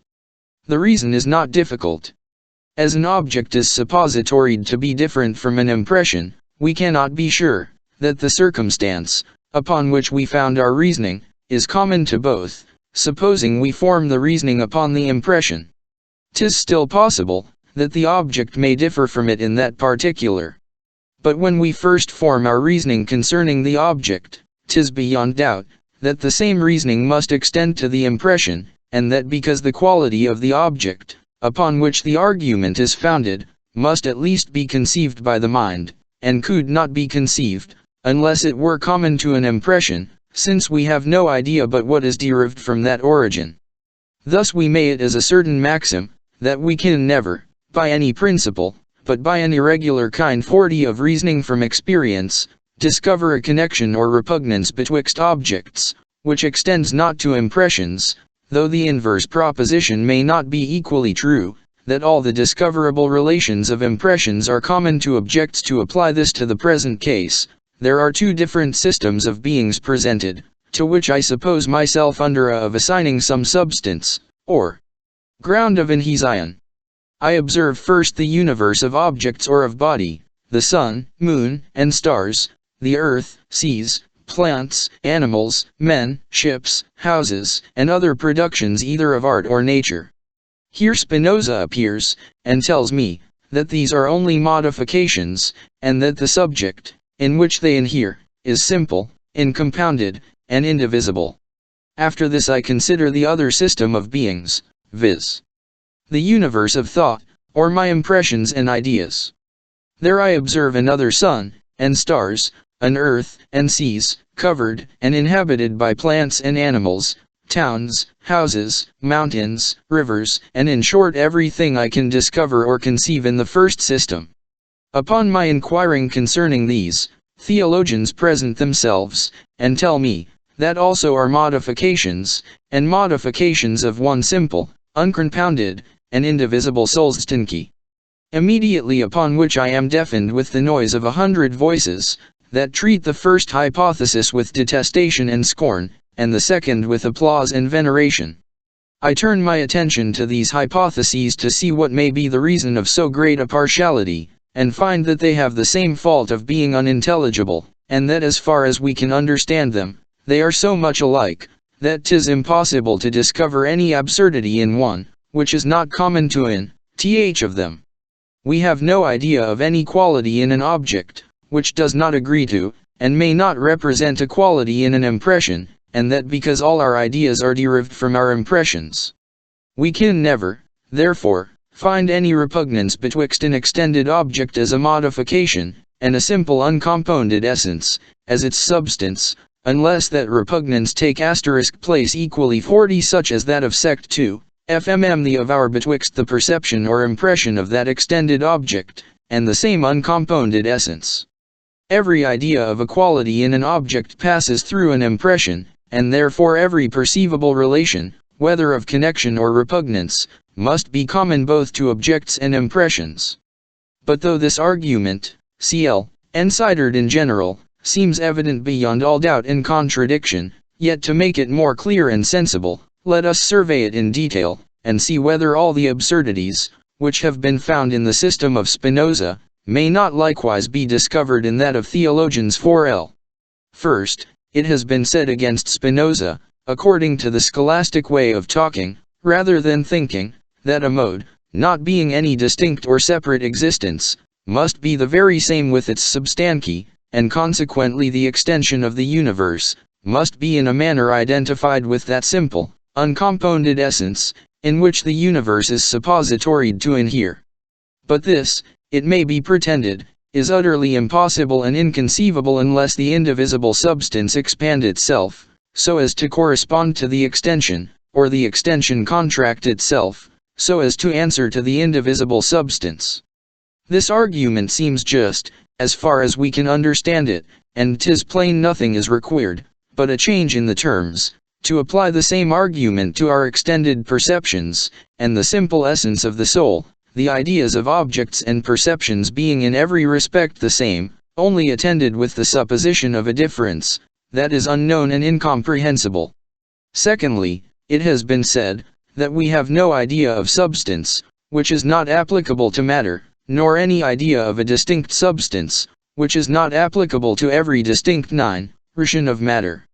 Matter, therefore, is not a mode but a substance, and each part of matter is not a distinct mode, but a distinct substance.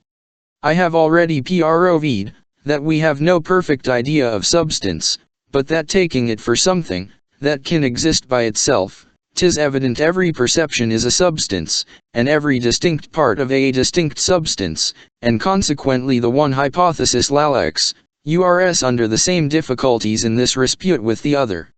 Thirdly, it has been objected to the system of one simple substance in the universe, that this substance being the support or substratum of everything, must at the very same instant be modified into forms, which are contrary and incompatible. The round and square figures are incompatible in the same at the same time.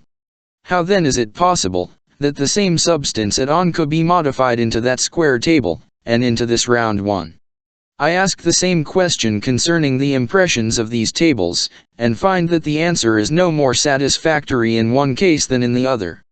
It appears, then, that to whatever side we turn, the same difficulties follow us, and that we cannot advance one step towards the establishing the simplicity and immateriality of the soul, without preparing the way for a dangerous and irrecoverable atheism.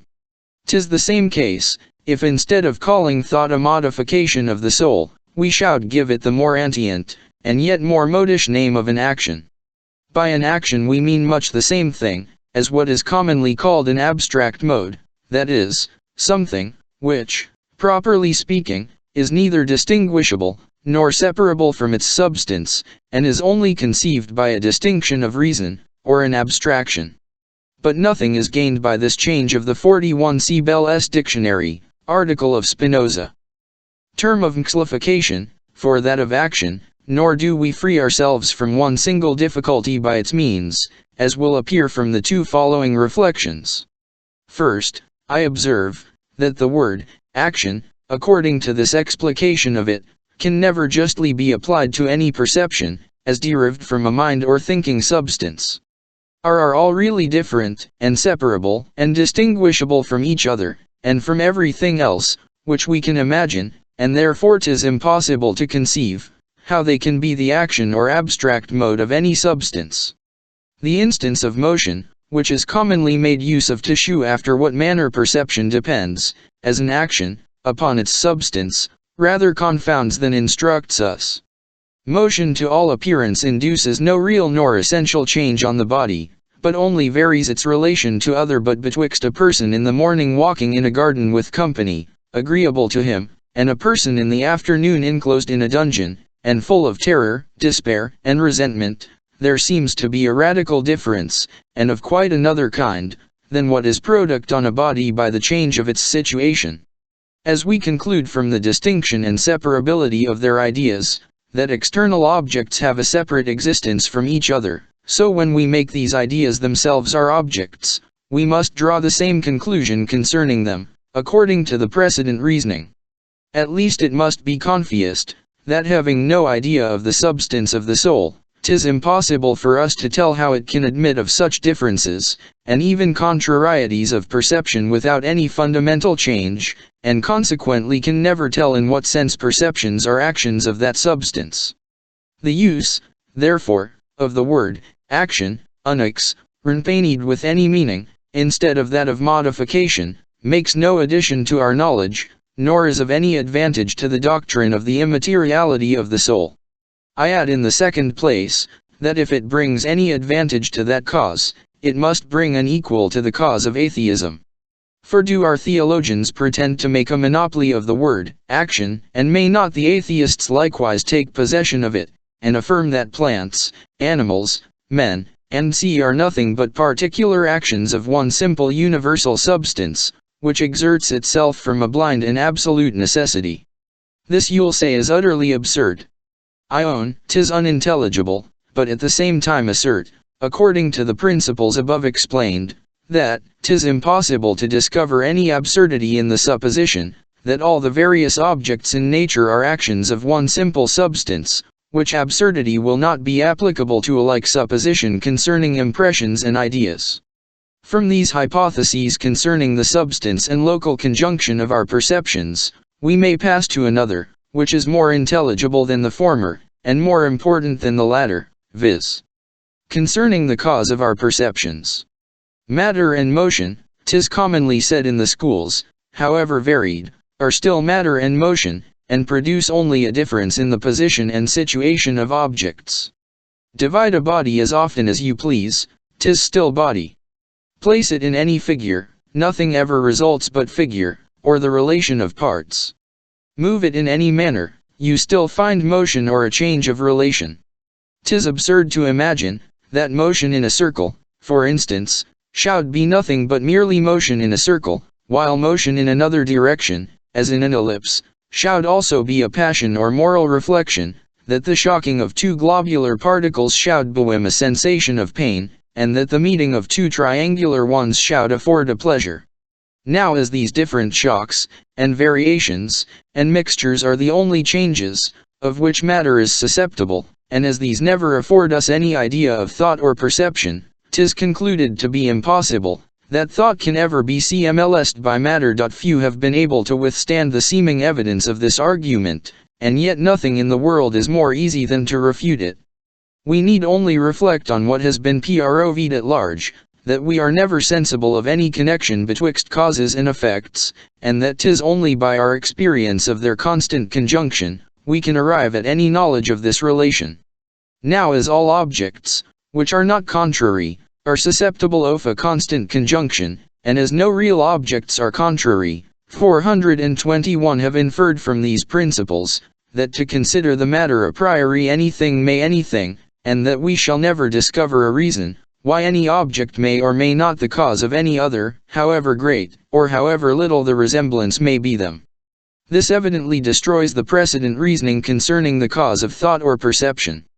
For though there appear no manner of connection, motion or thought, the case is the same with all other causes and effects. Place one body of a pound weight on one end of a lever, and another body of the same weight on another end, you will never find in these bodies any principle of motion dependent on their from the center, more than of thought. And if I pretend, therefore, to prove a priori that such a position of bodies can never cause thought, was turn it which way you will, 'tis nothing but a position of flow x, does, you must by the same course of reasoning conclude, that it can never produce motion, since there is no more apparent connection in the one case than in the other.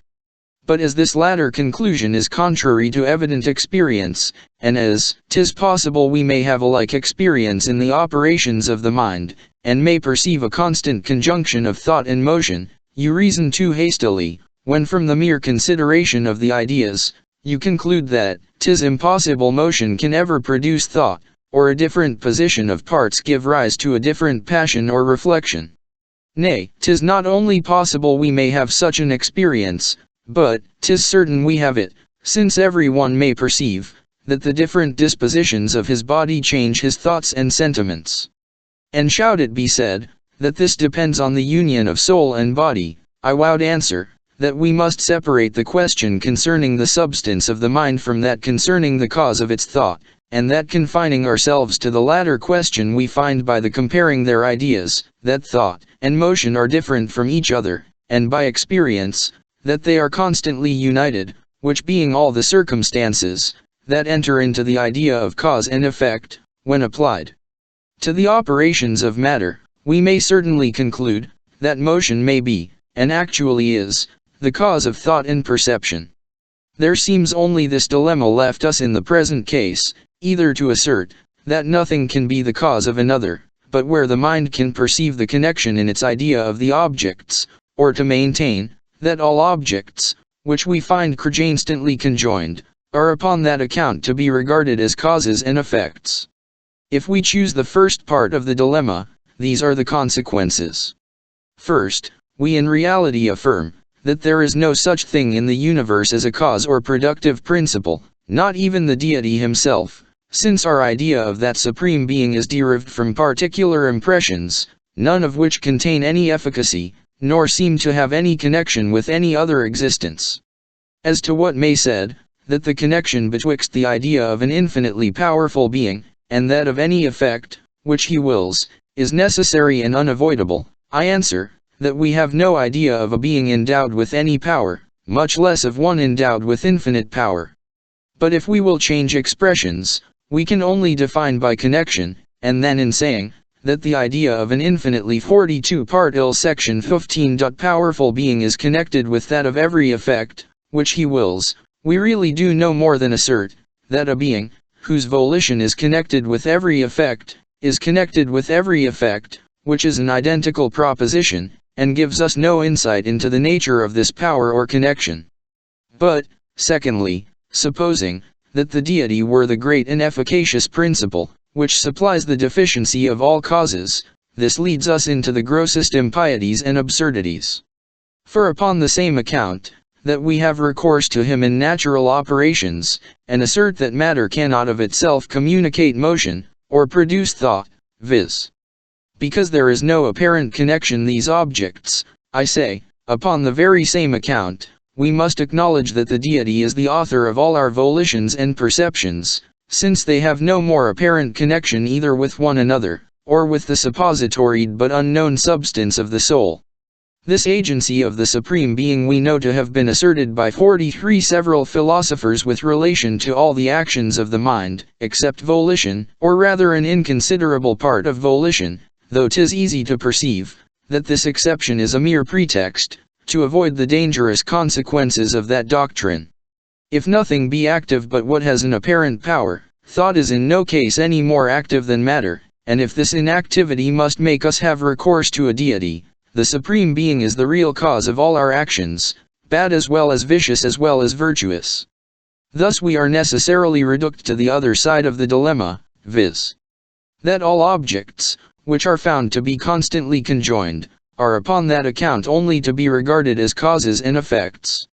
Now as all objects, which are not, contrary, are susceptible of a constant conjunction, and as no real objects are contrary, it follows that for aught we can determine by the mere ideas, anything may be the cause or effect of anything, which evidently gives the advantage to the materialists above their antagonists. To pronounce, then, the final decision upon the whole, the question concerning the substance of the soul is absolutely unintelligible. All our RFT2 receptions are not susceptible of a ITRL union, either with what is extended or unextended, there being some of them of the one kind, and some of the other, and as the constant conjunction of objects constitutes the very essence of cause and effect, matter and motion may often be regarded as the causes of thought, as far as we have any notion of that relation. 'Tis certainly a kind of indignity to philosophy, whose sovereign authority ought everywhere to be acknowledged, to oblige her on every occasion to make apologies for her conclusions, and justify herself to every particular art and science, which may be offended at her. This puts one in mind of a king arraigned for high treason against his subjects. There is only one occasion, when philosophy will think it necessary and even honorable to justify herself, and that is, when religion may seem to be in the least offended, whose rights are as dear to her as her own, and are indeed the same. If any one, therefore, should imagine that the foregoing arguments are any ways dangerous to religion, I hope the following ALX, Lo will remove his apprehensions. There is no foundation for any conclusion a priori either concerning the operations or duration of any object, of which 'tis possible for the human mind to form a conception. Any object may imagine to become entirely inactive, or to annihilate it in a moment, and 'tis an evident principle, that whatever we can imagine, is possible. Now this is no more true of matter, than of spirit, of an extended compounded substance, than of a simple and unextended. In both cases the metaphysical arguments for the immortality of the soul are equally inconclusive, and 43 as Father Malebranche and other Cartesians. In both cases the moral arguments and those derived from the of nature are equally strong and convincing. If my philosophy, therefore, makes no addition to the arguments for religion, I have at least the satisfaction to think it takes nothing from them, but that everything remains precisely as before. Section 6. Of personal identity. There are some philosophers, who imagine we are every moment intimately conscious of what we call ourself, that we feel its existence and its continuance in existence, and are certain, beyond the evidence of a demonstration, both of its identity and simplicity. The strongest sensation, the most violent passion, say they, instead of distracting us from this view, only fix it the more intensely, and make us consider their influence on self either by their pain or pleasure. To attempt a farther proof of this were to weaken its evidence, since no proof can be derived from any fact, of which we are so intimately conscious, nor is there anything, of which we can be certain, if we doubt of this. Unluckily all these positive assertions are contrary to that very which is pleaded for them, nor have we any idea of self, after the manner it is here explained. For from what impression could this idea be derived? This question 'tis impossible to answer without a manifest contradiction and absurdity, and yet 'tis a question, which must necessarily answered, if we would have the idea of self pass for clear and intelligible. It must be some one impression, that gives rise to every real idea. But self or person is not any one impression, but that to which our several impressions and ideas are suppositoried to have a reference. If any impression gives rise to the idea of self, that impression must continue invariably the same, through the whole course of our lives, since self is suppositoried to exist after that manner. But there is no impression constant and invariable. Pain and pleasure, grief and joy, passions and sensations succeed each other, and never all exist at the same time. It cannot, therefore, be from any of these impressions, or from any other, that the idea of self is derived, and consequently there is no such idea. But farther, what must become of all our particular perceptions upon this hypothesis? All these are different, and distinguishable, and separable from each other, and may separately considered, and may exist separately, and have no need of anything to support their existency. After what manner, therefore, do they belong to self, and how are they connected with it? For my part, when I enter most intimately into what I call myself, I always stumble on some particular perception or other, of heat or cold, light or shade, love or hatred, pain or pleasure. I never can catch myself at any time without a perception, and never can observe anything but the perception. Vivien my perceptions are removed for any time, as by sound sleep, so long am I insensible of myself and may truly be said not to exist. And were all my perceptions removed by death, and could I neither think, nor feel, nor see, nor love, nor hate after the dissolution of my body, I should entirely annihilated, nor do I conceive what is farther requisite to make me a perfect non-entity. If any one upon serious and unprejudiced reflection, thinks he has a different notion of himself, I must confess I can reason no longer with him. All I can allow him is, that he may in the right as well as I, and that we are essentially different in this particular. He may, perhaps, perceive something simple and continued, which he calls himself, though I am certain there is no such principle in me. But setting aside some metaphysicians of this kind, I may venture to affirm of the rest of mankind, that they are nothing but a bundle or collection of different perceptions, which succeed each other with an inconceivable rapidity, and are in a perpetual flux and movement. Our eyes cannot turn in their sockets without varying our perceptions. Our thought is still more variable than our sight, and all our other senses and faculties contribute to this change, nor is there any single power of the soul, which remains unalterably the same, perhaps for one moment. The mind is a kind of theater, where several perceptions successively make their appearance, pass, repass, glide away, and mingle in an infinite variety of postures and situations. There is properly no simplicity in it at one time, nor identity in different, whatever natural propension we may have to imagine that simplicity and identity. The comparison of the theater must not mislead us. They are the successive perceptions only, that constitute the mind, nor have we the most distant notion of the place, where these scenes are represented, or of the materials, of which it is compassed. What then gives us so great a propension to ascribe an identity to these successive perceptions, and to suppose ourselves possessed of an invariable and uninterrupted existence through the whole course of our lives? In order to answer this question, we must distinguish betwixt personal identity, as it regards our thought or imagination, and as it regards our passions or the concern we take in ourselves. I.e. first is our present subject, and to explain it perfectly we must take the matter pretty deep, and account for that identity, which we attribute to plants and animals, there being a great analogy betwixt it, and the identity of a self or person. We have a distinct idea of an object, that remains invariable and uninterrupted through a suppositoried variation of time, and this idea we call that of identity or sameness. We have also a distinct idea of several different objects existing in succession, and connected together by a close relation, and this to an accurate view affords as perfect a notion of diversity, as if there was no manner of relation among the objects. But though these two ideas of identity, and a succession of related objects be imperfectly distinct, and even contrary, yet 'tis certain, that in our common way of thinking they are generally confounded with each other. That action of the imagination, by which we consider the uninterrupted and invariable object, and that by which we reflect on the succession of related objects, are almost the same to the feeling, nor is there much more effort of thought required in the latter case than in the former. The relation facilitates the transition of the mind from one object to another, and renders its passage as smooth as if it contemplated one continued object. This resemblance is the cause of the confusion and mistake, and makes us substitute the notion of identity, instead of that of related objects. However at one instant we may the related sucrase as variable or interrupted, we are sure the next to ascribe to it a perfect identity, and regard it as invariable and uninterrupted.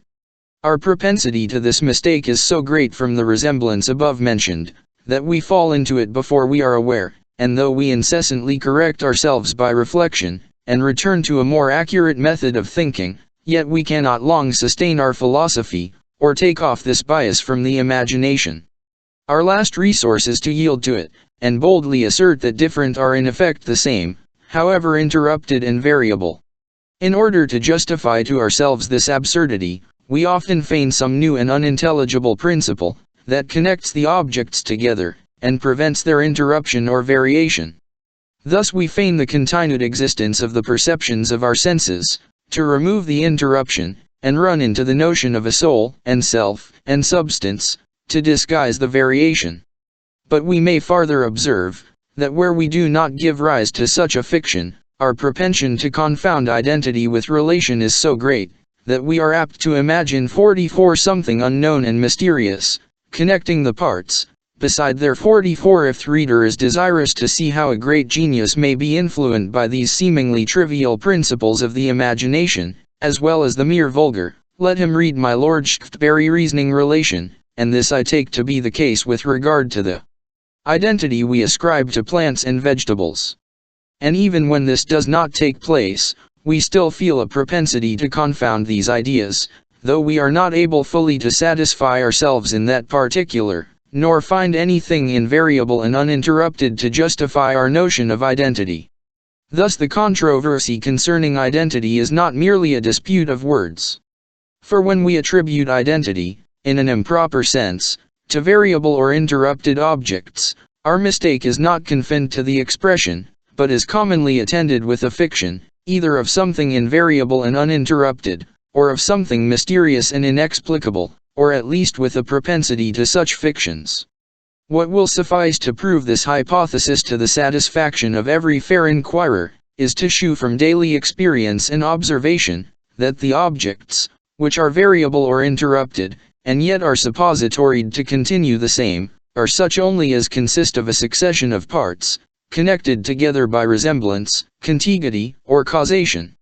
For as such a succession answers evidently to our notion of diversity, it can only be by mistake we ascribe to it an identity, and as the relation of parts, which leads us into this mistake, is really nothing but a quality, which produces an association of ideas, and an easy transition of the imagination from one to another, it can only be from the resemblance, which this act of the mind bears to that, by which we contemplate one continued object, that the error arises. Our chief business, then, must be to prove, that all objects, to which we ascribe identity, without observing their invariableness and uninterruptedness, are such as consist of a succession of related objects. In order to this, suppose any mass of matter, of which the parts are contiguous and connected, to be plocked before us, 'tis plain we must attribute a perfect identity to this mass, provided all the parts continue uninterruptedly and invariably the same, whatever motion or change of place we may observe either in the whole or in any of the parts. But supposing some very small or inconsiderable part to be added to the mass, or subtracted from it, though this absolutely destroys the identity of the whole, strictly speaking, yet as we seldom think so accurately, we scruple not to pronounce a mass of matter the same, where we find so trivial an alteration. The passage of the thought from the object before the change to the object after it, is so smooth and easy, that we scarce perceive the transition, and are apt to imagine, that 'tis nothing but a continued survey of the same object. There is a very remarkable circumstance, that attends this experiment, which is, that though the change of any considerable part in a mass of matter destroys the identity of the whole, yet we must measure the greatness part, not absolutely, but by its proportion to the whole.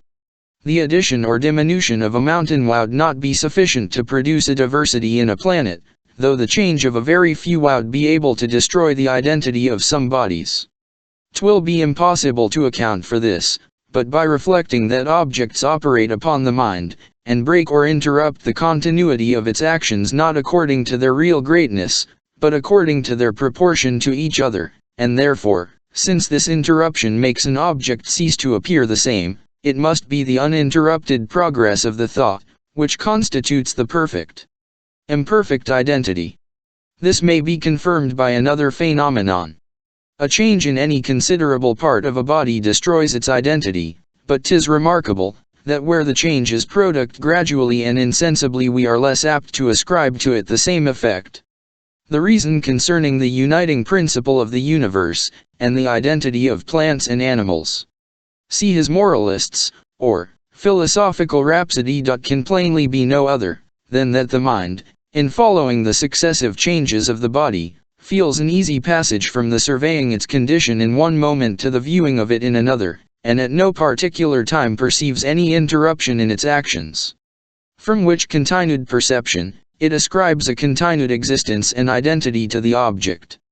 But whatever precaution we may use in introducing the changes gradually, and making them proportionable to the whole, 'tis certain, that where the changes are at last observed to become considerable, we make a scruple of ascribing identity to such different objects.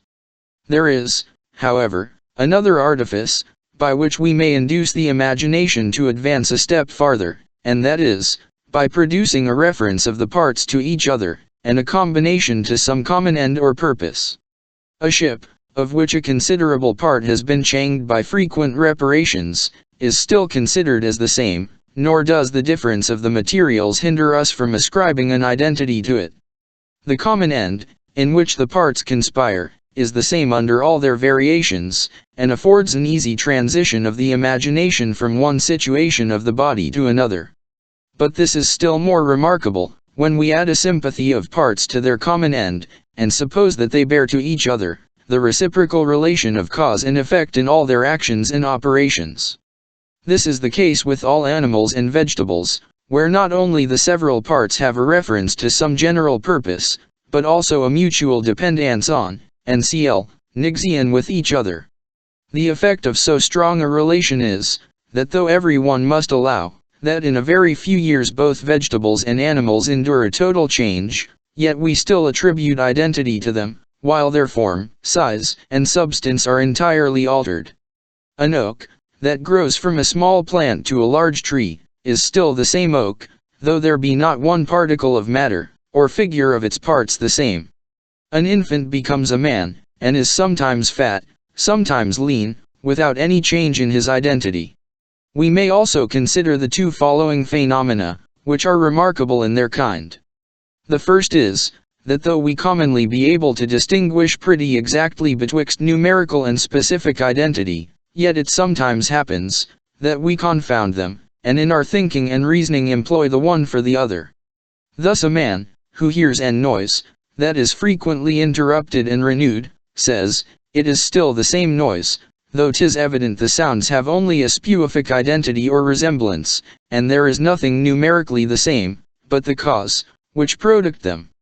In like manner it may be said without breach of the propriety of language, that such a church, which was formerly of brick, fell to ruin, and that the parish rebuilt the same church of freestone, and according to modern architecture. Here neither the form nor materials are the same, nor is there anything common to the two objects, but their relation to the inhabitants of the parish, and yet this alone is sufficient to make us denominate them the same.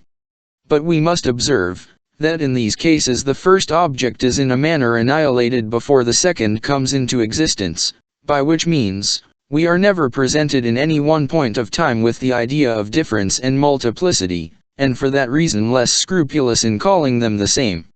Secondly, we may remark, that though in a succession of related objects, it be in a manner requisite, that the change of parts be not sudden nor entire, in order to preserve the identity, yet where the objects are in their nature changeable and inconstant, we admit of a more sudden transition, than would otherwise be consistent with that relation. Thus as the nature of a river consists in the motion and change of parts, though in less than 24 hours these be totally altered, this hinders not the river from continuing the same during several ages. What is natural and essential to anything is, in a manner, expected, and what is expected makes less impression, and appears of less moment, than what is unusual and extraordinary. A considerable change of the former kind seems really less to the imagination, than the most trivial alteration of the latter, and by breaking less the continuity of the thought, has less influence in destroying the identity. We now proceed to explain the nature of personal identity, which has become so great a question in philosophy, especially of late years in England, where all the abstruser sciences are studied with a peculiar ardor and application. And here 'tis evident, the same method of reasoning must be continued, which has so successfully explained the identity of plants, and animals, and ships, and houses, and of all the compounded and changeable productions either of art or nature. The identity, which we ascribe to the mind of man, is only a fictitious one, and of a like kind with that which we ascribe to vegetables and animal bodies. It cannot, therefore, have a different origin, but must proceed from a like operation of the imagination like objects. But lest this argument should not convince the reader, though in my opinion perfectly decisive, let him weigh the following reasoning, which is still closer and more immediate. 'Tis evident, that the identity, which we attribute to the human mind, however perfect we may imagine it to be, is not able to run the several different perceptions into one, and make them lms their characters of distinction and difference, which are to them. 'Tis still true, that every distinct perception, which enters into the composition of the mind, is a distinct existence, and is different, and distinguishable, and separable from every other perception, either contemporary or successive. But, as, notwithstanding this distinction and separability, we suppose the whole train of perceptions to united by identity, a question naturally arises concerning this relation of identity, whether it be something that really binds our several perceptions together, or only associates their ideas in the imagination. That is, in other words, whether in pronouncing concerning the identity of a person, we observe some real bond among his perceptions, or only feel one among the ideas we form of them. This question we might easily decide, if we would recollect what has already proved at large, that the understanding never observes any real connection among objects, and that even the union of cause and effect, when strictly examined, resolves itself into a customary association of ideas. For from thence it evidently follows, that identity is nothing really belonging to these different perceptions, and uniting them together, but is merely a quality, which we attribute to them, because of the union of their ideas in the imagination, when we reflect upon them. Now the only qualities, which can give ideas an union in the imagination, are these three relations above mentioned. These are the uniting principles in the ideal world, and without them every distinct object is separable by the mind, and may be separately considered, and appears not to have any more connection with any other object, than if disjoined by the greatest difference and remoteness. 'Tis, therefore, on some of these three relations of resemblance, contiguity, and causation, that identity depends, and as the very essence of these relations consists in their producing an easy transition of ideas, it follows, that our notions of personal identity proceed entirely from the smooth and uninterrupted progress of the thought along a train of connected ideas, according to the principles above explained. The only question, therefore, which remains, is, by what relations this uninterrupted progress of our thought is product, when we consider the successive existence of a mind or thinking person. And here 'tis evident we must confine ourselves to resemblance and causation, and must drop contiguity, which has little or no influence in the present case. To begin with resemblance, suppose we could see clearly into the breast of another, and observe that succession of perceptions, which constitutes his mind or thinking principle, and suppose that he always preserves the memory of a considerable part of past perceptions, 'tis evident that nothing could more contribute to the bestowing a relation on this succession amidst all its variations. For what is the memory but a faculty, by which we raise up the images of past perceptions? And as an image necessarily resembles its object, must not the frequent placing of these resembling perceptions in the chain of thought, convey the imagination more easily from one link to another, and make the whole seem like the continuance of one object? In this particular, then, the memory not only discovers the identity, but also contributes to its production, by producing the relation of resemblance among the perceptions. The case is the same whether we consider ourselves or others. As to causation, we may observe, that the true idea of the human mind, is to consider it as a system of different perceptions or different existences, which are linked together by the relation of cause and effect, and mutually produce, destroy, influence, and modify each other. Our impressions give rise to their respondent ideas, and these ideas in their turn produce other impressions. One thought another, and draws after it a third, by which it is expelled in its turn. In this respect, I will not compare the soul more properly to anything than to a republic or commonwealth, in which the several members are united by the reciprocal ties of government and subordination, and give rise to other persons, who propagate the same republic in the incessant changes of its parts. And as the same individual republic may not only change its members, but also its laws and constitutions, in like manner the same person may vary his character and disposition, as well as his impressions and ideas, without losing his identity. Whatever changes he endures, his several parts are still connected by the relation of causation.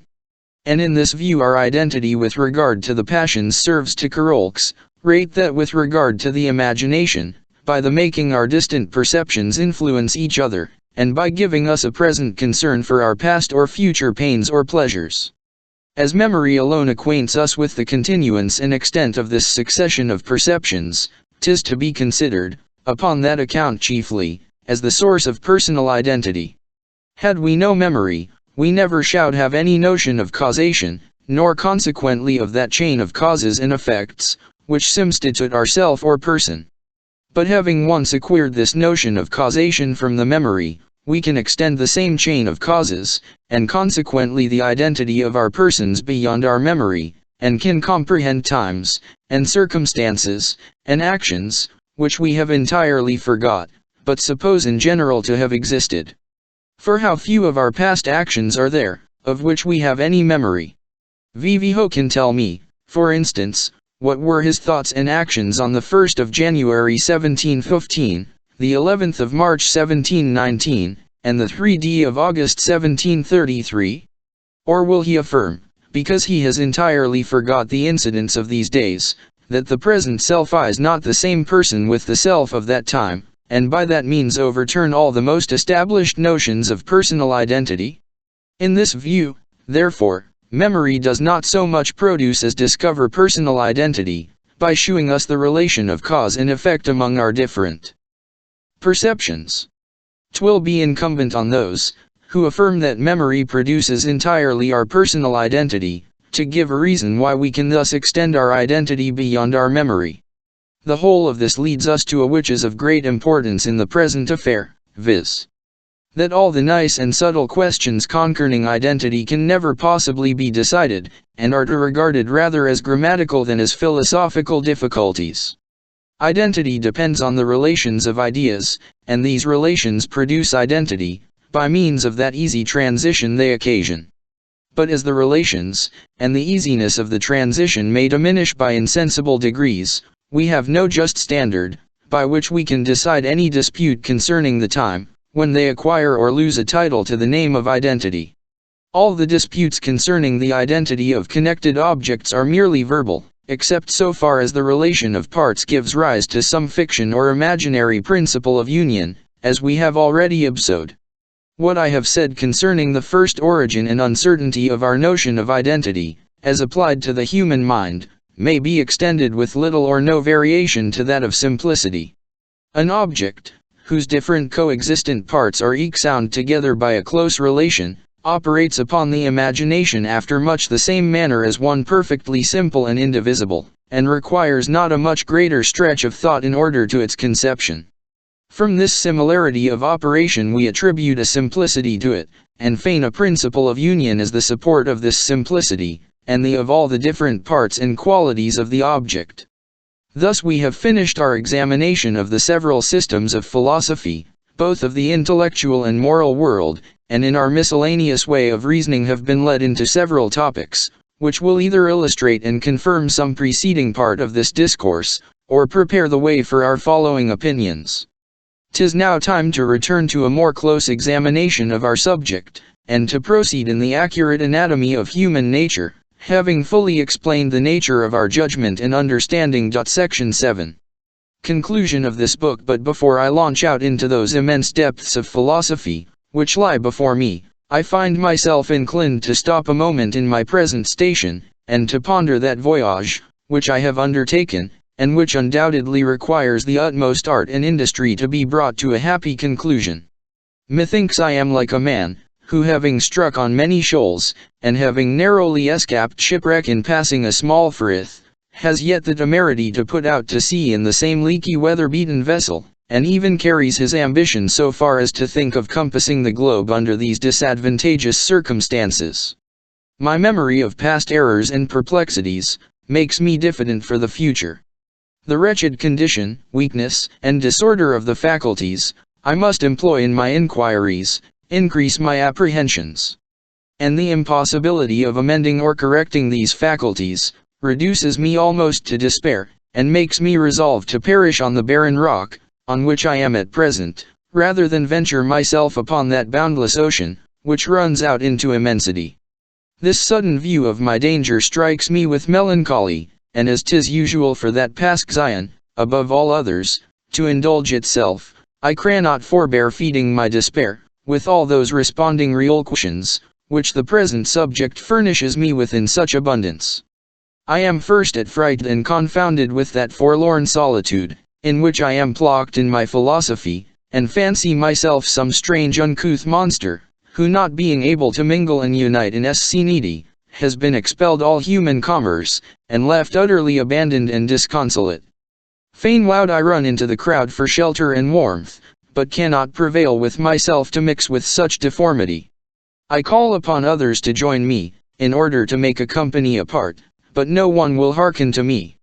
Every one keeps at a distance, and dreads that storm, which beats upon me from every side.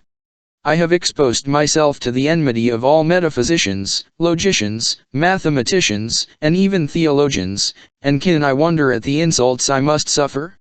I have declared my disapprobation of their systems, and can I be surprised, if they should express a hatred of mine and of my when I abroad? I foresee on every side, dispute, contradiction, anger, calumny, and detraction. When I turn my eye inward, I find nothing but doubt and ignorance. All the world conspires to oppose and contradict me, though such is my weakness, that I feel all my opinions and fall of themselves, when unsupported by the approbation of others. Every step I take is with hesitation, and every new reflection makes me dread an error and absurdity in my reasoning. For with what confidence can I venture upon such bold enterprises, when beside those numberless infirmities peculiar to myself, I find so many which are common to human nature? Can I be sure, that in leaving all established opinions I am following truth, and by what criterion shall I distinguish her, even if fortune should at last guide me on her footsteps? After the most accurate and exact of my reasonings, I can give no reason why I should assent to it, and feel nothing but a strong propensity to consider objects strongly in that view, under which they appear to me. Experience is a principle, which instructs me in the several conjunctions of objects for the past. Habit is another principle, which determines me to execute the same for the future, and both of them conspiring to operate upon the imagination, make me form certain ideas in a more intense and lively manner, than others, which are not attended with the same advantages. Without this quality, by which the mind enlivens some ideas beyond others, which seemingly is so trivial, and so little founded on reason, we could never assent to any argument, nor carry our view beyond those few objects, which are present to our senses. Nay, even to these objects we could never attribute any existence, but what was dependent on the senses, and must comprehend them entirely in that succession of perceptions, which constitutes our self or person. Nay farther, even with relation to that succession, we could only admit of those perceptions, which are immediately present to our consciousness, nor could those lively images, with which the memory presents us, be ever received as true pictures of past perceptions. The memory, senses, and understanding are, therefore, all of them founded on the imagination, or the vivacity of our ideas. No wonder a principle so inconstant and fallacious should lead us into errors, when implicitly followed, as it must in all its variations. 'Tis this principle, which makes us reason from causes and effects, and 'tis the same principle, which convinces us of the continued existence of external objects, when absent from the senses. But though these two operations be equally natural and necessary in the human mind, yet in some they are 45 directly contrary, nor is it possible for us to reason justly and regularly from causes and effects, and at the same time believe the continued existence of matter.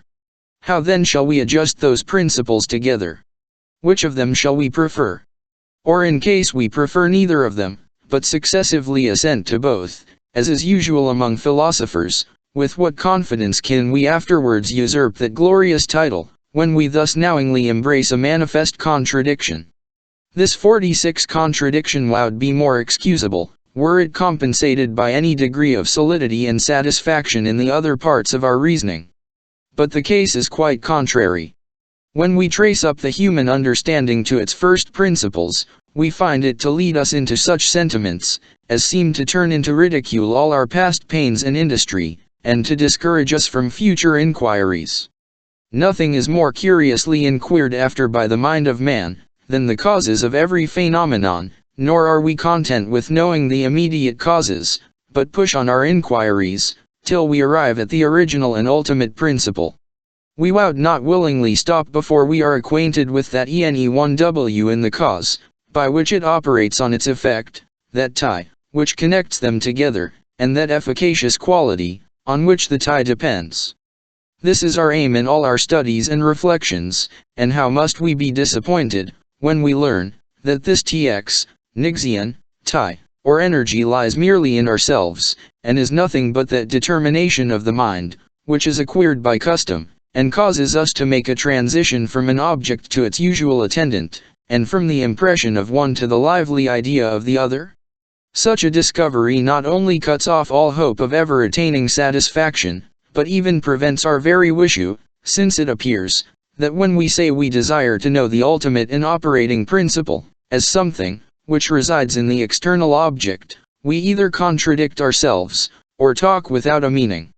This deficiency in our ideas is not, indeed, perceived in common life, nor are we sensible that in the most usual conjunctions of cause and effect we are as ignorant of the ultimate principle, which binds them together, as in the most unusual and extraordinary.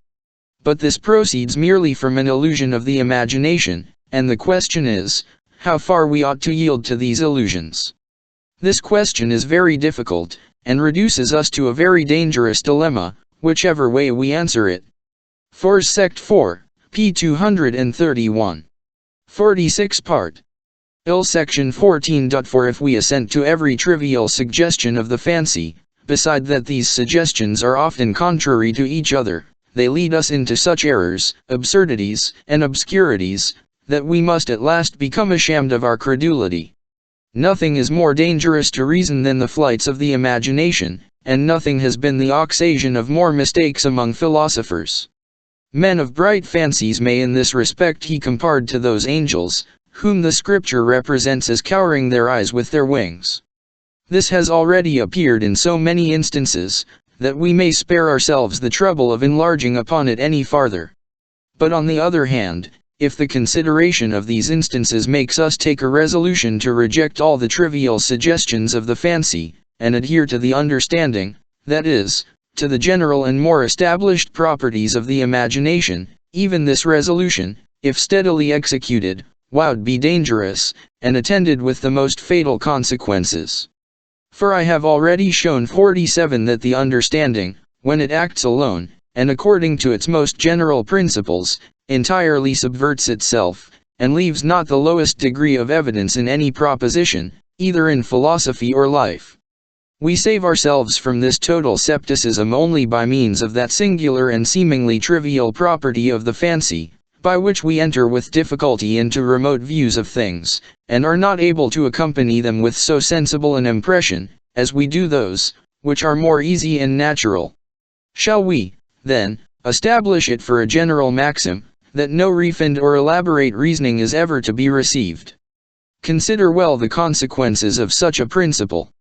By this means you cut off entirely all science and philosophy, you proceed upon one singular quality of the imagination, and by a parity of reason must embrace all of them, and you expressly contradict yourself, since this maxim must be built on the preceding reasoning, which will be allowed to sufficiently refined and metaphysical.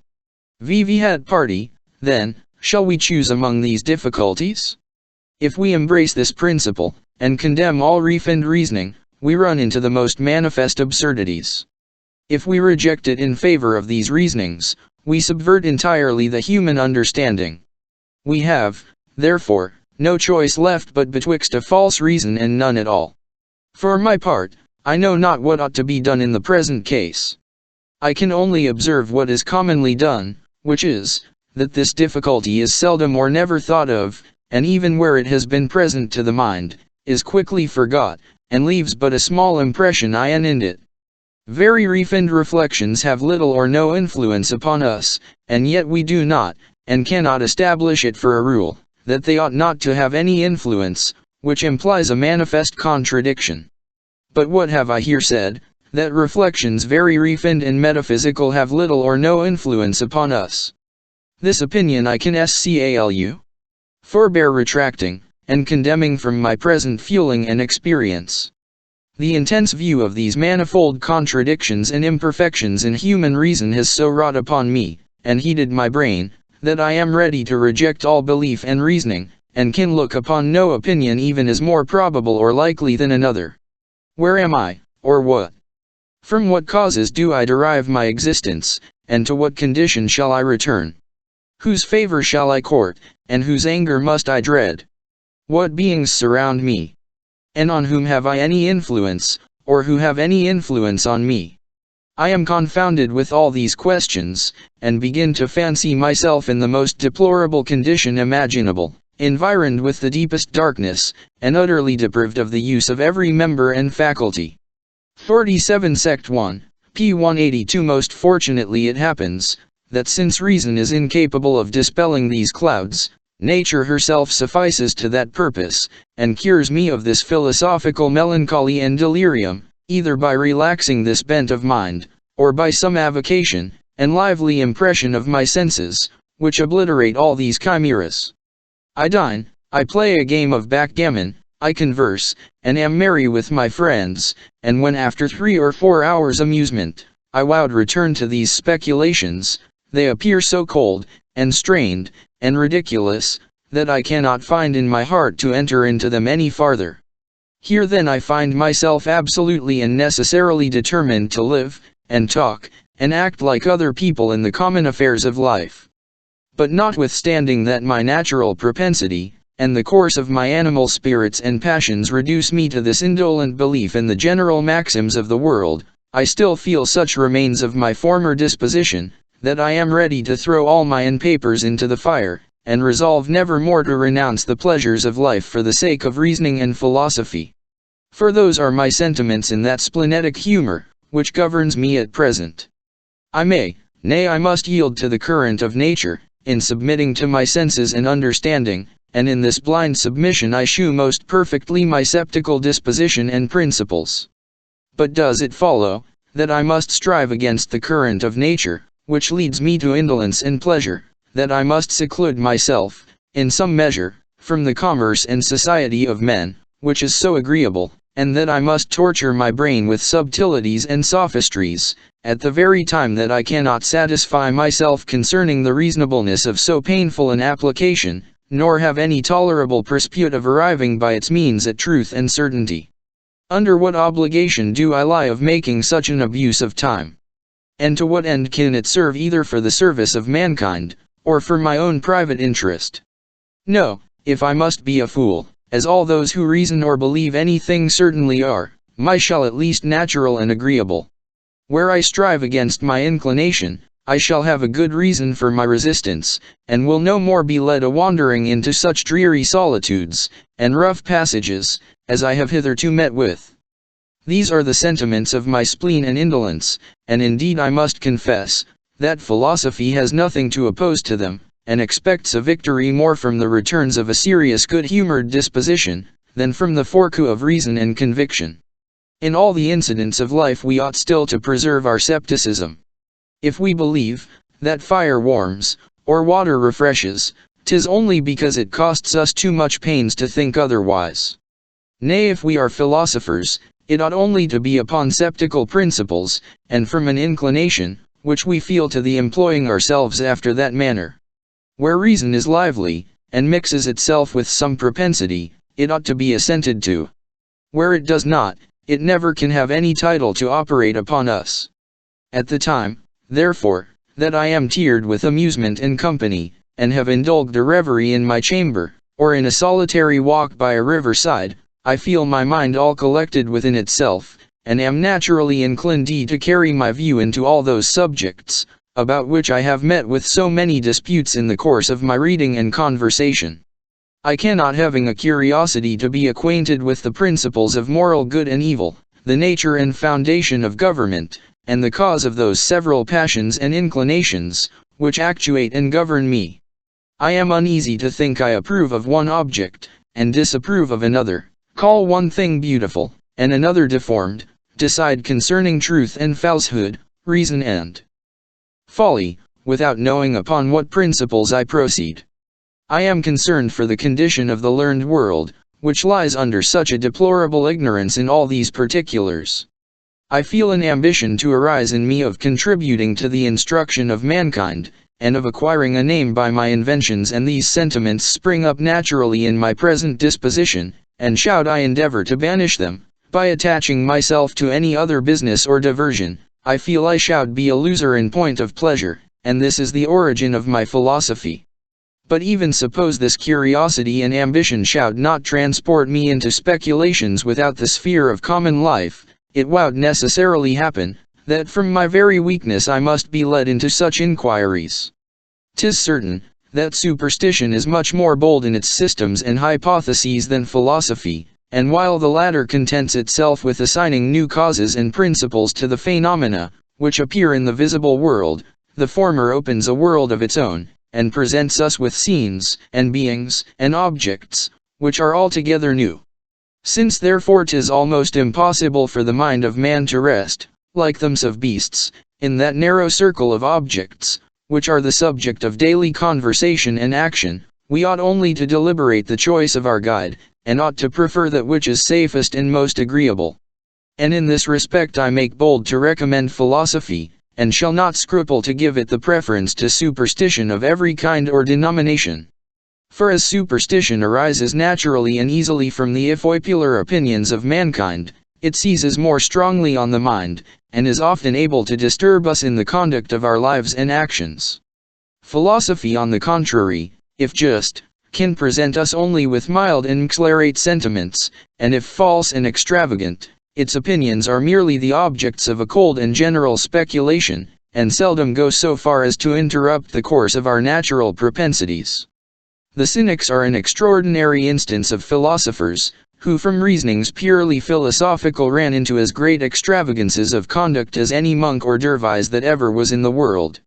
Generally speaking, the errors in religion are dangerous, those in philosophy only ridiculous. I am sensible that these two cases of the strength and weakness of the mind will not comprehend all mankind, and that there are in England in particular, many honest gentlemen, who always employed in their domestic affairs, or amusing themselves in common recreations, have carried their thoughts very little beyond those objects, which are every day exposed to their senses. And indeed, of such as these I pretend not to make philosophers, nor do I expect them either to be associates in these researches or auditors of these discoveries. They do well to keep themselves in their present situation, and instead of refining them into philosophers, I wish we could communicate to our founders of systems a share of this gross earthy mixture, as an ingredient, which they commonly stand much in need of, and which would serve to temper those fiery particles, of which they are compassed. While a warm imagination is allowed to enter into philosophy, and hypotheses embraced merely for being specious and agreeable, we can never have any steady principles, nor any sentiments, which will suit with common practice and experience. But were these hypotheses once removed, we might hope to establish a system or set of opinions, which if not true, for that, perhaps, is much to be hoped for, might at least be satisfactory to the human mind, and might stand the test of the most critical examination. Nor shall we despair of attaining this end, because of the many chimerical systems, which have successively arisen and decayed away among men, while we consider the shortness of that period, wherein these questions have been the subjects of inquiry and reasoning. 2000 years with such long interruptions, and under such mighty discouragements are a small space of time to give any tolerable perfection to the sciences, and perhaps we are still in too early an age of the world to discover any principles, which will bear the examination of the latest posterity. For my part, my only hope is, that I may contribute a little to the of knowledge, by giving in some particulars a different turn to the speculations of philosophers, and pointing out to them more distinctly those subjects, where alone they can expect assurance and conviction. Human nature is the only science of man, and yet has been hitherto the most neglected. 'Twill be sufficient for me, if I can bring it a little more into fashion, and the hope of this serves to compose my temper from that spleen, and invigorate it from that indolence, which sometimes prevail upon me. If the reader finds himself in the same easy disposition, let him follow me in my future speculations. If not, let him follow his inclination, and wait the returns of application and good humor. The conduct of a man, who studies philosophy in this careless manner, is more truly sceptical than that of one, who feeling in himself an inclination to it, is yet so overwhelmed with doubts and scrupulio, as totally to reject it. A true skeptic will be diffident of his philosophical doubts, as well as of his philosophical conviction, and will never refuse any innocent satisfaction, which offers itself, upon account of either of them. Nor is it only proper we should in general indulge our inclination in the most elaborate philosophical researches, notwithstanding our sceptical principles, but also that we should yield to that propensity, which us to be positive and certain in particular points, according to the light, in which we survey them in any particular instant. 'Tis easier to forbear all examination and inquiry, than to check ourselves in so natural a propensity, and guard against that assurance, which always arises from an exact and full survey of an object. On such an occasion we are apt not only to forget our scepticism, but even our modesty too, and make use of such terms as thtm, 'tis evident, 'tis certain, 'tis undeniable, which a due deference to the public ought, perhaps, to prevent. I may have fallen into this fault after the example of others, but I here enter a caveat against any objections, which may be offered on that head, and declare that such expressions were extorted from me by the present view of the object, and imply no dogmatical spirit, nor conceited idea of my own judgment, which are sentiments that I am sensible can be nobody, and a sceptic still less than any other. Book 2, of the Passions Section 1. Defales 10n of the subject. As all the perceptions of the mind may be divided into impressions and ideas, so the impressions admit of another division into original and secondary. This division of the impressions is the same with that which 481 formerly made use of when I distinguished them into impressions of sensation and reflection. Original impressions or impressions of sensation are such as without any antecedent perception arise in the soul, from the constitution of the body, from the animal spirits, or from the application of objects to the external organs. Secondary, or reflective impressions are such as proceed from some of these original ones, either immediately or by the interposition of its idea. Of the first kind are all the impressions of the senses, and all bodily pains and pleasures. Of the second are the passions, and other emotions resembling them. 'Tis certain, that the mind, in its perceptions, must begin somewhere, and that since the impressions precede their correspondent ideas, there must be some impressions, which without any introduction make their appearance in the soul. As these depend upon natural and physical causes, the examination of them would lead me far from my present subject, into the sciences of anatomy and natural philosophy. For this reason I shall here confine myself to those other impressions, which I have called secondary and reflective, as arising either from the original impressions, or from their ideas. Bodily pains and pleasures are the source of many passions, both when felt and considered by the mind, but arise originally in the soul, or in the LXDY, whichever you please to call it, without any preceding thought or perception. A fit of the gout produces a long train of passions, as grief, hope, fear, but is not derived immediately from any affection or idea. The reflective impressions may be divided into two kinds, viz. the calm and the violent. Of the first kind is the sense of beauty and deformity in action, composition, and external objects. Of the six, and D are the passions of love and hatred, grief and joy, pride and humility. This division is far from being exact. The of poetry and music frequently rise to the greatest height, while those other impressions, properly called passions, may decay into so soft an emotion, as to become, in a manner, imperceptible. But as in general the passions are more violent than the emotions arising from beauty and deformity, these impressions have been commonly distinguished from each other. The subject of the human mind being so copious and various, I shall here take advantage of this vulgar and specious division, that I may proceed with the greater order, and having said all I thought necessary conceding our ideas, shall now explain those violent emotions or passions, their nature, origin, and effects. When we take a survey of the passions, there is a division of them into direct and indirect. By direct passions I understand such as arise immediately from good or evil, from pain or pleasure. By indirect such as proceed from the same principles, but by the conjunction of other qualities. This distinction I cannot at present justify or explain any farther. I can only observe in general, that under the indirect passions I comprehend pride, humility, ambition, vanity, love, hatred, envy. 48 BCH, Ki part I sect 2. Pity, malice, generosity, with their dependants. And under the direct passions, desire, aversion, grief, joy, hope, fear, despair and security. I shall begin with the former. Section 2. Of pride and humility, their object and causes the passions of pride and humility being simple and uniform impressions, 'tis impossible we can ever, by a multitude of words, give a just definition of them, or indeed of any of the passions. The utmost we can pretend to is a description of them, by an enumeration of such circumstantia as attend them, but as words, pride and humility, are of general use, and the impressions they the most common of every one, of himself, will be able to form a just idea of them, without any danger of mistake. For which reason, not to lose time upon preliminaries, I shall immediately enter upon the examination of these passions.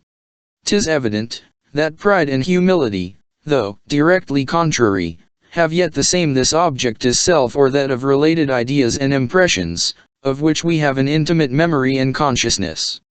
Here the view always fixes when we are actuated by either of these passions. According as our idea of ourself is more or less advantageous, we feel either of those opposite affections, and are elated by pride, or dejected with humility.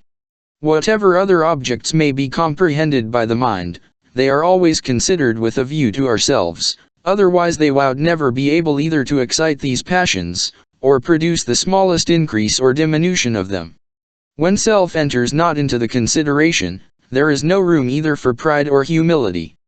But though that connected succession of perceptions, which we call self, be always the object of these two passions, 'tis impossible it can be their cause, or be sufficient alone to excite them. For as these passions are directly contrary, and have the same object in common, were their object also their cause, it could never produce any degree of the one passion, but at the same time it must excite an equal degree of the other, which opposition and contrariety must destroy both. 'Tis impossible a man can at the same time be both proud and humble, and where he has different reasons for these passions, as frequently happens, the passions either take place alternately, or if they encounter, the one annihilates the other, as far as its strength goes, and the remainder only of that, which is superior, continues to operate upon the mind. But in the present case neither of the passions could ever become superior, because supposing it to be the view only of ourself, which excited them, that being perfectly indifferent to either, must produce both in the very same proportion, or in other words, can produce neither. To excite any passion, and at the same time raise an equal share of its antagonist, is immediately to undo what was done, and must leave the mind at last perfectly calm and indifferent. We must, therefore, make a distinction the cause and the object of these passions, betwixt that idea, which them, and that to which they direct their view, when excited. Pride and humility, Christ, immediately turn our attention to ourself, and regard that as their ultimate and final object, but there is something farther requisite in order to raise them, something, which is peculiar to one of the passions, and produces not both in the very same degree. The first idea, that is presented to the mind, is that of the cause or productive principle. He excites the passion, connected with it, and that passion, when excited, turns our view to another idea, which is that of self. Here then is a passion blocked betwixt two ideas, of which the one produces it, and the other is product by it. The first idea, therefore, represents the cause, the second the object of the passion. To begin with the causes of pride and humility, we may observe, that their most obvious and remarkable property is the vast variety of subjects, on which they may be blocked. Every valuable quality of the mind, whether of the imagination, judgment, memory, or disposition, wit, good sense, learning, courage, justice, integrity, all these are the causes of pride, and their opposites of humility. Nor are these passions confined to the mind, but extend their view to the body likewise. A man may be proud of his beauty, strength, agility, good mien, address in dancing, riding, fencing, and of his dexterity in any manual business or manufacture. But this is not all. The passion, looking farther, comprehend whatever objects are in the least allied or related to us. Our country, family, children, relations, riches, houses, gardens, horses, dogs, clothes, any of these may become a cause either of pride or of humility. From the consideration of these causes, it appears necessary we should make a new distinction in the causes of the passion, betwixt that quality, which operates, and the subject, on which it is plocked. A man, for instance, is vain of a beautiful house, which longs to him, or which he has himself built, and here the object of the passion is himself, and the cause is the beautiful house, which cause again is subdivided into two parts, viz. The quality, which operates upon the passion, and the subject, in which the quality inheres. I.e. quality is the beauty, and the subject is the house, cl. Considered as his property or contrivance. Both these parts are essential, nor is the distinction vain and chimerical. Beauty, considered merely as such, unless plocked upon something related to us, never produces any pride or vanity, and the strongest relation alone, without beauty, or something else in its place, has as little influence on that passion. Since, therefore, these two particulars are easily separated, and there is a necessity for their conjunction, in order to produce the passion, we ought to consider them as component parts of the cause, and infix in our minds an exact idea of this distinction. Section 3. Whence these objects and causes are derived, being so far advanced as to observe a difference betwixt the object of the passions and their cause, and to distinguish in the cause the quality, which operates on the passions, from the subject, in which it inheres, we now proceed to examine what determines each of them to be what it is, and assigns such a particular object and quality and subject to these affections. By this means we shall fully understand the origin of pride and humility. 'Tis evident in the first place, that these passions are determined to have self for their object, not only by a natural but also by an original property. No one can doubt but this property is natural from the constancy and steadiness of its operations. 'Tis always self, which is the object of pride and humility, and whenever the passions beyond, 'tis still with a view to ourselves, nor can any person or object otherwise have any influence upon us. This proceeds from an original quality or primary impulse, will likewise appear evident, if we consider that 'tis the distinguishing characteristic of these passions. Unless nature had given some original qualities to the mind, it could never have any secondary ones, because in that case it would have no foundation for action, nor could ever begin to exert itself. Now these qualities, which we must consider as original, are such as are most inseparable from the soul, and can be resolved into no other, and such is the quality, which the object of pride and humility. We may, perhaps, make it a greater question, whether the causes, that produce the passion, be as natural as the object, to which it is directed, and whether all that vast variety proceeds from caprice or from the constitution of the mind. This doubt we shall soon remove, if we cast our eye upon human nature, and consider that in all nations and ages, the same objects still give rise to pride and humility, and that upon the view even of a stranger, we can know pretty nearly, what will either increase or diminish his passions of this kind. If there be any variation in this particular, it proceeds from nothing but a difference in the tempers and complexions of men, and is besides very inconsiderable. Can we imagine it possible, that while human nature remains the same, men will ever become entirely indifferent to their riches, beauty, or personal merit, and that their pride and vanity will not be affected by these advantages? But though the causes of pride and humility plainly natural, we shall find upon examination, that they are not original, and that 'tis utterly impossible they should each of them be adapted to these passions by a particular provision, and primary constitution of nature. Beside their prodigious number, many of them are the effects of art, and arise partly from the industry, partly from the caprice, and partly from the good fortune of men. Industry produces houses, furniture, clothes. Caprice determines their particular kinds and qualities.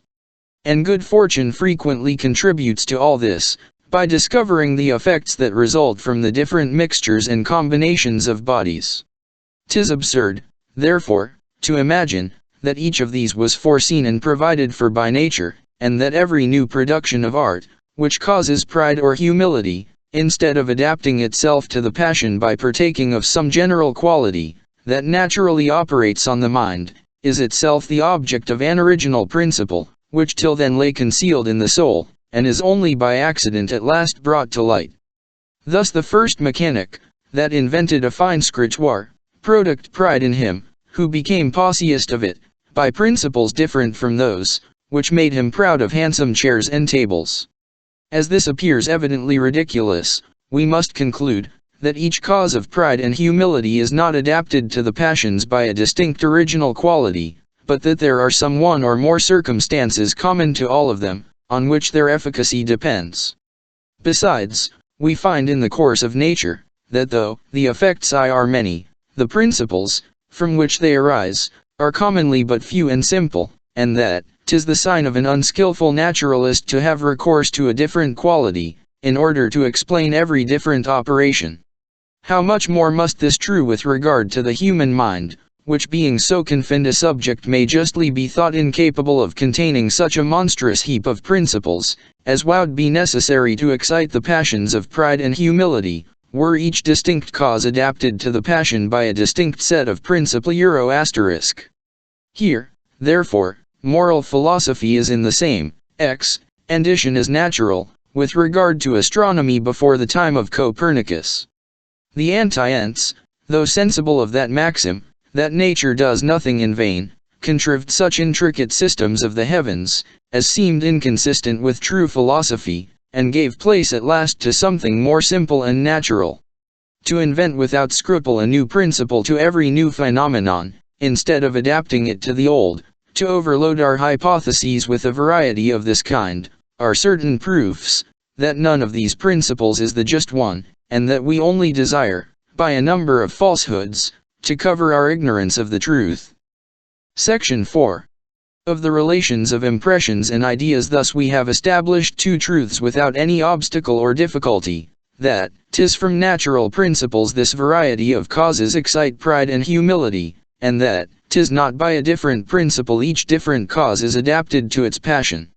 We shall now proceed to inquire how we may reduce principles to a lesser and find among the causes something common, on which their influence depends. In order to this we must on properties of human nature, which though they have a mighty influence on every operation both of the understanding and passions, are not commonly much insisted on by philosophers. The first of these is the association of ideas, which I have so often observed and explained. 'Tis impossible for the mind to fix itself steadily upon one idea for any considerable time, nor can it by its utmost efforts ever arrive at such a constancy. But however changeable our thoughts may are, they are not entirely without rule and method in their changes. The rule, by which they proceed, is to pass from one object to what is resembling, contiguous to, or product by it. When one idea is present to the imagination, any other, united by these relations, naturally follows it, and enters with more facility by means of that introduction. The second property I shall observe in the human mind is a like association of impressions. All resembling impressions are connected together, and no sooner one arises than the rest immediately follow. Grief and disappointment give rise to anger, anger to envy, envy to malice, and malice to grief again, till the whole circle be completed. In like manner our temper, when elevated with joy, naturally throws itself into love, generosity, pity, courage, pride, and the other resembling affections. 'Tis difficult for the mind, when actuated by any passion, to confine itself to that passion alone, without any change or variation. Human nature is too inconstant to admit of any such regularity. Changeableness is essential to it. And to what can it so naturally change as to affections or emotions, which are suitable to the temper, and agree with that set of passions, which then prevail? 'Tis evident, then, there is an attraction or association among impressions, as well as among ideas, though, with this remarkable difference, that ideas are associated by resemblance, contiguity, and causation, and impressions only by resemblance. In the third place, 'tis observable of these two kinds of association, that they very much assist and forward each other, and that the transition is more easily made where they concur in the same object. Thus a man, who, by any injury from another, is very much discomposed and ruffled in his temper, is apt to find 100 subjects of discontent, impatience, fear, and other uneasy passions, especially if he can discover these subjects in or near the person, who was the cause of his first passion. Those principles, which forward the transition of ideas, here cx, concur with TMSE, which operate on the passions, and both uniting in one action, bestow on the mind a double impulse. The new passion, therefore, must arise with so much greater violence, and the transition to it must be rendered so much more easy and natural. Upon this occasion I may cite the authority of an elegant writer, who expresses himself in the following manner. As the fancy delights in everything that is great, strange, or beautiful, and is still more pleased the more it finds of these perfections in the same object, so it is capable of receiving a new satisfaction by the assistance of another sense. Illis any continued sound, as the music of binds, or a fall of waters, awakens every moment the mind of the and makes him more attentive to the several beauties of the place, that lie before him.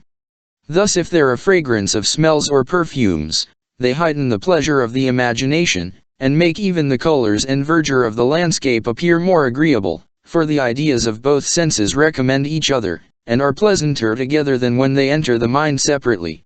As the different colors of a picture, when they are well disposed, set off one another, and receive an additional beauty from the advantage of the situation. In this phenomenon we may remark the association 9th of impressions and ideas, as well as the mutual assistance they lend each other. Section 5. Of the influence of these relations on pride and humility. These principles being established on unquestionable experience, I begin to consider how we shall apply them, by revolving over all the causes of pride and humility, whether these causes be regarded as the qualities that operate, or as the subjects on which the qualities are plocked. In examining qualities I immediately find many of them to concur in producing the sensation of pain and pleasure, independent of those affections, which I here endeavor to explain. Thus the beauty of our person, of itself, and by its very appearance, gives pleasure, as well as pride, and its deformity, pain as well as humility. A magnificent feast delights us, and a sordid one displeases.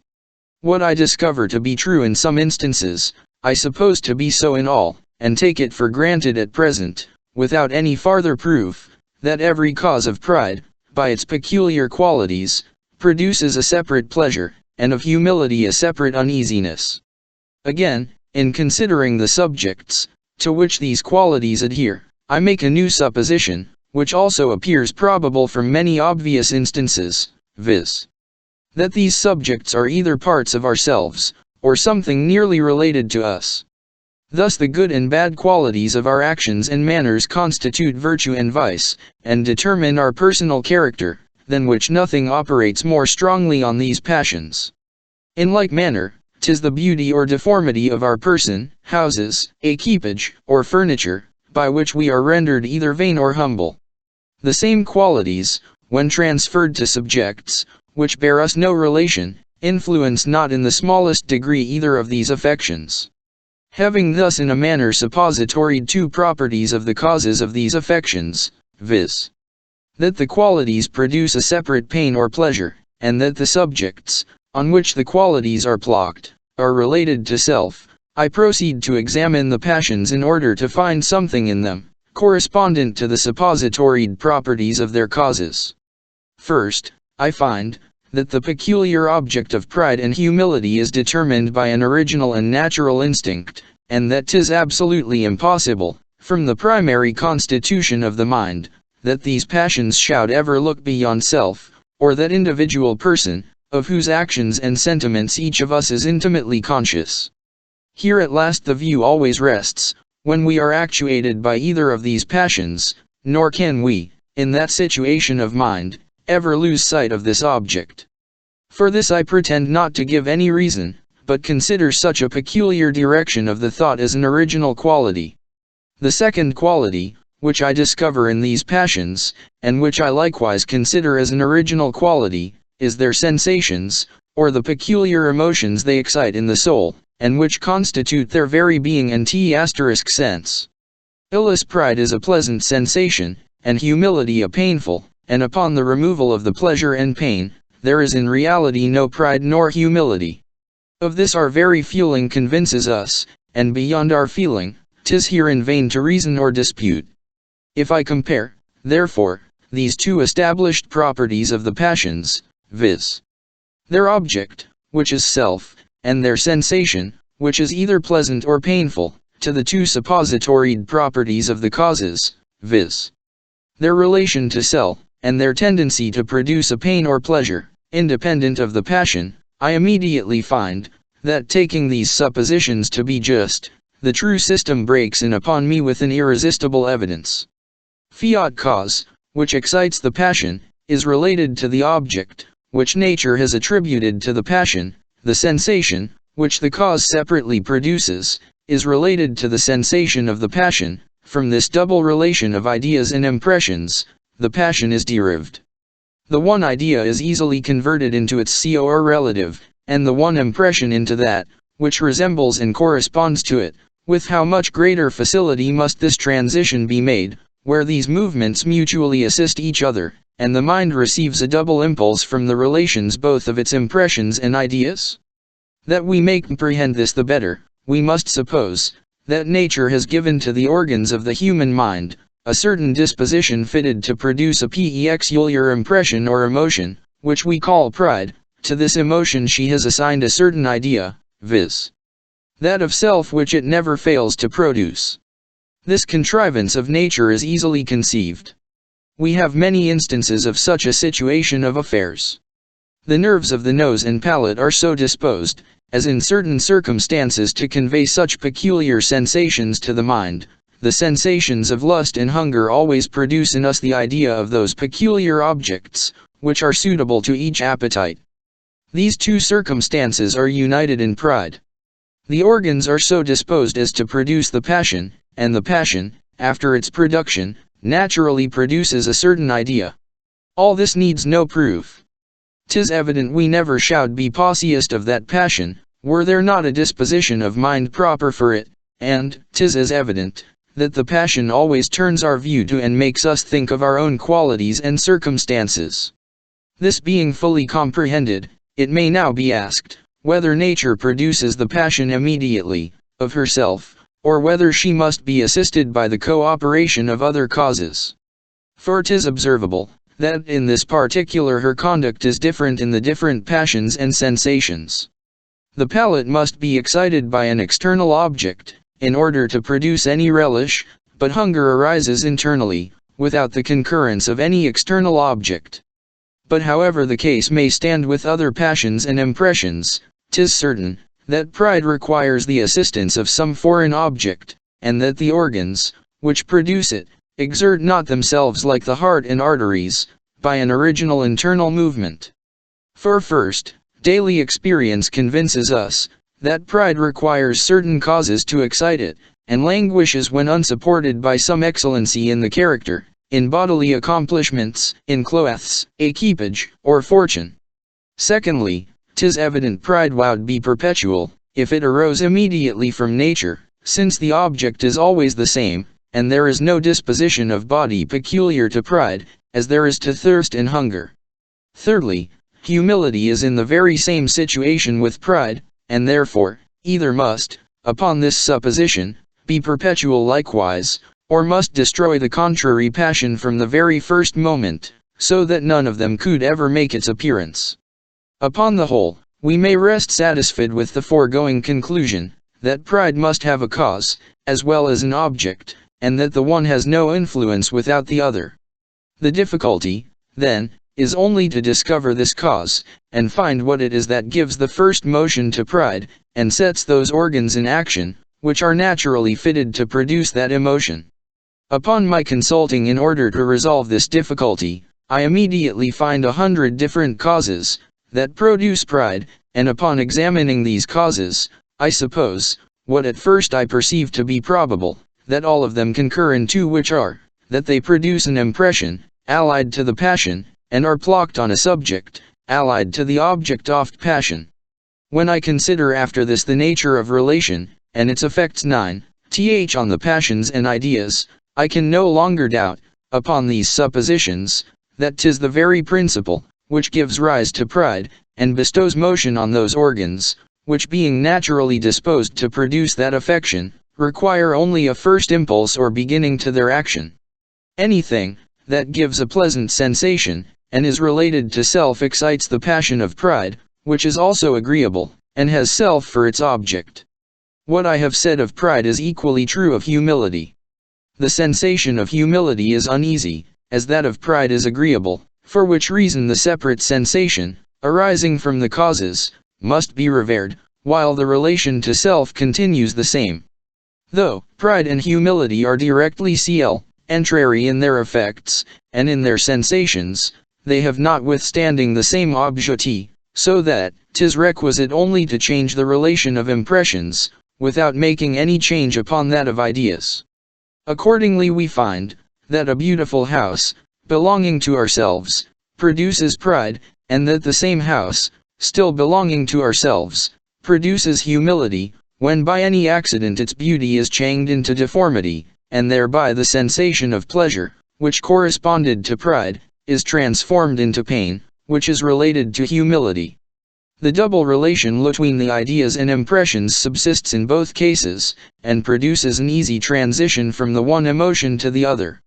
In a word, nature has a kind of attraction on certain impressions and ideas, by which one of them, upon its appearance, naturally introduces its correlative. If these two attractions or ascniatutions of impressions and ideas concur on the same object, they mutually assist each other, and the transition of the affections and of the imagination is made with the greatest ease and facility. When an idea produces an impression, related to an impression, which is connected with an idea, related to the first idea, these two impressions must be in a manner inseparable, nor will the one in any case be unattended with the other. 'Tis after this manner, that the particular of pride and humility are determined.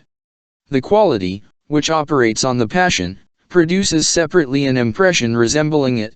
The subject, to which the quality adheres, is related to self, the object of the passion. No wonder the whole cause, consisting of a quality and of a subject, does so unavoidably give rise to the passion. To illustrate this hypothesis, we may compare it to that, by which I have already explained the belief attending the judgments, which we form from causation. I have observed, that in all judgments of this kind, there is always a present impression, and a related idea, and that the present impression gives a vivacity to the fancy, and the relation conveys this vivacity, by an easy transition, to the related idea. Without the present impression, the attention is not fixed, nor the spirits excited. Without the relation, this attention rests on its first object, and has no farther consequence. There is evidently a great analogy twixt that hypothesis, and our present one of an impression and idea, that transfuse themselves into another impression and idea by means of their double relation, which analo must be allowed to be no despicable proof of both hypotheses. Section 6. Limitations of this system. But before we proceed farther in this subject, and examine particularly all the causes of pride and humility, 'twill be proper to make some limitations to the general system, that all agreeable objects, related to ourselves, by an association of ideas and impressions, produce pride, and disagreeable ones, humility, and these limitations are derived from the very nature of the subject. I suppose an agreeable object to acquire a relation to self. The first passion, that appears on this occasion, is joy, and this passion discovers itself upon a slighter relation than pride and vainglory. We may feel joy upon being present at a feast, where our senses are regaled with delicacies of every kind, but 'tis only the master of the feast, who, beside the same joy, has the additional passion of self-applause and vanity. 'Tis true, men sometimes boast of a great entertainment, at which they have only been present, and by so small a relation convert their pleasure into pride. But however, this must in general be owned, that joy arises from a more inconsiderable relation than vanity, and that many things, which are too foreign to produce pride, are yet able to give us a delight and pleasure. The reason of the difference may be explained thus. A relation is requisite to joy, in order to approach the object to us, and make it give us any satisfaction. But beside this, which is common to passions, 'tis requisite to pride, in order to produce a transition from one passion to another, and convert the satisfaction into vanity. As it has a double task to perform, it must be endowed with double force and energy. To which we may add, that where agreeable objects bear not a very close relation to ourselves, they commonly do to some other person, and this latter relation not only excels, but even diminishes, and sometimes destroys the former, as we shall see afterwards. 49.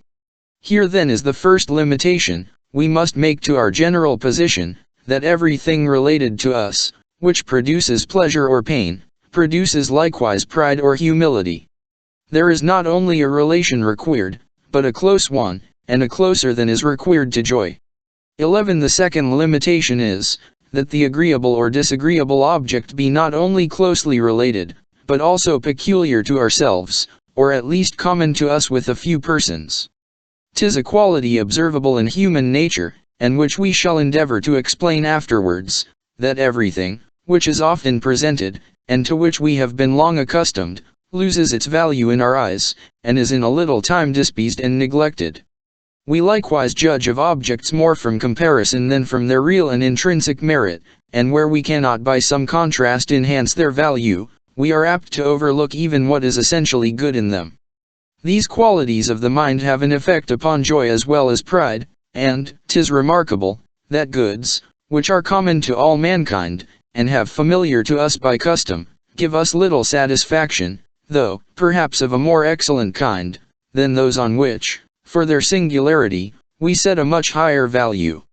But, though this circumstance operates on both these passions, it has a much greater influence on vanity. We are rejoiced for many goods, which, on account of their frequency, give us no pride. Health, when it returns after a long absence, affords us a very sensible satisfaction, but is seldom regarded as a subject of vanity. 'Tis shard with such vast. 49 Part 11. Section 4. The reason why pride is so much more delicate in this particular than joy, I take to be, as follows. In order to excite pride, there are always two objects we must contemplate, viz. the cause or that object which produces pleasure, and self, which is the real object of the passion. But joy has only one object necessary to its production, viz. that which gives pleasure, and though it be requisite, that this bear some relation to self, yet that is only requisite in order to render it agreeable, nor is self, properly speaking, the object of this passion. Since, therefore, pride has in a manner two objects, to which it directs our view, it follows, that where neither of them have any singularity, the passion must be more weakened upon that account, than a passion, which has only one object. Upon comparing ourselves with others, as we are every moment apt to do, we find we are not in the least distinguished, and upon comparing the object we possess, we discover still the same unlucky circumstance. By two comparisons so disadvantageous the passion must be entirely destroyed. The third limitation is, that the pleasant or painful object be very discernible and obvious, and that not only to ourselves, but to others also. This circumstance, like the two foregoing, has an effect upon joy, as well as pride. We fancy ourselves more happy, as well as more virtuous or accountiful, when we appear so to others, but are still more ostentatious of our virtues than of our pleasures. This proceeds from causes, which I shall endeavor to explain afterwards. For the fourth limitation is derived from the inconstancy of the cause of these passions, and from the short duration of connection with ourselves. What is usual and inconstant but little joy, and less pride? We are not much satisfied with the thing itself, and are still less apt to feel any new degrees of self-satisfaction upon its account. We foresee and anticipate its change by the imagination, which makes us little satisfied with the thing. We compare it to ourselves, whose existence is more durable, by which means its inconstancy appears still greater. It seems ridiculous to infer an excellency in ourselves from an object, which is of so much shorter duration, and attends us during so small a part of our existence. 'Twill easy to comprehend the reason, why this cause operates not with the same force in joy as in pride, since the idea of self is not so essential to the former passion as to the latter. I may add as a fifth limitation, or rather enlargement of this system, that general rules have a great influence upon pride and humility, as well as on all the other passions. Hence we form a notion of different ranks of men, suitable to the power or riches they are possessed of, and this notion we change not upon account of any peculiarities of the health or temper of the persons, which may deprive them of all enjoyment in their possessions. This may be accounted for from the same principles that explained the influence of general rules on the understanding. Custom readily carries us beyond the just bounds in our passions, as well as in our reasonings. It may not be amiss to observe on this occasion, that the influence of general rules and maxims on the passions very much contributes to facilitate the effects of all the principles, which we shall explain in the progress of this treatise. For 'tis evident, that if a person full grown, and of the same nature with were on a sudden transported into our world, he would very much embarrassed with every object, and would not readily find what degree of love or hatred, pride, or humility, or any other passion he ought to attribute to it. The passions are often varied by very inconsiderable principles, and these do not always play with a perfect regularity, especially on the first trial. But as custom and practice have brought to light all these principles, and have settled the just value of everything, this must certainly contribute to the easy production of the passions, and guide us, by means of general established maxims, in the proportions we ought to observe in preferring one object to another. This remark may, perhaps, serve to obviate difficulties that may arise concerning some causes, which I shall hereafter to particular passions, and which may esteem too refined to operate so universally and certainly, as they are found to do. I shall close this subject with a reflection derived from these 5 limitations. This reflection is, that the persons, who are proudest, and who in the eye of the world have most reason for their pride, are not always the happiest, nor the most humble always the most miserable, as may at first sight be imagined from this system. An evil may be real, though its cause has no relation to us; it may be real, without being peculiar; it may be real, without shewing itself to others; it may be real, without being constant; and it may be real, without falling under the general rules. Such evils as these will not fail to render us miserable, though they have little tendency to diminish pride, and perhaps the most real and the most solid evils of life will be found of this nature. Section 7. Of vice and virtue. Taking these limitations along with us, let us proceed to examine the causes of pride and humility, and see whether in every case we can discover the double relations by which they operate on the passions. If we find that all these causes are related to self, and produce a pleasure or uneasiness separate from the passion, there will remain no farther scruple with regard to the present system. We shall principally endeavor to prove the latter point, the former being in a manner self-evident. To begin with vice and virtue, which are the most obvious causes of these passions, and would be entirely foreign to my present purpose to enter upon the controversy, which of late years has so much the curiosity of the public, whether these moral distinctions be founded on natural and original principles, or arise from interest and education. The examination of this I reserve for the following book, and in the meantime shall endeavor to show that my system maintains its ground upon either of these hypotheses, which will be a strong proof of its solidity. For granting that morality had no foundation in nature, it must still be allowed that in virtue, either from self-interest or the prejudices of education, produce in us a real pain and pleasure, and this we may observe to be strenuously asserted by the defenders of that hypothesis. Every passion, habit, or turn of character, say they, which has a tendency to our advantage or prejudice, gives a delight or uneasiness, and 'tis from thence the approbation or disapprobation arises. We easily gain from the liberality of others, but are always in danger of losing by their avarice.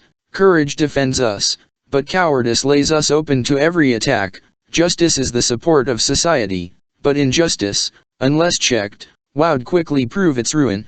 Humility exalts, but pride mortifies us. For these reasons the former qualities are esteemed virtues, and the latter regarded as vices. Now since 'tis granted there is a delight or uneasiness still attending merit or demerit of every kind, this is all that is requisite for my purpose. But I go farther, and observe, that this moral hypothesis and my present system not only agree together, but also that, allowing the former to be just, 'tis an absolute and invincible proof of the latter. For if all morality be founded on the pain or pleasure, which arises from the prospect of any loss or advantage, that may result from our own characters, or from those of others, all the effects of morality must be derived from the same pain or pleasure, and among the rest, the passions of pride and humility. The very essence of virtue, according to this hypothesis, is to produce pleasure, and that of vice to give pain. The virtue and vice must be part of our character in order to excite pride or humility. What farther proof can we desire for the double relation of impressions and ideas? The same unquestionable argument may be derived from the opinion of those who maintain that morality is something real, essential, and founded on nature. The most probable hypothesis, which has been advanced to explain the distinction betwixt vice and virtue, and the origin of moral rights and obligations, is, that from a primary constitution of nature certain characters and passions, by the very view and cl, and templation, a pain, and others in like manner excite a pleasure. The uneasiness and satisfaction are not only inseparable from vice and virtue, but constitute their very nature and essence. To approve of a character is to feel an original delight upon its appearance. To disapprove of it is to be sensible of an uneasiness. The pain and pleasure, therefore, being the primary causes of vice and virtue, must also be the causes of all their effects, and consequently of pride and humility, which are the unavoidable attendants of that distinction. But supposing this hypothesis of moral philosophy should be allowed to be false, 'tis still evident, that pain and pleasure, if not the causes of vice and virtue, are at least inseparable from them. A generous and noble character affords a satisfaction even in the survey, and when presented to us, though only in a poem or fable, never fails to charm and delight us. On the other hand, cruelty and treachery displease from their very nature, nor is it possible ever to reconcile us to these qualities, either in ourselves or others. Thus one hypothesis of morality is an undeniable proof of the foregoing system, and the other at worst agrees with it. But pride and humility arise not from these qualities alone of the mind, which, according to the vulgar systems of ethics, have been comprehended as parts of moral duty, but from any other that has a connection with pleasure and uneasiness. Nothing flatters our vanity more than the talent of pleasing by our wit, good humor, or any other accomplishment, and nothing gives us a more sensible mortification than a disappointment in any attempt of that nature. No one has ever been able to tell what wit is, and to shew why such a system of thought must be received under that denomination, and such another rejected. 'Tis only by taste we can decide concerning it, nor are we of any other standard, upon which we can form a judgment of this kind. Now what is this taste, from which true and false wit in a manner receive their being, and without which no thought can have a title to either of these denominations? 'Tis plainly nothing but a sensation of pleasure from true wit, and of uneasiness from false, without our being able to tell the reasons of that pleasure or uneasiness. The power of bestowing these opposite sensations is, therefore, the very essence of true and false wit, and consequently the cause of that pride or humility, which arises from them.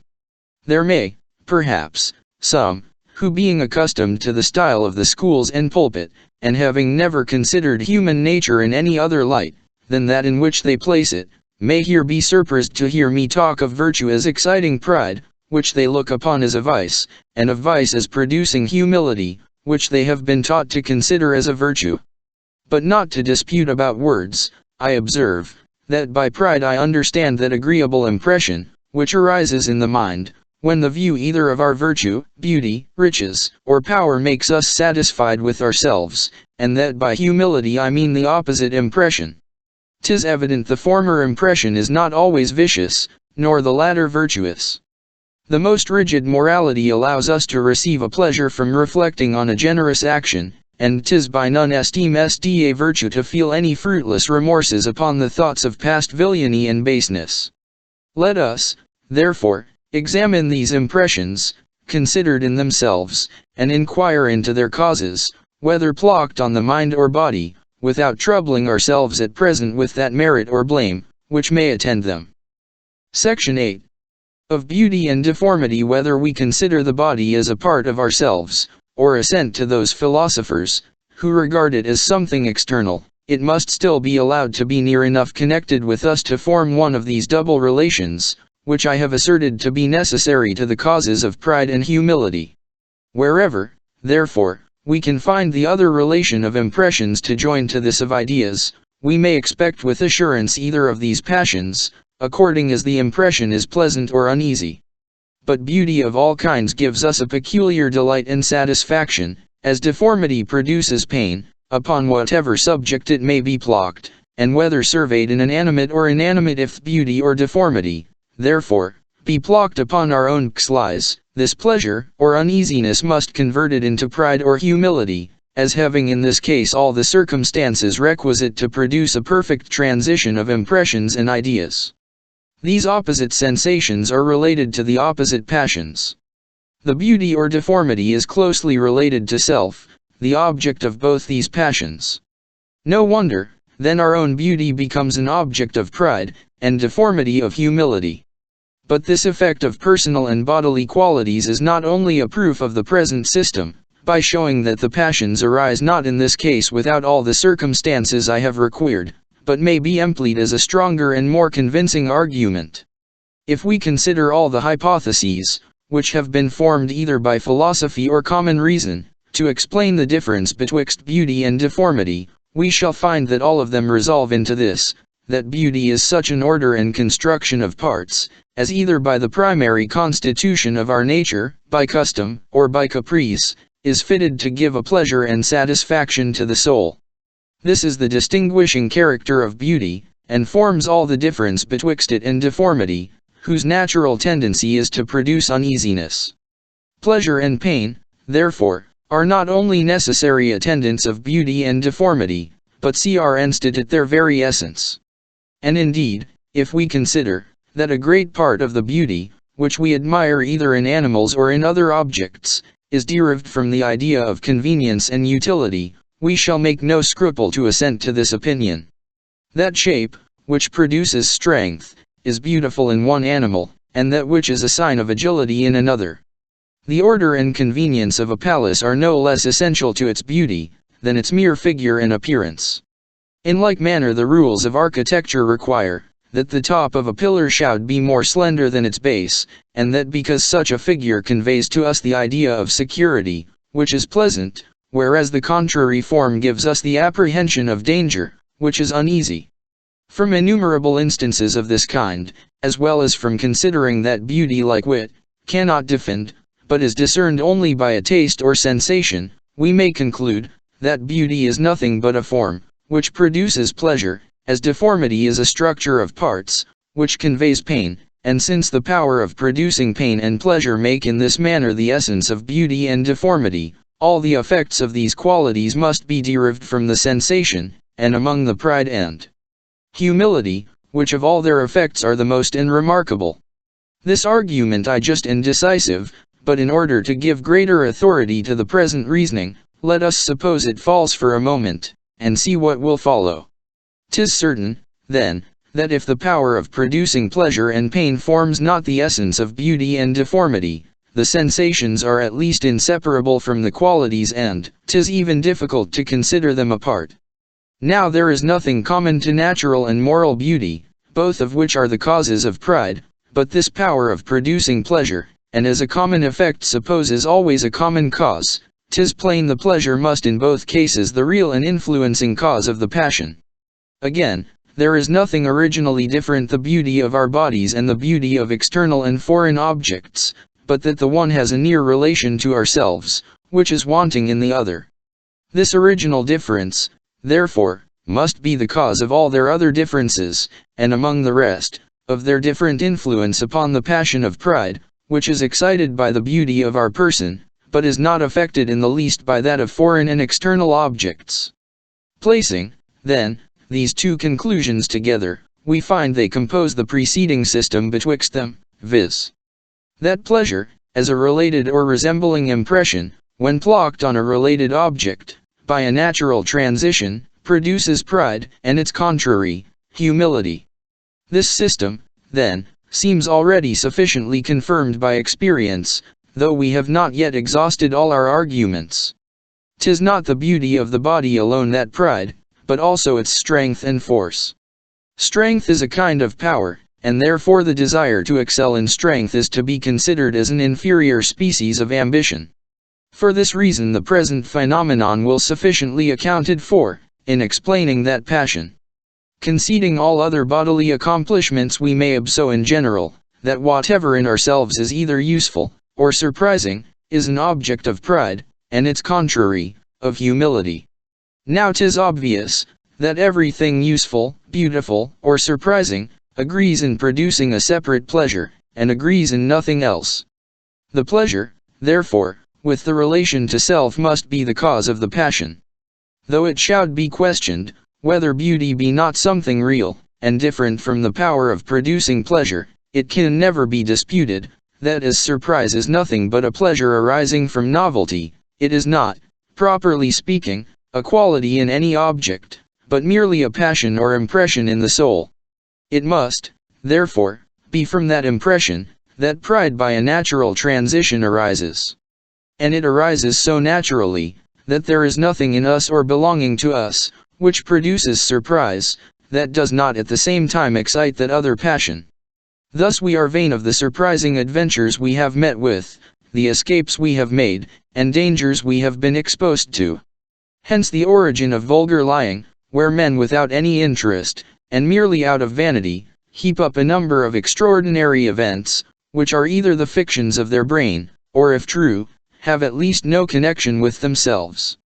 Their fruitful invention supplies them with a variety of adventures, and where that talent is wanting, they appropriate such as belong to others, in order to satisfy their vanity.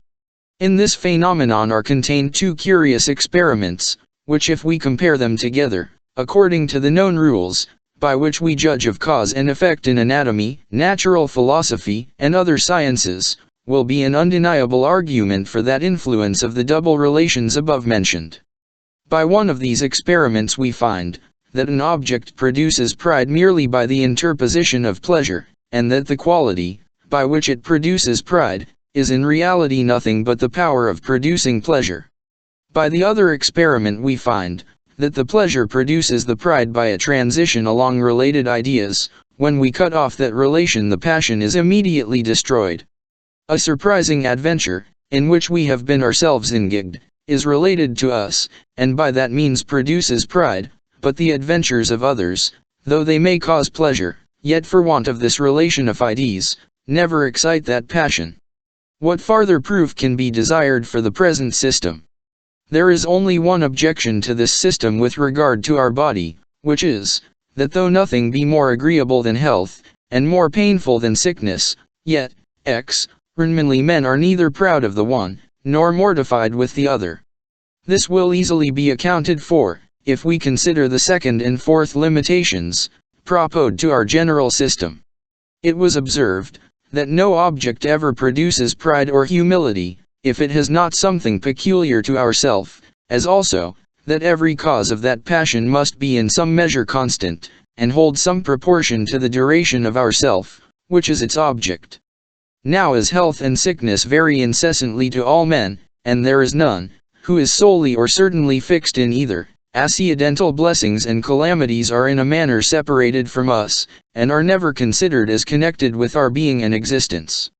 And that this account is just appears hence, that wherever a malady of any kind is so rooted in our constitution, that we no longer entertain any hopes of recovery, from that moment it becomes an object of humility, as is evident in old men, whom nothing mortifies more than the consideration of their age and infirmities.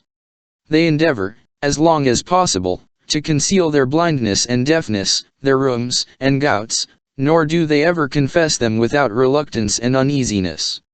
And though young men are not ashamed of every headache or cold they fall into, yet no topic is so proper to mortify human pride, and make us entertain a mean opinion of our nature, than this, that we are every moment of our lives subject to such infirmities.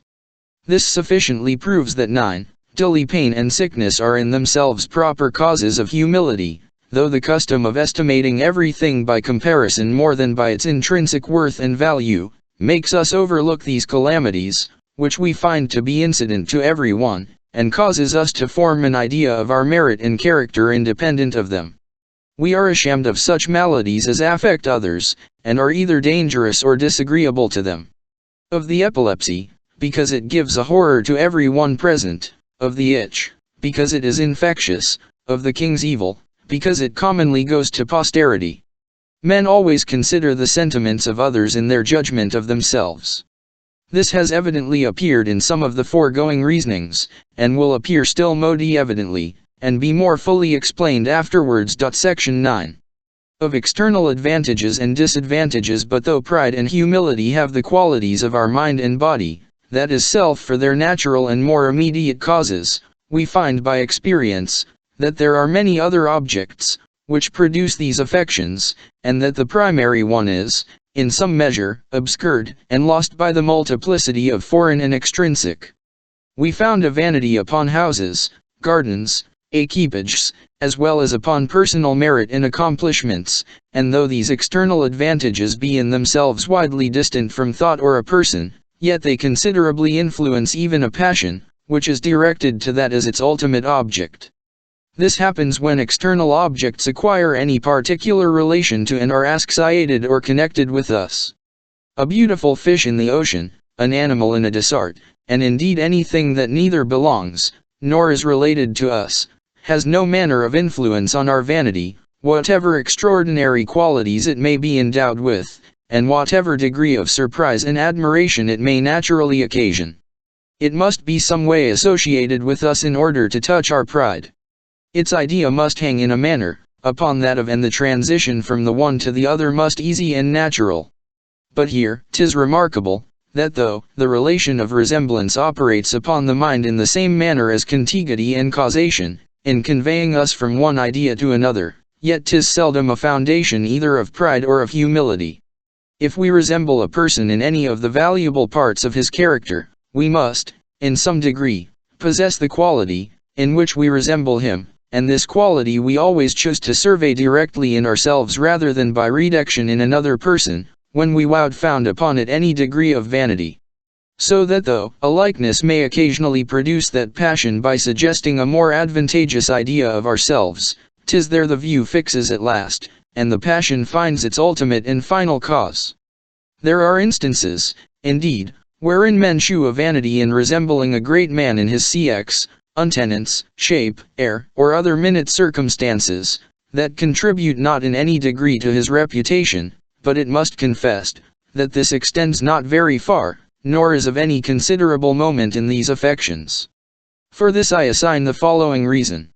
We can never have a vanity of resembling in trifles any person, unless he be possessed of very shining qualities, which give us a respect and veneration for him. These qualities, then, are, properly speaking, the causes of our vanity, by means of their relation to ourselves. Now after what manner are they related to ourselves? They are parts of the person we value, and consequently connected with these trifles, which are also suppositoried to be parts of him. These trifles are connected with the resembling qualities in us, and these qualities in us, being parts, are connected with the whole, and by that means form a chain of several links betwixt ourselves and the shining qualities of the person we resemble. But besides that this multitude of relations must weaken the connection, 'tis evident the mind, in passing from the shining qualities to the trivial ones, must by that contrast the better perceive the minuteness of the latter, and be in some measure ashamed of the comparison and resemblance. The relation, therefore, of contiguity, or that of causation, betwixt the cause and object of pride and humility, is alone requisite to give rise to these passions, and these relations are nothing else but qualities, by which the imagination is conveyed from one idea to another. Now let us consider what effect these can possibly have upon the mind, and by what means they become so requisite to the production of the passions. 'Tis evident, that the association of ideas operates in so silent and imperceptible a manner, that we are scarce sensible of it, and discover it more by its effects than by any immediate feeling or perception. It produces no emotion, and gives rise to no new impression of any kind, but only modifies those ideas, of which the mind was formerly possessed, and which it could recall upon occasion. From this reasoning, as well as from undoubted experience, we may conclude that an association of however any sebsary is not alone sufficient to give rise to any passion. 'Tis evident, then, that when the mind feels the passion either of pride or humility upon the appearance of a related object, there is, beside the relation or transition of thought, an emotion, or original impression product by some other principle. The question is, whether the emotion first product be the passion itself, or some other impression related to it. This question we cannot be long in deciding. For besides all the other arguments, with which this subject abounds, it must evidently appear, that the relation of ideas, which experience shews to be so requisite a circumstance to the production of passion, would be entirely superfluous, were it not to second a relation of affections, and facilitate the transition from one impression to another. If nature product immediately the passion of pride or humility, it would be complete in itself, and would require no farther addition or increase from any other affection. But supposing the first emotion to only related to pride or humility, 'tis easily conceived to what purpose the relation of objects may serve, and how the two different associations, of impressions, and ideas, by uniting their forces, may assist each other's operation. This is not only easily conceived, but I will venture to affirm 'tis the only manner, in which we can conceive this subject. An easy transition of ideas, which, of itself, causes no emotion, can never be necessary, or even useful to the passions, but by forwarding the transition betwixt some related impressions. Not to mention, that the same object causes a greater or smaller degree of pride, not only in proportion to the increase or decrease of its qualities, but also to the distance or of the relation, which is a clear argument for the transition of affections along the relation of ideas, since every change in the relation produces a proportionable change in the passion. Thus one part of the preceding system, concerning the relations of ideas is a sufficient proof of the other, concerning that of impressions, and is itself so evidently founded on experience, that 'twould be lost time to endeavor farther to prove it. This will appear still more evidently in particular instances. Men are vain of the beauty of their country, of their county, of their parish. Here the idea of beauty plainly produces a pleasure. This pleasure is related to pride. The object or cause of this pleasure is, by the supposition, related to self, or the object of pride. By this double relation of impressions and ideas, a transition is made from the one impression to the other.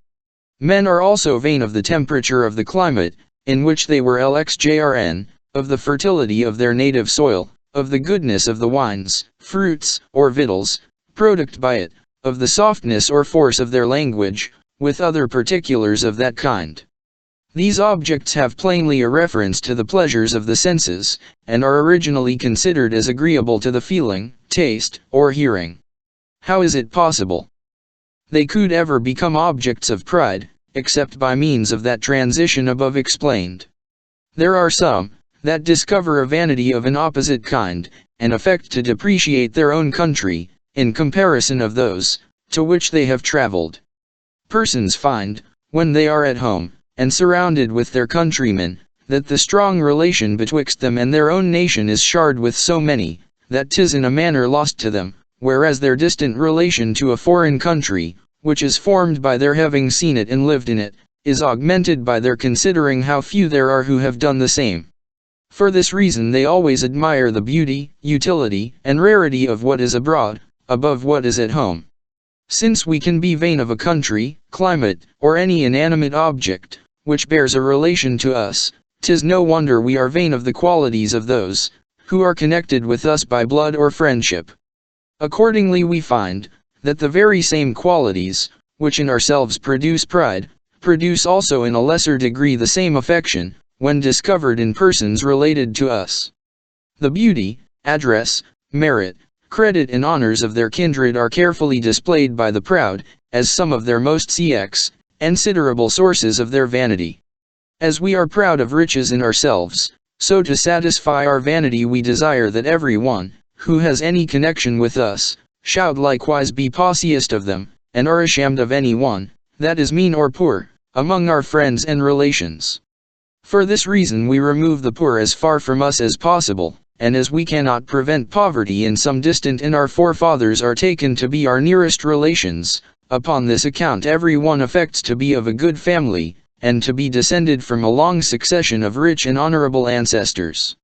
I have frequently observed, that those, who boast of the antiquity of their families, are glad when they can join this circumstance, that their ancestors for many generations have been uninterrupted proprietors of the same portion of land, and that their family has never changed its possessions, or transplanted into any other county or province.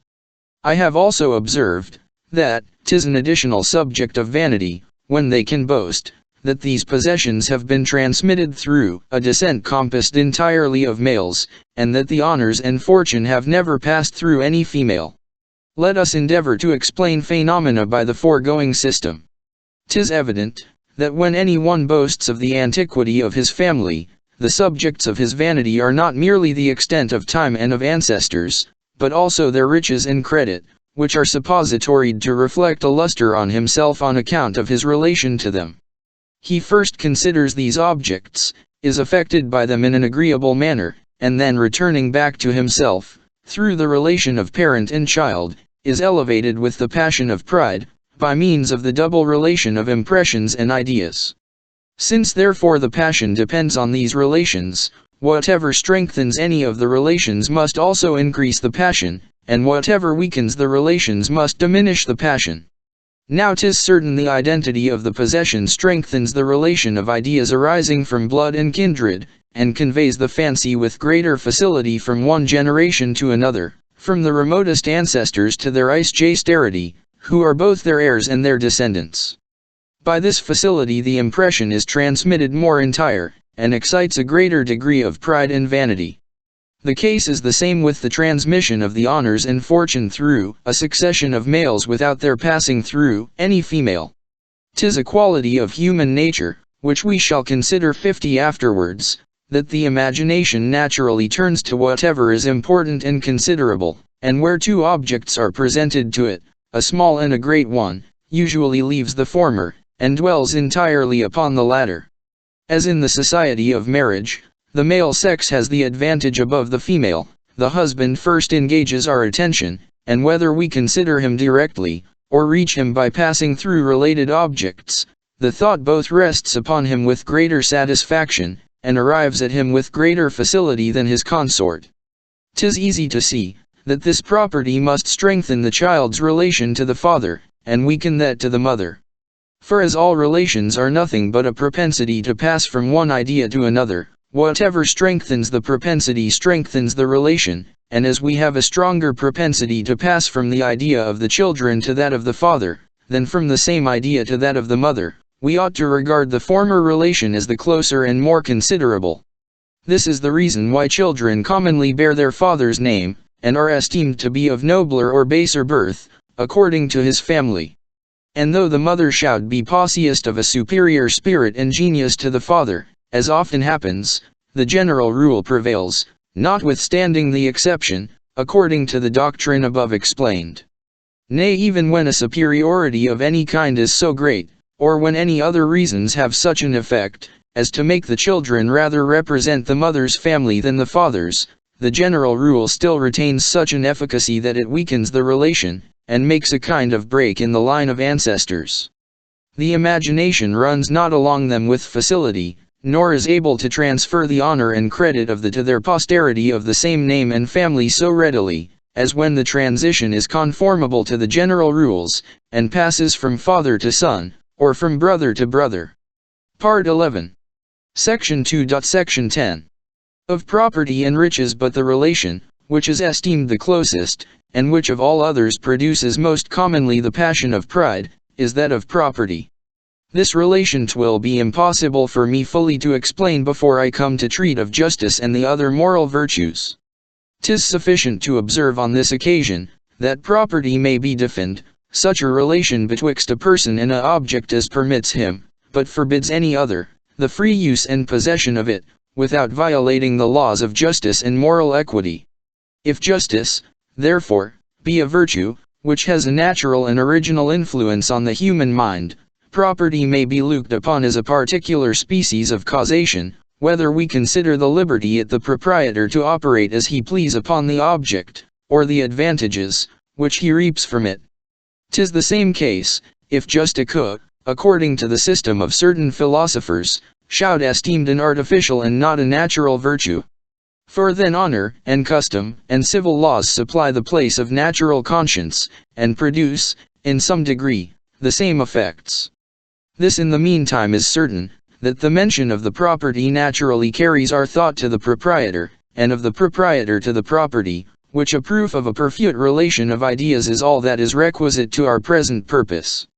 A relation of ideas, joined to that of impressions, always produces a transition of affections, and therefore, whenever any pleasure or pain arises from an object, connected with us by property, we may be certain, that either pride or humility must arise from this and junction of relations, if the foregoing system be solid and satisfactory. And whether it be so or not, we may soon satisfy ourselves by the most cursory view of human life. Everything belonging to a vain man is the best that is anywhere to be found. His houses, equipage, furniture, clothes, horses, hounds, excel all others in his conceit, and 'tis easy to observe, that from the least advantage in any of these, he draws a new subject of pride and vanity. His wine, if you'll him, has a finer flavor than any other, his cookery is more exquisite, his table more orderly, his servants more expert, the air, in which he lives, more healthful, the soil he cultivates more fertile, his fruits ripen earlier and to greater perfection. Such a thing is remarkable for its novelty, such another for its antiquity. This is the workmanship of a famous artist, that belonged once to such a prince or great man. All objects, in a word, that are useful, beautiful or surprising, or are related to such, may, by means of property, give rise to this passion. These agree in giving pleasure, and agree in nothing else. This alone is common to them, and therefore must be the quality that produces the passion, which is their common effect. As every new instance is a new argument, and as the instances are here without number, I may venture to affirm, that scarce any system was ever so fully proved by experience, as that which I have here advanced. If the property of anything, that gives pleasure either by its utility, inaudy, or novelty, produces also pride by a double relation of impressions and ideas, we need not surprise, that the power of acquiring this property, should have the same effect. Now riches are to be considered as the power of acquiring the property of what pleases, and 'tis only in this view they have any influence on the passions. Paper will, on many occasions be considered as riches, and that lx cause it may, x, convey the power of acquiring money, and money is not riches, as it is a metal endowed with certain qualities of solidity, weight, and fusibility, but only as it has a relation to the pleasures and conveniences of life. Taking then this for granted, which is in itself so evident, we may draw from it one of the strongest arguments I have yet employed to prove the influence of the double relations on pride and humility. It has been observed in treating of the understanding, that the distinction, which we sometimes make betwixt a power and the exercise of it, is entirely frivolous, and that neither man nor any other being ought ever to be thought possessed of any ability, unless it be exerted and put in action. But though this be strictly true in a just and philosophical way of thinking, 'tis certain it is not the philosophy of our passions, but that many things operate upon them by means of the idea and supposition of power, independent of its actual exercise. We are pleased when we acquire an ability of procuring pleasure, and are displeased when another acquire a power of giving pain. This is evident from experience, but in order to give a just explication of the matter, and account for this satisfaction and uneasiness, we must weigh the following reflections. 'Tis evident the error of distinguishing power from its exercise proceeds not entirely from the scholastic doctrine of free will, which, indeed, enters very little into common life, and has but small influence on our vulgar and popular ways of thinking. According to that doctrine, motives deprive us not of free will, nor take away our power of performing or forbearing any action. But according to common notions a man has no power, where very considerable motives lie betwixt him and the satisfaction of his desires, and determine him to forbear what he wishes to. I do not think I have fallen into my enemy's power, when him pass me in the with a sword by his side, while I am unprovided of any weapon. I know that the fear of the civil magistrate is as strong a restraint as any of iron, and that I am in as perfect safety as if he were chained or imprisoned. But when a person acquires such an authority over me, that not only there is no external obstacle to his actions, but also that he may punish or reward me as he pleases, without any dread of punishment in his turn, I then attribute a full power to him, and consider myself as his subject or vassal. Now if we compare these two cases, that of a person, who has very strong motives of interest or safety to forbear any action, and that of another, who lies under no such obligation, we shall find, according to the philosophy explained in the foregoing book, that the only known betwixt them lies in this, that in the former case we conclude from past experience, that the person never will perform that action, and in the latter, that he possibly or probably will perform it. Nothing is more fluctuating and inconstant on many occasions, than the will of man, nor is there anything but strong motives, which can give us an absolute certainty in pronouncing concerning any of his future actions. When we see a person free from these motives, we suppose a possibility either of his acting or forbearing, and though in general we may conclude him to be determined by motives and causes, yet this removes not the uncertainty of our judgment concerning these causes, nor the influence of that uncertainty on the passions. Since therefore we ascribe a power of performing an action to every one, who has no very powerful motive to forbear it, and refuse it to such as have, it may justly be concluded, that power has always a reference to its exercise, either actual or probable, and that we consider a person as endowed with any ability when we find from past experience, that 'tis probable, or at least possible he may exert it. And indeed, as our passions always regard the real existence of objects, and we always judge of this reality from past instances, nothing can be more likely of itself, without any farther reasoning, than that power consists in the possibility or probability of any action, as discovered by experience and the practice of the world. Now 'tis evident, that wherever a person is in such a situation with regard to me, that there is no very powerful motive to deter him from injuring me, and consequently, 'tis uncertain whether he will injure me or not. I must be uneasy in such a situation, and cannot consider the possibility or probability of that injury without a sensible concern. The passions are not only affected by such events as are infallible, but also in an inferior degree by such as are flexible and contingent. And though perhaps I never really feel any harm, and discover by the event, that, philosophically speaking, the person never had any power of harming me, since he did not exert any, this prevents not my uneasiness from the preceding uncertainty. The agreeable passions may here operate as well as the uneasy, and convey a pleasure when I perceive it to become either possible or probable by the possibility or probability of another's bestowing it on me, upon the removal of any strong motives, which might formerly have hindered him. But we may farther observe, that this satisfaction increases, when any good approaches in such a manner that it is in one's own power to take or leave it, and there neither is any physical impediment, nor any very strong motive to hinder our enjoyment.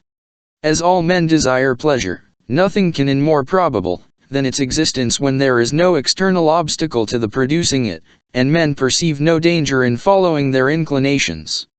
In that case their imagination easily anticipates the satisfaction, and conveys the same joy, as if they were persuaded of its real and actual existence.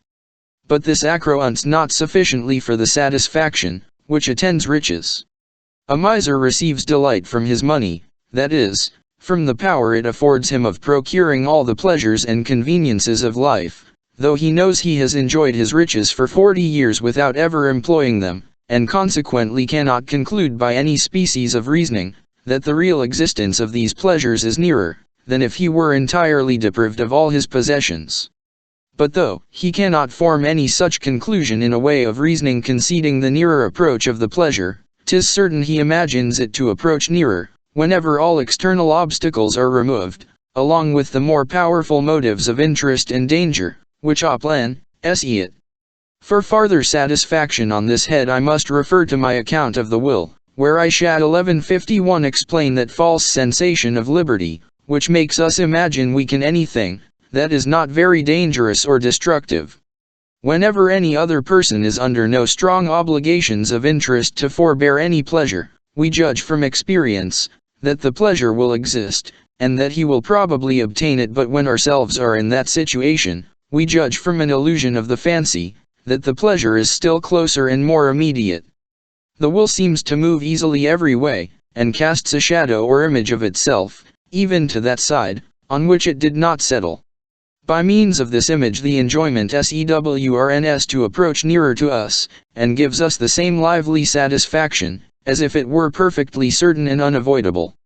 'Twill now be easy to draw this whole reasoning to a point, and to prove, that when riches produce any pride or vanity in their possessors, as they never fail to do, 'tis only by means of a double relation of impressions and ideas. The very essence of riches consists in the power of procuring the pleasures and conveniences of life. The very essence of this power consists in the probability of its exercise, and in its causing us to anticipate, by a true or false reasoning, the real existence of the pleasure. This anticipation of pleasure is, in itself, a very considerable pleasure, and as its cause is some possession or property, which we enjoy, and which is thereby related to us, we part ill. Section 2. Here clearly see all the parts of the foregoing system most exactly and distinctly drawn out before us. For the same reason, that riches cause pleasure and pride, and poverty excites uneasiness and humility, power must produce the former emotions, and slavery the latter. Power or an authority over others makes us capable of satisfying all our desires, as slavery, by subjecting us to the will of others, exposes us to 1,000 wants, and mortifications. 'Tis here worth observing, that the vanity of power, or shame of slavery, are much augmented by the consideration of the persons, over whom we exercise our authority, or who exercise it over us. For supposing it possible to frame statues of such an admirable mechanism, that they could move and act in obedience to the will, 'tis evident the of them loud give pleasure and pride, but not to such a degree, as the same authority, when exerted over sensible and rational creatures, whose condition, being compared to our own, makes it seem more agreeable and honorable. Comparison is in every case a sure method of augmenting our esteem of anything. A rich man feels the felicity of his condition better by opposing it to that of a beggar. But there is a peculiar advantage in power, by the contrast, which is, in a manner, presented to us, betwixt ourselves and the person we command. The comparison is obvious and natural, the imagination finds it in the very subject, the passage of the thought to its conception is smooth and easy. And that this circumstance has a considerable effect in augmenting its influence, will appear afterwards in examining the nature of malice and envy. Section 11. Of the love of fame. But beside these original causes of pride and humility, there is a secondary one in the opinions of others, which has an equal influence on the affections. Our reputation, our character, our name are considerations of vast weight and importance, and even the other causes of pride, virtue, beauty, and riches, have little influence, when not seconded by the opinions and sentiments of others. In order to account for this phenomenon 'twill be necessary to take some compass, and first explain the nature of sympathy. No quality of human nature is more remarkable, both in itself and in its consequences, than that propensity we have to sympathize with others, and to receive by communication their inclinations and sentiments, however different from, or even contrary to our own. This is not only conspicuous in children, who implicitly embrace every opinion proposed to them, but also in men of the greatest judgment and understanding, who find it very difficult to follow their own reason or inclination, in opposition to that of their friends and daily companions. To this principle we ought to ascribe the great uniformity we may observe in the humors and turn of thinking of those of the same nation, and 'tis much more probable, that this resemblance arises from sympathy, than from any influence of the soil and climate, which, though they continue invariably the same, are not able to preserve the character of a nation the same for a century together. A good-natured man finds himself in an instant of the same humor with his company, and even the most surly take a tincture from their countryman and acquaintance. A cheerful countenance infuses a sensible complacency and serenity into my mind, as an angry or sorrowful one throws a sudden damp upon me. Hatred, resentment, esteem, love, courage, mirth and melancholy, all these passions I feel more from communication than from my own natural temper and disposition. So remarkable a phenomenon merits our attention, and must tract up to its first principles. When any affection is infused by sympathy, it is at first known only by its effects, and by those external signs in the countenance and conversation, which convey an idea of it. This idea is presently converted into an impression, and acquires such a degree of force and vivacity, as to become the very passion itself, and produce an equal emotion, as any original affection. However instantaneous this change of the idea into an impression may be, it from certain views and reflections, which will not escape the strict scrutiny of a philosopher, though they may the himself, who makes them. 'Tis evident, that the idea, or rather impression of ourselves is always intimately present with us, and that our consciousness gives us so lively a conception of our own person, that 'tis not possible to imagine, that anything can in this particular go beyond it. Whatever object, therefore, is related to ourselves must be conceived with a like vivacity of conception, according to the foregoing principles, and though this relation should not be so strong as that of causation, it must still have a considerable influence. Resemblance and contiguity are relations not to be neglected, especially when by an inference from cause and effect, and by the observation of external signs, we are informed of the real existence of the object, which is resembling or contiguous. Now 'tis obvious, that nature has preserved a great resemblance among all human creatures, and that we never remark any passion or principle in others, of which, in some degree or other, we may not find a parallel in ourselves. The case is the same with the fabric of the mind, as with that of the body. However the parts may differ in shape or size, their structure and composition are in general the same. There is a very remarkable resemblance, which preserves itself amidst all their variety, and this resemblance must very much contribute to make us enter into the sentiments of others, and embrace them with facility and pleasure. Accordingly we find, that where, the general resemblance of there is any peculiar similarity in our manners, or character, or country, or language, it facilitates the sympathy. The stronger the relation is betwixt ourselves and any object, the more easily does the imagination make the transition, and convey to the related idea the vivacity of conception, with which we always form the idea of our own person.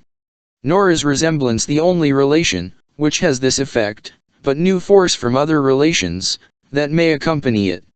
The sentiments of others have little influence, when far removed from us, and require the relation of contiguity, to make them communicate themselves entirely. I.e. relations of blood, being a species of causation, may sometimes contribute to the same effect, as also acquaintance, which operates in the same manner with education and custom, as we shall see more fully 52 afterwards. All these relations, when united together, convey the impression or consciousness of our own person to the idea of the sentiments or passions of others, and makes us conceive them in the strongest and most lively manner. It has been remarked in the beginning of this treatise, that all ideas are borrowed from impressions, and that two kinds of perceptions differ only in the degrees of force and vivacity, with which they strike upon the soul. The component parts of ideas and impressions are precisely alike. The manner and order of their appearance may be the same. I.e. different degrees of their force and vivacity are, therefore, the only particulars, that distinguish them, and as this difference may be removed, in some measure, by a relation betwixt the impressions and ideas, 'tis no wonder an idea of a sentiment or passion, may by this means be so enlivened as to become the very sentiment or passion. The lively idea of any object always approaches its impression, and 'tis certain we may feel sickness and pain from the mere force of imagination, and make a malady real by often thinking of it. But this is most remarkable in the opinions and affections, and 'tis there principally that a lively idea is converted into an impression. Our affections depend more upon ourselves, and the internal operations of the mind, than any other impressions, for which reason they arise more naturally from the imagination, and from every lively idea we form of them. This is the nature and cause of sympathy, and 'tis after this manner we enter so deep into the opinions and affections of others, whenever we discover them. What is principally remarkable in this whole affair is the strong confirmation these phenomena give to the foregoing system concerning the understanding, and consequently to the present one conceding the passions, since these are analogous to each other. 'Tis indeed evident, that when we sympathize with the passions and sentiments of others, these movements appear at first in our mind as mere ideas, and are conceived to belong to another person, as we conceive any other matter of fact. 'Tis also evident, that the ideas of the affections of others are converted into the very impressions they represent, and that the passions arise into the images we form of them. All this is an object of the plainest experience, and depends not on any hypothesis of philosophy. That science can only be admitted to explain the phenomena, though at the same time it must confess, they are so clear of themselves, that there is but little occasion to employ it. For the relation of cause in Part 11. Section 4. Effect, by which we are convinced of the reality of the passion, with which we sympathize. Besides this, I say, we must be assisted by the relations of resemblance and contiguity, in order to feel the sympathy in its full perfection. And since these relations can entirely convert an idea into an impression, and convey the vivacity of the latter into the former, so perfectly as to lose nothing of it in the transition, we may easily conceive how the relation of cause and effect alone may serve to strengthen and enliven an idea. In sympathy there is an evident conversion of an idea into an impression. This conversion arises from the relation of objects to ourself. Ourself is always intimately present to us. Let us compare all these circumstances, and we shall find that sympathy is exactly correspondent to the operations of our understanding, and even contains something more surprising and extraordinary. 'Tis now time to turn our view from the general consideration of sympathy, to its influence on pride and humility, when these passions arise from praise and blame, from reputation and infamy. We may observe, that no person is ever praised by another for any quality, which would not, if real, produce, of itself, a pride in the person possessed of it. The eulogiums either turn upon his power, or riches, or family, or virtue, all of which are subjects of vanity, that we have already explained and accounted for. 'Tis certain, then, that if a person considered himself in the same light, in which he appears to his admirer, he would first receive a separate pleasure, and afterwards a pride or self-satisfaction, according to the hypothesis above explained. Now nothing is more natural than for us to embrace the opinions of others in this particular, both from sympathy, which renders all their sentiments intimately present to us, and from reasoning, which makes us regard their judgment, as a kind of argument for what they affirm. These two principles of authority and sympathy influence almost all our opinions, but must have a peculiar influence, when we judge of our own worth and character. Such judgments are always attended with passion. 53, and nothing tends more to disturb our understanding, and precipitate us into any opinions, however unreasonable, than their connection with passion, which diffuses itself over the imagination, and gives an additional force to every related idea. To which we may add, that being conscious of great partiality in our own favor, we are peculiarly pleased with anything that confirms the good opinion we have of ourselves, and are easily shocked with whatever opposes it. All this appears very probable in theory, but in order to a full certainty on this reasoning, we must examine the phenomena of the passions, and see if they agree with it. Among these phenomena we may esteem it a very favorable one to our present purpose, that though fame in general be agreeable, yet we receive a much greater satisfaction from the approbation of those whom we ourselves esteem and approve of, than of those whom we hate and despise. In like manner we are principally mortified with the contempt of persons, upon whose judgment we set some value, and are, in a great measure, indifferent about the opinions of the rest of mankind. But if the mind received from any original instinct a desire of fame, an aversion to infamy, fame and infamy would know us without distinction, and every opinion, according as it were favorable or unfavorable, would equally excite that desire or aversion. The judgment of a is the judgment of another person, as well as that of a wise man, and is only inferior in its influence on our own judgment. 63 Part ill Section 10. We are not only better pleased with the approbation of a wise man than with that of a fool, but receive an additional satisfaction from the former, when 'tis obtained after a long and intimate acquaintance.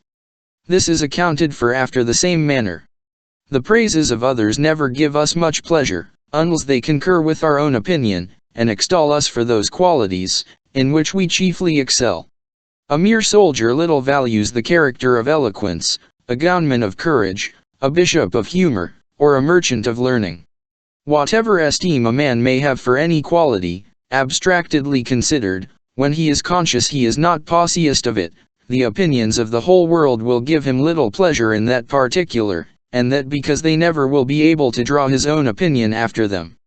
Nothing is more usual than for men of good families, but narrow to leave their friends and country, and rather seek their livelihood by mean and mechanical employments among strangers, than among those, who are acquainted with their birth and education. We shall be unknown, say they, where we go. Nobody will suspect from what family we are sprung. We shall be removed from all our friends and acquaintance, and our poverty and meanness will by that means lit more easy upon us.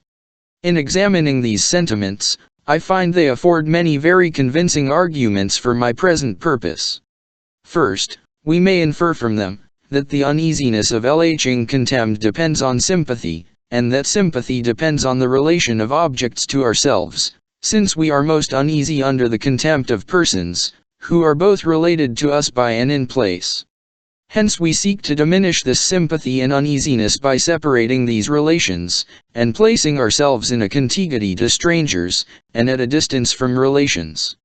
Secondly, we may conclude, that relations are requisite to sympathy, not absolutely considered as relations, but by their influence in converting our ideas of the sentiments of others into the very sentiments, by means of the association the idea of their persons, and that of our own. For here the relations of kindred and contiguity both subsist, but not being united in the same persons, they contribute in a less to the sympathy. Mrdly, i.e. very circumstance of the diminution of sympathy by the separation of relations is worthy of our attention. Suppose I am plucked in a poor condition among strangers, and consequently am but lightly treated, I yet find myself easier in that situation, than when I was every day exposed to the contempt of my kindred and countrymen. Here I feel a double contempt, from my relations, but they are absent, from those about me, but they are strangers. This double contempt is likewise strengthened by the two relations of kindred and contiguity.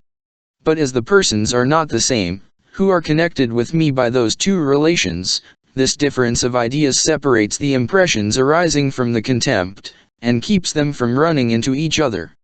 The contempt of my neighbors has a certain influence, as has also that of my kindred, but these influences are distinct, and never unite, as when the contempt proceeds from persons who are at once both my neighbors and kindred. This phenomenon is analogous to the system of pride and humility ve explained, which may seem so extraordinary to vulgar apprehensions. Fourthly, a person in these circumstances naturally conceals his birth from those among whom he lives, and is very uneasy, if any one suspects him to be of a family, much superior to his present fortune and way of living. Everything in this world is judged of by comparison. Vivhat is an immense fortune for a private gentleman is.